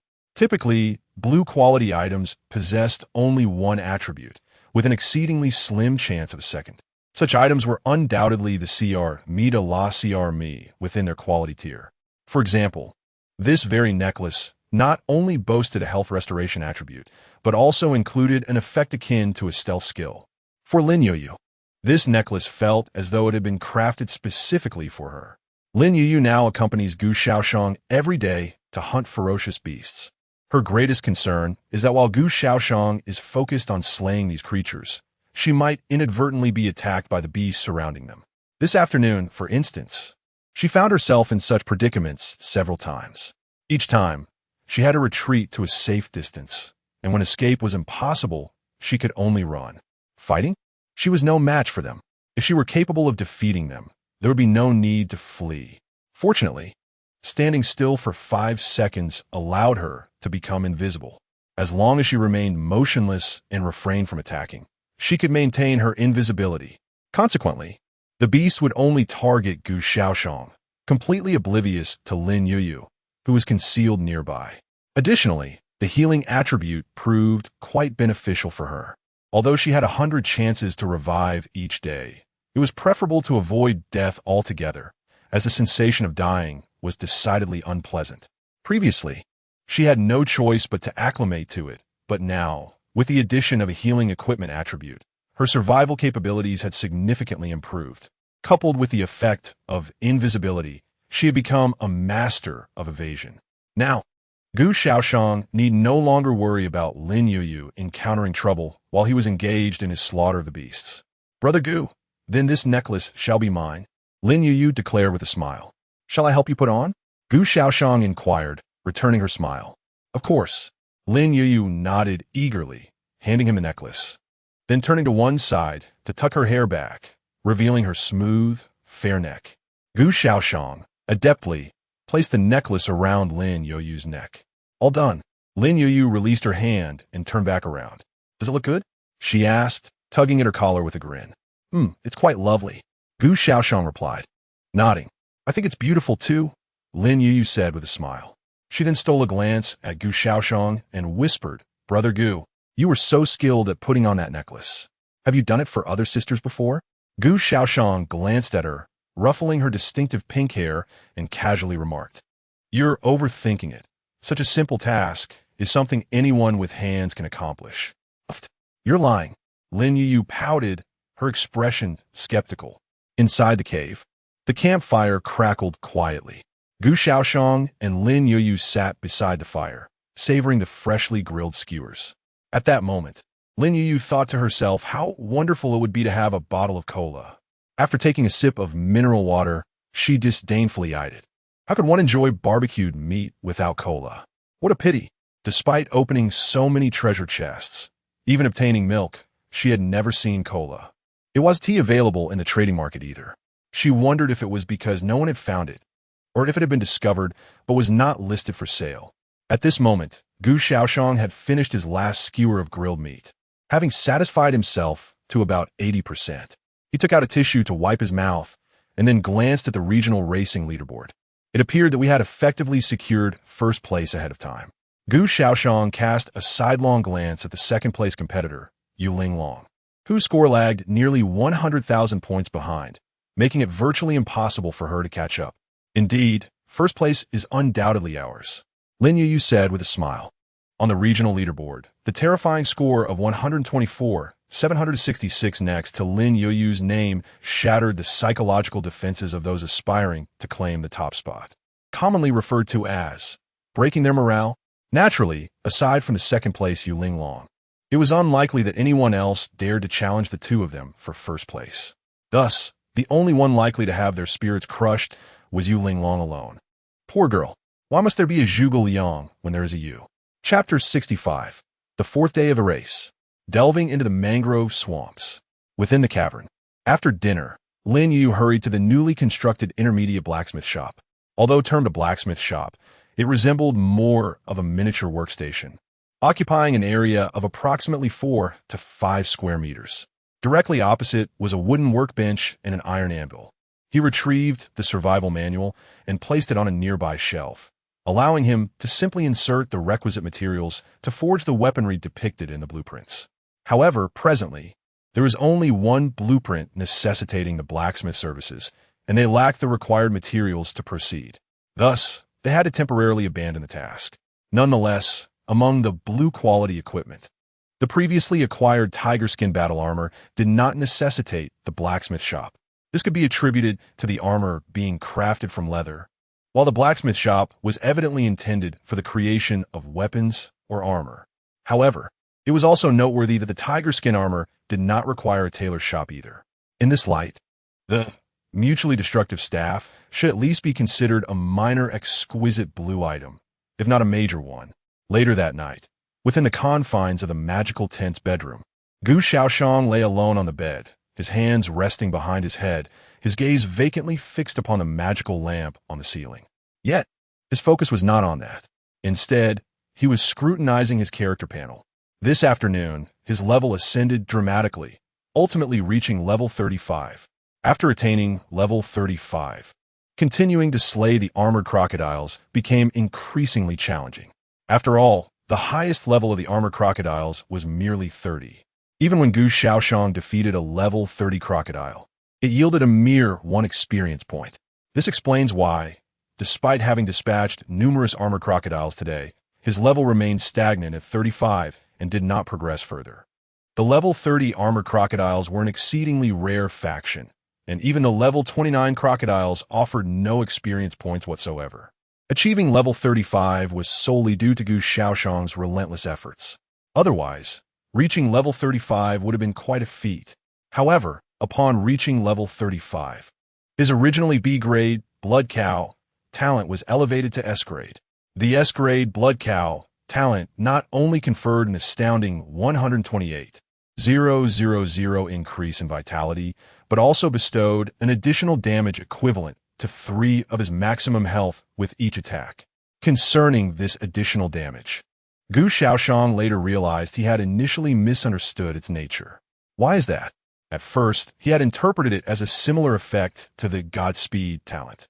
Yet, upon closer inspection, it became evident that the additional effect of the Godspeed talent converted 30 of agility into physical attack power. In contrast, the additional effect of the Blood Cow talent provided an extra damage based on 3 of the maximum health. One pertained to physical attack power, while the other related to damage.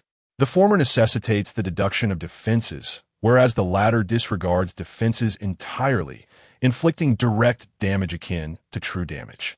However, Whether it truly qualifies as true damage depends on its ability to bypass attributes that mitigate damage. If it can indeed ignore such resistances, then it is unequivocally true damage. Nonetheless, even if it does not constitute true damage, it still possesses the remarkable ability to bypass defenses. This is particularly devastating against targets with formidable defensive capabilities. Moreover, Gu Shaoyan boasts an exceptionally high health pool. At level 35, his maximum health has reached a staggering 67,584 points. This implies that the S-rank Blood Cow talent allows Gu Shaoyan to inflict a fixed damage of 2,027 with each attack, damage that cannot be mitigated by defensive measures. Such a phenomenon is indeed extraordinary. This is merely at level 35, with the Blood Cow talent rated at S. Once he ascends to level 37 and the Blood Cow talent reaches SSR rank, the effects will surely escalate dramatically. The magnitude of this enhancement is beyond even Gu Shaoyan's own comprehension. However, one can anticipate astonishing results. Talents of SSR rank are never trivial, and considering Gu Shaoyan's plethora of SSR talents synergizing together, should two or more highly compatible talents manifest, the resultant effect will be unparalleled, even among talents of the same type.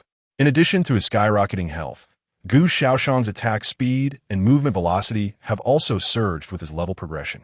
Presently, his attack speed has attained an impressive rate of 69.9 attacks per second, approximately 70 strikes every moment.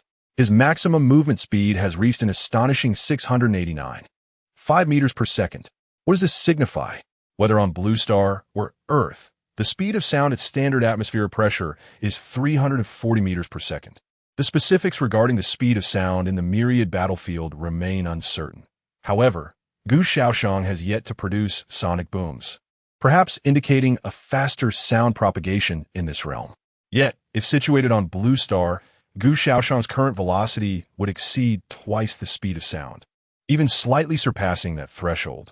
This remarkable speed, combined with an attack frequency nearing 70 strikes per second, has exponentially increased Gu Shaoyan's efficiency in slaying monsters. This is the reason for Lin Youyu's current accumulation of over 100,000 points. Otherwise, even with a multitude of ferocious beasts lining up for slaughter, it would be impossible to eliminate them all in one go. Gu Shaoyan mused about the hope of encountering higher-level ferocious beasts the following day. Subsequently, he closed the character panel, shut his eyes, and swiftly drifted into a deep slumber. The next day, at 6:30 a.m., having just finished breakfast, Gu Shaoyan and Lin Youyu set off together from the Water Curtain Cave Sanctuary, heading directly towards the Grove Marsh they had visited the previous day. Due to the distance, their journey took some time. Fortunately, Gu Shaoyan's speed was remarkably swift. Even with Lin Youyu in tow, the weight of less than 100 pounds was as light as a feather to him, having no impact on his velocity. Around 7 a.m., a resounding crack echoed as the flat ground suddenly fissured into a web of cracks. A figure descended from the heavens, landing heavily at that very spot. "We have arrived," Gu Shaoyan announced to Lin Youyu, who was nestled in his embrace. "Wow, Brother Gu, you ran so fast that my eyes can barely keep up," Lin Youyu exclaimed, finally lifting her head and rubbing her chilled cheeks, feeling a slight numbness on her skin. "Perhaps I should slow down next time," Gu Shaoyan pondered, realizing that there was no need for haste, as they had already secured the top position in this regional speed competition. Lin Youyu then descended from Gu Shaoyan's arms, adjusting her slightly askew trousers, her curious gaze sweeping across their surroundings. "Brother Gu, have you noticed that there are significantly fewer crocodiles here today than yesterday?" she inquired. "Could it be that you've eliminated them all?" "That should be about right," Gu Shaoyan nodded. "Today, we can venture further in. This vast mangrove swamp is likely home to more than just the armored crocodile." Chapter 66. The Copper-Armored Crocodile Clan. Instant level up to 37. The expanse of this mangrove swamp was unexpectedly vast. Gu Shaoyan, accompanied by Lin Youyu, traversed the area while dispatching foes along the way. Every iron-armored crocodile they encountered was effortlessly dealt with by him. Although their pace was not as swift as if they had rushed directly, Gu Shaoxian's ability to swiftly eliminate numerous iron armor crocodiles allowed them to maintain a commendable speed. However, even with this efficiency, their journey of stops and starts brought them to around 9 a.m. before they began to observe the emergence of other ferocious creatures beyond the iron armor crocodiles. One such creature resembled the Komodo dragon, but was larger, with some individuals reaching lengths of approximately 4 meters. This beast, known as the iron-armored lizard, was not the target Gu Shaoxian sought. The iron-armored lizard shared a level range of 20 to 30, and its numbers were significantly fewer than those of the iron-armored crocodiles, rendering it of little hunting value. Furthermore, Lin Youyu had a disinclination towards these long-tongued lizards, showing no interest in their flesh whatsoever. After passing through an area sparsely populated by iron-armored lizards, the pair ventured into a zone inhabited solely by ordinary fish species, only to later encounter a new breed of ferocious creature. Copper-armored crocodile, level 30 to 40. Description: a crocodilian beast that thrives in swampy regions. The copper-armored crocodile is a superior variant of the iron-armored crocodile, possessing formidable copper armor and exhibiting aggressive behavior towards any other beings it perceives. The information about the copper-armored crocodile materialized in the survival manual's bestiary. Upon noting the average level of the copper-armored crocodile, Gu Shaoxian's eyes gleamed with excitement. This was precisely the target he had been seeking. With a minimum level of 30 and a social nature akin to that of the iron-armored crocodiles, the discovery of one would indeed signify the presence of a whole congregation nearby. "Let us settle here," Gu Shaoxian declared. "All right, I'll head over there," Lin Youyu replied, nodding before bouncing off to perch on a nearby rock. 5 seconds later, her silhouette seemed to vanish from sight entirely. Her presence was completely undetectable. Truly, the exceptional equipment she possessed endowed her with extraordinary effects. As Lin Youyu became invisible, Gu Shaoxian felt no concern for her safety and could focus entirely on the group of copper-armored crocodiles. At that moment, the nearest group of copper-armored crocodiles had also noted the intrusion of this bipedal creature. These beasts possessed a formidable territorial instinct. When intruders from another clan encroached upon their domain, unless there was a vast disparity in strength, they would invariably be met with aggression from the territorial inhabitants. With a resounding splash, massive copper-armored crocodiles emerged from the water onto the shore. The size of the copper-armored crocodile surpassed that of the iron-armored crocodile. If the average length of an iron-armored crocodile was 10 meters, then the average length of a copper-armored crocodile had reached an impressive 15 meters. As Gu Shaoxian observed a swarm of copper-armored crocodiles encircling him, he displayed not a trace of panic on his visage. Rather, a hint of amusement flickered across his face. Splendid. There were at least 30 of these formidable beasts before him, and none appeared to be below level 33. What did this signify? Even the weakest among them would yield no less than 60 experience points for Gu Shaoxian. Collectively, they promised an impressive total of over 2,000 experience points. To ascend to level 36, he required a mere 3,200 points. This single encounter nearly propelled him to the next level. The more, the better. He laughed heartily and transformed into a whirlwind, charging forth. A cascade of brilliant sword light descended like raindrops. These copper-armored crocodiles, accustomed to relying on their astonishing defensive capabilities, had no concept of evasion. Even if they wished to dodge, their lamentable speed rendered them incapable of escape. In the next instant, blooms of crimson splattered the air. The 30-odd crocodiles fell without uttering a sound. Buzz, his sword quivered, shaking off the droplets of blood.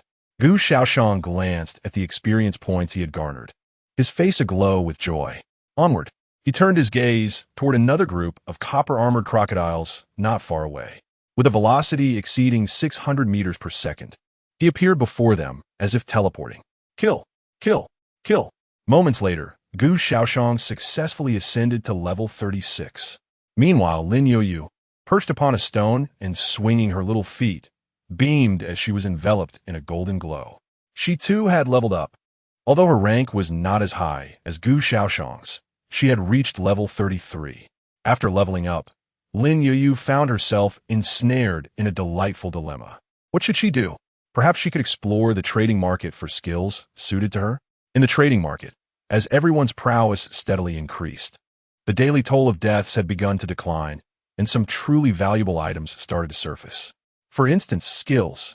Lin Youyu had observed numerous individuals selling skills in the market.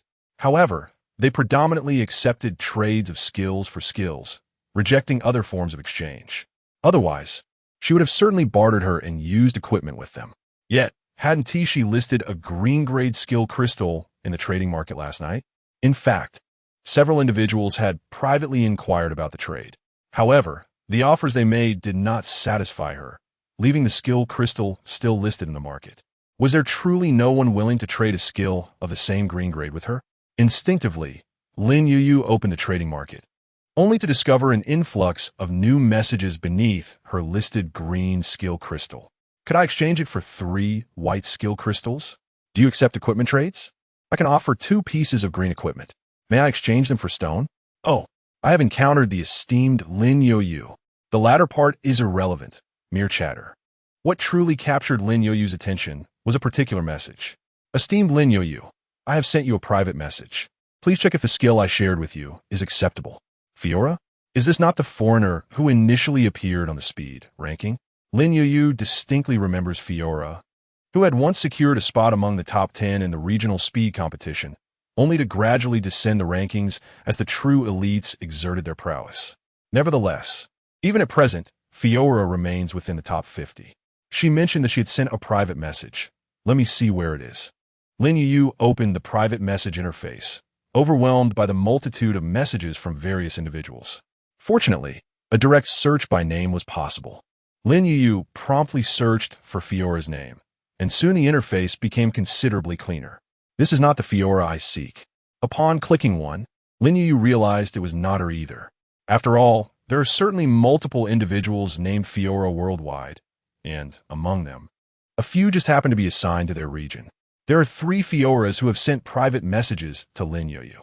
He swiftly located the Fiora who wished to trade. Oh, has she leveled up again? Before Lin Youyu could thoroughly examine the message sent by Fiora, she leveled up once more, reaching level 34. Meanwhile, on the other side, Gu Shaoyan has already attained level 37. Chapter 67. SSR Class Blood God. Instant Light Slash.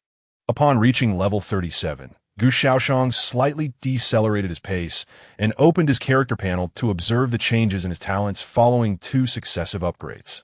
The former talent, Blood Ox, had vanished without a trace. In its place was an SSR class talent, Blood God. The effects of this talent were nothing short of explosive. Blood God, SSR, your maximum health is 1,000,000 of your constitution attribute. Additionally, each of your attacks will inflict damage equal to 10 of your maximum health. Any effects that prohibit health recovery will be ineffective against you. Your health will never be entirely depleted by a single attack, and when your health falls below 1, you will trigger an invulnerability buff lasting 5 seconds, which can activate once every 60 minutes. The conversion ratio of constitution to health was a staggering 1:10,000. At this moment, Gu Shaoyan's health skyrocketed to an astonishing 550,000 at level 37, possessing 550,000 health. Can one truly categorize him as an F-class hero?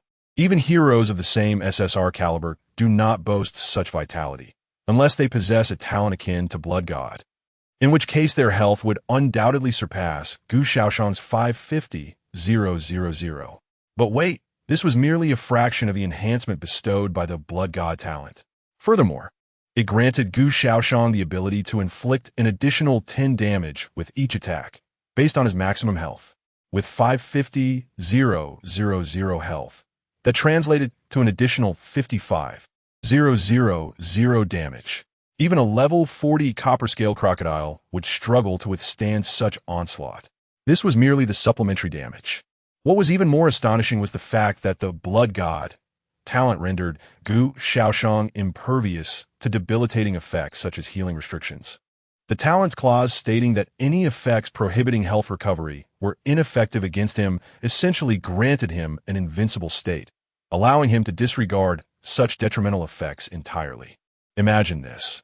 When enemies set traps specifically designed to counteract Gu Shaoyan's terrifying health regeneration, they would soon find that their efforts were utterly futile before they could even revel in their strategy. The expressions on their faces would undoubtedly be a sight to behold. If the aforementioned talent effect could be deemed a form of invincibility, then the subsequent effect represented true invincibility, for it indeed rendered Gu Shaoyan invulnerable. Although it lasted merely 5 seconds, the preceding statement that his health would never be completely depleted by a single attack, coupled with the effects of the previous talent and the 5 seconds of invulnerability, would be more than sufficient for Gu Shaoyan to restore any lost health. Moreover, this 5 seconds of invincibility boasts a mere cooldown of only 60 minutes. Just 1 hour. Frankly, even if it could only be triggered once a day, Gu Shaoyan would still find it impressive. But now, it can activate every hour. This truly leaves no room for others to thrive. It must be said that the effects of the Blood God, this SSR level talent, are the most abundant of all the SSR level talents Gu Shaoyan has ever encountered. Furthermore, each effect is remarkably practical. There are no superfluous effects. In the depths of the mangrove swamp, a vast horde of colossal copper-armored crocodiles, resembling prehistoric beasts, surrounded Gu Shaoyan. Yet, despite the numerous assault from these crocodiles, Gu Shaoyan's health bar remained utterly unscathed. Even if it dipped slightly in 1 second, it would instantaneously replenish in the next. Gu Shaoyan, no, my dear brothers, you are utterly inadequate. He initially sought to test the effect of the invincibility buff, wondering if it possessed an unwavering force akin to being unmovable. Thus, he deliberately attracted a multitude of copper-armored crocodiles to attack him. But the outcome?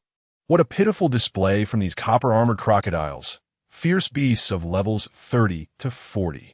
Despite their fearsome appearances, they couldn't even manage to reduce Gu Shaoyan's health by 10% within a single second.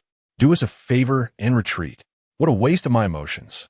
In the next moment, a dazzling array of sword lights enveloped the entire area, and almost simultaneously, hundreds of copper-armored crocodiles around Gu Shaoyan perished instantly.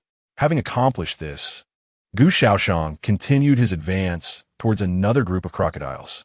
Since he could not ascertain the invincibility effect, he resolved to continue slaying monsters. First, he would reach level 40 and then assess the nature of the new talent. With a quiet sigh, Gu Shaoyan felt a profound sense of disappointment.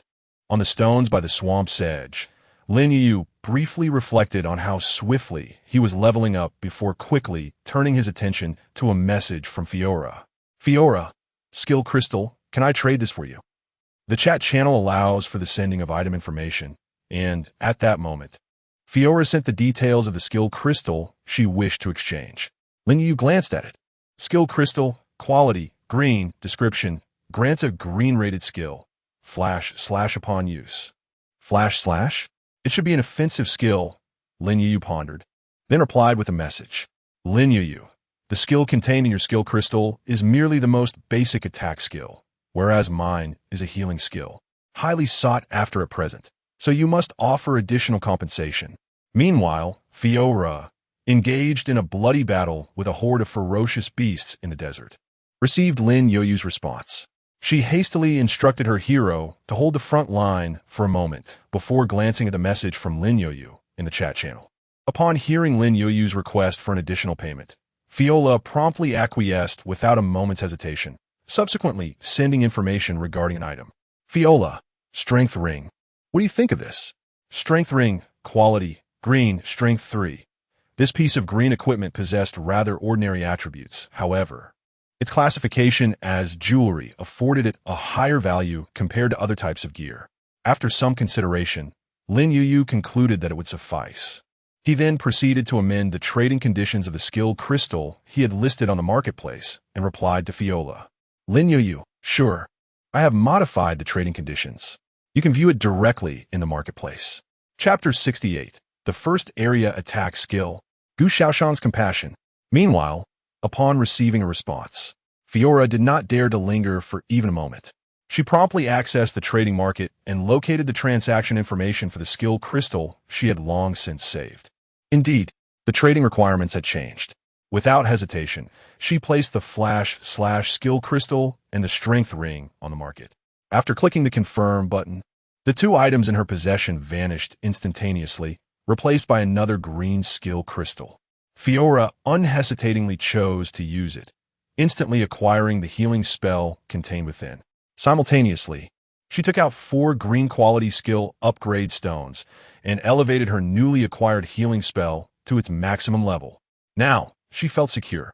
Upon witnessing the effects of the fully leveled healing spell, Fiora let out a sigh of relief. Had it not been for her desperate need for a healing skill, and the fact that only Lin Youyu had listed such a skill in the trading market, she would not have so readily acquiesced to Lin Youyu's request for additional payment. Nevertheless, for the sake of her own life, a minor loss was a small price to pay. At least she could survive. Contemplating the perilous situation she found herself in, Fiora gritted her teeth in frustration. Lu Qingyuan, you scoundrel. What on earth did you take? You've caused me so much trouble. Fiora could not contain her wrath. Deep within the Red Forest Swamp, Lin Youyu had also received the 2 items traded by Fiora. He immediately donned the strength ring, which increased his strength attribute by 3 points.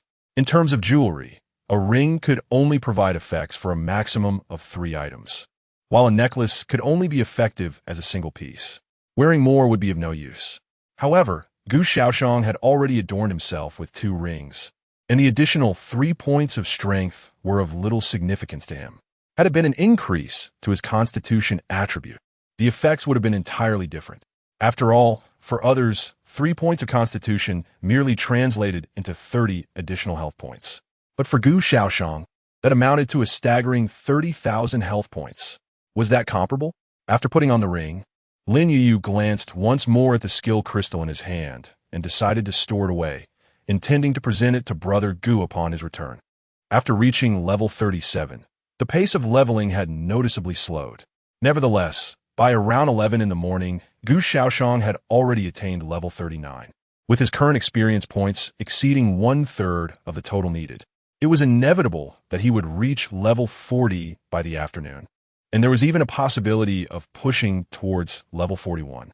However, level 42 seemed rather unlikely.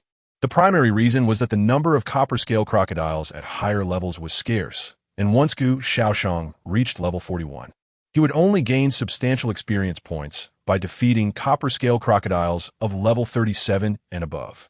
Defeating a level 36 creature yielded merely 1 experience point. Too little. Brother Gu, it's time for lunch. When Gu Shaoyan returned to the shore, Lin Youyu had already prepared today's lunch. The meal consisted of fried chicken and grilled steak, which had been retrieved from the treasure chest the previous night. The large beef ribs, generously drizzled with sauce, oozed with juices upon the first bite, offering a flavor far superior to the fair Gu Shaoyan had previously grilled himself. By the way, Brother Gu, this is for you. Lin Youyu recalled the skill crystal she had exchanged with Fiora earlier that morning and promptly handed it to Gu Shaoyan. Someone traded with you? Gu Shaoyan inquired, glancing at the skill crystal in his hand. Yes, it was Fiora, the one who previously ranked in the top 10 of the speed leaderboard. Do you remember her, Brother Gu? Lin Youyu nodded. She not only gave me this skill crystal, but also this ring. She waved her left hand, revealing a brass ring adorned with intricate beast engravings on her index finger. She certainly lost out on that deal, Gu Shaoyan chuckled. Perhaps she was in a hurry. Lin Youyu mused, recalling Fiora's somewhat anxious demeanor during their transaction. Even if she had suggested adding more money, Fiora likely would have agreed. However, Lin Youyu prided herself on her integrity. Taking advantage of others was not her style. Well, you have alleviated her pressing need, Gu Shaoyan remarked as he activated the skill crystal. The shattered crystal transformed into a burst of green light and entered his body. Ding! You have acquired a new skill, Instant Light /. Opening his character panel, Gu Shaoyan examined the effects of this new skill. Instant Light / Green LV 1. Consumes 30 mana points to rapidly deal 70 physical damage to multiple targets within a 30-meter radius. Attack speed 1. And there's more? Lin Youyu cheerfully offered 2 green skill upgrade stones, also obtained from the treasure chest the night before. Gu Shaoyan promptly tossed these stones onto the new skill. Instant Light / Green LV3 consumes 40 mana points to rapidly deal 90 physical damage to multiple targets within a 50-meter radius, attack speed 3. Having leveled up twice, the efficacy of Instant Light Slash had significantly improved. This skill resembled a multi-target version of the Double Slash, effectively compensating for Gu Shaoxian's lack of area of effect skills. Furthermore, the mana cost of the skill was inconsequential for Gu Shaoyan, who could absorb 10 of his mana with each attack, even with a relatively low mana cap. As long as the mana consumption of a skill did not exceed his maximum, it could be utilized infinitely. There was no need to wait for mana regeneration. Its only drawback, perhaps, was its somewhat limited range. The area within a radius of 50 meters merely constitutes a circular zone centered around Gu Shaoyan. In the presence of larger, ferocious beasts, such a space would hardly accommodate many of them. Nevertheless, one must acknowledge that imperfections do not overshadow brilliance. Furthermore, this remains Gu Shaoxian's sole area of effect skill, which is quite commendable, as it allows him to harness the benefits of his innate talent for boundless firepower. After partaking in lunch, Gu Shaoyan instructed Lin Youyu to remain in place before plunging once more into the depths of the marsh before him. Ahead, a group of several dozen bronze-armored crocodiles was thrashing in the water, sending up great splashes. As Gu Shaoyan navigated through the red trees, the moment he laid eyes on the assembly of bronze-armored crocodiles, he instantly traversed a distance of 300 to 400 meters, positioning himself at the epicenter of the throng. In the next heartbeat, flash, an array of sword lights enveloped a 50-meter radius. Within this zone, the bronze-armored crocodiles were swiftly severed in twain by the sword light. Some split longitudinally, others transversely. The swiftness of their demise rendered them incapable of experiencing even a fleeting moment of anguish. This epitomizes Gu Shaoxian's compassion. Chapter 69, Level 41. The new talent is actually this. Haha, this is so ridiculous, broadcasting oneself being pursued by fierce beasts. Is it real? Isn't he afraid of a mishap? Oh, so, it turns out our area is an island? Someone has actually ascended the highest peak on the island. But why has his avatar turned gray? Huh, why are they all cursing Lu Qingyuan? Oh, it turns out he was deceived. Deep within the mangrove swamp, on a large rock that resembles a dog's head from a certain angle, Lin Youyu swings her little feet while holding an open bottle of milk, occasionally giggling as she glances at the content of the regional chat channel with a cheerful demeanor. In the distance, from the depths of the dense mangroves, the occasional roar of a copper-armored crocodile can be heard. After an unknown time had passed, feeling somewhat bored, Lin Youyu suddenly remembered that she had not finished her milk, and hastily took a few gulps to finish it. Upon looking again, she realized her level had unknowingly risen to 38. All attributes had increased to 149 points. However, Lin Youyu merely glanced and did not dwell on it further. In any case, her level seemed to bear little significance, as it did not affect her synergy with Gu Shaoyan. Brother Gu should have reached level 40 by now, she thought, and her eyes brightened at the realization, prompting her to summon Gu Shaoxian's character panel. Indeed, Brother Gu's four-dimensional attributes were heavily skewed. Lin Youyu had initially intended to see what new talent he had awakened upon reaching level 40, but as soon as she opened the character panel, she was instinctively drawn to the extremely unbalanced attributes. With agility exceeding 7,000, nearing 8,000, compared to the other 3 attributes hovering around 40 to 50 points. The disparity was simply outrageous. Further down, she was envious of his attack speed and movement speed. With the fastest movement speed exceeding 700 meters per second, it was akin to a humanoid fighter jet. In contrast, the attack speed, merely in the double digits, seemed rather unimpressive. Continuing to scroll down, Lin Youyu finally spotted the talent ability section. Skipping over the previously seen 4 SSR level talents, her gaze was fixed directly on the new talent she had never encountered before. Retaliation. You can return 10 of the physical damage you receive back to your opponent. So, it is a type of reflective talent. Lin Youyu, pondering, suddenly displayed a puzzled expression. However, is this talent useful for Brother Gu? Clearly, while this talent has some utility for Gu Shaoxian at present, it is certainly not of great benefit, not to mention his overwhelmingly excessive damage and the speed at which he moves that makes him nearly impossible to target. Simply put, this talent only reflects 10 of the damage. Moreover, it only reflects damage caused by physical attacks.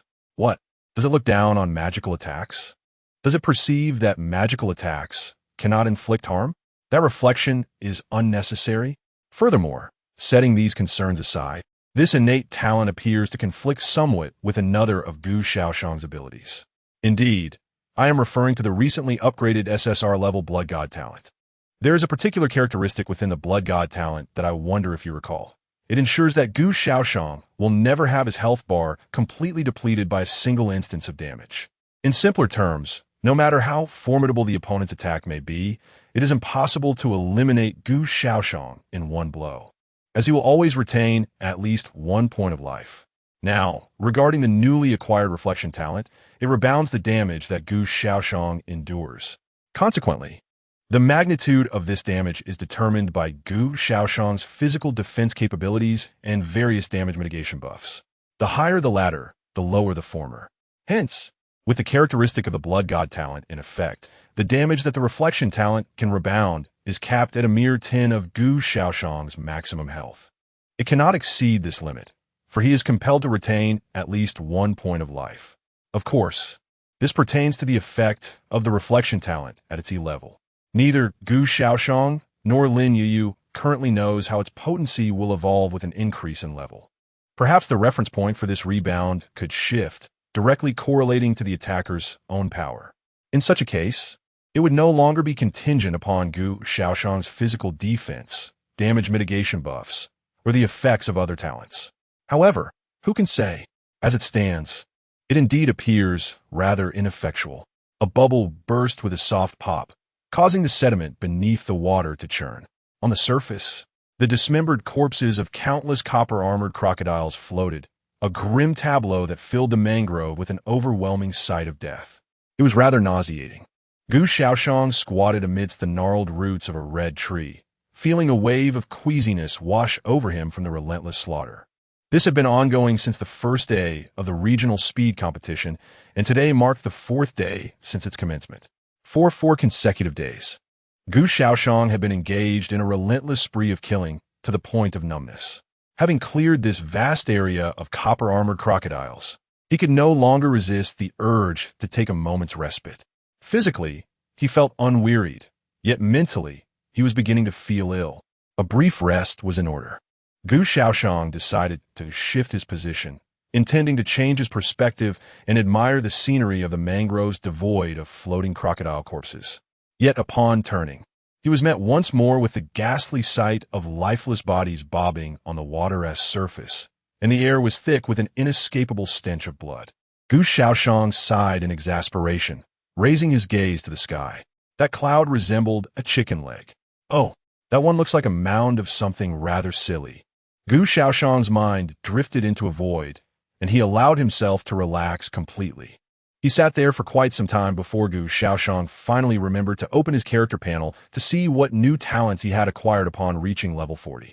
To his surprise, he discovered that he had already advanced to level 41. It was only now that he thought to check the new abilities gained from his upgrade. Perhaps he should take a day off tomorrow?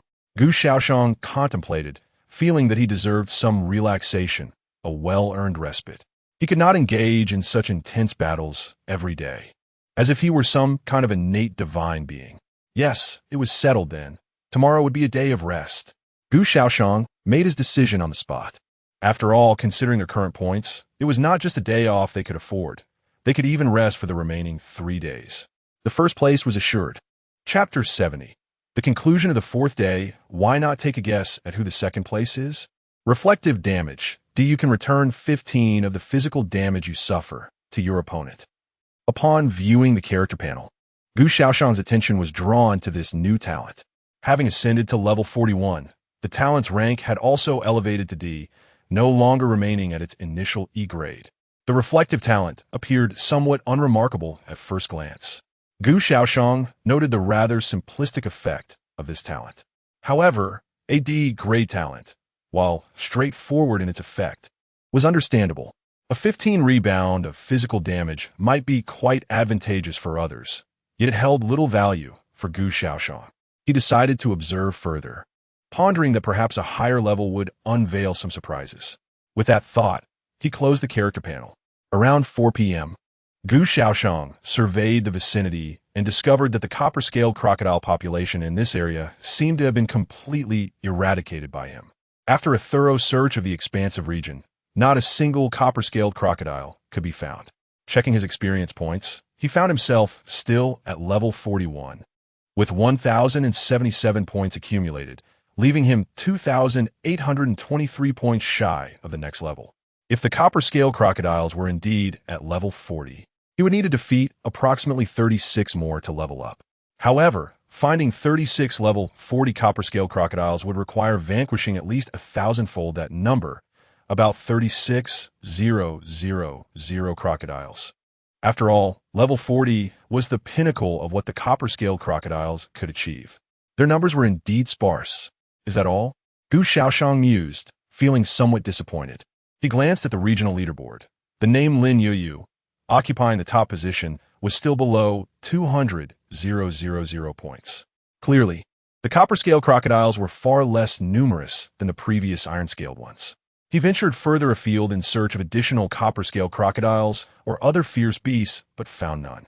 Perhaps I shall return the day after tomorrow, he concluded, and with a flicker, he was suddenly 800 meters away, vanishing into the depths of the crimson forest in mere moments. From a distance, Gu Shaoyan's figure soared towards a large rock resembling a dog's head, landing gracefully upon it. "Brother Gu," Lin Youyu exclaimed in delight, rising to her feet. "Are we leaving?"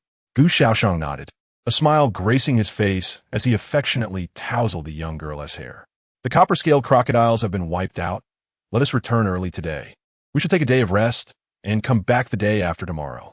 Upon hearing this, Lin Youyu blinked up at Gu Shaoyan. "Are you tired, Brother Gu? It's all my fault. I couldn't help it all."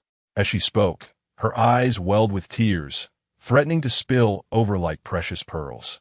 "Why are you crying?" Gu Shaoyan looked at Lin Youyu, who suddenly appeared on the verge of tears, with a mixture of amusement and exasperation. He gently cupped her small face in his hands, brushing away the tiny pearls of sorrow that lingered at the corners of her eyes. "Be good, don't cry, or you'll turn into a little calico cat," he said with a smile. "But I feel so useless. I can't help it all." Lin Youyu whimpered. "How could that be? Little fish, you have been a tremendous help." Gu Shaoyan replied with a grin. "Have you forgotten? It was thanks to that torn map you found that we discovered this mangrove swamp. Otherwise, we might still be wandering aimlessly in that redwood forest." "Really?" Lin Youyu raised her head to look at Gu Shaoyan, her cherubic face illuminated by her bright, sparkling eyes. "Of course. Would I ever deceive you?" he reassured her. Lin Youyu shook her head emphatically. "Brother Gu would never lie." "Then that settles it." Gu Shaoyan chuckled, pinching her nose playfully. "Now, stop crying. If you keep it up, you won't look pretty anymore." "I will always be super pretty." Lin Youyu pouted defiantly. "Indeed, indeed. Lin Youyu, the most beautiful princess in the world." Gu Shaoyan teased. "Ah, Brother Gu, your words are so insincere, not genuine at all." Lin Youyu pretended to shiver, as if covered in goosebumps. After their playful exchange, laughter filled the air. A moment later, as their mirth subsided, Lin Youyu's cheeks flushed crimson, revealing her bashfulness. "Let's go home," Gu Shaoyan said, taking her small hand in his. She replied softly, then stole a glance at Gu Shaoyan's back, her blush deepening. Though they returned home earlier than usual, by the time Gu Shaoyan and Lin Youyu reached the waterfall cave shelter, dusk was settling in, and the time was not markedly different from the previous days. The reason for their leisurely pace was Gu Shaoyan's conscious decision to slow down, taking the time to enjoy the breathtaking sunset over the distant horizon. That evening, Gu Shaoyan prepared roasted meat for dinner, using the flesh of the copper-scaled crocodiles they had encountered earlier. Despite the formidable defense of the crocodile's exterior, the meat inside was tender and quite delectable. The only drawback was that Gu Shaoyan's grilling skills could use some refinement. However, Given the absence of modern equipment, the outcome was commendable. The flavor was satisfactory, though the cooking time could have been better managed. The most important aspect was that both of them enjoyed the meal immensely, which was more than enough. Meanwhile, in the regional chat channel, everyone was engaged in discussions regarding the fluctuations in scores on the day's regional racing leaderboard. What sets today apart is the absence of discussion regarding the rightful owner of the top rank. It appears that everyone has tacitly accepted that the first place no longer warrants speculation about its possessor. After all, the score that significantly surpasses all others by a whole digit speaks volumes. There is truly little to deliberate upon. However, in contrast to the now unambiguous question of first place, the intrigue surrounding the second to fifth positions remains intact. Particularly, the identity of the second place winner continues to captivate interest. Although the rewards for second and fifth are identical, the curiosity surrounding this matter lingers. Most importantly, the regional racing leaderboard has revealed a surprisingly delicate difference in points between the second and third places, which has ignited fervent discussions. Gu Shaoyan and Lin Youyu only became aware of this situation after their evening meal. To be precise, Lin Youyu was the first to notice it and subsequently informed Gu Shaoyan. Upon checking the regional racing leaderboard, Gu Shaoyan discovered that the scores of Yuling Long in second place and Wang Xie in third place were separated by a mere 10 points. It is noteworthy that the previous gap between the two was several thousand points. Chapter 71. Losing the second? I cannot be a fool. Upon the summit of a 1,000-meter-high snow-capped mountain, a magical barrier shielded against the raging winds and snow outside. Within this protective enclave, the temperature was pleasantly mild, and the door of a quaint two-story wooden cabin stood ajar. A few AB-class heroes lingered outside, their ears catching the sounds of objects being smashed within. Who could have angered the master this time? One whispered. Could it be that Lin Youyu? Nay. Did not the master declare she would not compete for first place with her? Another replied. Then who could it be? The four heroes engaged in hushed speculation, wary of raising their voices lest they attract the ire of the fuming Yuling Long within. Suddenly, the cacophony from the cabin ceased, and moments later, Yuling Long emerged. Her face a mask of fury. Carl, she bellowed, directing her wrath at the orc sword master seated by the campfire, warming himself. Carl merely cast a disinterested glance in her direction. Tomorrow, we must secure at least 10,000 points.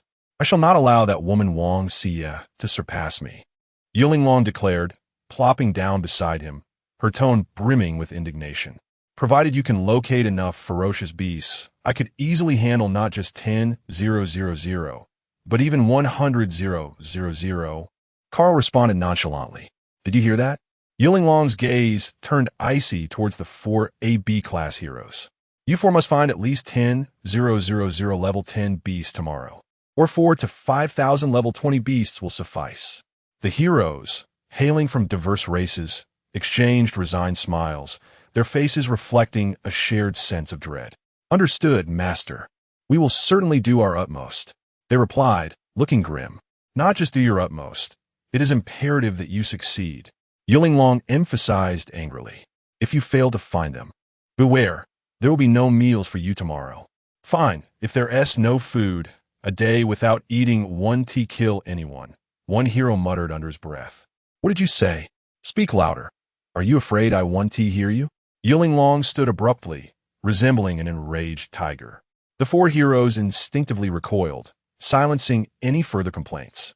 The following day, having decided to grant themselves a day of rest, neither Gu Shaoyan nor Lin Youyu rose as early as usual.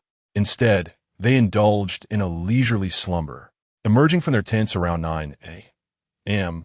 Good morning, Brother Gu, Lin Youyu greeted, adorned in a charming blue dress adorned with floral patterns, complemented by knee-high white stockings and dainty white shoes. Like a butterfly, she flitted over to Gu Shaoyan, inquiring whether she looked beautiful today. Quite lovely, though it does seem a tad excessive, Gu Shaoyan replied with a smile. Lin Youyu's beauty is already striking. She possesses the kind of charm that even without beauty filters makes one wonder if she has indeed employed them. After arriving at the battlefield of myriad races, her level has surged, and her physical attributes have seen a remarkable enhancement. This improvement extends to her mental state and skin condition, both of which have received further refinement. To put it simply, if she previously scored a 95, she now stands at a 99. The remaining point is merely a precaution against her becoming overly proud. The only issue, perhaps, is that she still resembles an underage girl, despite being of legal age. However, the good news is that only her visage gives off that youthful impression. Below the neck, Gu Shaoyan can only describe her as possessing a beautifully sculpted form. The human body is indeed wondrous, absorbing every ounce of nourishment without waste. It is akin to the saying that when God closes one door, he opens a window. While Lin Youyu has not grown much in height, other areas have flourished remarkably. Brother Gu, your gaze is rather inappropriate, Lin Youyu teased, playfully pointing at Gu Shaoyan. You've misjudged, Gu Shaoyan replied, slightly embarrassed as he averted his eyes, having been caught staring for just a moment too long. Lin Youyu giggled at Gu Shaoyan's flustered demeanor. His current state was far more amusing than his usual serious countenance. Shall we go for a stroll? We've been here for quite some time without properly exploring the area, she suggested, and before Gu Shaoyan could decline, she took his hand and dashed outside. Meanwhile, while Gu Shaoyan and Lin Youyu enjoyed their rare respite, other Blue Star humans on the Novice Island were diligently striving not to waste a single moment in enhancing their strength. After all, every increment in power equated to a greater chance of survival. Unlike Gu Shaoyan and his companions, who had begun to savor life's pleasures, the Snow Mountains, a realm where high-level ferocious beasts congregate, Yu Linglong, under the protection of the orc sword St. Carl, was diligently hunting the beasts at the periphery of this snowy region. However, despite the high levels of these beasts, they tend to be solitary, which poses a challenge for Yu Linglong, who seeks lower-level beasts in greater numbers. Unfortunately, such creatures are hard to find in the Snow Mountains. At least in the area Yu Linglong has explored, locating a suitable group of beasts has proven quite arduous. Moreover, they occasionally face the threat of being pursued by higher-level ferocious beasts. Were it not for the formidable strength of the SR-level orc sword St. Carl, they would have long since become the snacks of these beasts. Master, shall we explore other locations? Suggested the dog-headed chieftain, who had not found any suitable targets after searching extensively. The goblin chieftain, bearing the visage of a canine and of modest stature, appeared somewhat misshapen, thus earning the disdain of Yu Linglong.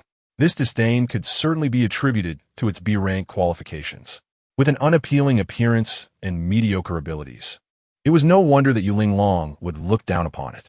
After all, with the illustrious SR-rank orc sword Saint Carl as a benchmark, she held little regard for any other heroes of lesser rank. Not to mention B-rank, even A-rank heroes failed to capture her interest. Only those of S-rank might catch her eye, albeit just barely. In truth, to truly impress her, one would need to be at least of SR rank, on par with her esteemed orc sword Saint Carl. At that moment, upon hearing the suggestion put forth by her subordinate, the goblin chieftain, Yu Linglong furrowed her delicate brows in contemplation for a brief moment, before reluctantly nodding in agreement. Very well, they would change locations and relocate their residence. The necessity of this move stemmed from the considerable distance required to leave the snowy mountain region in search of the ferocious beast tribes. The time spent traveling would inevitably be substantial. If there were to be continued back-and-forth journeys, the hours consumed in transit would likely dominate her day, resulting in a sheer waste of time. Yu Linglong was acutely aware of the urgency of her situation. She could not afford to be surpassed by Wang Xie, for that would be an unbearable humiliation. Initially brimming with confidence, to fall short of first place, and even struggle to secure second, would render her a mere jester. Chapter 72. Has she truly become second? As preparations for relocation commenced, it was imperative for Yu Linglong to bring certain belongings along, most notably the magical barrier device. This device served as her principal safeguard, allowing her to reside securely within the snow-capped mountains. Without it, even with the presence of the SR-level beastman Sword St. Carl, she could not afford to be as audacious as to dwell atop a mountain peak, claiming such an expansive territory. That would render her a mere target. However, the existence of this magical barrier allowed her to remain concealed akin to the security afforded during a novice protection period. The safety zone offers absolute defense, preventing any ferocious beast from breaching its confines. In contrast, the magical barrier, which Yu Linglong fortuitously discovered, possesses an illusory nature coupled with some defensive capabilities, albeit not comparable to the efficacy of a safety zone.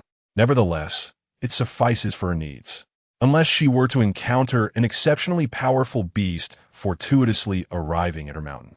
The illusionary effect of the barrier ensures that the interior remains invisible from the outside. On the beach, Lin Youyu had shed her shoes and socks, her delicate, fair feet sinking into the fine white sand as she playfully chased the encroaching waves like a child. "Brother Gu, come here quickly," she called out cheerfully to Gu Shaoyan, waving her hand to beckon him over. Gu Shaoxian gazed at the vast ocean, his mind swirling with thoughts of the unknown beasts concealed within its depths. What levels of ferocity might they possess? However, observing the numerous lesser creatures akin to leopard fish inhabiting the nearshore regions suggested that, at least within that vicinity, there was little likelihood of high-level beasts roaming freely. As for the chance of oceanic beasts surging onto the beach to attack them, that probability was even slimmer. The sea instills a sense of reverence. Within its inky depths lie countless terrifying creatures. The beasts that roam the land pale in comparison to the formidable denizens lurking in the abyss, akin to rookie soldiers facing off against elite special forces. Gu Shaoxian found himself intrigued by the appearance of these deep-sea beasts. Might they be colossal fish? Or perhaps dinosaur-like titans reminiscent of Godzilla? Or could they be inscrutable horrors akin to Cthulhu, shrouded in mystery? "Brother Gu, what are you thinking about?" Suddenly, a small hand waved in front of Gu Shaoxian's face, and Lin Youyu proudly displayed a conch shell, larger than her own head, in her hands. "Look at this enormous conch I found." Snapping back to reality, Gu Shaoxian recalled that it was his day off, yet he had succumbed once more to thoughts of ferocious beasts. He turned away from those musings and, with a smile, snatched the colossal conch from Lin Youyu's grasp. "Hey, Brother Gu, give it back to me. That's mine," she exclaimed, her tone a blend of amusement and protest. "No way. It's in my hands now, and that makes it mine," exclaimed Gu Dage with a hint of mischief. "You must return it to me at once." The two frolicked on the beach, engaging in a delightful game of chase, laughter echoing around them. The matters of Cthulhu and monstrous creatures could wait until tomorrow. Today, Gu Shaoxian simply wished to cast aside all worries and revel in a day of unbridled joy. "Help me, Carl. Run ahead. I will hold them off." In a desolate wilderness, the ground trembled violently as a horde of massive, ferocious beasts charged forth, relentlessly pursuing Yu Linglong and her companions, who were desperately fleeing for their lives. The dog-headed chieftain, with his short legs, raced ahead, outpacing even his master, Yu Linglong, much to her chagrin. Fortunately, the dependable orc sword saint, Carl, responded swiftly to Yu Linglong's cries for help. He positioned himself behind her, urging her to escape while he faced the oncoming threat. "Indeed, it is Carl you can rely on." Yu Linglong praised him as she dashed away, not looking back. As for staying behind to fight alongside Carl, she wasn't that reckless. She possessed enough self-awareness to understand the peril they faced. The beasts pursuing them were all above level 40, while Carl, with his SR level aptitude, had the capability to fend off such formidable foes and could potentially slay many of them. He would have no time to spare for protecting Yu Linglong in the midst of battle. As for Yu Linglong's own strength, she had just reached level 30. Even with her S-level talent, it was not the kind that would enable her to rapidly develop combat prowess. Her abilities were not significantly superior to those of her peers. Her true strength lay in Carl, the SR-level Orc Sword Saint.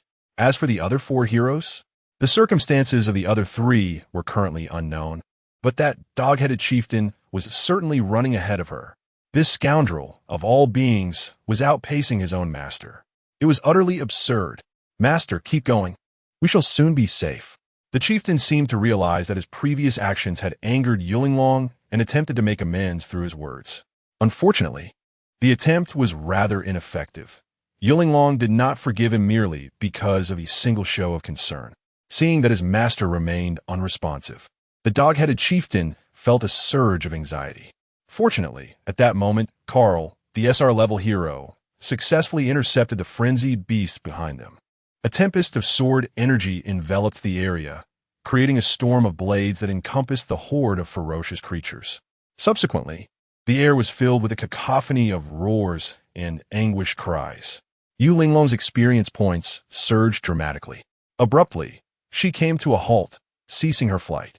A radiant golden light enveloped her, signaling her level up. Turning back, Yu Linglong observed that Carl had successfully defended against the formidable horde of beasts behind them, prompting a sigh of relief to escape her lips. Simultaneously, witnessing her rapidly increasing experience points, a smile crept onto her face. Surely, this would widen the gap between her score and that of Wang Xie, she mused, and thus she glanced at the regional racing leaderboard. Upon seeing it, her composure shattered. Chapter 73. Can one stumble upon treasure just outside one's door? The second map fragment. Good news. The point disparity has indeed widened. Bad news. Wang Xie has already surpassed Yu Linglong in points, and at an astonishing rate, the gap between them continues to expand. This is inconceivable. Yu Linglong cannot accept this reality.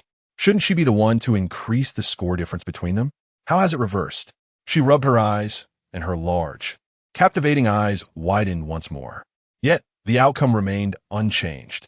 The name of the second place has undeniably transformed into Wang Xie, no longer Yu Linglong. From initially being first to subsequently second, and now, has she finally plummeted to third? Will she soon fall out of the top three entirely? Yu Linglong covered her eyes with one hand, unable to bear the sight any longer. When Carl returned after dealing with the frenzied beasts, he found Yu Linglong slumped on a stone, exuding an air of despondence. One might think that the aggrieved Knoll chieftain beside her had wronged her in some way. What happened to her? Carl inquired, glancing at the Knoll chieftain. The chieftain shook his head, hastily explaining, "This isn't my fault, truly." Carl thought to himself, "Who even asked you?" As expected, one cannot rely on the Knolls, even their chieftain. Suddenly, Carl had a realization and opened the regional leaderboard to take a glance. First place, Lin Youyu, points 189, 666. Second place, Wang Xie, points 41, 980. Third place, Yu Linglong, points 40, 112. Fourth place, Zhou Cheng. Carl did not look further down, merely observing the standings of the top three. Lin Youyu remained in the lead, an insurmountable first with over 189,000 points. Following was Wang Xie, who had usurped Yu Linglong's position, now holding over 1,000 points more than her. It is worth noting that this was after Carl, the Orc Sword Saint, had just vanquished a horde of several hundred beasts exceeding level 40. Otherwise, wouldn't the point gap be even greater? Upon realizing this, Carl understood why Yu Linglong appeared so despondent. Though their acquaintance was brief, he perceived that Yu Linglong was a girl who valued her pride immensely. Being inherently strong-willed, she found it intolerable to lose face in front of others. And now, she had effectively embarrassed herself before hundreds of thousands. It is no wonder she was so profoundly affected. The fool is indeed myself? Carl suddenly recalled a phrase he had heard from Yu Linglong just days prior. At that time, she had uttered it while mocking others. Little did she know, just a few days later, this phrase would ring true in her own life. By the seaside, Lin Youyu, exhausted from play, lay languidly on the sandy shore, gazing up at the azure sky and drifting clouds. Her previously restless emotions gradually calmed. Gu Shaoyan sat beside her, his gaze curiously fixed on something. Turning her head, Lin Youyu inquired, "Brother Gu, what are you looking at?" "You'll know once you open the regional racing leaderboard," Gu Shaoyan replied with a smile. Intrigued, Lin Youyu promptly opened it and instantly understood what had captured Gu Shaoyan's attention. She sat up with enthusiasm and exclaimed, "Wow, how did Yu Linglong really drop to third place? Her points have increased significantly today." "Indeed, but Wang Xie's rise has surpassed hers," Gu Shaoyan chuckled. "This Wang Xie has never spoken in the chat channel, yet she has quietly ascended to second place. Does that mean she's now aiming for the top spot?" Lin Yu laughed heartily. "How amusing. She was once vying for first place with me. And now she can't even secure second. She must be leveling up tremendously. Should I tag her in the chat channel? Lin Youyu pondered, but ultimately dismissed the tempting thought. Never mind. She isn't even second anymore. She hardly poses a challenge. If I continue to pursue her, I might come off as petty. With a demeanor that exuded magnanimity, Lin Youyu would have appeared quite convincing, if only she could temper the schadenfreude evident on her face. After sitting for a while, she suddenly stood up and dashed off to dig in the sand, declaring her intention to build a castle. Gu Shaoyan, amused, watched her, curious to see how she would construct this castle. I hope it doesn't turn out to be merely a square box. That would be quite comical. After a while, Lin Youyu called out, "Brother Gu, come quickly," as she turned back from her sandy excavation. Gu Shaoyan promptly rose and approached her. "What is it?" he asked. "Look at this." Lin Youyu moved aside, allowing Gu Shaoyan to observe what lay beneath. As he peered down, his expression shifted to one of intrigue. Beneath the excavated sand lay half of a bronze treasure chest, oddly angled and fortuitously unearthed by Lin Youyu. "Unbelievable. Let us see what's inside," Gu Shaoyan remarked, assisting her in unearthing the chest. Soon, they had successfully extracted the bronze treasure chest from the sand, confirming it was indeed an unopened treasure. "I'm so lucky." Lin Youyu beamed with delight. To stumble upon a treasure chest while merely strolling at home is indeed a stroke of fortune. "Let us open it," Gu Shaoyan suggested. Lin Youyu nodded and, with both hands, unfastened the clasp of the chest, lifting the lid eagerly. As the chest was opened, a brilliant white light burst forth from within, interspersed with hints of green and blue, creating a truly enchanting spectacle. Ding! Acquired 330 milliliters Happy Soda 30. Acquired New Orleans-style grilled beef pizza. 8 inches 6. Acquired exquisite short knife green. 1 acquired exquisite trousers green. 1 acquired fitted white shirt green. 1 acquired magical ring green. 1 acquired mermaid's tear blue. Acquired grand sorcerer's ring blue. And acquired fragment of a map 1. A series of delightful chimes rang out, causing Lin Youyu to feel a tickling sensation in her ears, prompting her to instinctively dig at them before finally directing her gaze towards the treasure within the chest. She seemed to have heard something about a map fragment. That is indeed a valuable find. Chapter 74. The Tears of the Mermaid. The Lair of the Armored Rhinoceros. The discovery of the fragment of the previous map enabled Lin Youyu to secure the first position in this regional racing competition ahead of time. It even caused a significant surge in her and Brother Gu's levels.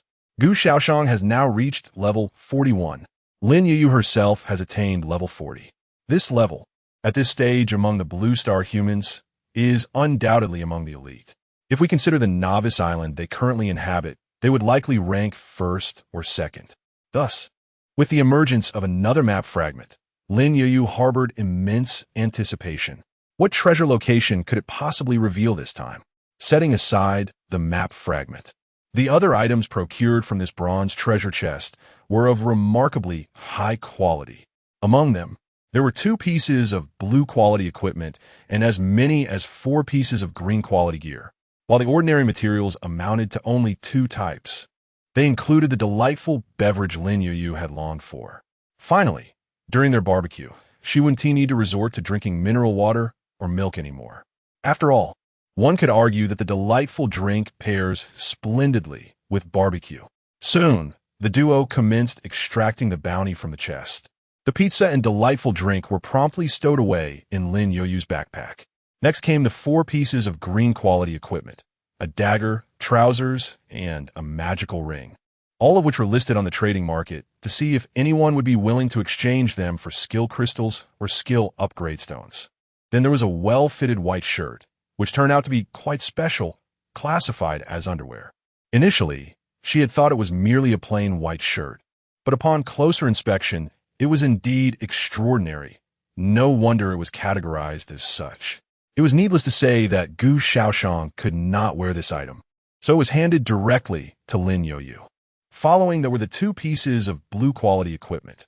Ring of the Grand Sorcerer, quality, mentality 8, attribute. Regains 1 mana per second. The blue ring, with its commendable attribute, caught Gu Shaoyan's eye, and he promptly passed it to Lin Youyu. "You should wear it, Brother Gu," she replied, shaking her head in refusal. This ring primarily restores mana, which is of no use to me. Gu Shaoyan, undeterred, placed the Grand Sorcerer's ring onto the vacant finger of Lin Youyu's hand. As Lin Youyu glanced at the ring adorned with a beautiful blue gemstone on her finger, her thoughts strayed from the ring's attributes and attributes to the fact that it was placed upon her by brother Gu himself. Unfortunately, it was on her index finger rather than her ring finger. Gu Shaoxian, however, had shifted his focus to a necklace adorned with a stunning blue pendant. Tears of the Mermaid, quality, blue. All attributes 2, attribute I. All attributes 10. Attribute 2. All attributes 10. What a remarkable find. This must be an extraordinary treasure among extraordinary treasures. 2 equipment attributes. The key lies in the fact that both attributes enhance all attributes by percentage. It is indeed the first time Gu Shaoxian has encountered such identical attributes. Together, these 2 attributes provide a remarkable 20 boost to all attributes. The effect becomes increasingly explosive as one advances. For those of lesser strength, this necklace may not exhibit its full potential. However, in the hands of a stronger individual, its impact is nothing short of extraordinary. Brother Gu, this necklace seems as if it was tailor-made for you. At this moment, Lin Youyu regained her composure and noticed the surprise in Gu Shaoxian's eyes as he held the mermaid's tear, prompting her curiosity to examine the necklace's attributes. Upon inspection, Lin Youyu was equally astonished. For her, this necklace might only be considered satisfactory, as her overall attributes are not particularly high, and her various enhancements are still in their initial state. Yet, for Gu Shaoxian, the scenario is markedly different. Not to mention his explosively high agility attribute. Even a slight increase in his constitution, given his 1:10,000 health ratio, could rival others' thousands of points. This equipment is indeed crafted for Gu Shaoxian. Brother Gu, allow me to put this on for you, Lin Youyu said as she reached for the necklace and stood up to adorn Gu Shaoxian with it. At this moment, Gu Shaoxian refrained from commenting that the necklace bore a somewhat feminine design. After all, its attributes were too exceptional to ignore. Whether it was designed for men or women had become irrelevant.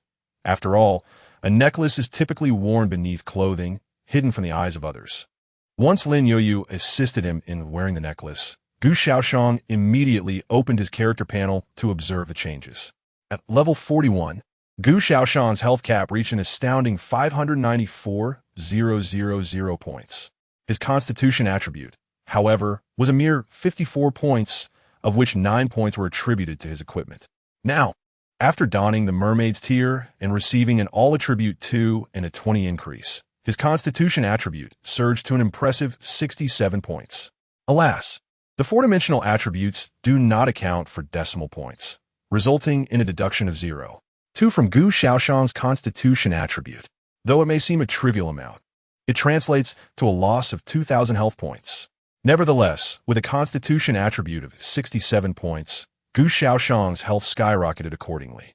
Health, 737, 000, 737, 000, a remarkable increase, surpassing previous levels by over 100,000. This was still due to his relatively low constitution. Were his constitution as high as his agility, the surge would have been truly terrifying. Nonetheless, even in its current state, Gu Shaoxian felt quite satisfied. In addition to his constitution, the other 3 attributes had also seen significant growth, particularly his already impressive agility. Originally standing at 8,051 points, his agility now soared to an astonishing 9,663 points, nearly reaching the 10,000 mark.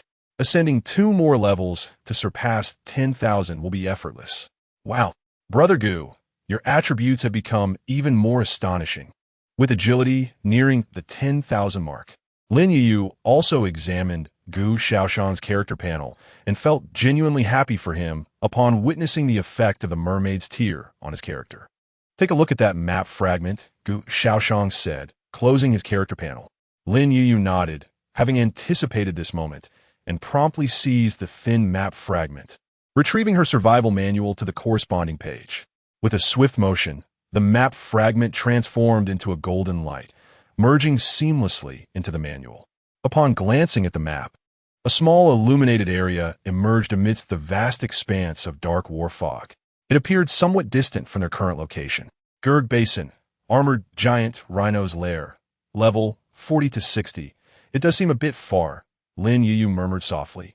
Chapter 75. The fifth day of the regional racing competition concludes. On the map, the illuminated area lies approximately 200 to 300 kilometers away from their current location in a straight line.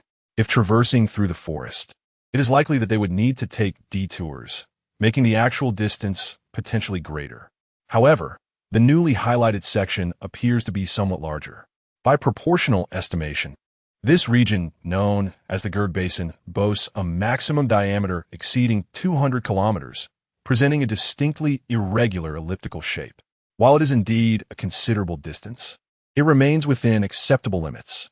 Gu Shaoyan glanced at the map and remarked that if it were open terrain, he could reach the Gurg Basin at full speed in just over 5 minutes.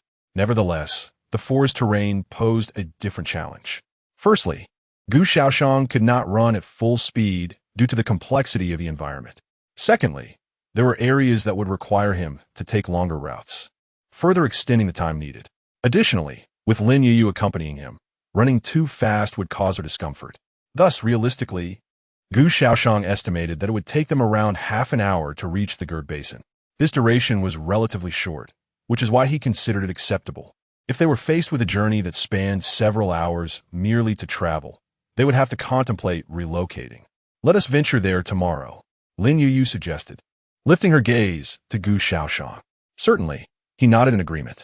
The mangrove marshes might harbor even more formidable beasts, yet searching for them would require considerable time. In contrast, the Gurg Basin offered a more straightforward prospect. The map explicitly indicated that a herd of armored giant rhinos resided in that area, with their levels ranging from 40 to 60, a staggering span of 20 levels. If their numbers were sufficient, it should be ample to elevate both Gu Shaoyan and Lin Youyu to at least level 60. As time flew by, one truly perceives its swift passage during moments of rest. Gu Shaoyan felt he had accomplished little today, and before long, the distant sun was nearly set. The two sat atop a cliff near the sea, watching the sunset before returning to their refuge in the water-curtained cave to prepare for dinner. For their evening meal, they decided on pizza, an 8-inch roasted beef pizza, of which Lin Youyu devoured 2, while Gu Shaoyan consumed the remaining 4. Still feeling a hint of hunger, they also prepared some roasted meat, approximately 3 to 4 pounds, which they shared until they finally felt a satisfying fullness. Had I possessed such an appetite in the past, I surely would have turned into a hefty individual.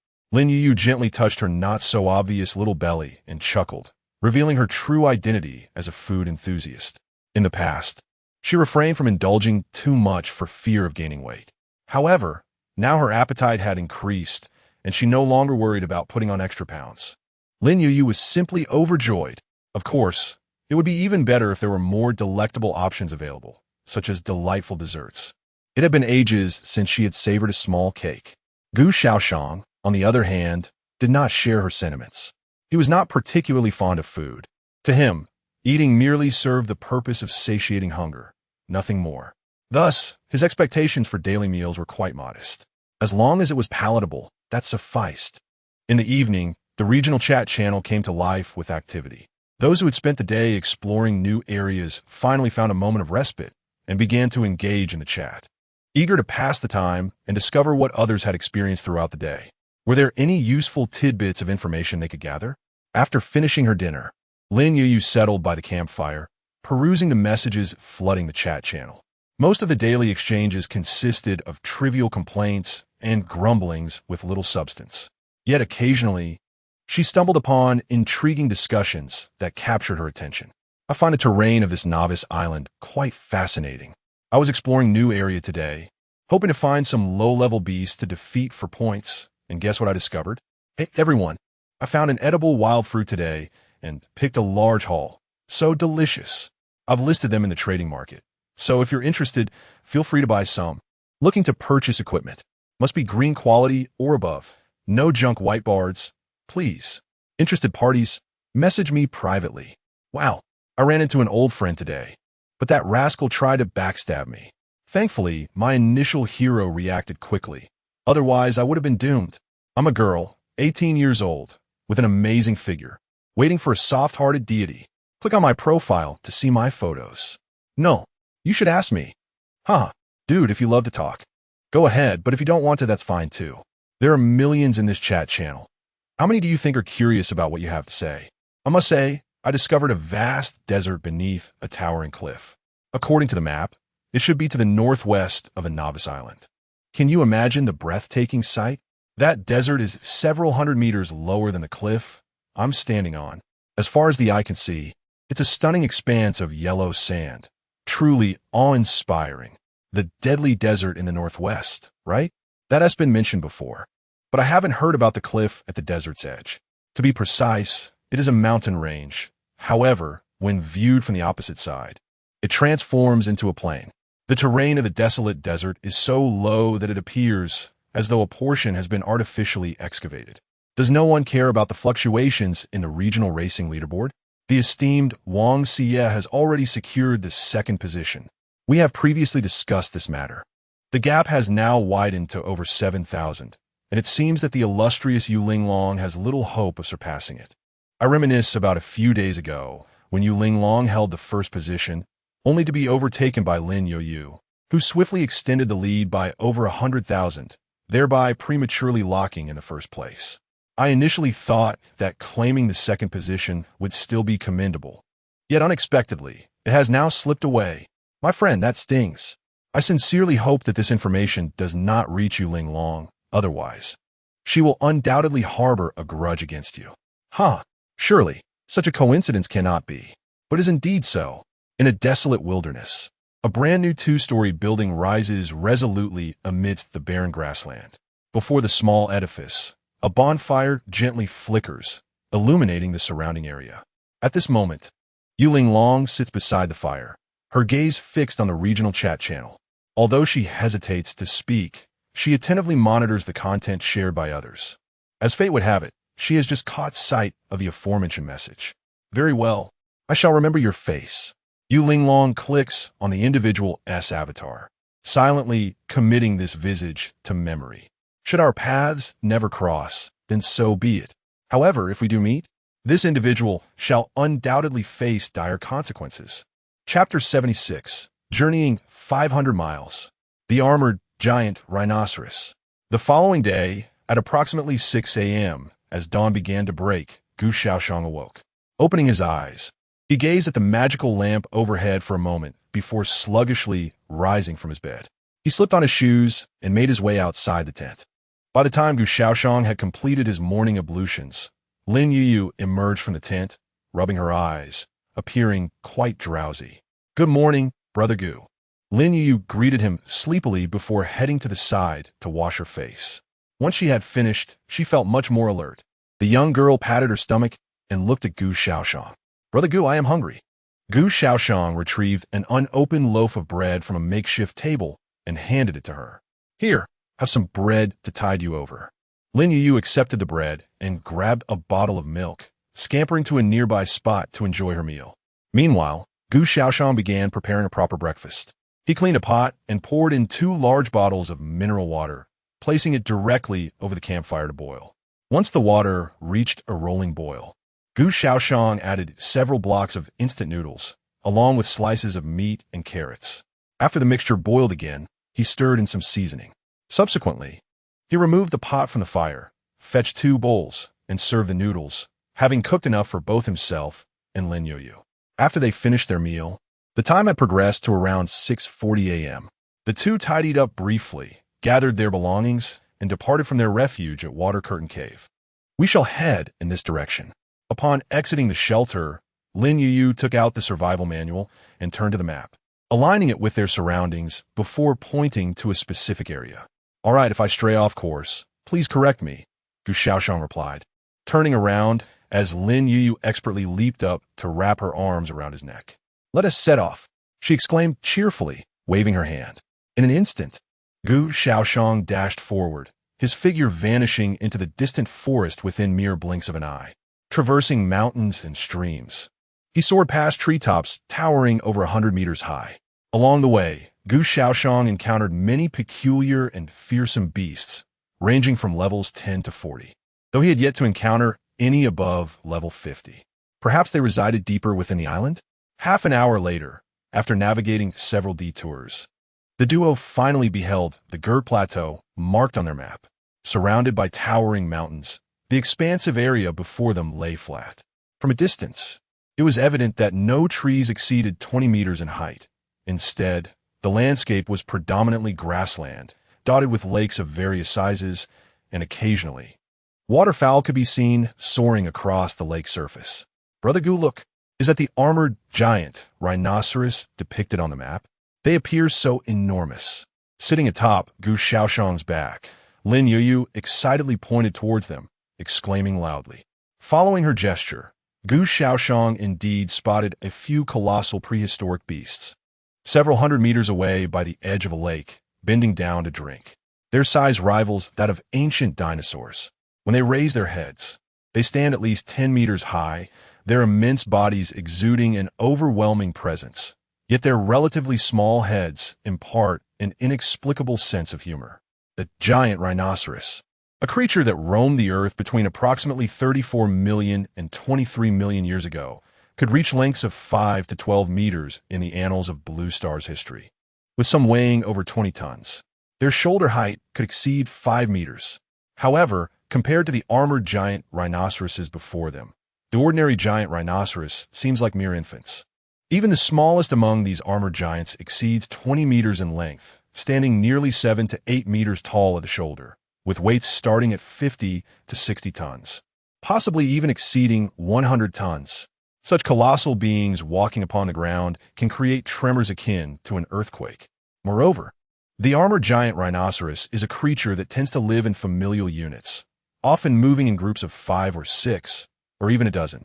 Can you imagine the sensation of a dozen beasts, each weighing over 100 tons, passing by? They are truly magnificent behemoths. Gu Shaoxian first set Lin Youyu down, and then they descended into the ancient Gerd Basin, surrounded by mountains, gradually approaching the group of armored giant rhinoceroses. Armored giant rhinoceros, level 40 to 60, description, a massive herbivorous beast, generally non-aggressive towards other creatures, yet will fiercely defend itself if approached too closely. The level span of the armored giant rhinoceros reaches 20 levels, and the 6 before them are all above level 45, with the largest among them reaching level 49. This level 49 armored giant rhinoceros is also the most massive. The size of the armored giant rhinoceros fundamentally determines its level. The larger the size, the higher the level, and vice versa. They truly are magnificent creatures. As they drew closer, the visual impact of the armored giant rhinoceroses intensified, prompting Lin Youyu to express her all once more. Then, I wonder how delicious their meat is. True to her foodie nature, Lin Youyu had already begun to contemplate the meat of these armored giants. You stay here. I will go check the situation, Gu Shaoxian said to her. Lin Youyu nodded and obediently remained in place, waiting patiently. 5 seconds later, Lin Youyu's figure vanished without a trace, leaving even the scent behind dissipated. At that moment, Gu Shaoxian had already approached the group of armored giant rhinos. Sensing the presence of an unfamiliar individual, the armored giants emitted anxious cries, and their colossal bodies abruptly reared up on their front legs, crashing heavily back down to the ground. The earth trembled violently, akin to the onset of an earthquake. Chapter 77, Lu Qingyuan's Discovery, the Mysterious Jade Tablet. Intimidate me? Gu Shaoxian cast a fleeting glance at the colossal armored rhinoceroses before him, and in an instant, his ebony-sheathed long sword was unsheathed. The very next moment, a dual strike, 2 intersecting beams of sword light descended. The armored rhinoceros before him let out a thunderous roar of fury. Subsequently, its massive body came crashing down, causing the ground to tremble violently. Bang! Bang! 2 dark shadows fell, rolling on the ground and becoming encrusted with dirt and grass. It was none other than the head of the fallen armored rhinoceros, cleaved in 2, its body severed. Experience points 140. One armored rhinoceros bestowed upon Gu Shaoxian a remarkable 140 experience points. and before him stood no less than 5 such armored rhinoceroses. The entirety of the Gurge Basin teemed with an innumerable quantity of them. This place was nothing short of paradise. In the next moment, like a tempest, Gu Shaoxian's figure darted past the 5 armored rhinoceroses in the blink of an eye. With a graceful flick of his blade, one would notice that not a single drop of blood remained upon the sword's edge. Thereafter, he sheathed his sword. Only after accomplishing this did the 5 armored rhinoceroses collapse heavily behind him. Little fish, Gu Shaoxian called back. Coming. Lin Youyu hurriedly scampered over. Up close, they appeared as towering mountains of flesh, utterly astonishing. Lin Youyu circled around the carcasses of the armored rhinoceroses a few times, then cheerfully began to gather materials from them.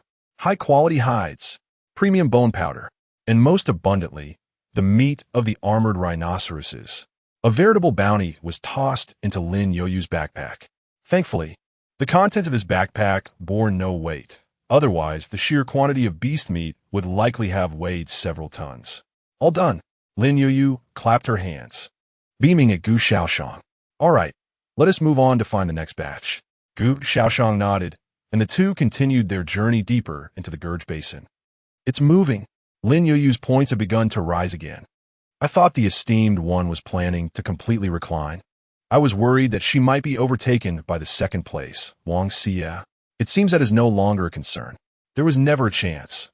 One has 190,000, while the other barely exceeds 50,000, a difference of over 100,000. It goes without saying that the first place is certainly Lin Youyu's. Even if she has been inactive since the day before yesterday, first place is assured. Now, the only suspense lies in who will ultimately claim the second, third, fourth, and fifth positions. Brothers, did you find any wild treasure chests today? No, but my pet has just given birth. Seriously, man? What do you think? Yesterday, I stumbled upon a black iron chest beneath a waterfall, only to narrowly escape being devoured by a swarm of piranhas lurking in the water. Piranhas? Can those creatures actually kill? Have you heard of piranhas that measure 1 to 2 meters in length? I have reached the snowy mountains, where the ferocious beasts seem utterly deranged. Just moments ago, I encountered a pack of snow wolves. These creatures, resembling huskies, relentlessly pursued me. Fortunately, my initial hero possesses the ability to fly. How I envy those whose heroes can soar. My initial hero also has wings, but alas, they are merely for show and cannot actually take flight. It seems I have just encountered the illustrious Yu Linglong. Is that true? Indeed, while I was scaling a tree to survey the landscape, I beheld a distant cloud of dust resembling a dragon, followed by a green-skinned orc wielding a sword, charging forth amidst the corpses of beasts slain with a single stroke. The sight was nothing short of spectacular. Goodness, an orc sword master, truly terrifying. Since you've encountered such a figure, why not ask for a photo? Oh, never mind. I dare not approach for fear of being struck down. Ha! Did you not once speak ill of the esteemed Yu Linglong? Absolutely not. Do not slander me. Such accusations could be fatal. Your fright is utterly amusing. Lu Qingyuan, brothers, how fares everyone? I believe I have discerned the source of the problem. Fiora, damn it. You scoundrel. Dare you show your face? Where are you? If you have the guts, send me your coordinates. Goodness. Lu Qingyuan, you rascal. Are you still alive? How bold of you, Lu. Last time you nearly got me killed, and you still have the audacity to speak? Lu Qingyuan, brothers, please remain calm. I truly was unaware of the cause. I swear. Do you think I believe you?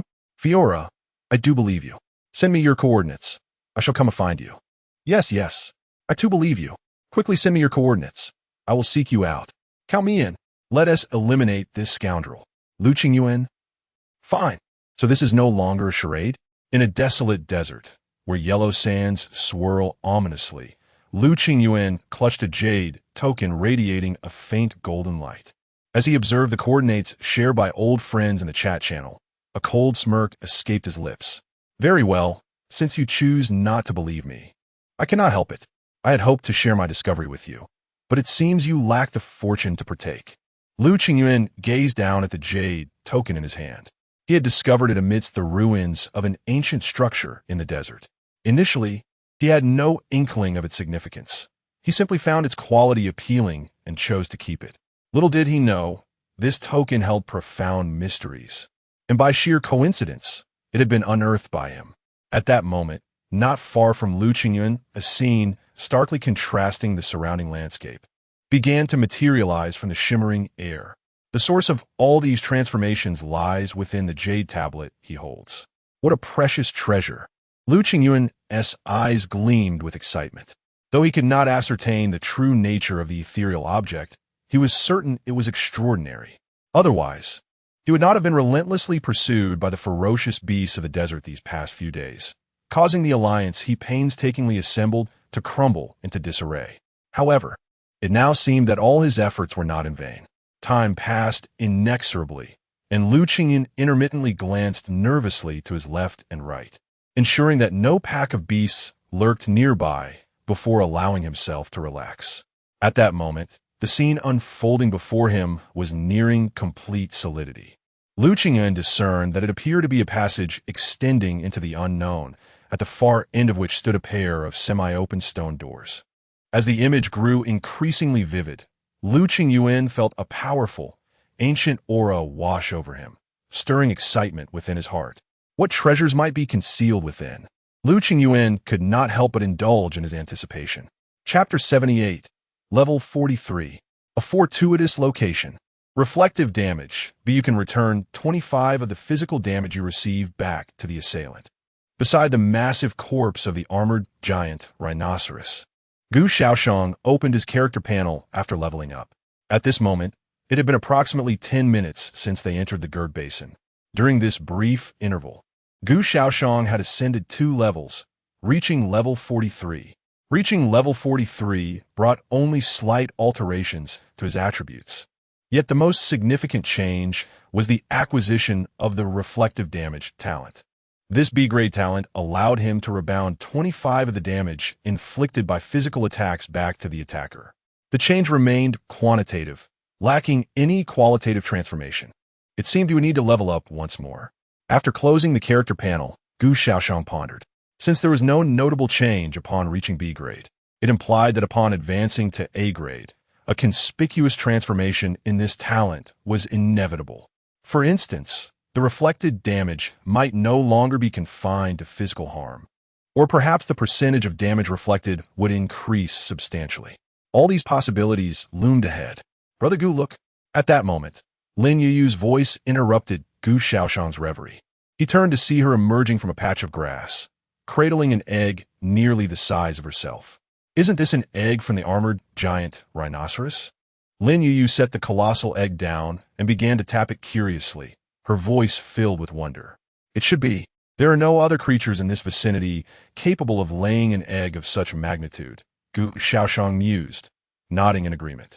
As for whether the armored giant rhinoceros was oviparous or viviparous, given that they had discovered its egg, it was reasonable to conclude it was oviparous. By the way, this egg is truly enormous. Gu Shaoxian estimated that the height of the egg was nearly 1.5 meters, with its largest diameter exceeding 1 meter. It was the first time he had encountered such a large egg, and it was quite fascinating. Brother Gu, how about we have stewed egg for dinner tonight? Lin Youyu gazed at the egg with an expression of longing, her mind filled with thoughts of how to transform it into a delectable dish. We could give it a try, but it might not cook thoroughly. Such a large egg may require a very vigorous fire to ensure it is properly cooked. Even roasting it could potentially accelerate its incubation, Gu Shaoxian cautioned. Of course, that assumes it is already close to hatching. Decided. We shall feast on it tonight. Lin Youyu clapped her hands, resolutely determining their dinner plans. She then proceeded to tidy up their meal preparations, ensuring nothing would be damaged, lest there be nothing left to eat. The Gerd Basin boasted thousands of lakes, both large and small. Some of these bodies of water measured merely a few meters in diameter, while others were considerably larger. For instance, the lake before them spanned over 100,000 square meters, its surface shimmering with gentle ripples. By the lakeside, herds of armored rhinoceroses gathered to quench their thirst, forming familial groups, some consisting of 5 or 6 individuals, while others boasted numbers exceeding a dozen. As I surveyed the scene, it became evident that the assemblage of armored rhinoceroses drinking by the water far surpassed a mere couple of hundred. Not far away, Gu Shaoyan, having traversed a bloody path, was equally captivated by this auspicious terrain. The Gerd Plateau presented an expanse of flat land, unmarred by towering vegetation that might obstruct one's view, devoid even of a modest hillock. The only drawback lay in the abundance of water bodies, not merely a scattering of lakes, but also rivers stretching for kilometers, which rendered Gu Shaoyan momentarily perplexed about where to begin his search for more armored rhinoceroses. The sheer volume of water suggested their presence everywhere, covering nearly 30,000 square kilometers. The Gerd Plateau likely harbored at least 2,000 or 3,000 armored rhinoceroses, if not more. It was evident that this group did not confine their activities solely to the plateau. Surrounding regions may also host additional populations that intermittently ventured into this area, lacking a distinctly defined territory. Throughout his journey, Gu Shaoyan had elevated his level from 41 to 43, while Lin Youyu had ascended to level 42. This slow progression was attributed to the scattered nature of the armored rhinoceroses within the plateau, necessitating time for him to locate them. Otherwise, he would have undoubtedly achieved level 45 or even 46 by now. However, the lake before him was indeed promising. Its vastness and the scarcity of smaller lakes in the vicinity had drawn numerous armored rhinoceroses to this watering spot. Currently, Gu Shaoyan had already observed no fewer than a couple of hundred rhinoceroses roaming about. If he were to eliminate them all, how many levels would he gain? Little fish, you stay here. After advising Lin Youyu, he swiftly soared toward the lake. Brother Gu is busy again. I cannot remain idle. Lin Youyu found a nearby stone to sit upon, and after a mere 5 seconds, she vanished completely. At that moment, Lin Youyu had accessed the trading market, sifting through a plethora of chaotic items in search of useful treasures for herself and Brother Gu, such as skill crystals and skill upgrade stones. Naturally, the wares in the trading market varied significantly in quality. Some items bore promising names, yet upon further inspection, their descriptions revealed deficiencies. For instance, numerous individuals offered white or even green quality skill upgrade stones, many of which were of inferior quality. A closer look at their descriptions would unveil that they were, in fact, defective products. Though the names were accurate, they were utterly unusable. It is entirely evident that the other party intends to deceive after showcasing their goods. Astonishingly, there are indeed individuals who fall victim to such schemes. Typically, those purveyors of inferior products list items at remarkably low prices, leading unsuspecting buyers to believe they have stumbled upon a bargain. Without scrutinizing the details, they proceed to make the purchase. Only upon the completion of the transaction do they realize that the item they acquired is utterly unusable, at which point they comprehend their folly. Alas, it is too late to regret their decision. Ultimately, they can only vent their frustrations in the regional chat channels. Lin Youyu, by mere chance, encountered the content shared by these individuals and became aware of the existence of deceit within the trading market. One can only remark on the remarkable adaptability of humanity. This item is unfit for use and counterfeit. Is this exorbitant price truly justified? They only accept 4 pieces of green quality equipment in exchange, not even weapons. You are merely a green skill crystal with no knowledge of the skill it contains. Have they gone mad with greed? This one, however, is priced quite reasonably. I shall purchase it. Lin Youyu promptly delisted 2 pieces of green quality equipment from the trading market and exchanged them for the green skill crystal from the other party. Although the specific skill it held remained unknown, acquiring it for the price of 2 items of equivalent quality was still a prudent decision. Chapter 79, Level 47. SSR Grade Ultimate Reflection. Lin Youyu successfully acquired a green skill crystal, which she intended to reserve for Gu Shaoyan rather than utilizing herself. After all, the same skill in her hands would yield a vastly different outcome compared to when wielded by Gu Shaoyan. Guided by the principle of maximizing benefits, Lin Youyu naturally prioritized bestowing the valuable items upon Gu Shaoyan. As for her own needs, she decided to take her time. After all, there was no immediate necessity for her to confront fierce beasts or employ such skills. She continued to explore the trading market in search of other valuable items that would be suitable for both herself and her elder brother, Gu. Meanwhile, Gu Shaoxian had arrived at the lakeshore, where he ruthlessly commenced his slaughter of the armored giant rhinos drinking by the water's edge. These level 40 to 50 armored beasts boasted defenses formidable enough to render even B-grade heroes powerless. Yet in the face of Gu Shaoxian, their defenses crumbled as easily as a poorly constructed edifice. In mere moments, Gu Shaoxian achieved another level up, reaching level 44. While continuing his massacre of the armored rhinos, he seized a moment to examine his character panel and the changes in his upgraded talents. Reflection: you can return 30 of the damage you sustained back to the attacker. Upon reading that the talent description had evolved from physical damage to simply damage, a subtle smile graced Gu Shaoxian's lips. Indeed, the talent had undergone a qualitative transformation upon reaching grade A. Although it was merely a matter of 2 fewer words, the distinction was monumental. Physical damage referred solely to harm inflicted by physical attacks, excluding all else. Conversely, damage encompassed any means by which Gu Shaoxian might lose health, be it physical strikes, magical assaults, toxins, curses, and so forth. Thus, even though the reflection rate had only increased by 5 compared to its B-grade counterpart, the disparity was staggering. The next qualitative shift awaited him at the SSR level Gu Shaoxian mused. In the next moment, the surrounding armored rhinos were entirely decimated at his hands. 2 to 3 dozen of these creatures met their end with a single strike from his sword. Simultaneously, the experience gained from his recent level up surged dramatically, bringing him closer to level 45. With a swift glance, Gu Shaoxian turned his attention to yet another group of armored rhinos and charged forth. Minutes later, he achieved another level up, reaching level 45, and his talent, Reflection, ascended to an S-grade talent, with the reflected damage now increased to 35.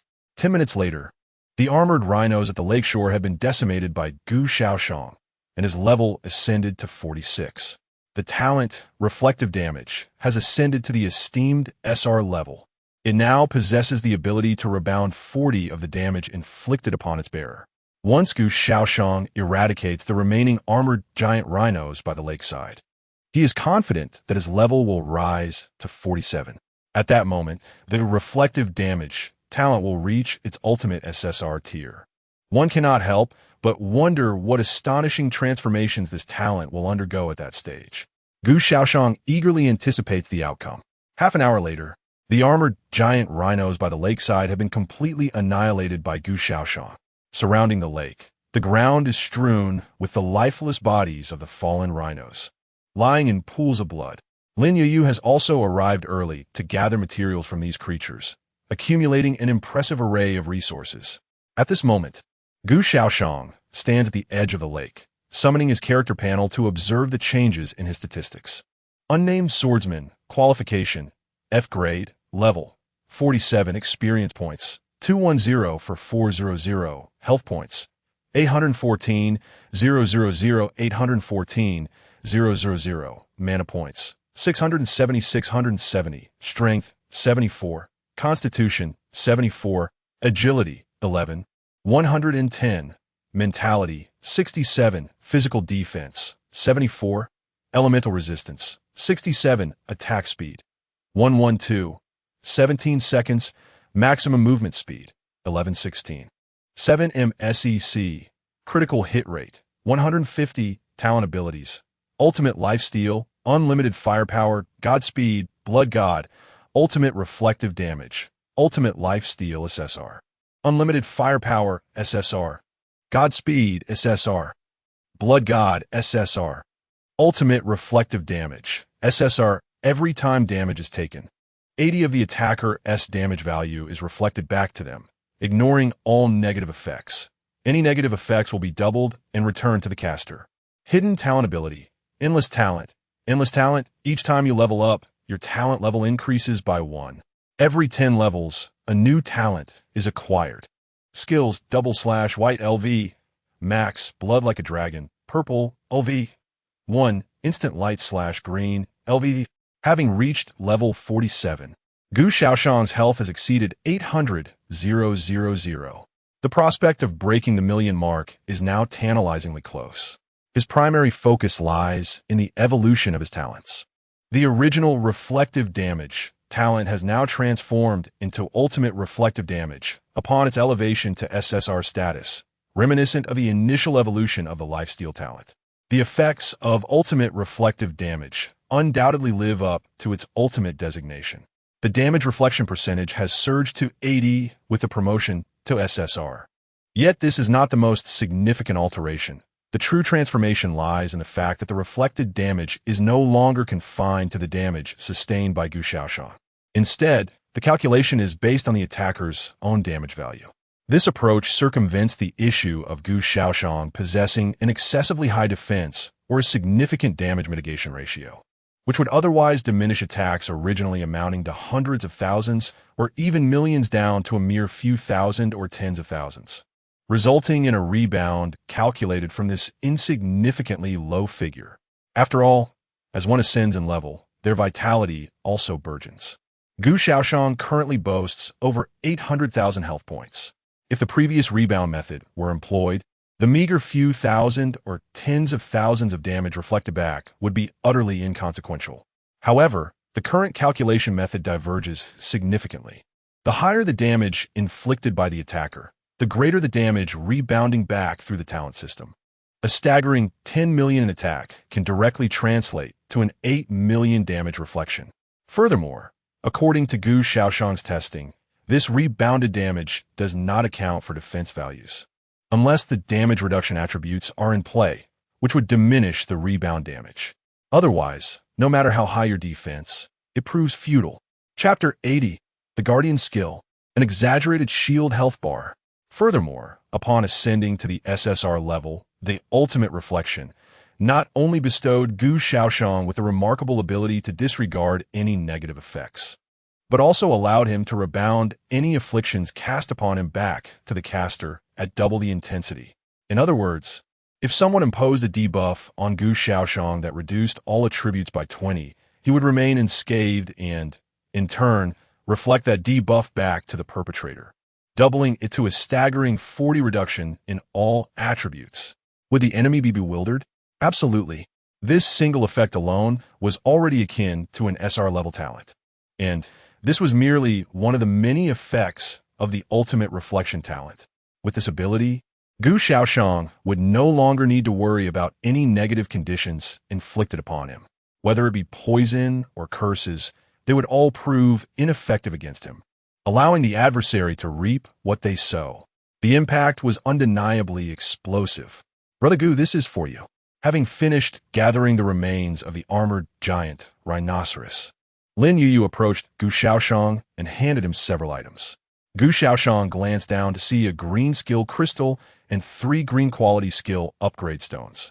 These were items Lin Youyu had procured from the trading market, while Gu Shaoyan was vanquishing the armored giant rhinoceroses. To acquire these useful items, she had exchanged most of what she had previously listed in the market. However, trading a plethora of useless items for these beneficial ones was undoubtedly worthwhile, and moreover, Lin Youyu had meticulously filtered through the selections to ensure a fair exchange, avoiding any potential exploitation. As for the skill crystal, it was uncertain what skill it would yield, but even if Gu Shaoyan could not utilize the skill, the 3 upgrade stones would certainly be of use. Lin Youyu remarked earnestly, "Whether it's useful or not, we shall see." Gu Shaoyan nodded and promptly crushed the skill crystal in his hand. Ding! You have acquired a new skill, Guardian. Guardian Green, LV. 1. Sacrifices 30 of the user's health to create an all-encompassing protective barrier around oneself or a target unit. The barrier possesses 70 of the sacrificed health's durability and lasts for 30 seconds. It was indeed a shield-type skill. Moreover, the cost was not mana, but health. What kind of skill is this? Lin Youyu inquired with curiosity. It's a shield skill.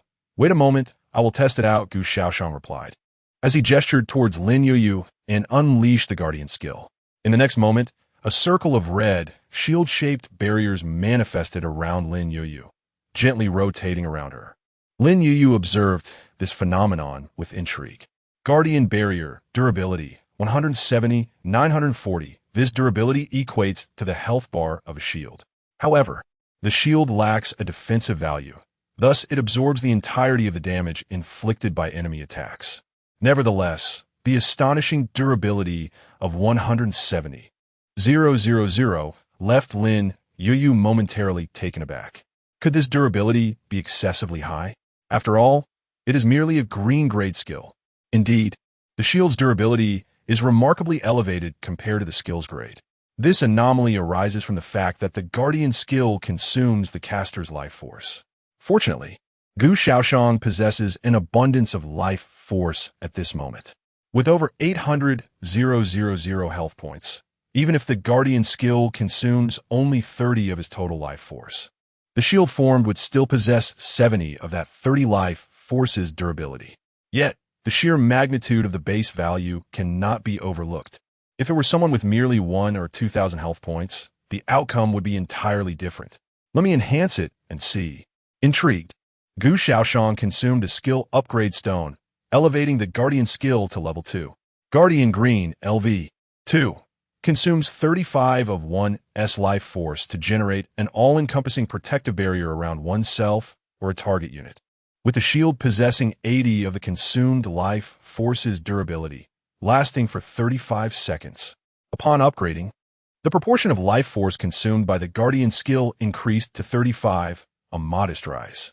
However, the shield's durability surged to 80, a remarkable increase that doubles the former's growth. Additionally, the duration extended by 5 seconds.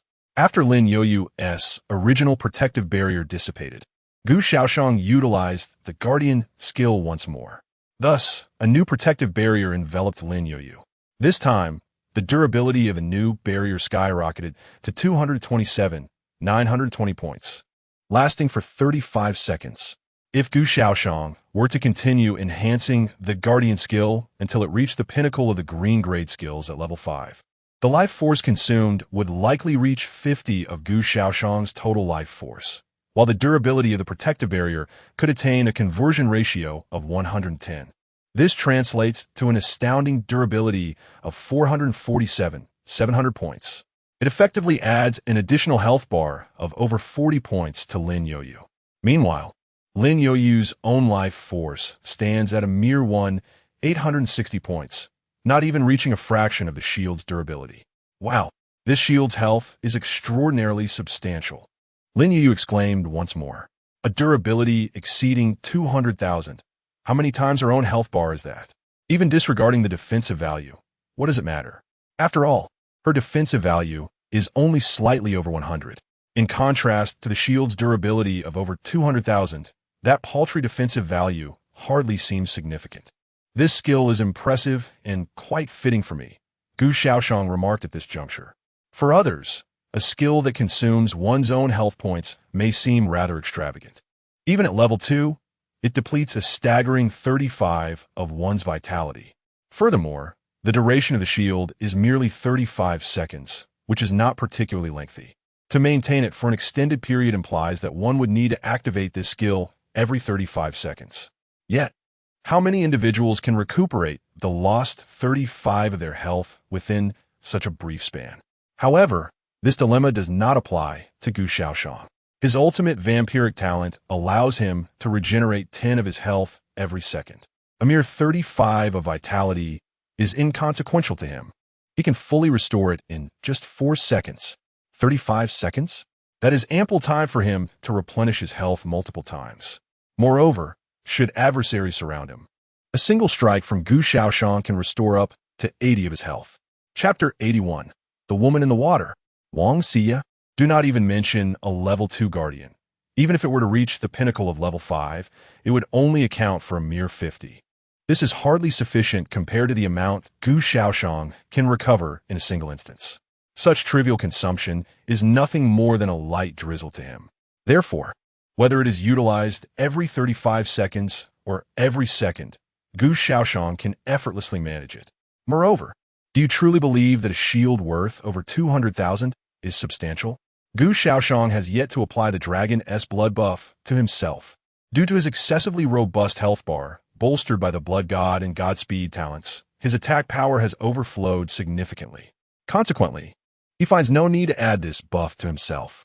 Otherwise, his current health limit would need to be elevated by an additional 50. This skill seems almost tailor-made for Gu Shaoyan. A mere green tier skill, it exhibits effects that are even more exaggerated than those of purple tier skills in his hands. However, the true prowess lies not within this skill, but rather within Gu Shaoyan himself. 3 green skill upgrade stones were at his disposal. He utilized one on the new skill, Guardian, yet the remaining 2 were not expended on this skill. Instead, they were allocated to the Flash/ skill, elevating it to level 5, achieving its maximum level. Flash/ green, LV. Max. Consumes 60 mana points, dealing 110 physical damage to multiple targets within a 100-meter radius at an extraordinarily rapid speed. Attack speed 5. At maximum level, the attack range of Flash/ has doubled compared to when it was at level 3, reaching an impressive 100 meters. However, the number of targets has not surged dramatically.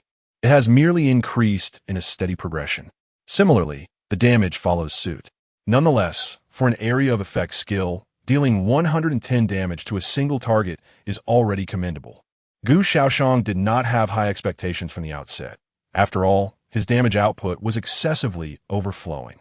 Whether it is 90 or 110, the outcome remains the same for him: instant annihilation. Alas, it seems that the formidable creatures outside have vanished. At last, safety has been attained. Beneath the water, a girl with her face covered by a bubble gazes towards the lakeshore. After scanning the surroundings and confirming the absence of those colossal beings, a joyful expression graces her features, and she begins to swim slowly toward the surface. Splashing through the water, the girl emerges like a lotus blossom, landing gracefully on the lakeshore. I nearly suffocated. She is completely drenched, her short black hair plastered against her face, resembling a drenched chicken. Honestly, my clothes are utterly soaked. The girl brushes the hair, sticking to her face back behind her ears, while grumbling in complaint. Just then, Brother Gu, look, there is someone over there. Someone? Where?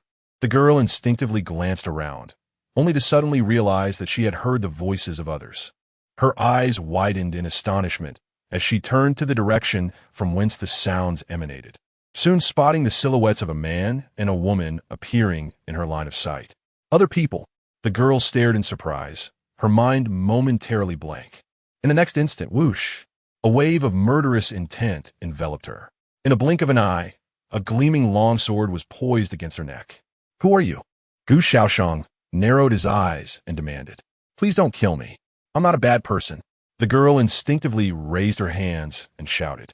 Yet, almost as if recalling something, she suddenly lunged toward Gu Shaoyan's blade. However, the anticipated scene of blood splattering did not transpire. Instead, the girl seemed to pass through Gu Shaoyan's sword as if she were an apparition, swiftly retreating to a distance while eyeing him and Lin Youyu, who was hot on her heels with wariness. Hey, big brother Gu, wait for me. Lin Youyu protested as she chased after Gu Shaoyan, then shifted her gaze to the girl before her. The girl appeared to be in her 20s, her face radiant with youth, and her already attractive figure appeared even more voluptuous due to her wet clothes clinging to her body. Lin Youyu cast an envious glance at the girl's long legs. She didn't covet much, but those long legs were something she genuinely desired yet lacked. After all, at a height of 1.50 meters, where could she possibly find such legs? Perhaps in her dreams? The girl before her stood at a commendable height of approximately 1.68 meters. With shoulder-length black hair and bright, captivating eyes, resembling the very embodiment of the idealized beauty in the hearts of young men. Hey, who are you? Lin Youyu called out. Perhaps it was a matter of mutual repulsion among women, but Lin Youyu found her initial impression of the girl rather unfavorable. Oomph. So what if you have long legs? You are. Lin Youyu. The girl exclaimed in surprise, calling out her name. Yeah. Lin Youyu was taken aback, and then somewhat shyly replied. Do you know me? Are you one of those fans who keep calling me big shot in the chat channels? The girl found this Lin Youyu to be a bit different from her expectations. She had imagined that the top player on the regional racing leaderboard would possess a rather aloof demeanor, yet was surprised to find her unexpectedly lively. However, the earlier look she had received was not particularly friendly. The girl was puzzled, She could not recall having offended this esteemed player. No, I'm not your fan. The girl shook her head, her gaze flickering nervously toward the cold-faced Gu Shaoyan standing nearby. After all, this man had nearly taken her life upon their first encounter. How could she not be afraid? Not a fan? Lin Youyu pouted, then inquired, "Then who are you? Why are you here? And what is the story behind your current state?" She gestured towards the girl's drenched appearance before turning to glance at Gu Shaoyan. Discovering that Gu Shaoyan had been fixated on the girl only deepened her displeasure. "My name is Wang Xie. I have been here for some time, though I have been hiding beneath the water." Wang Xie is a straightforward child, unaware of the need to conceal her true identity, and she candidly revealed her name to Lin Youyu. "Oh," Lin Youyu blinked in astonishment as she gazed at her. "You're the Wang Xie?" The girl, Wang Xie, nodded in affirmation. To further convince Lin Youyu of her authenticity, she even took the initiative to send a private message through the chat channel, albeit consisting of a single word. "It truly is you." Lin Youyu glanced at the private message, her heart now convinced of Wang Xie's claim. It was quite a coincidence to encounter this rising star, who had recently surged to prominence as the second-ranked contender in such a setting. Chapter 82. Honest and socially anxious. Am I not even as good as a cat? Indeed, it is truly me. Wang Xie nodded, exclaiming, "I did not intend to appear here, and I am not a bad person.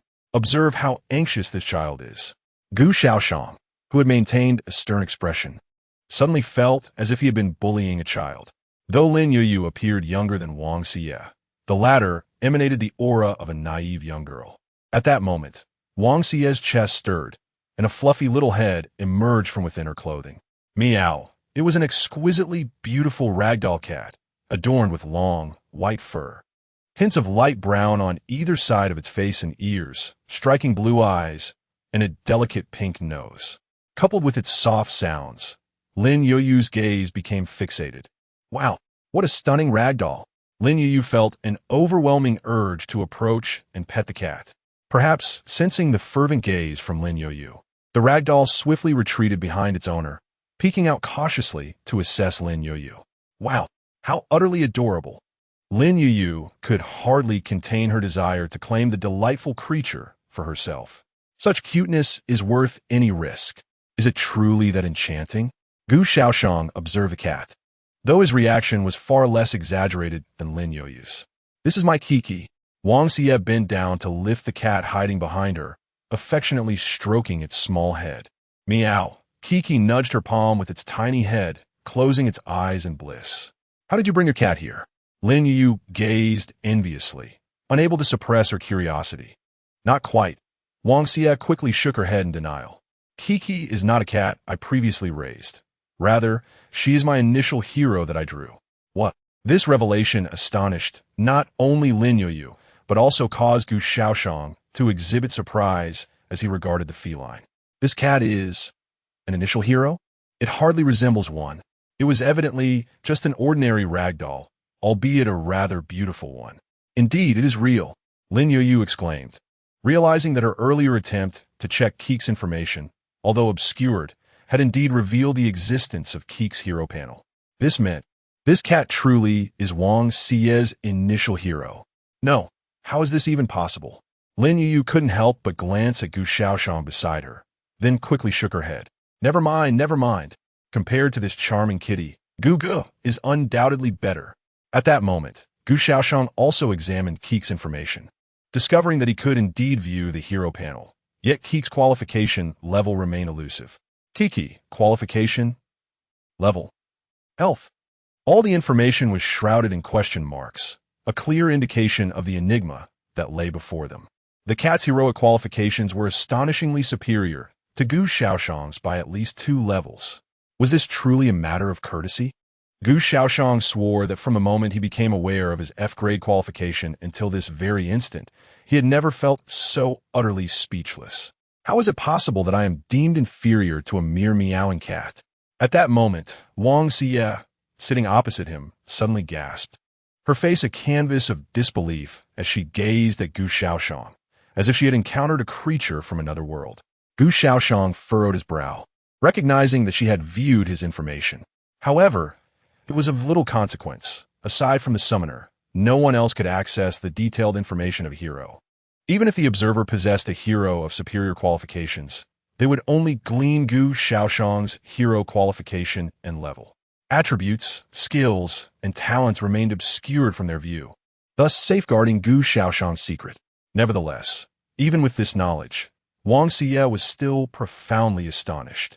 Initially, she believed Gu Shaoxian to be an ordinary human from Blue Star, but her companion Coco had just conveyed through their psychic bond that this man was akin to her, an otherworldly hero summoned from a different realm. Instinctively, she had glanced at Gu Shaoxian's information and stumbled upon revelations that left her utterly astounded. Unnamed swordsman, qualification F, level 47, health. While the subsequent details remained concealed, the mere qualification level was enough to leave Wang Xie in a state of shock. She recalled how Gu Shaoxian had appeared before her as if teleporting, placing his sword against her throat. If such feats were performed by a hero of SR grade or even S grade qualification, she would not have been surprised. Yet, astonishingly, Gu Shaoxian's qualification was F grade, the lowest tier. How could an F grade hero traverse over 100 meters in an instant and threaten her with a sword before she even registered his movement? It was utterly fantastical. Was this even reasonable? You witnessed that, did you not? Gu Shaoxian remarked softly.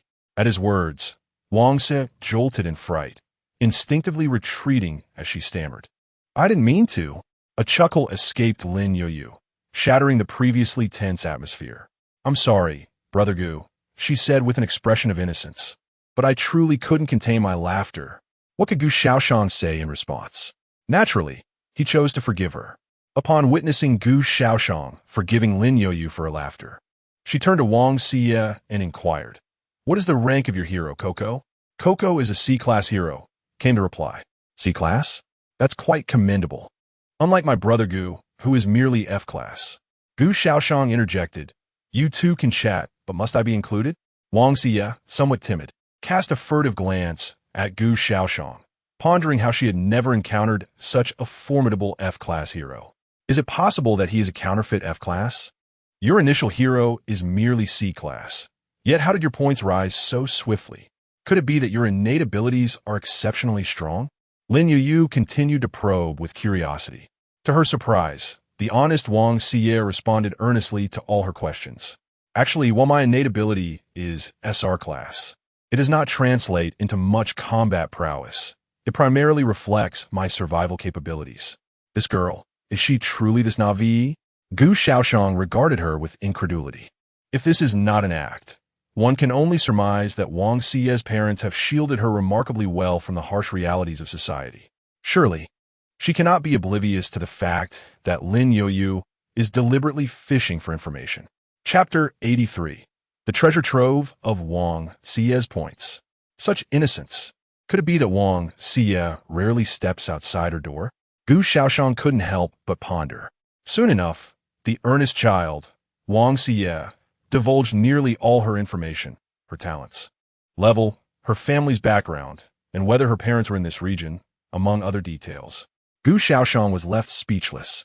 He had initially contemplated whether she was merely putting on an act, but it seemed that she was, indeed, just too honest.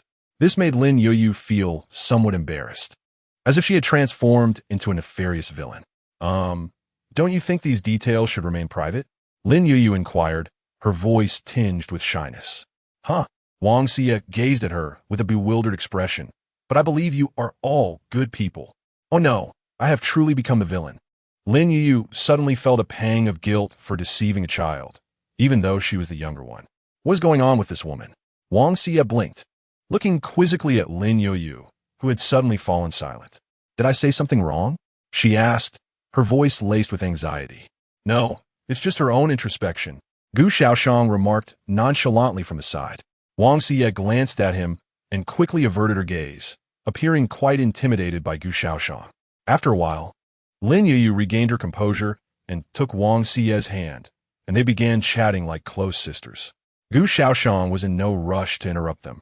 Instead, he strolled to the lakeside and gazed into the water. There were numerous freshwater fish beneath the surface, some of considerable size, reaching lengths of 3 to 4 meters. However, most were within a meter or even less than half a meter. Many of these fish bore levels, indicating they were, in fact, fierce beasts. Yet, the highest level he spotted did not exceed 20. Killing them would yield no experience points, rendering any engagement unnecessary. Brother Gu. At that moment, Lin Youyu's voice called out from behind him. Gu Shaoxian turned to face her. Brother Gu, can you guess how Siye's points have surged in the past few days? Lin Youyu beamed at him, resembling a mischievous little fox. Does he even need to guess? He had already discerned the answer. It's those fish in the lake, isn't it? Gu Shaoxian directed his gaze at Wang Siye, his tone both inquisitive and confident. Yes, that's correct. Wang Siye timidly nodded. As Gu Shaoxian approached, she appeared noticeably tense, lacking the ease she had exhibited while chatting with Lin Youyu. At that moment, her cat, Kiki, was being held by Lin Youyu, who was clutching it tightly, much to the cat's evident dismay. Kiki seemed utterly resigned to its fate, unable to escape. Truly impressive, Brother Gu. You've guessed it right in an instant. Lin Youyu chuckled. The lake teems with fish, yet their levels are disappointingly low, yielding no experience points upon defeat. Gu Shaoxian holds little regard for this so-called experience farming paradise. As for him, leveling up is paramount, followed closely by points in regional speed competitions. Moreover, Lin Youyu's score is already securely locked in first place. Any additional points would not confer extra rewards, rendering further effort unnecessary. Thus, I assure you, Sister Siye, there is no need to worry about Brother Gu and me encroaching on your farming grounds. Lin Youyu smiled at Wang Siye.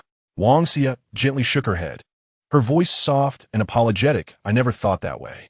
I was merely jesting. Lin Youyu winked playfully. I'm sorry, I didn't know, Wang Siye replied, her expression filled with regret. Oh dear, Sister Siye, you really don't need to keep apologizing. It's quite all right. After all, we are friends now, aren't we?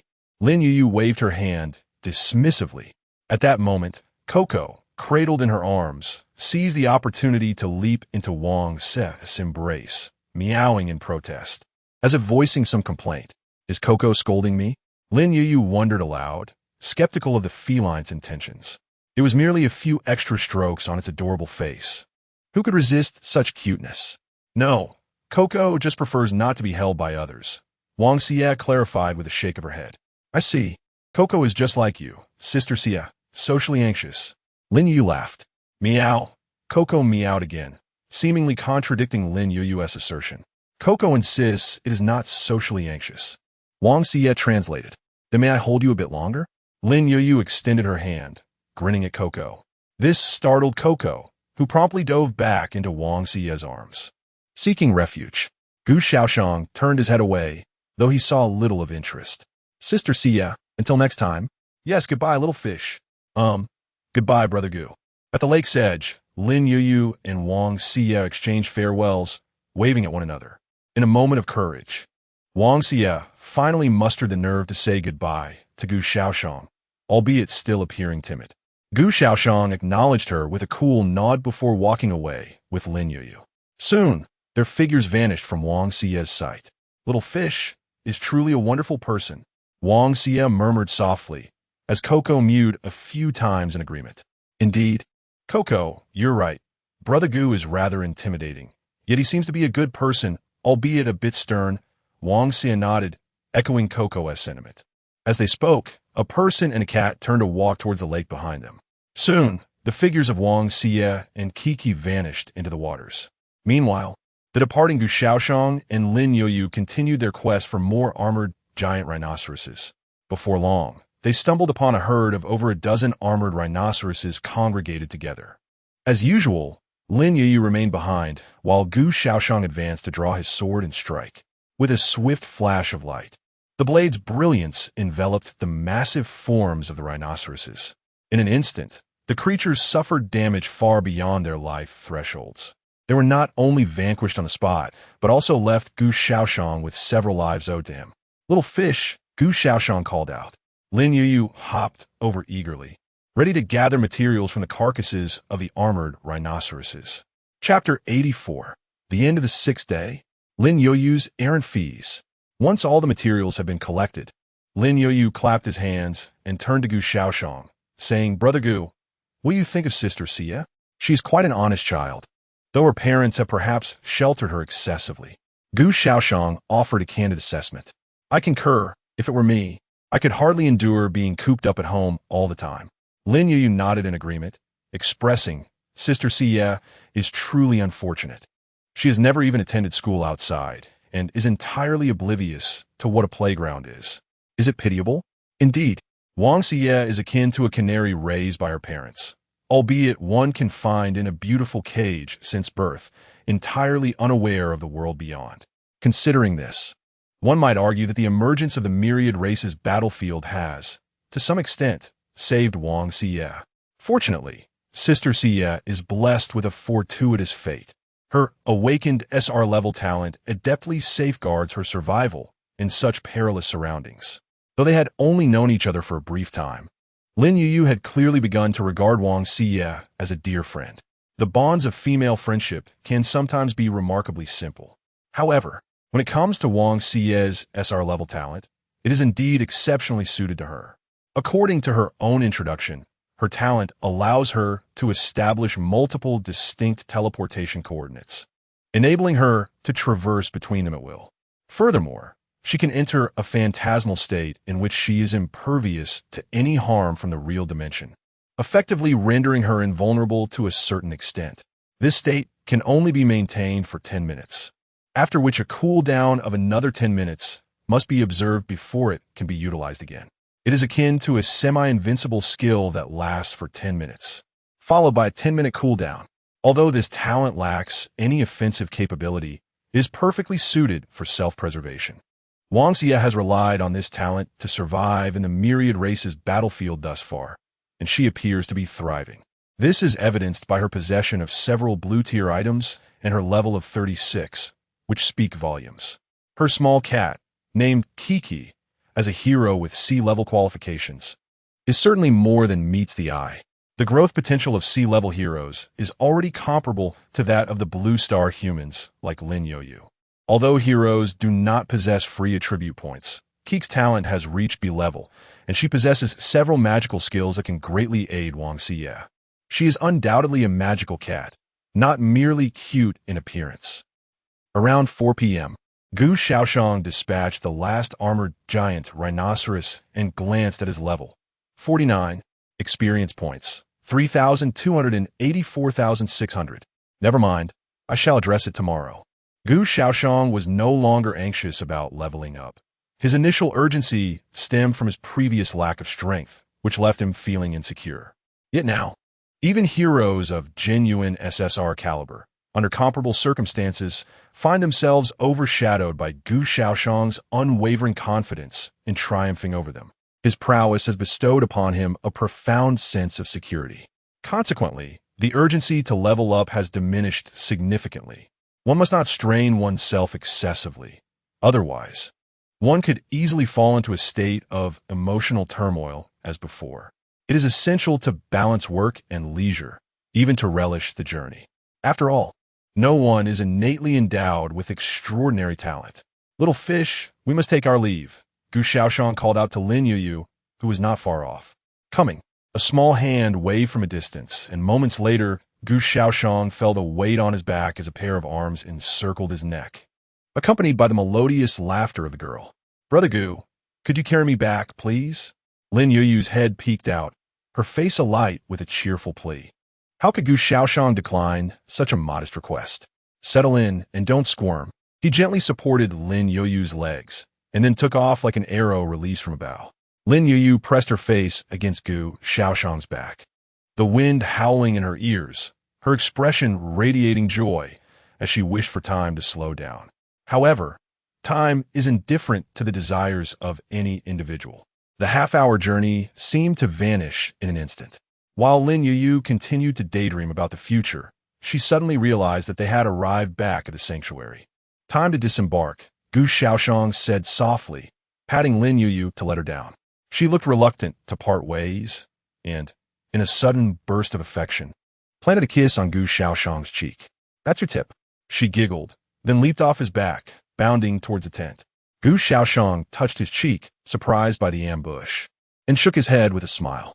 Before long, darkness enveloped the cave. Gu Shaoyan began preparations for dinner, which featured roasted armored rhinoceros meat. He cut the substantial meat into pieces the size of eggs, skewering them onto iron sticks for grilling. Each skewer could accommodate about 6 pieces. Accompanying the meat were vegetables resembling green peppers that Lin Youyu had procured from the trading market, arranged in a circle by the campfire, allowing the intense heat of the flames to gradually cook the meat. Throughout the process, Gu Shaoyan diligently adjusted the position of the skewers, preventing any piece from being overcooked. Once the meat was nearly done, he prepared to sprinkle seasonings atop it. The spices, including cumin and chili powder, had also been acquired from the trading market. These seasonings were indeed more valuable than the meat itself. Currently, in the trading market, the most affordable food items were various types of meat. There was both ferocious beast meat and wild beast meat. However, the latter was seldom sought after. Why opt for ordinary wild beast meat when one could purchase ferocious beast meat at a similar price? Of course, not all the flesh of ferocious beasts is delectable. Some are utterly inedible, exuding an off-putting aroma even in their raw state, and remain difficult to swallow even when thoroughly cooked. However, over the past few days, everyone has discerned which beast meats are palatable and which are not, minimizing the likelihood of any culinary misadventures. Inside the tent, Lin Youyu emerged from a refreshing bath, clad in simple attire. Upon spotting Gu Shaoyan, who was roasting meat by the campfire, she was unsure if it was the flickering flames that tinted her cheeks or if she was genuinely blushing. From Gu Shaoyan's perspective, Lin Yuyu's face appeared quite rosy. "Brother Gu, allow me to take over. You should go wash up," Lin Youyu offered as she approached, gently ushering him toward the tent. "Just be mindful of the cooking time. Don't let it burn," Gu Shaoyan cautioned, his concern evident.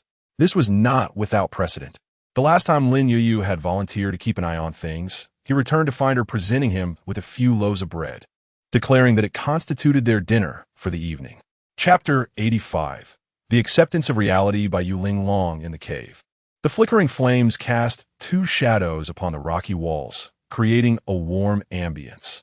Gu Shaoyan held a novel in his hands, engrossed in its pages. The book was procured by Lin Youyu from the trading market, its origins unknown, as the previous owner had evidently deemed it unnecessary nourishment for the soul and chose to exchange it for tangible sustenance. Gu Shaoyan possessed an entire collection of such novels, totaling 13 volumes. In the forthcoming nights, he anticipated a reprieve from the monotony of solitude. Beside him, Lin Youyu was intently engaged with the information flowing through the regional chat channel, occasionally exchanging a few words with Wang Xie through private messages. However, Wang Xie, being somewhat reticent, rarely contributed to the conversation, leaving Lin Youyu to initiate most topics. The chat was abuzz with discussions of the day's experiences, and many noted that Lin Youyu had ascended to the top of the regional racing leaderboard, with points exceeding 220,000. The first place was, indeed, indisputable. In contrast, Wang Xie, occupying the second position, had garnered an impressive 67,000 points, nearly 2,000 points ahead of Yuling Long, who was in third place. It seemed that the consensus among the participants was that Yuling Long had little hope of surpassing Wang Xie, especially with the final day of the regional racing competition looming on the morrow. After tomorrow, the ultimate rankings would be unveiled, and the remaining time to catch up or even overtake the scores appeared overwhelmingly daunting. In truth, even Yuling Long herself had begun to accept the inevitable reality of securing third place. Ultimately, the rewards for both the second and third positions were identical. There was no pressing need to vie for first place. Yuling Long had learned to console herself, for she had truly exerted herself.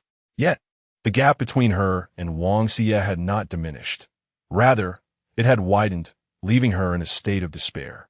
Tomorrow marked the last day of the regional racing competition, and one could only wonder what treasures might be unlocked from the silver treasure chest. I envy those within the top 1,000. Unlike me, I won't even make it into the top 100,000. I strongly suggest a participation prize. Otherwise, it feels as though we are merely spectators. How can that be? Haven't we all witnessed the prowess of the great ones? All right. So that's the sense of participation. Is it? Am I really that insignificant? Why must I be reminded that I am just an extra? Brothers, have faith. Even the extras can have their moment. Strive. Persevere. Is someone getting overly enthusiastic? What fervor. Let us try to think positively. At least we are still alive. Aren't we? Our region currently boasts nearly 490,000 survivors. Everyone present here has surpassed that eliminated 50%. Wow. In the realm of Blue Star, I was born into affluence, possessing a fortune in the billions. Yet, upon arriving at this chaotic battlefield of myriad races, I find myself bestowed with nothing more than a C-class talent. Could they not have granted me a more respectable initial hero? An E-class hero, truly? I too once held a prestigious position as an executive in a Fortune 500 company, earning an annual income in the 8 figures.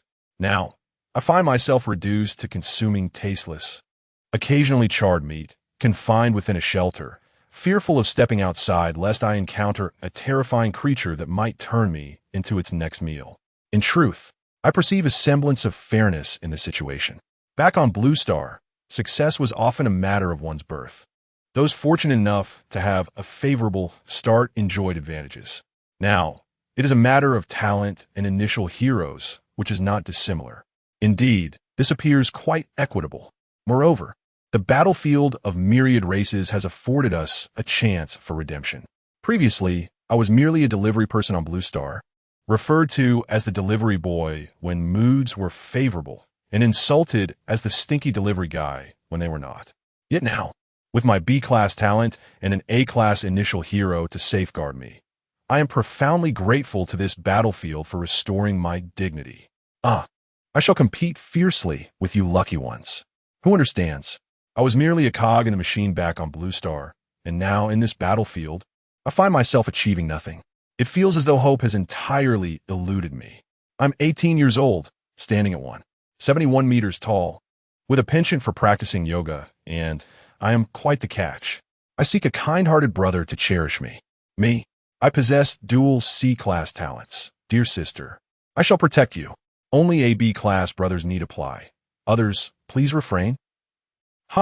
Indeed, no matter where one may find themselves. High-quality girls seem perpetually out of reach for us. How amusing. Yet again, such individuals are utterly tiresome. Lin Youyu clicked on the profile of that person and found a genuinely pure and lovely girl, her figure remarkably appealing. Those long legs are truly both lengthy and straight. I wonder how she came to possess such attributes. Is it perhaps a matter of talent? Lin Youyu could not help but feel a twinge of envy. Surely, no one would be foolish enough to encumber themselves with a burden. She muttered softly. What burden? Gu Shaoyan, engrossed in his novel, glanced up upon hearing her voice and inquired. Nothing, merely someone in the chat channel seeking protection. Lin Youyu replied vaguely. Seeking protection? Gu Shaoyan contemplated for a moment before comprehending. However, he held little interest in such matters. With his abilities, he could indeed protect many, yet he disliked the idea of carrying a multitude of useless burdens. He was no savior, after all, and would not invite trouble for the sake of others. Time always seems to slip away swiftly during breaks. Having read less than 1/10 of this novel, Gu Shaoxian noted that it was already past 10 in the evening. The night was deep. The sounds of beasts howling echoed outside, accompanied by the distant noises of massive creatures moving about. It was far more lively than during the day. At that moment, Lin Yu also stifled a yawn, rubbing her eyes. Are you tired? Gu Shaoxian inquired, following up with, it is getting late. If you feel tired, you should retire for the night. Are you not going to sleep yet, Brother Gu? Lin Youyu asked, glancing at him. I will watch for a little while longer. Gu Shaoxian replied. He wished to finish this segment of the story before resting, as it would not take much longer. Then I shall also wait a while before sleeping. Lin Youyu responded in kind. Very well. Let us aim to sleep by 10:30. Gu Shaoxian nodded, then redirected his attention to the content of the novel in his hands. Lin Youyu sat beside him, observing. She was genuinely curious to know if the novel was truly that captivating. After all, with a striking beauty like herself seated nearby, how could a mere book be more alluring? Brother Gu must never have had a girlfriend before. Lin Youyu silently scoffed in her mind. Such a straightforward man. It would be a wonder if he ever did. Chapter 86. The last words of Lu Qingyuan in the mountains. The campfire continued to burn quietly. Sitting beside the fire, Lin Youyu stifled a yawn and glanced at Gu Shaoyan, who was engrossed in his novel. With no one to converse with, she opened a regional chat channel to see what others were discussing. Unfortunately, Wang Xia had fallen asleep half an hour ago, leaving her without a companion for conversation. Feeling somewhat bored, Lin Yu aimlessly scrolled through the messages in the chat. As time passed, many had already retired for the night, weary from the day's exertions. After all, who would risk staying up late when the next day awaited? Although the myriad of realms did not impose a strict attendance requirement, neglecting to enhance one's abilities could lead to dire consequences, death. No one wished to meet such a fate. Everyone hoped to survive another day. Those who desired to give up had perished in the days prior. How dull it was! Was there not a single interesting occurrence? Lin Youyu yawned once more, her eyelids feeling heavy. At that moment, Lu Qingyuan, everyone, I may soon meet my demise. Lin Youyu, who had been aimlessly skimming through the messages, suddenly felt a surge of alertness. The drowsiness dissipated as she widened her eyes to read the content above. What's going on? Are you really dying? Fiora, Lu Qingyuan, where are you? Let me accompany you on your journey. Is this a case of suicidal despair? Lu Qingyuan, you cannot reach me. And this is not suicide. I seem to have inadvertently breached a certain seal, and something within is about to escape. Lu Qingyuan, I no longer have time to flee, nor a path to run. So before I meet my end, I wanted to warn you all, do not come to the Death Desert. Something significant is about to happen here. What the hell? I'm right in the Death Desert. Fiora, damn it. Lu Qingyuan, you fool. What have you done this time? Lu Qingyuan, did I not mention? I accidentally released a seal, and I can already sense a terrifying presence about to emerge. Farewell, everyone. I hope you won't blame me. It was not intentional. What the hell? I'm blaming you. What should we do? I feel the ground shaking. Is it just my imagination? Brother, trust yourself. It's genuinely an earthquake. Are there any others in the Death Desert? Do you feel the tremors too? It's Lu Qingyuan. That rascal has damaged a seal, apparently unleashing a dreadful monster. What the hell? I was about to sleep, and now you say a terrifying monster has been unleashed. Thank goodness I'm not in the Death Desert. Fiora, Lu Qingyuan, I curse you to the depths of hell. Stop cursing. Lu Qingyuan's icon has turned gray. He is already dead. What the hell? He got off easy. This scoundrel. How does he manage to stir up trouble so effortlessly? Let's find a way to save ourselves. I hope what is released is not some kind of monster. A sealed creature? Lin Youyu wore an expression of keen interest. She quickly patted Gu Shaoyan beside her and added, Brother Gu, do you recall that Lu Qingyuan? Lu Qingyuan? Gu Shaoyan pondered for a moment before nodding. What happened to him? He inquired. He has died, Lin Youyu replied, recounting the message she had just seen in the chat channel. A sealed, strange creature? Gu Shaoyan expressed surprise, questioning if it was indeed a monster and not something else. I'm not sure. Many from the Death Desert have mentioned feeling the ground tremble, as if an earthquake had impacted the entire Death Desert. How vast is the Death Desert? Based on the information available, the area they currently occupied, what they referred to as the Novice Island, was approximately 1 million square kilometers. The Death Desert, in turn, covered roughly 1/5 of the Novice Island's area, approximately 200,000 square kilometers. What magnitude of earthquake could affect such a large expanse? What was the scale of the epicenter? What on earth was sealed away?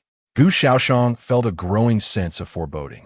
At that moment, boom, a tremendous explosion resonated from outside. The entire cave began to shake. Lin Youyu screamed in fright and clung to Gu Shaoyan, who turned to gaze toward the cave entrance. Fortunately, the tremors did not persist for long. They ceased after a few seconds. Meanwhile, the chat channel was in uproar. What was that just now? Thunder? Damn, I had just fallen asleep. My beauty sleep. Did you all hear that sound? Wait, did you all hear the explosion? It's from the Death Desert. The explosion originated from that direction. It's that fool Lu Qingyuan. He is responsible for all this. I feel trapped, whether to run or stay. It feels like doom is imminent. What the hell? Guess what I just saw? What is it? A monster has emerged? Forget it. I'm out of here. If I don't run now, I'll surely die. Wait, it's not a monster. I think I just saw a colossal dragon engulfed in flames soar into the sky from the depths of the desert. A dragon? Bro, are you sure you're not mistaken? I swear, my shelter is built atop an abandoned structure in the desert. I was just outside observing the situation when suddenly a huge explosion echoed from deep within the desert, and then that fiery dragon appeared. Holy crap, a dragon. I want to be a dragon rider. Wake up. You think you could be a dragon rider? Without a doubt. The colossal dragon that has emerged is the very one that was previously sealed, now inadvertently released by the fool Lin Youyu. Who knows what terrifying events may ensue? I have a foreboding feeling that many lives may be lost in the wake of this disaster.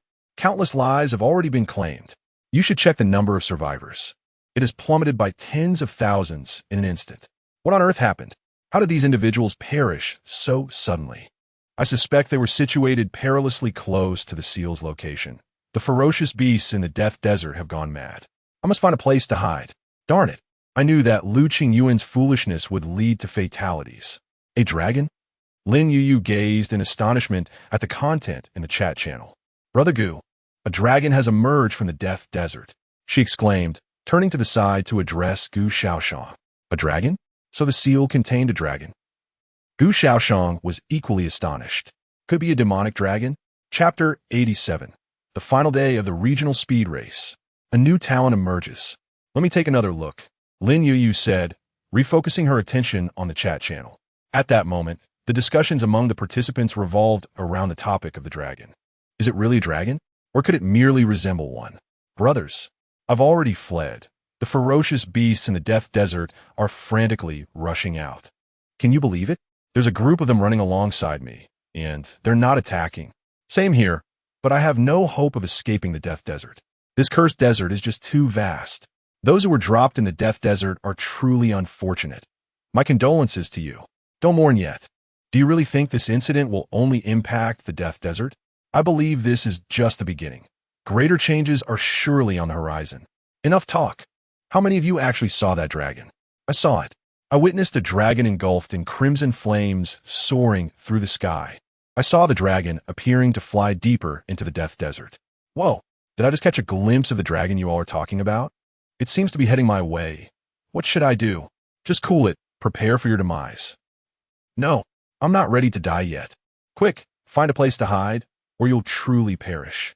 Right? Find somewhere to conceal yourself. After all, the dragon is so enormous. It surely won't notice my small presence. Good news, everyone. The dragon hasn't left the Death Desert. And what is the bad news? The bad news is that the ferocious beasts of the Death Desert have collectively relocated. So, those in the surrounding areas of the Death Desert, flee for your lives. I knew something bad would inevitably happen to me. My shelter is quite close to the desert. It seems I must relocate. I'll move tomorrow. I'll let it slide tonight. It shouldn't happen so quickly, right? Some had seen the dragon adorned with blood-red flames, flying deeper into the Death Desert. Lin Youyu shared the information she had gathered. Blood-red flames? Gu Shaoyan furrowed his brow. Who among the good-hearted would be engulfed in such flames? This was no ordinary dragon. Indeed, it was undoubtedly a demonic dragon. Brother Gu, the beasts in the Death Desert are so terrified that they are moving collectively, seemingly towards the outskirts of the desert. Lin Youyu remarked at that moment. I see. Gu Shaoxian nodded, a look of regret crossing his face as he said, That's a pity. We are still quite far from the Death Desert. Indeed, what a shame. Lin Youyu agreed, nodding vigorously. If the dragon were to head their way, both she and Brother Gu would surely seize this opportunity for significant gains, potentially elevating their levels to the 60s or 70s in no time. After all, it is a veritable den of ferocious beasts within the Death Desert, although it is impossible for them to capture every creature. Even securing a mere 1% or even 1,000th would suffice to satiate their needs. Alas, they are far too distant from the Death Desert, oblivious to its exact location. They do not even know how to approach it to join in the fray. That night, news of the dragon and the mass migration of countless beasts from the Death Desert kept many of the Blue Star humans awake. Those who were already within the Death Desert hastily packed their belongings and fled. The silver lining was that, due to the dragon's intimidation, the beasts in the Death Desert were solely focused on their escape and showed no inclination to attack humans. However, the grim reality was that, even without direct assaults. Nearly 200,000 fatalities occurred due to accidental encounters or trampling. In other words, after the previous wave of casualties, which claimed over 100,000 lives, the migration of beasts led to an additional near 200,000 deaths. Altogether, over 300,000 souls perished that night, and this was merely the beginning. The mass exodus of beasts from the Death Desert resulted in a staggering increase in the number of ferocious creatures in the surrounding areas. Some, unable to escape in time or clinging to false hopes, awoke the next day to find themselves encircled by these beasts. Their shelters were surrounded by creatures from the Death Desert, such as scorpions, venomous snakes, and lizards. However, the most alarming were the death worms, monstrous creatures that burrow underground. These beasts exhibit a vast range of levels. The lower-tier death worms are merely in the teens or 20s, while the higher-tier ones can reach levels in the 70s or 80s. With this influx, it remains uncertain how many lives will be lost by dawn. In a cave, Gu Shaoyan and Lin Youyu rose for breakfast. Their meal consisted of beef ramen, the beef sourced from a type of bovine beast, thinly sliced and cooked in a pot. The ramen was a standard instant variety purchased by Lin Youyu from the trading market. Eating grilled meat day in and day out can become monotonous. Thus, a change of flavor with some noodles offers a delightful alternative. Gu Shaoyan devoured 3 large bowls in one sitting, while Lin Youyu managed 1.5, promptly handing the remaining half to him before dashing off. After breakfast, they tidied up and departed the shelter, continuing their journey to the Gerd Basin, which had yet to be fully cleared. "Come aboard," Gu Shaoyan called, turning his back to Lin Youyu, inviting her to climb up. "You seem to have gotten used to this, Brother Gu." Lin Youyu laughed as she skillfully wrapped her arms around his neck. "Off we go. Charge ahead." Gu Shaoyan gently shook his head with a smile, then grasped Lin Youyu's legs with both hands. With a light push of his feet, he soared away like a tempest, racing towards the horizon. In the Gurgle Basin, a family of armored giant rhinos, numbering over a dozen, ambled slowly across the grassland. Their destination, a nearby grove abundant with lush vegetation. As herbivorous behemoths, these armored giants consumed vast quantities of flora daily, with a particular fondness for the tender leaves of a tree species unique to the Gurgle Basin. Should these leaves be depleted, they would reluctantly resort to grazing on the grasses that carpeted the land, which served as their natural buffet. Suddenly, a figure appeared in the distance, hurtling towards them with astonishing speed, leaving a trail of afterimages in its wake. The armored rhinos sensed the impending threat and emitted a series of low growls, seemingly warning the intruder to keep their distance. Yet, the newcomer showed no signs of hesitation, instead accelerating towards them. In the next moment, whoosh, whoosh, whoosh, a flurry of sword lights cascaded through the air.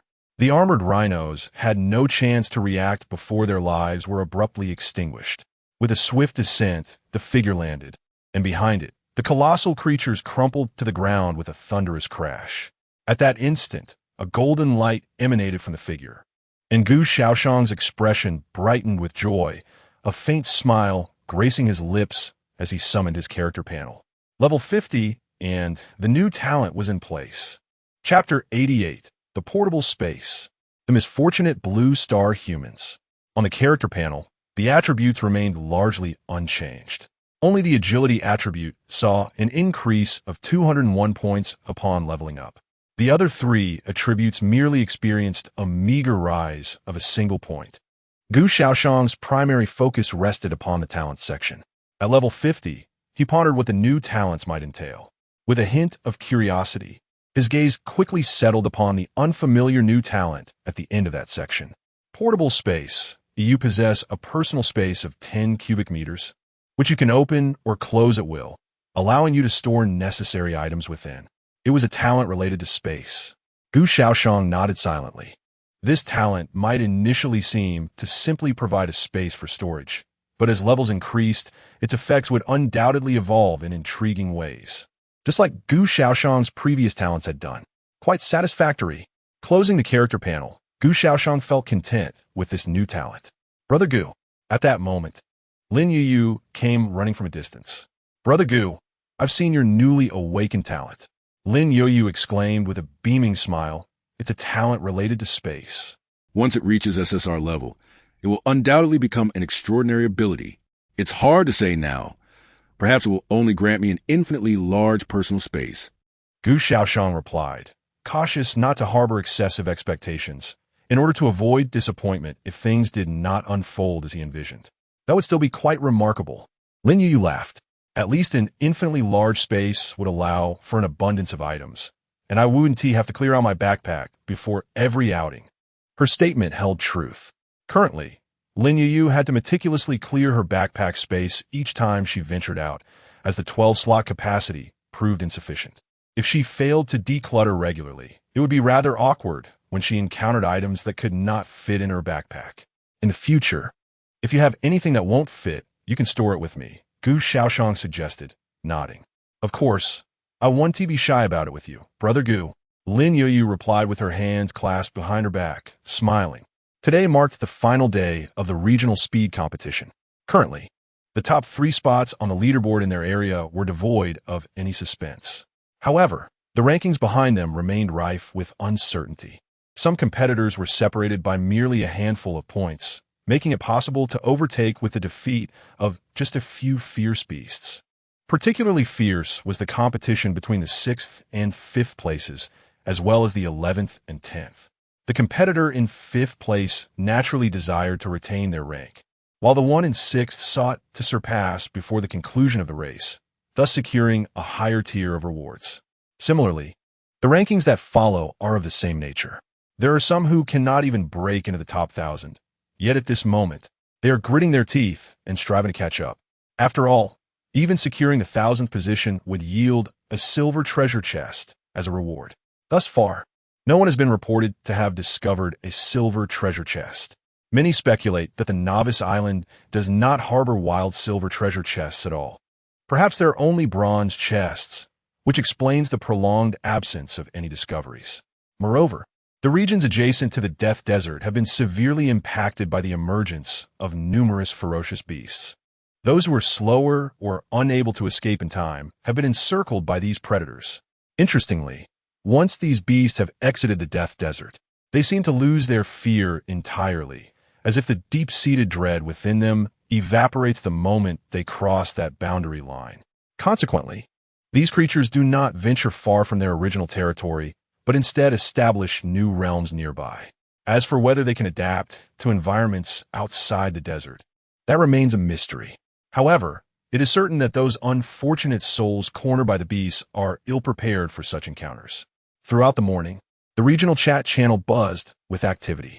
Cries for help were ubiquitous, with some individuals offering incentive for assistance. Meanwhile, others adopted an entitled attitude, expecting rescue as a matter of course.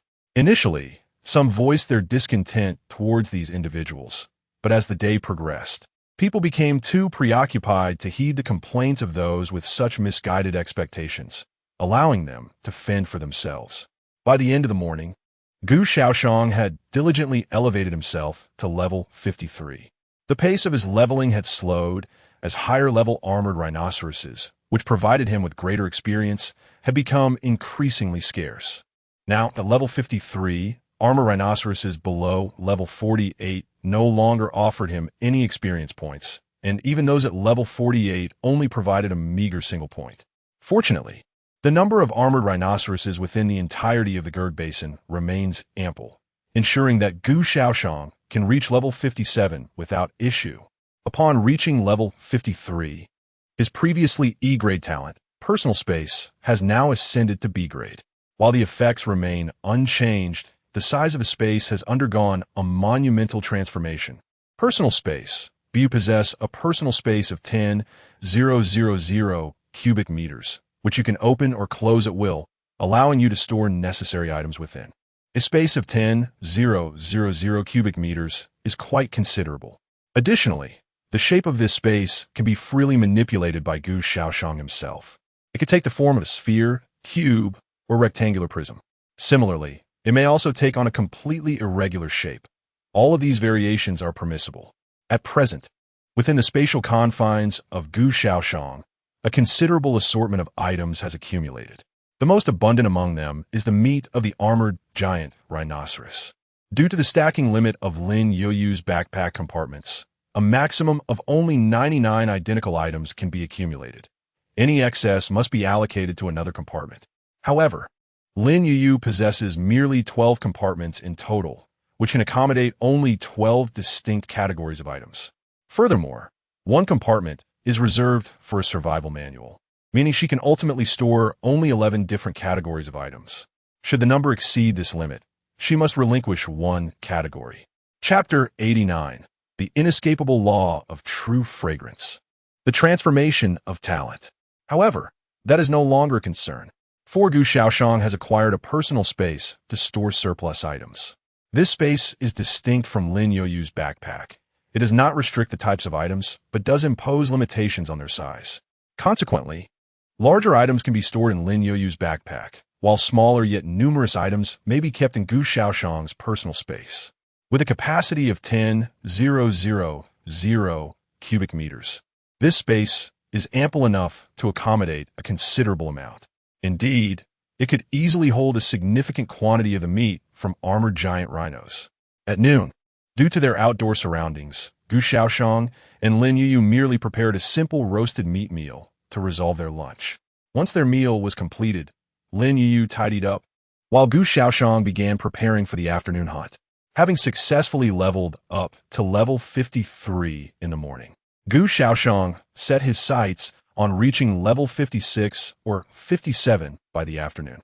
However, attaining level 57 may prove challenging, and should it become unfeasible, he is in no rush to postpone it until the following day. After all, the vast Gurge Basin cannot withstand the comical slaughter initiated by Gu Shaoyan. The population of armored giant rhinos within the basin has already been significantly reduced by his recent hunts, with more than half of them perished. The remaining creatures that could potentially elevate him to level 57 are already a welcome prospect. As for level 60, he will likely need to seek out other new ferocious beast clans. Fortunately, the ferocious beast clans on this novice island are sufficiently numerous to sustain Gu Shaoyan's relentless slaughter. Alas, there is no ranking system in this battlefield of myriad tribes. Were there such a system, Gu Shaoyan would have a clearer understanding of the levels of others, allowing for a comparative perspective. Nonetheless, under normal circumstances, Gu Shaoyan's level undoubtedly ranks as the highest. Why, you might ask? Firstly, he has indeed killed an extraordinary number of ferocious beasts. This is indisputable, as evidenced by Lin Youyu's points on the regional leaderboard, which are nearing 300,000. Additionally, Gu Shaoyan possesses low hero qualifications. While low qualifications may not be a source of pride, they do confer a significant advantage in terms of the experience required for leveling up. Higher qualified heroes tend to level up more slowly. Of course, this slower progression is relative to Gu Shaoyan. When compared to other F-grade qualified heroes, there is no need for comparison, as the vast majority of F-grade heroes have already perished. Competing with a group of deceased individuals in terms of leveling speed is futile. Furthermore, even the few fortunate ones who remain alive boast exceedingly low levels. Normal F-grade heroes cannot independently slay ferocious beasts of the same level, even in one-on-one encounters. Given this, how could they expect to level up? There would be no chance for them at all. Thus, a typical F-rank hero is nothing more than a mere waste, unworthy even of being cannon fodder. If we consider cannon fodder, it must at least be of E rank, and even then, only those with a D rank talent qualify. Otherwise, they too would not meet the criteria for such a role. After all, even individuals like Lin Youyu, who belong to the Blue Star humans, possess qualifications that are roughly equivalent to the C rank tier among heroes. If you cannot even surpass the summoner of your master, then what purpose do you serve? Individuals like Gu Shaoyan are evidently abnormal and unreasonable. Anyone with eyes can discern that there is a significant issue at hand. However, the good news is that Gu Shaoyan has now essentially taken shape and is no longer in the frail developmental phase of his early days. Possessing 5 SSR tier talents, he is more than capable of single-handedly confronting any hero with an SSR qualification. Furthermore, his 6th SSR tier talent is soon to be realized. Thus, Gu Shaoxian is entirely unperturbed by the possibility of his existence being scrutinized for anomalies. So what if there are issues? Weakness is the original sin. The strong always have their rationale, while you, a weakling, have no standing to voice your opinions. Are you tired of living? In his earlier days on Earth, Gu Shaoxian often remarked that money is the courage of a man, implying that when a man possesses wealth, he naturally exudes confidence in all he does and says, radiating an inner assurance. Conversely, when a man lacks money, even if his actions and words are undoubtedly correct, he subconsciously lacks the requisite conviction. This is human nature, a cruel reality. In a place like the 10,000 races battlefield, where the law of the jungle prevails, money transforms into power.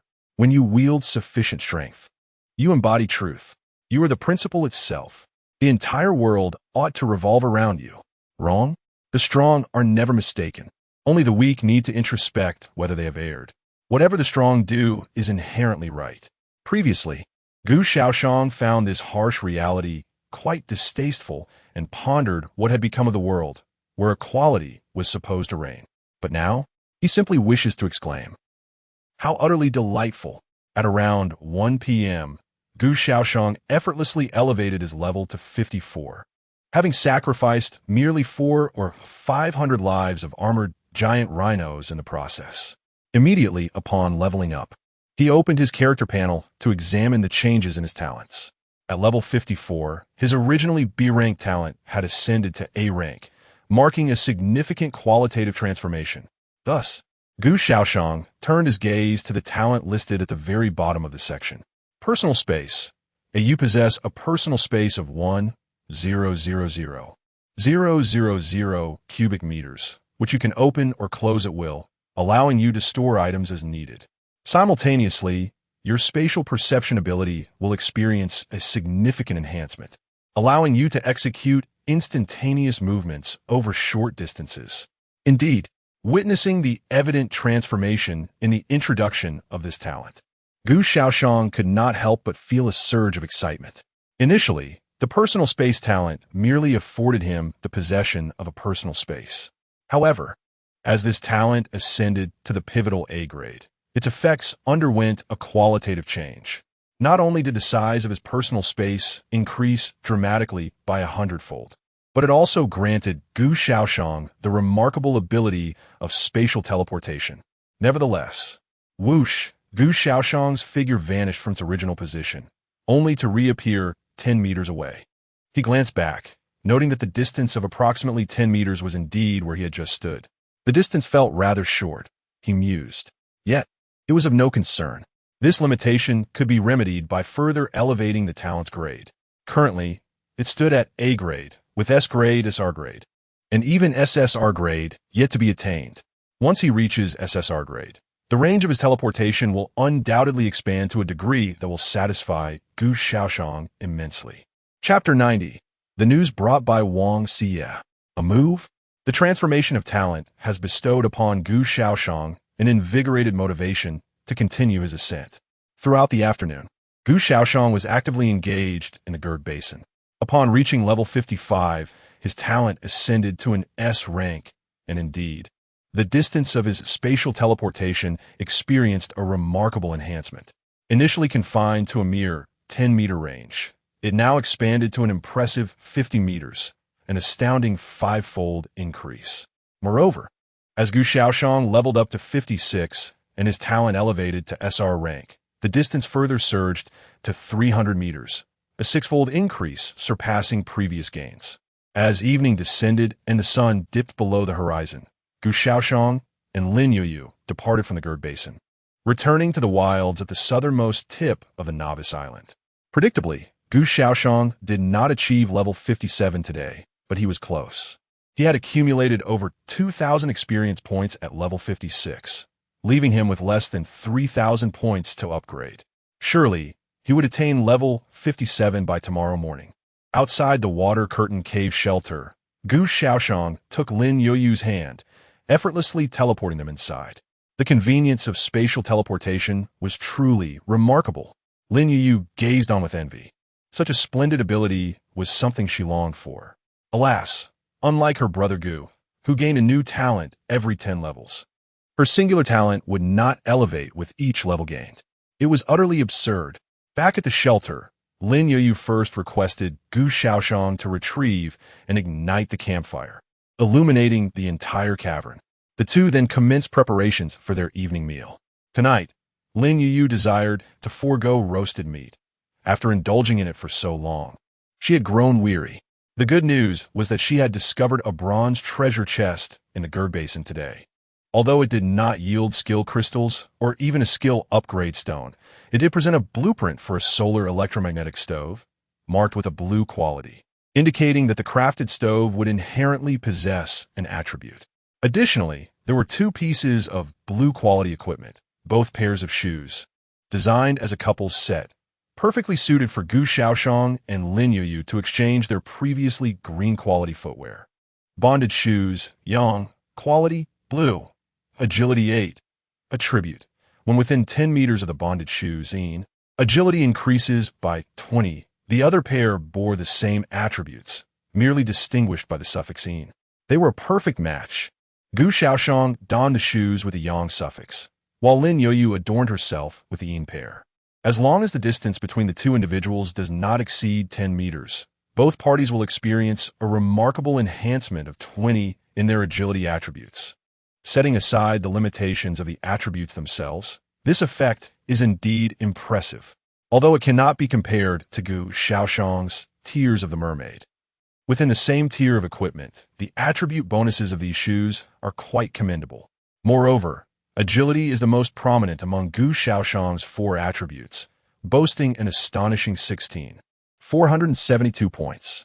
When combined with the additional 20 from Tears of the Mermaid, it approaches a staggering 20,000 points. Adding another 20 now pushes it directly beyond that threshold, reaching an incredible 23,060 points. Is this the capability that a level 56 hero should possess? Presently, Gu Shaoyan's maximum movement speed has skyrocketed to an astounding 311 meters per second. This speed exceeds 6-fold, nearing 7 times the speed of sound. It surpasses the speed of the fastest combat aircraft in the world from Gu Shaoyan's past life by more than double. Is this a speed attainable by humans? It is simply astonishing. Yet, in the context of the myriad races battlefield, everything appears rather normal. In fact, such speed may only serve to display one's prowess in the novice ranks. Beyond that, there are countless beings who possess equal or even greater velocity. In a cave, a black induction cooker was placed upon the table. A divided hot pot was set atop it with water already boiling. One side contained a fiery, spicy broth, while the other offered a sour and spicy concoction, bubbling vigorously. Gu Shaoyan and Lin Youyu sat face to face, beginning to place ingredients into the pot. The table was laden with an array of dishes, predominantly various types of meat. There was meat from bull-like ferocious beasts, lamb-like ferocious beasts, and even fish-like ferocious beasts, among others. Plates piled high with an assortment of meats formed a substantial stack. Additionally, there were some vegetables and flatbreads, but not a trace of innards could be seen. The truth is, there simply weren't any.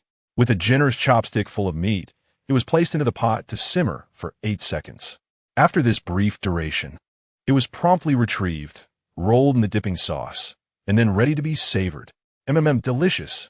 Lin Youyu, having not tasted hot pot in ages, was pleasantly surprised to find such authentic flavors reminiscent of home, even in the myriad races battlefield. This overwhelming nostalgia nearly brought her to tears. Slow down. No one is competing with you, Gu Shaoyan remarked, though his hands moved with unrelenting speed. Another plate of meat was deftly scooped up and placed onto his own dish. That was my turn. Lin Youyu pouted, expressing her discontent. However, her protests fell on deaf ears, as Gu Shaoyan had already devoured it. No worries. You can have some of mine, he smiled reassuringly. You're quite cunning, Brother Gu. You didn't even prepare enough for yourself. Lin Youyu huffed indignantly before joining the fray for the meat. After all, good food is meant to be shared. As two individuals eagerly vied for their meal, it undeniably tasted even more delectable than usual. Of course, this could very well be attributed to the remarkable solar electromagnetic stove. which boasts an attribute that claims to enhance the deliciousness of food by 30%. Who can say for certain?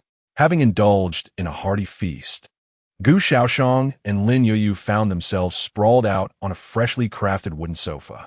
The sofa, rather rigid in nature, offered little comfort. It was certainly preferable to sitting on a stool. Both were feeling somewhat overstuffed, having consumed far more than their usual portions due to the irresistible flavors. Lin Yuyu's belly had puffed up noticeably, and she lay on the sofa, play-acting as a lifeless fish. Gu Shaoyan, though slightly better off, also felt the weight of indulgence, struggling to move with any ease. At that moment, Lin Youyu, who had been reclining, suddenly jolted upright. Gu, I have both good news and bad news. Which would you prefer to hear first? Gu Shaoyan turned to her. Let us start with the good news, he replied. Lin Youyu beamed as she said, The good news is that Sister Sia just messaged me to say she has discovered a group of high-level ferocious beasts, possibly having escaped from the Death Desert. And the bad news? Gu Shaoxian inquired. The bad news is that the location is incredibly far from us. We may need to relocate, Lin Youyu stated. Chapter 91. A collective night vigil. Lin Youyu's boyfriend? Moving? Upon hearing these words, Gu Shaoxian felt an inexplicable pang of reluctance. Reflecting upon their time spent in this sanctuary resembling a water curtain cave, it had been over a week. Although this duration may seem brief, the events that transpired during this time were far more exhilarating than anything Gu Shaoxian had encountered in the past 2 or 3 decades of his life. Each day was filled with profound experiences, unlike his previous existence, which was monotonous and, in hindsight, felt as though events from years ago had occurred just yesterday. This was not a matter of time accelerating. Rather, the mundanity of life had dulled his capacity to deeply remember the occurrences of each day, creating an illusion of time's swift passage. In reality, time had not quickened. It was merely his mind filtering out the trivial memories. How far? Gu Shaoxian suddenly inquired. What? Lin Youyu was momentarily taken aback, struggling to comprehend. I mean, how far is that place from here? Gu Shaoxian reiterated. In a straight line? It might exceed a distance of over 1,000 kilometers. Lin Youyu responded. A distance of over 1,000 kilometers is indeed considerable. In the current circumstances, it is far from trivial. Even in Gu Shaoxian's previous life on Earth, such a distance was remarkably vast. He had never ventured to such remote places in his past life. The primary concern is that the route we must traverse is entirely unfamiliar, leaving us uncertain about the potential presence of high-level ferocious beasts, which poses certain dangers, Lin Youyu remarked. Gu Shaoxian nodded in agreement.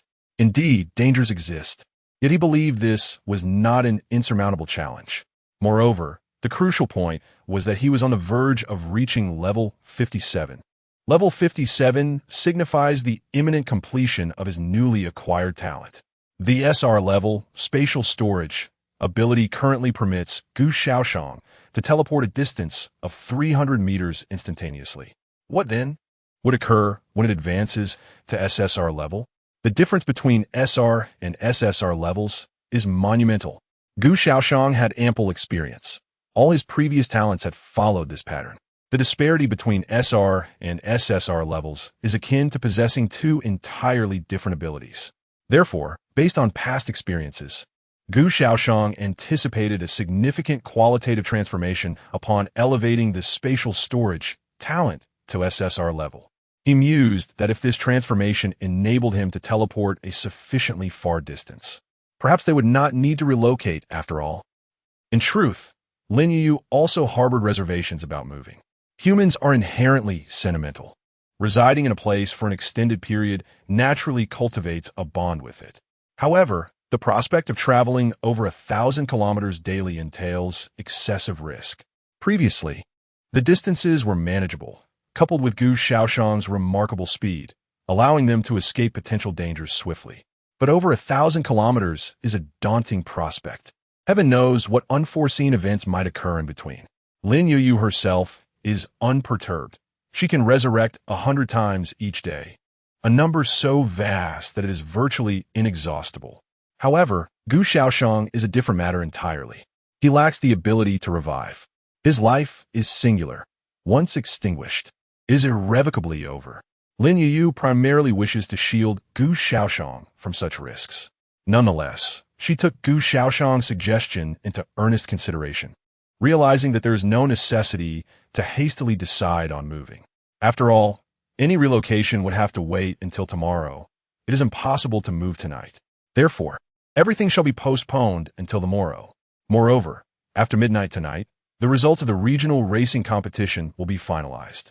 At that time, Lin Youyu will be able to claim a reward for securing first place. Who knows what splendid treasures might be contained within that legendary champion's chest? Lin Youyu cannot help but feel a surge of anticipation. This is both legendary and champion-worthy, undoubtedly a premium item. In contrast, bronze chests seem pathetically inferior by comparison. Due to the impending reward settlement for the regional racing competition at midnight, many individuals plan to stay up late tonight. In the cave, Gu Shaoxian and Lin Youyu moved the sofa to sit beside the campfire, where they awaited the passage of time. Lin Youyu opened the regional chat channel, casually responding to those who had mentioned her while also chatting with Wang Xie on the other end. As for Gu Shaoxian, his needs were simpler. A novel and a pot of tea would suffice to see him through the night. How thrilling! I wonder what treasures the silver chest will yield. The silver chest must be a tier above the bronze chest, right? I've heard that bronze chests can yield blue-quality equipment and some schematics, so by that reasoning, the silver chest should produce purple-quality gear or other valuable items. Is there a big shot who can showcase a piece of blue-quality equipment for us to admire? That's easy. I have one. Let me show you. Whoa, you're actually a big shot? I distinctly remember having a quarrel with you a few days ago. Haha, don't worry, I'm no big shot. I just got lucky and found a bronze chest. Is this what blue gear looks like? It seems quite ordinary. Lin Youyu. Blue gear is classified into regular blue gear and exceptional blue gear, primarily depending on the effects of the equipment's attributes. The blue gear that Brother showcased just now is standard blue gear, with rather common attributes. Whoa, it's Lin Youyu the big shot. Congratulations in advance on securing first place. Congratulations, big shot. Let me bask in your fortune. Count me in for the good vibes. By the way, does Lin Youyu have any exceptional blue gear? Lin Youyu, yes I do. I'll put up for you to see. Anticipation. Anticipation 1. Whoa, is me.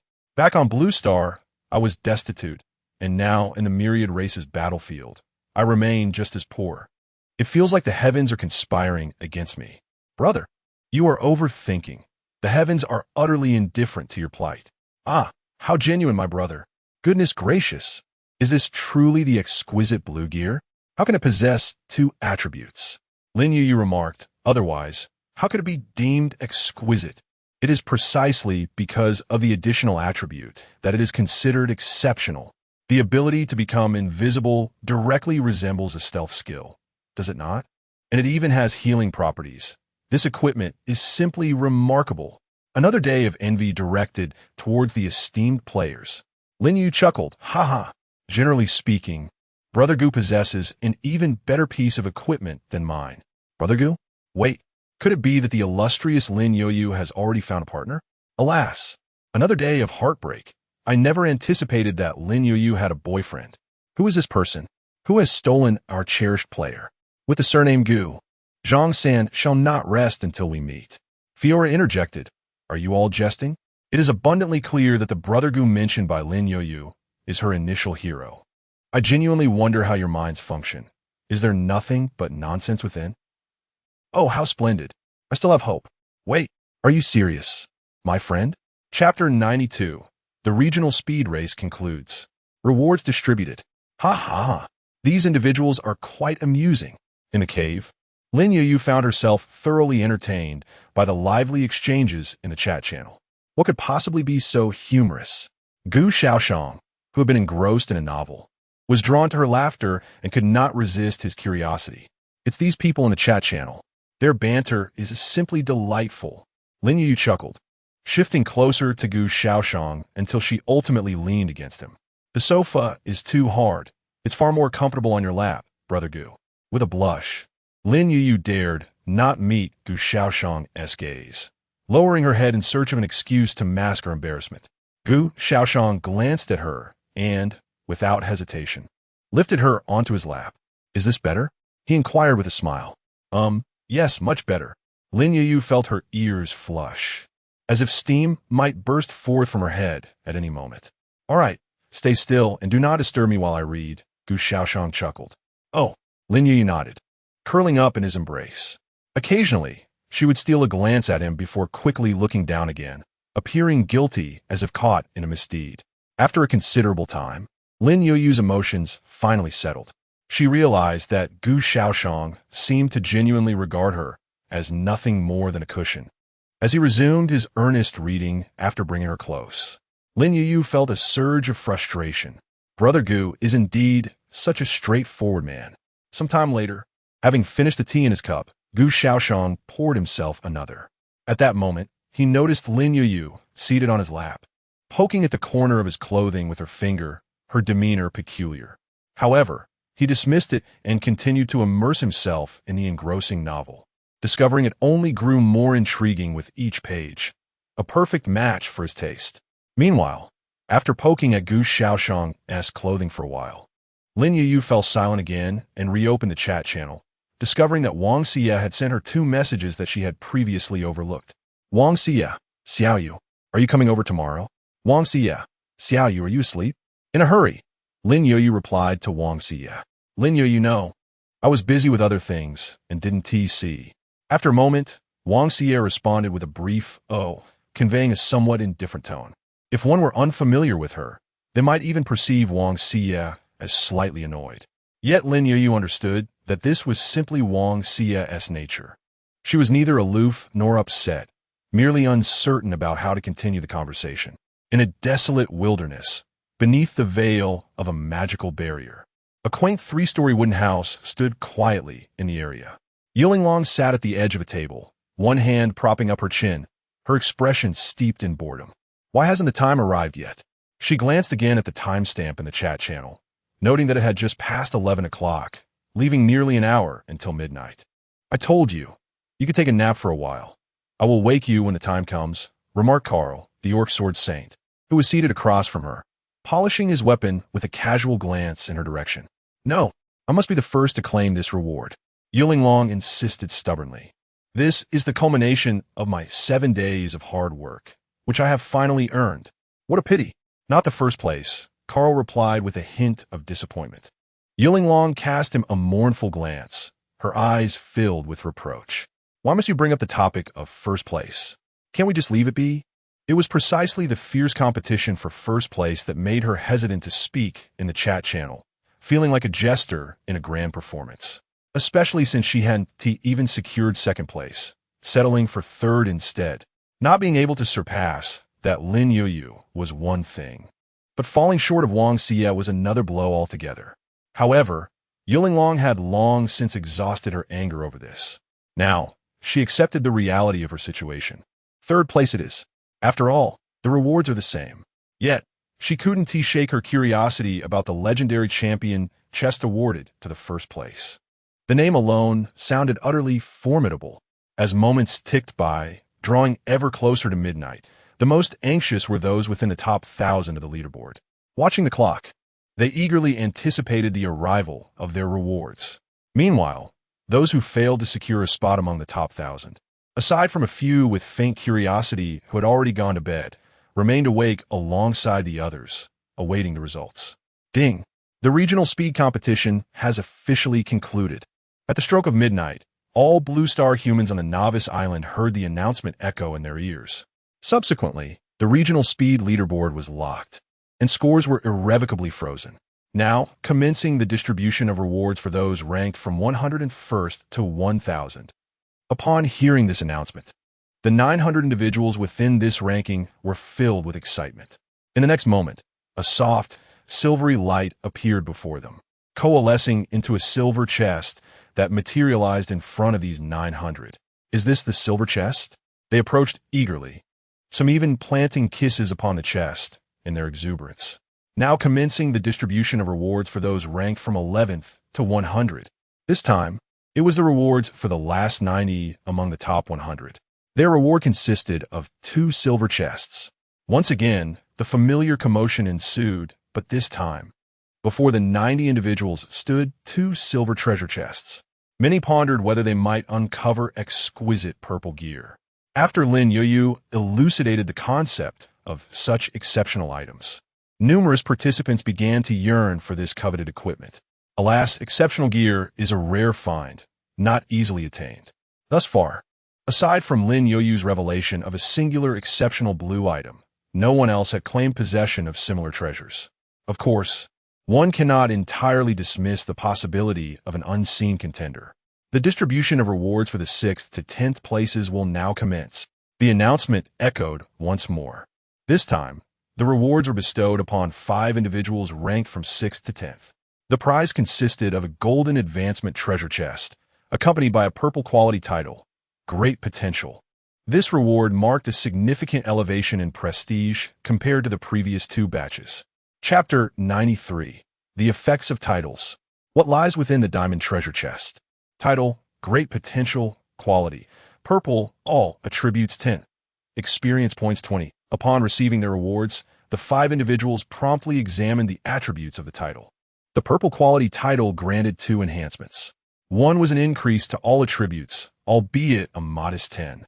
However, as one progresses further into the game, the significance of percentage-based attributes becomes increasingly apparent. While the impact may be negligible in the early stages, a mere additional 5 could translate to tens of thousands in attribute value later on. The second enhancement provided a boost to experience points, increasing them by 20. This improvement in leveling efficiency is certainly commendable. Overall, the effects of this purple title were not as remarkable as they had anticipated. Yet, it was undeniably better than having none at all, akin to acquiring an additional piece of equipment. Moreover, they still had a golden progress treasure chest yet to be opened, which might harbor even greater rewards.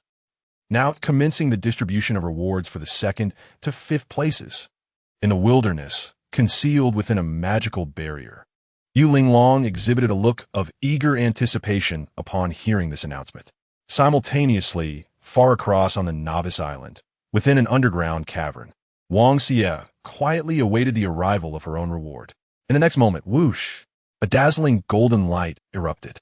Subsequently, a chest seemingly crafted from diamonds materialized before the 4 of them. Alongside it, a golden quality title was also bestowed upon them. However, this title remained invisible under normal circumstances, only discernible within the chat channel and on one's character panel. Almost simultaneously, the 4 individuals checked the effects of this golden title. Title, above thousands, quality, gold, all attributes 30, experience points 50, damage reduction 10. The golden quality title undoubtedly surpassed the purple quality titles previously acquired by others in terms of effectiveness. Not only did it feature an additional enhancement, but the effects were also markedly superior. A 30 increase in all attributes is substantial. Not to mention the 50 boost to experience points, which effectively doubles the speed of leveling. The final attribute, damage reduction, is a critical survival enhancement. A 10 reduction in damage significantly bolsters one's survivability, transforming what could have been a lethal strike into one that leaves a mere 10 of health, thereby granting an opportunity to escape. This title is indeed impressive. The 4 individuals gazed at the title-less effects, all manifesting considerable satisfaction. Great Potential. Shun Xiong. Check out the effects of the title. Great Potential. Augusta, haha. I love this title. Wow, are the big shots starting to flaunt their titles? It seems so. Time to sleep. Dreams hold everything. Above the Multitude. Zhou Cheng. How effective is this title? One word, awesome. Goodness, can't you count? Above the Multitude. Zhang Yuanqi. Haha, I was so close to only receiving a purple title. Luckily I wasn't pushed out. Great Potential. Angela, next time, I will definitely defeat you. Above the Multitude. Zhang Yuanqi. Sure, next time I'll give you a chance to conquer me. Incredible. The great ones have all appeared. By the way, where are the esteemed Yu Linglong and Wang Xie? Surely, the esteemed Yu Linglong isn't feeling shy, is she? Above a Multitude. Yu Linglong? Me shy? What a joke. This time, I concede defeat, but next time I will not lose. The esteemed ones truly embody greatness. Their indomitable spirit is an inspiration for us all. Is this already happening? Above the Multitude. Wang Xie. Hello everyone. I am Wang Xie. We have successfully captured the esteemed Wang Xie. By the way, hasn't the esteemed one ever shown her face in the chat channel? I feel like I have no impression of her. No doubt about it. This is the first appearance of the esteemed Wang Xie. Among the top 10 of the racing leaderboard, the esteemed Lin Youyu is the least mysterious. His presence is almost guaranteed every time the chat channel opens. What do you know? This is called being approachable. The forever enthusiastic Lin Youyu. Quite the vivid description. My friend, the number one in the regional racing competition, Lin Youyu. I see you. Wow, the esteemed Lin Youyu has arrived. Goodness, is his title truly that dazzling? It even has dynamic background effects. So cool. Why don't I have such a dazzling title? I want one too. Above the multitude, Yu Ling Long. Lin Youyu, I will not lose to you next time. The number one in the regional racing competition, Lin Youyu. Yes, do your best. I believe in you. Above the multitude, Yu Ling Long. Yu Ling Long must be furious, right? In the cave, leaning against Gu Shaoyan, Lin Youyu wore a mischievous smile. She had just received her reward for being the first in the regional racing competition, a legendary title. Number one in the regional racing competition quality. Legendary all attributes, 100 experience, 200 damage reduction, 30 ignored damage reduction, 30 critical hit on vital points, 100 truly deserving of a legendary title. The attributes are far superior to those golden titles of the other four. The 100 all attributes enhancement is simply terrifying. It's akin to possessing an additional B-level talent. The 200 experience boost doubles the efficiency of leveling up. Previously, defeating a beast of the same level yielded only 100 experience points, but now it directly grants 300. This efficiency is simply explosive. Moreover, the attributes of damage reduction and damage negation that follow are simply complementary. All effects resonate at a remarkable 30%, significantly diminishing the harm inflicted upon Lin Youyu. What is even more crucial is that her attacks can bypass the damage reduction effects of her opponents. As for the critical hits, they're indeed noteworthy. Initially, everyone operated at a critical hit rate of 150%, but now Lin Youyu has ascended to an astonishing 250%, and this is merely a characteristic of her title. Furthermore, Lin Youyu has yet to open a legendary champion's chest. Given the strength of a legendary title, one can only imagine the plethora of legendary equipment or blueprints that might lie within that chest. Perhaps even legendary skill crystals? Such treasures would be splendid. Regardless, Lin Youyu desires them all. The more, the merrier. Chapter 94. The Unveiling of the Legendary Champion Chest. I am quite curious about the attributes of the titles held by the esteemed players. Indeed, I share the same curiosity. Could any of the esteemed players enlighten us? There lies great potential. Augusta? I cannot divulge that information. Perhaps you shall attain such a title during the next regional speed race, and then you will know. Indeed, during the next regional speed race, I shall strive to secure a position within the top 10. My friend, if I may be so bold, what place did you finish this time? I was too far behind, somewhere within a million. Specifically, 99,730. I'm dying of laughter. Such confidence to claim a position within a million with that ranking. I wouldn't dare say I could reach the top 10. My current goal is merely to break into the top 1,000. A ranking of over 1,300 is quite impressive. Are you equipped with a dual B-grade configuration? Indeed, dual B-grade. It seems there are many competitors of similar strength. The competition is exceedingly fierce. I envy you. I am merely equipped with a dual C-grade. Esteemed players, have you all opened your chests? Would you be so kind as to share the treasures you have uncovered? Yes. In my excitement over the titles, I almost forgot about the chests. Lin Youyu, esteemed one, have you uncovered any treasures from your legendary champion chest? The number one in the regional speed race. Lin Youyu, I have yet to open it. I prefer to wait for others to open theirs first. Please go ahead.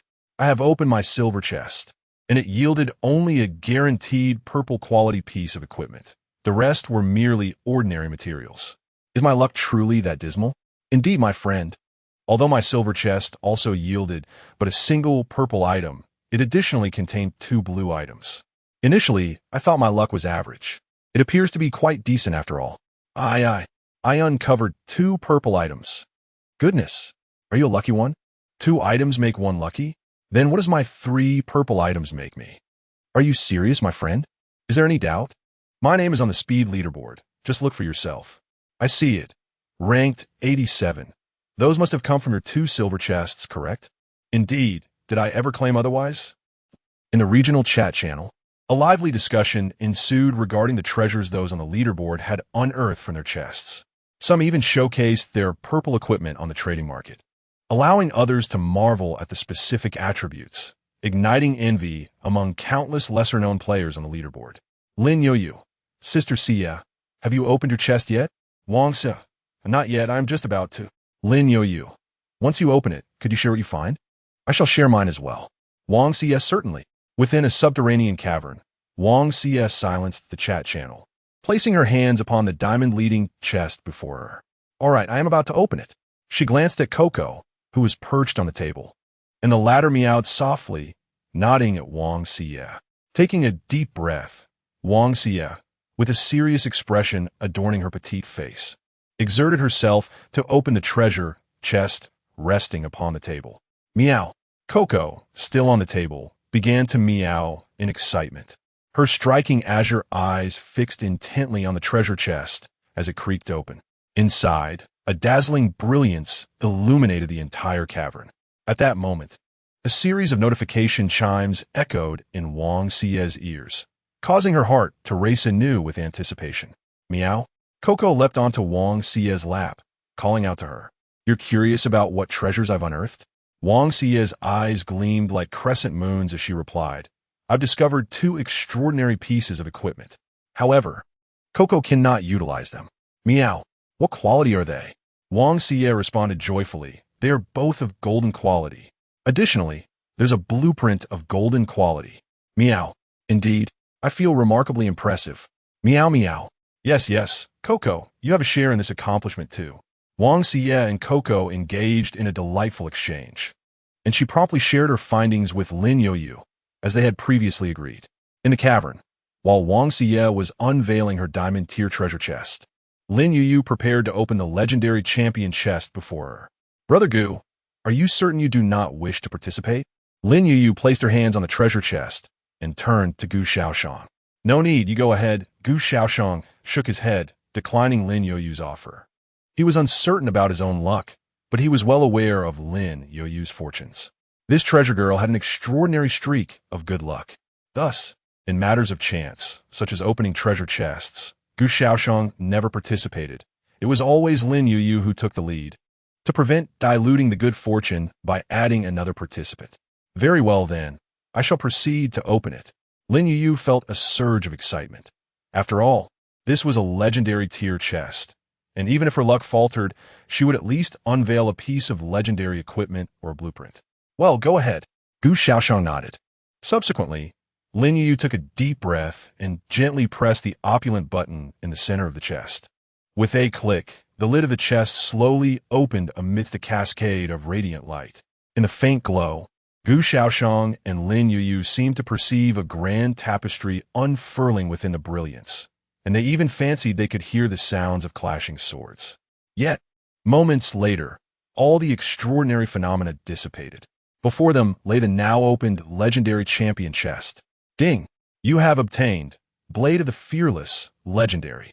You have obtained Armor of the Fearless, Legendary. You have received Phantom Ring, Legendary. You have received Blueprint, Shadow of Death, Legendary. You have received Skill Crystal Gold. You have received Skill Crystal Orange. You have received Skill Upgrade Stone Gift Box. You have received the champion's designated reward, Second Talent Crystal. A series of 8 notifications resonated in Lin Youyu's ears, accompanied by a dazzling array of lights emanating from the treasure chest before her, transforming into a magnificent collection of treasures scattered across the table. Wow! For legendaries, Lin Youyu could not help but exclaim in astonishment. Her luck seemed to have erupted, as she had astonishingly unveiled 4 legendary items from this chest. It is worth noting that the minimum guarantee is merely 1 item. To uncover 2 is already a stroke of good fortune. To unearth 3 items would undoubtedly mark one as a true lucky one. Yet, Lin Youyu had procured a remarkable 4 items, 3 pieces of equipment and 1 blueprint. Furthermore, she also received 2 skill crystals, one of golden quality and the other of orange quality. Additionally, there was a gift box containing skill upgrade stones. One could only wonder how many skill upgrade stones lay within. Most astonishingly, there was even a designated reward for champions. Chapter 95. Lin Youyu activates her second talent. The second talent crystal? This remarkable gem, radiant with a spectrum of colors, seemed to soar directly into Lin Youyu's grasp. What could this be? Gu Shaoyan could not hear the notifications that Lin Youyu received, yet he could observe the scene unfolding before him.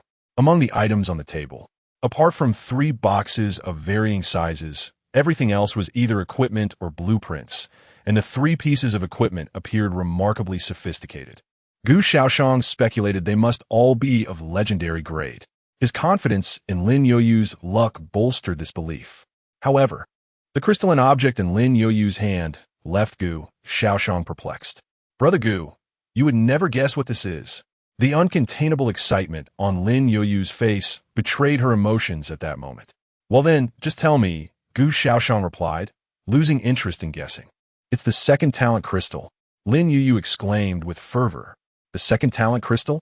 Gu Shaoyan's eyes widened in understanding. Although he had never seen such an item before and was entirely unaware of its existence in the myriad of battlefields, he could deduce its purpose from the name alone. After all, it was quite evident, was it not?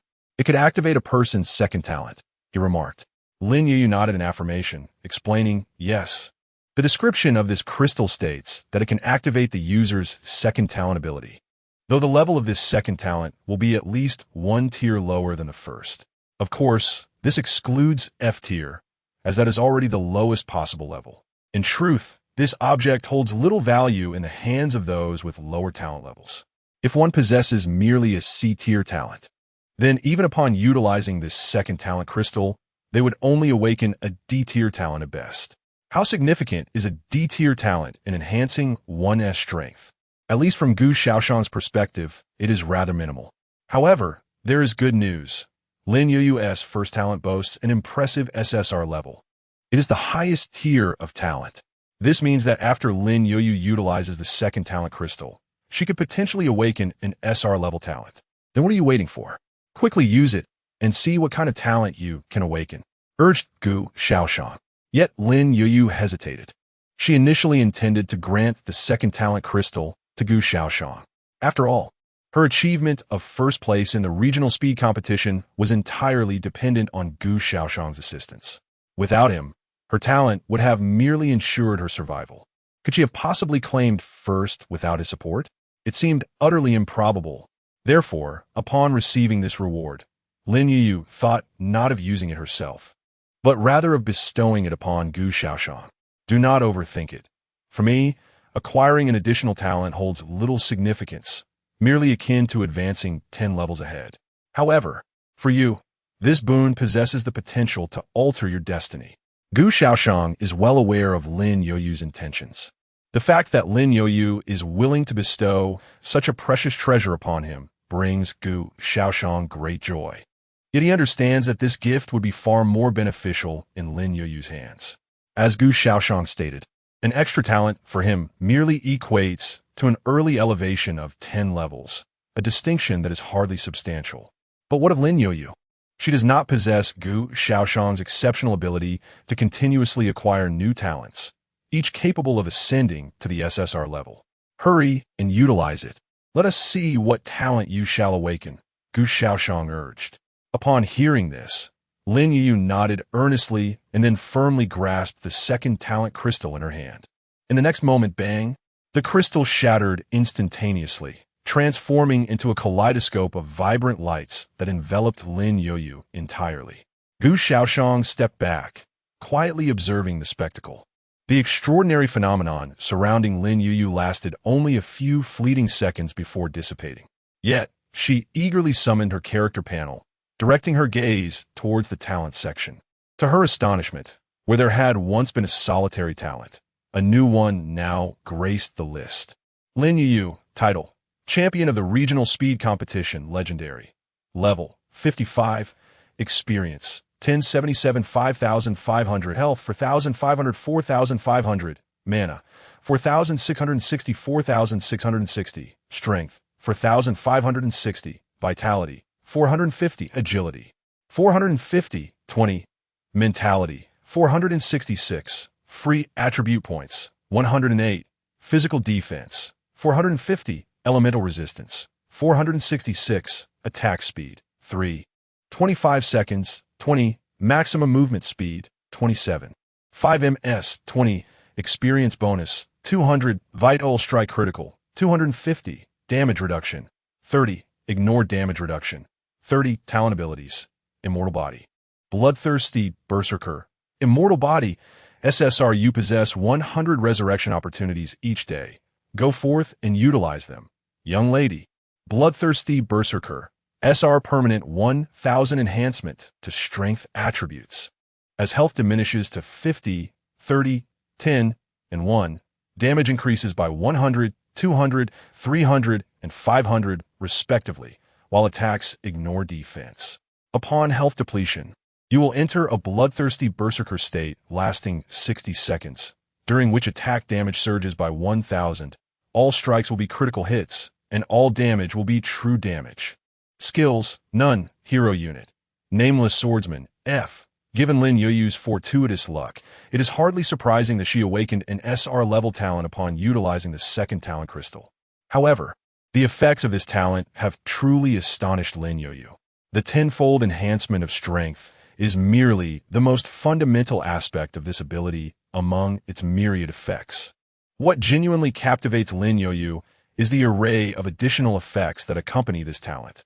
Whether it is the escalating damage that corresponds with the depletion of her health or the bloodthirsty berserk state that ensues for 60 seconds once her health reaches zero. Both impart upon her an impression that this talent has been tailor-made for her. Especially the latter. The notion of health being depleted is quite straightforward. It signifies death. Yet, this bloodthirsty berserk talent allows one to sustain combat for an additional 60 seconds post-mortem, during which her power will surge exponentially. Damage will be amplified tenfold. All attacks will be guaranteed critical strikes. Moreover, all damage dealt will be true damage. Were it not for the stipulation that this state can only be activated upon the complete exhaustion of health, this talent would undoubtedly be classified as SSR grade. Yet, by a twist of fate, Lin Youyu's inaugural talent is one that grants the ability to be resurrected. Furthermore, she possesses a daily quota of 100 resurrection opportunities. In other words, while others can only access the bloodthirsty berserk state once in their lifetime, Lin Youyu can utilize it 100 times each day. Chapter 96.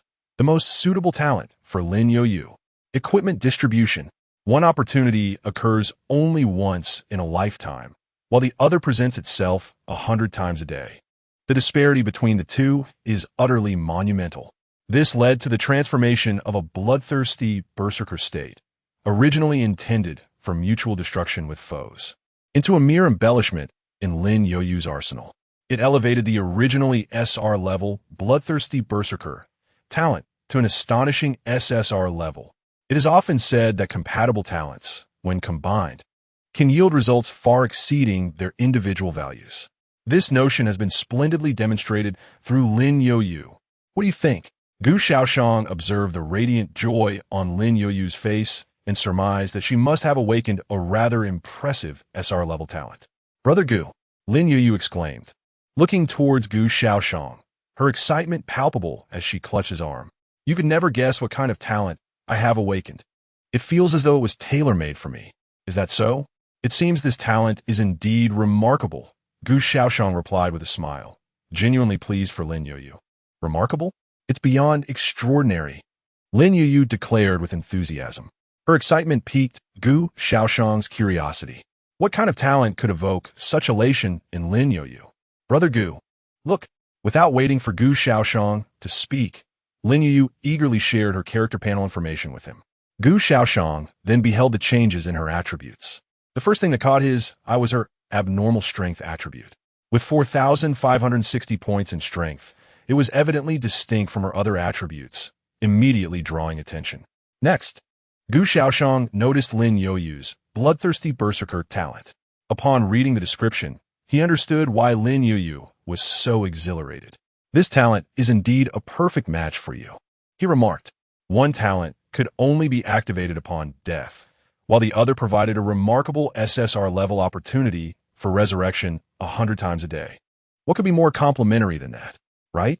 I think so too, Lin Youyu replied with a joyful smile. At that moment, she recalled her recent agreement with Wang Xie and swiftly opened the chat channel. Sure enough, Wang Xie had sent her 2 messages. Wang Xie, little fish. I opened 2 pieces of golden quality equipment from the treasure chest, along with a blueprint for golden quality equipment. Unfortunately, the materials required are far too many, and I've never even heard of them, so I can't craft it for now. Wang Xie, by the way, I also found an orange quality skill crystal, but I have no idea what skill it is. Little fish, have you opened your treasure chest yet? Sister Xie is incredibly lucky. Lin Youyu felt a surge of joy for Wang Xie upon reading her messages, thrilled that she had obtained 3 golden quality items. Subsequently, Lin Youyu shared the results of her own treasure chest opening with Wang Xie. Lin Youyu, Sister Xie is incredibly lucky. I have opened my treasure chest and obtained 3 legendary grade pieces of equipment. Additionally, I have a blueprint for crafting legendary grade equipment, yet I lack the materials to forge it. Lin Youyu, as for skill crystals, I have managed to acquire 2, 1 golden and 1 orange, and I also received a gift box containing a skill upgrade stone. Lin Youyu, by the way, I possess a champion's exclusive reward. Would you care to guess what it is? Is there truly an exclusive reward for the first place? Wang Xie mused as she glanced at the messages from Lin Youyu, feeling a twinge of envy. However, that was the extent of her feelings. She was the sort of person whose emotions rarely fluctuated significantly. Typically, she preferred the tranquility of solitude. Yet now, she had Coco by her side. To Wang Xie, Coco had become akin to family, far more than just a summoned hero. However, I cannot guess. Wang Xie gently poked Coco's small head with her finger. Coco, can you guess? Meow. Oh, you say you dislike guessing? Well, to be honest, I share that sentiment. Thus, Wang Xie promptly responded to Lin Youyu's message. Wang Xie, no, I did not enjoy riddles. Upon seeing Wang Xie's reply, Lin Youyu was unfazed and promptly revealed the answer. Lin Youyu, it is a second talent crystal. Once used, it grants you a second talent. Wang Xie, how impressive. Lin Youyu, haha, isn't it amazing? Wang Xie, have you used it, little fish? Lin Youyu, indeed, I've already used it. The awakened talent is of SR grade, incredibly powerful. Wang Xie, that's wonderful. Hee. Lin Youyu smiled as she glanced at Gu Shaoyan. Brother Gu, both Sister Xie and you are envious of me. Have you shared your talent with her? Gu Shaoyan inquired. Yes, I think Sister Xie is quite nice, so I believe it will be fine to tell her. Lin Youyu replied with a nod. Upon hearing this, Gu Shaoyan said nothing further. Lin Youyu was no longer a child. She had her own judgment on how to handle matters and did not require Gu Shaoyan to guide her. Moreover, Lin Youyu's reasoning was sound. Wang Xie was indeed a pleasant individual, not prone to gossip, and with an honest demeanor that bordered on naive, completely devoid of any hidden agendas. Gu Shaoyan did not oppose Lin Youyu forming a friendship with Wang Xie. It is essential for individuals to cultivate their own social circles. The key lies in the character of those one befriends. If it were Wang Xie, Gu Shaoyan found her to be a commendable choice. Furthermore, Lin Youyu was always measured in her words and actions. Her willingness to share some of her little secrets with Wang Xie stemmed from a place of trust, as well as a reciprocal faith in Wang Xie's integrity. However, Lin Youyu would never divulge anything regarding Gu Shaoyan to anyone, not even her close friend Wang Xie. Even if her parents were to meet her in the future, Lin Youyu would refrain from revealing Gu Shaoyan's secret to them. This is not a matter of trust. Even if Lin Youyu holds immense trust in them, this secret belongs to Gu Shaoyan, not to her. She does not possess the right, nor should she, to disclose his secret to others without his permission. After a brief conversation with Wang Xie, Lin Youyu decided to conclude their chat for the time being. Subsequently, both of their gazes fell upon the array of items laid out on the table. First and foremost, there were 3 pieces of legendary equipment, a weapon, a suit of armor, in a ring. Lin Youyu merely glanced at them before promptly pushing the weapon and the armor towards Gu Shaoyan. "Brother Gu, these are for you," she said, her expression serious as she looked at him. Gu Shaoyan cast her a glance, nodded in acknowledgement, and without further ado, accepted the 2 pieces of legendary equipment. Chapter 97. A major update of equipment. "Are you certain you haven't activated it?" Gu Shaoyan glanced at the 2 pieces of equipment before him. It was his first encounter with legendary grade gear, which piqued his curiosity. These 2 items appeared to belong to the same set. However, they lacked any set bonuses, their names merely resembling one another. Among them, the blade of the Fearless was a resplendent golden longsword, gleaming magnificently, while the Fearless armor was a complete black suit of armor that appeared quite weighty. Legendary grade equipment typically boasted 5 legendary attributes, yet some exceptional pieces possessed 6. The Fearless armor before Gu Shaoyan indeed flaunted an impressive total of 6 legendary attributes, making it a truly remarkable legendary item. However, neither the blade of the Fearless nor the Fearless armor was destined for immediate donning by Gu Shaoyan. With a swift motion, he drew the long sword from its ebony sheath, bringing its blade to rest against the blade of the Fearless. Instantly, the previously inert ebony sword erupted in a dazzling display of light, while the blade of the Fearless emitted a mournful wail akin to a lamenting song. Gu Shaoyan observed this extraordinary spectacle. The once blue-quality ebony long sword now devoured the legendary blade of the Fearless resting on the table. This bizarre occurrence felt as if it had turned the heavens upside down. Yet, the ebony long sword was indeed remarkable. Despite its inferior quality compared to the blade of the Fearless, the entire process of consumption unfolded surprisingly smoothly. 1 minute later, the once resplendent blade of the Fearless had been reduced to a pile of ashen fragments. As for the rest, it had seamlessly merged into the ebony longsword held in Gu Shaoyan's grasp. At that moment, he examined the attributes of the ebony longsword post-consumption.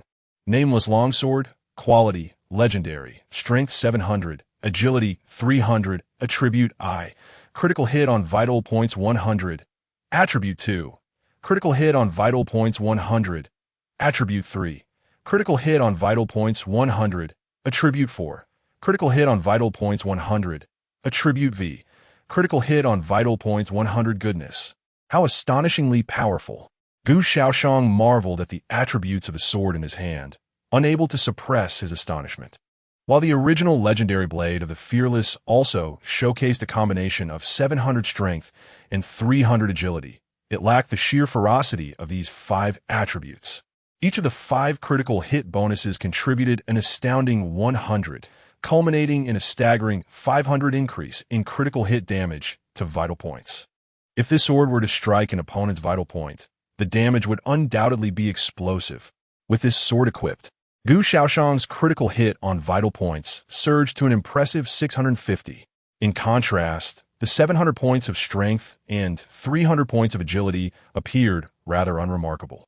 Indeed, Gu Shaoyan's innate agility attribute has already surpassed 10,000, rendering an additional boost of 300 points insignificant.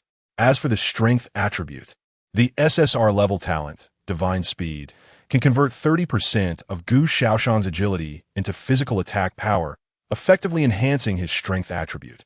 With a current agility exceeding 16,000, and accounting for the 20% increase from equipment bonuses, 30% translates to over 6,000. This calculation does not even consider the additional 20% boost to agility. Hence, the 700 points are of little consequence. Upon witnessing the effect of the black sheath longsword after devouring the Fearless blade, Gu Shaoyan's anticipation for the forthcoming Nameless Swordsman's robe grew immensely. It is noteworthy that the Fearless armor is a remarkable legendary piece, boasting 6 legendary attributes. Its effectiveness far surpasses that of the Fearless blade. One can only wonder whether the Nameless Swordsman's robe will inherit or even transcend the attributes of the current Fearless armor after consumption. Devour. In the blink of an eye, the Fearless armor on the table was enveloped in a radiant light. Simultaneously, Gu Shaoyan's simple white swordsman robe began to exhibit subtle transformations. The previously modest robe gradually evolved into a more resplendent style. Much like the black sheath longsword after consuming the fearless blade, the sheath transformed into a dark golden hue, adorned with animated dragon patterns that exuded an air of elegance. A minute later, the devouring process concluded. The fearless armor had been reduced to a pile of ashen fragments, while Gu Shaoxian's nameless swordsman's robe had become even more magnificent. Silver patterns now adorned the original white, and a small cape design emerged on the right side, immediately conveying that the designer had put considerable thought into this creation. However, aesthetics are secondary. What truly concerned Gu Shaoxian were the changes in its attributes.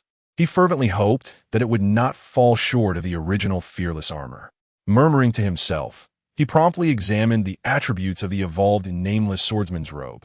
Nameless swordsman's robe, quality, legendary, constitution 700, mentality 300, attribute I, damage reduction 30, attribute 2, damage reduction 30, attribute 3, damage reduction 30, attribute 4, damage reduction 30, attribute V, all attributes 100, attribute 6, all attributes 100. Good heavens!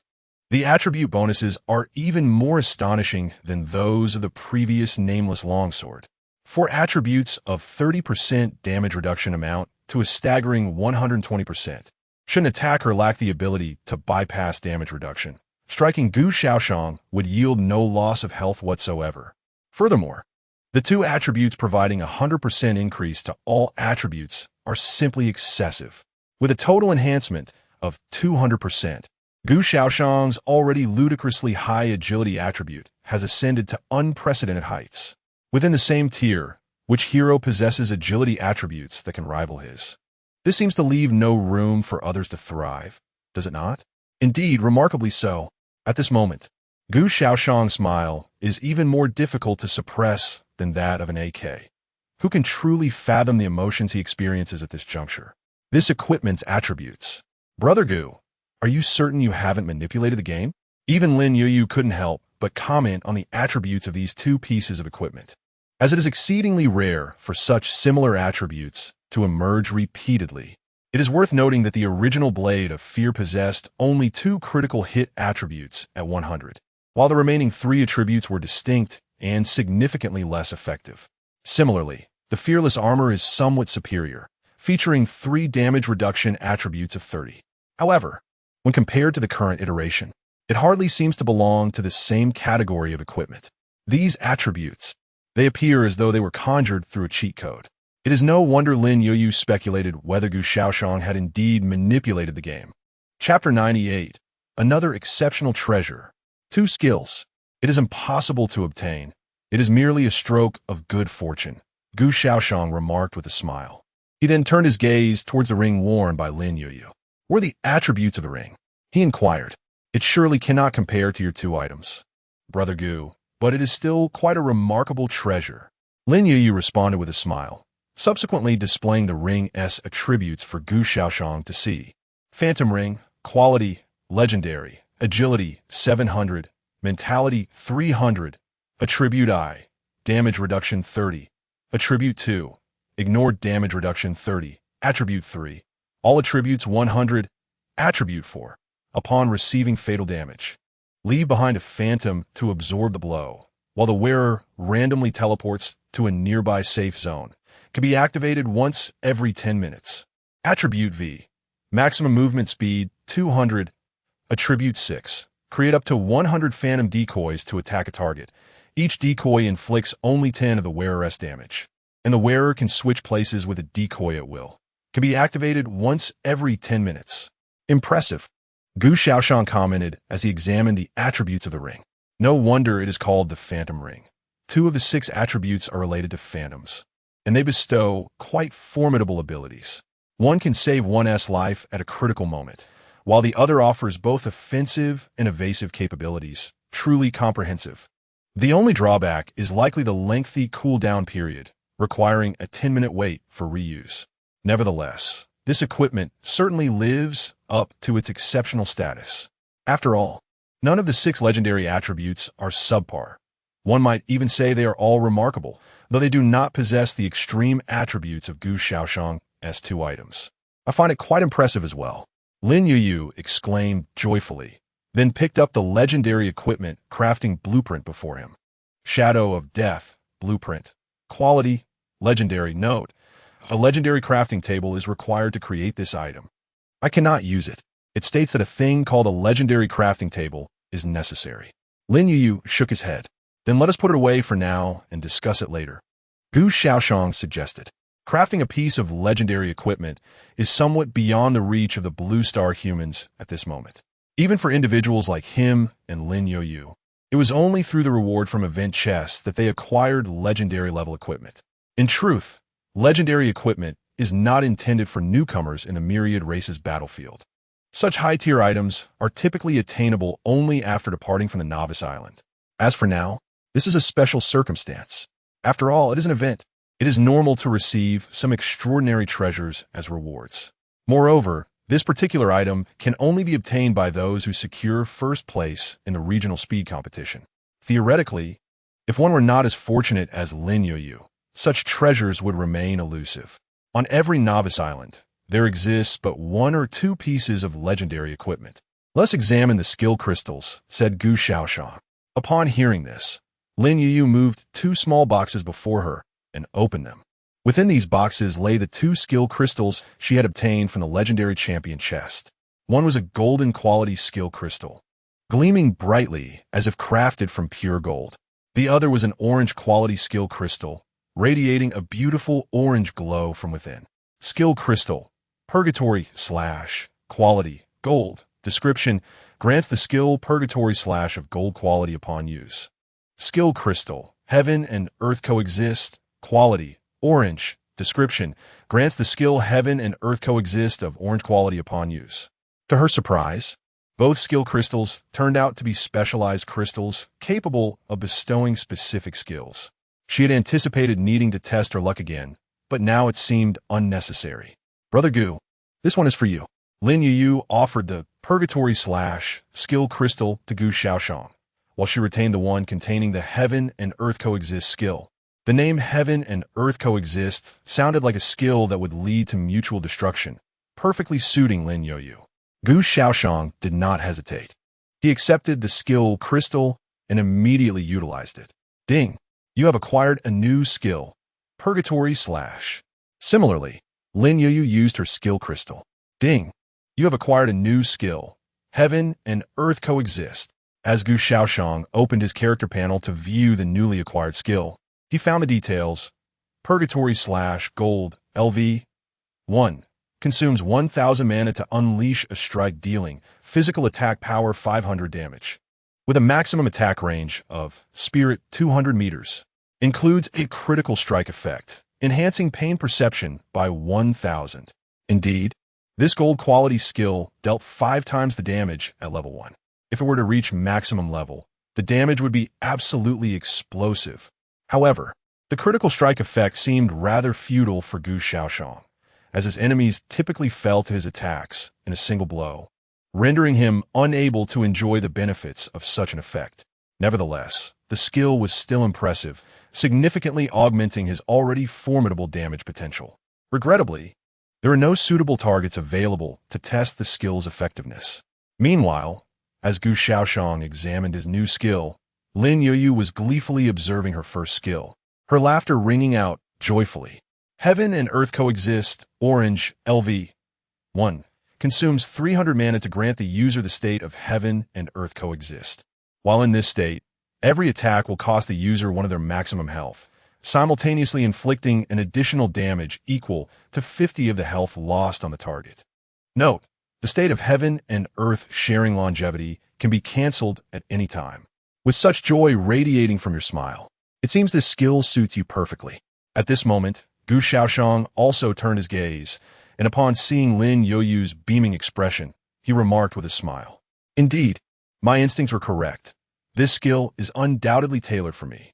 Lin Youyu nodded in agreement, displaying the skill's information for Gu Shaoyan to see. "Indeed, this skill is remarkably fitting for you." Gu Shaoyan glanced at the skill's details and recalled the second talent Lin Youyu had just acquired. The effect of this skill aligns perfectly to complement her newfound talent. Moreover, Lin Youyu need not deactivate the heaven and earth sharing longevity state. She can maintain it until her demise. Even if her adversaries choose not to strike her, she would inevitably perish after exhausting all her health points through 100 self-inflicted attacks. Following that, she would seamlessly transition into a state of bloodthirsty frenzy. A flawless match. Absolutely perfect. Chapter 99. The weakness of Gu Shaoyan. Even standing still, you cannot defeat me. With Lin Youyu's daily resurrection count of 100, combined with her secondary talent, Bloodthirsty Berserker, in this skill, she is undoubtedly an immortal war god. Gu Shaoyan briefly calculated in his mind. Lin Youyu's current strength attribute stands at 336 points, and she had just allocated all of her previously unused 108 free attribute points to strength. Under the effect of her secondary talent, Bloodthirsty Berserker, her strength attribute would surge tenfold. This means her strength attribute would reach an astonishing 3,360 points. Simultaneously, the Phantom Ring grants her a 100 enhancement to all attributes. The legendary title contributes similarly. In total, she enjoys a 200 increase in all attributes. Consequently, Lin Youyu's strength attribute escalates to a terrifying 10,080 points. It has surpassed the 10,000 mark. At this moment, if she enters the Bloodthirsty Berserker state, her attack damage will surge by 1,000. Furthermore, every attack will undoubtedly result in a critical hit. All damage dealt will be true damage, disregarding any defenses or damage mitigation attributes. Thus, her single attack damage reaches a horrifying 200 points. Alas, the additional damage effect of the skill Heaven and Earth Coexist ceases to function once her health reaches 0. Otherwise, this damage could have been amplified.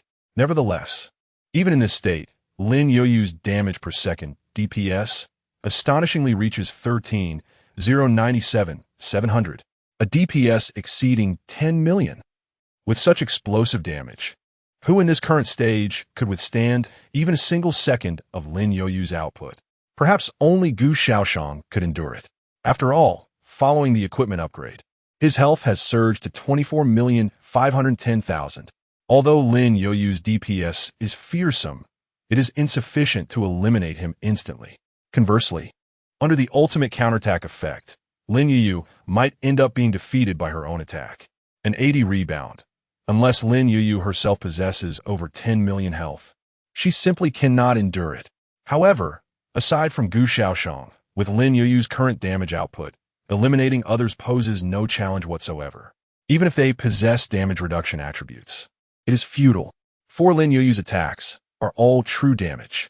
No matter how high the damage reduction, it proves ineffective. Within the cave, the campfire burns quietly, casting a warm glow that tinges the faces of Gu Shaoyan and Lin Youyu with a rosy hue. At this moment, the once abundant array of items on the table has dwindled to merely one unopened skill upgrade stone gift box. One wonders how many skill upgrade stones lie within. Lin Youyu muses curiously, glancing at the box, which does not appear large enough to contain many stones. At most, a dozen, if it can manage that. Therefore, it is preferable that they possess high quality. It would be rather excessive to end up with some mediocre white or green stones. Fortunately, as the gift box is opened, the skill upgrade stones revealed within emit neither white nor green light. At its very least, it shimmered with a violet glow. 1, 2, 3. Lin Youyu, at this moment, resembled a child, counting the skill upgrade stones with a single finger. Before long, she had ascertained that there were a total of 8 skill upgrade stones within the gift box. Among them, only one possessed a golden quality. Yet, it was the most valuable, worth more than the combined value of the other 7. Among the remaining 7 stones, 2 were of orange quality, while the other 5 were of purple quality. Although there was but a solitary golden skill upgrade stone, it was still commendable. At the very least, there were no blue or green varieties present. Lin Youyu felt a sense of satisfaction with this outcome. Brother Gu, these are for you. With her small hands, Lin Youyu grasped the solitary golden skill upgrade stone along with 5 purple ones, filling Gu Shaoyan's hands with them. She had no use for these skill upgrade stones, being limited to only one skill. Only the 2 orange skill upgrade stones were applicable to her. According to the rules of the myriad races battlefield, skills of white quality have a level cap of 3. Upon reaching level 3, they're considered maxed out. Green quality skills are slightly better, maxing out at level 5. Following this, the levels are capped at 7 for blue, 10 for purple, 15 for orange, and 20 for golden skills. As for legendary skills, their cap can reach level 30, exceeding that of golden skills by a full 10 levels. However, Lin Youyu and Gu Shaoyan currently did not possess any legendary skills. Even if they did, they lacked legendary skill upgrade stones. These stones are exceedingly precious, and the higher the quality, the more elusive they are. Moreover, as the skill level increases, the number of skill upgrade stones required for each upgrade also escalates. Prior to level 5, 1 stone suffices for an upgrade.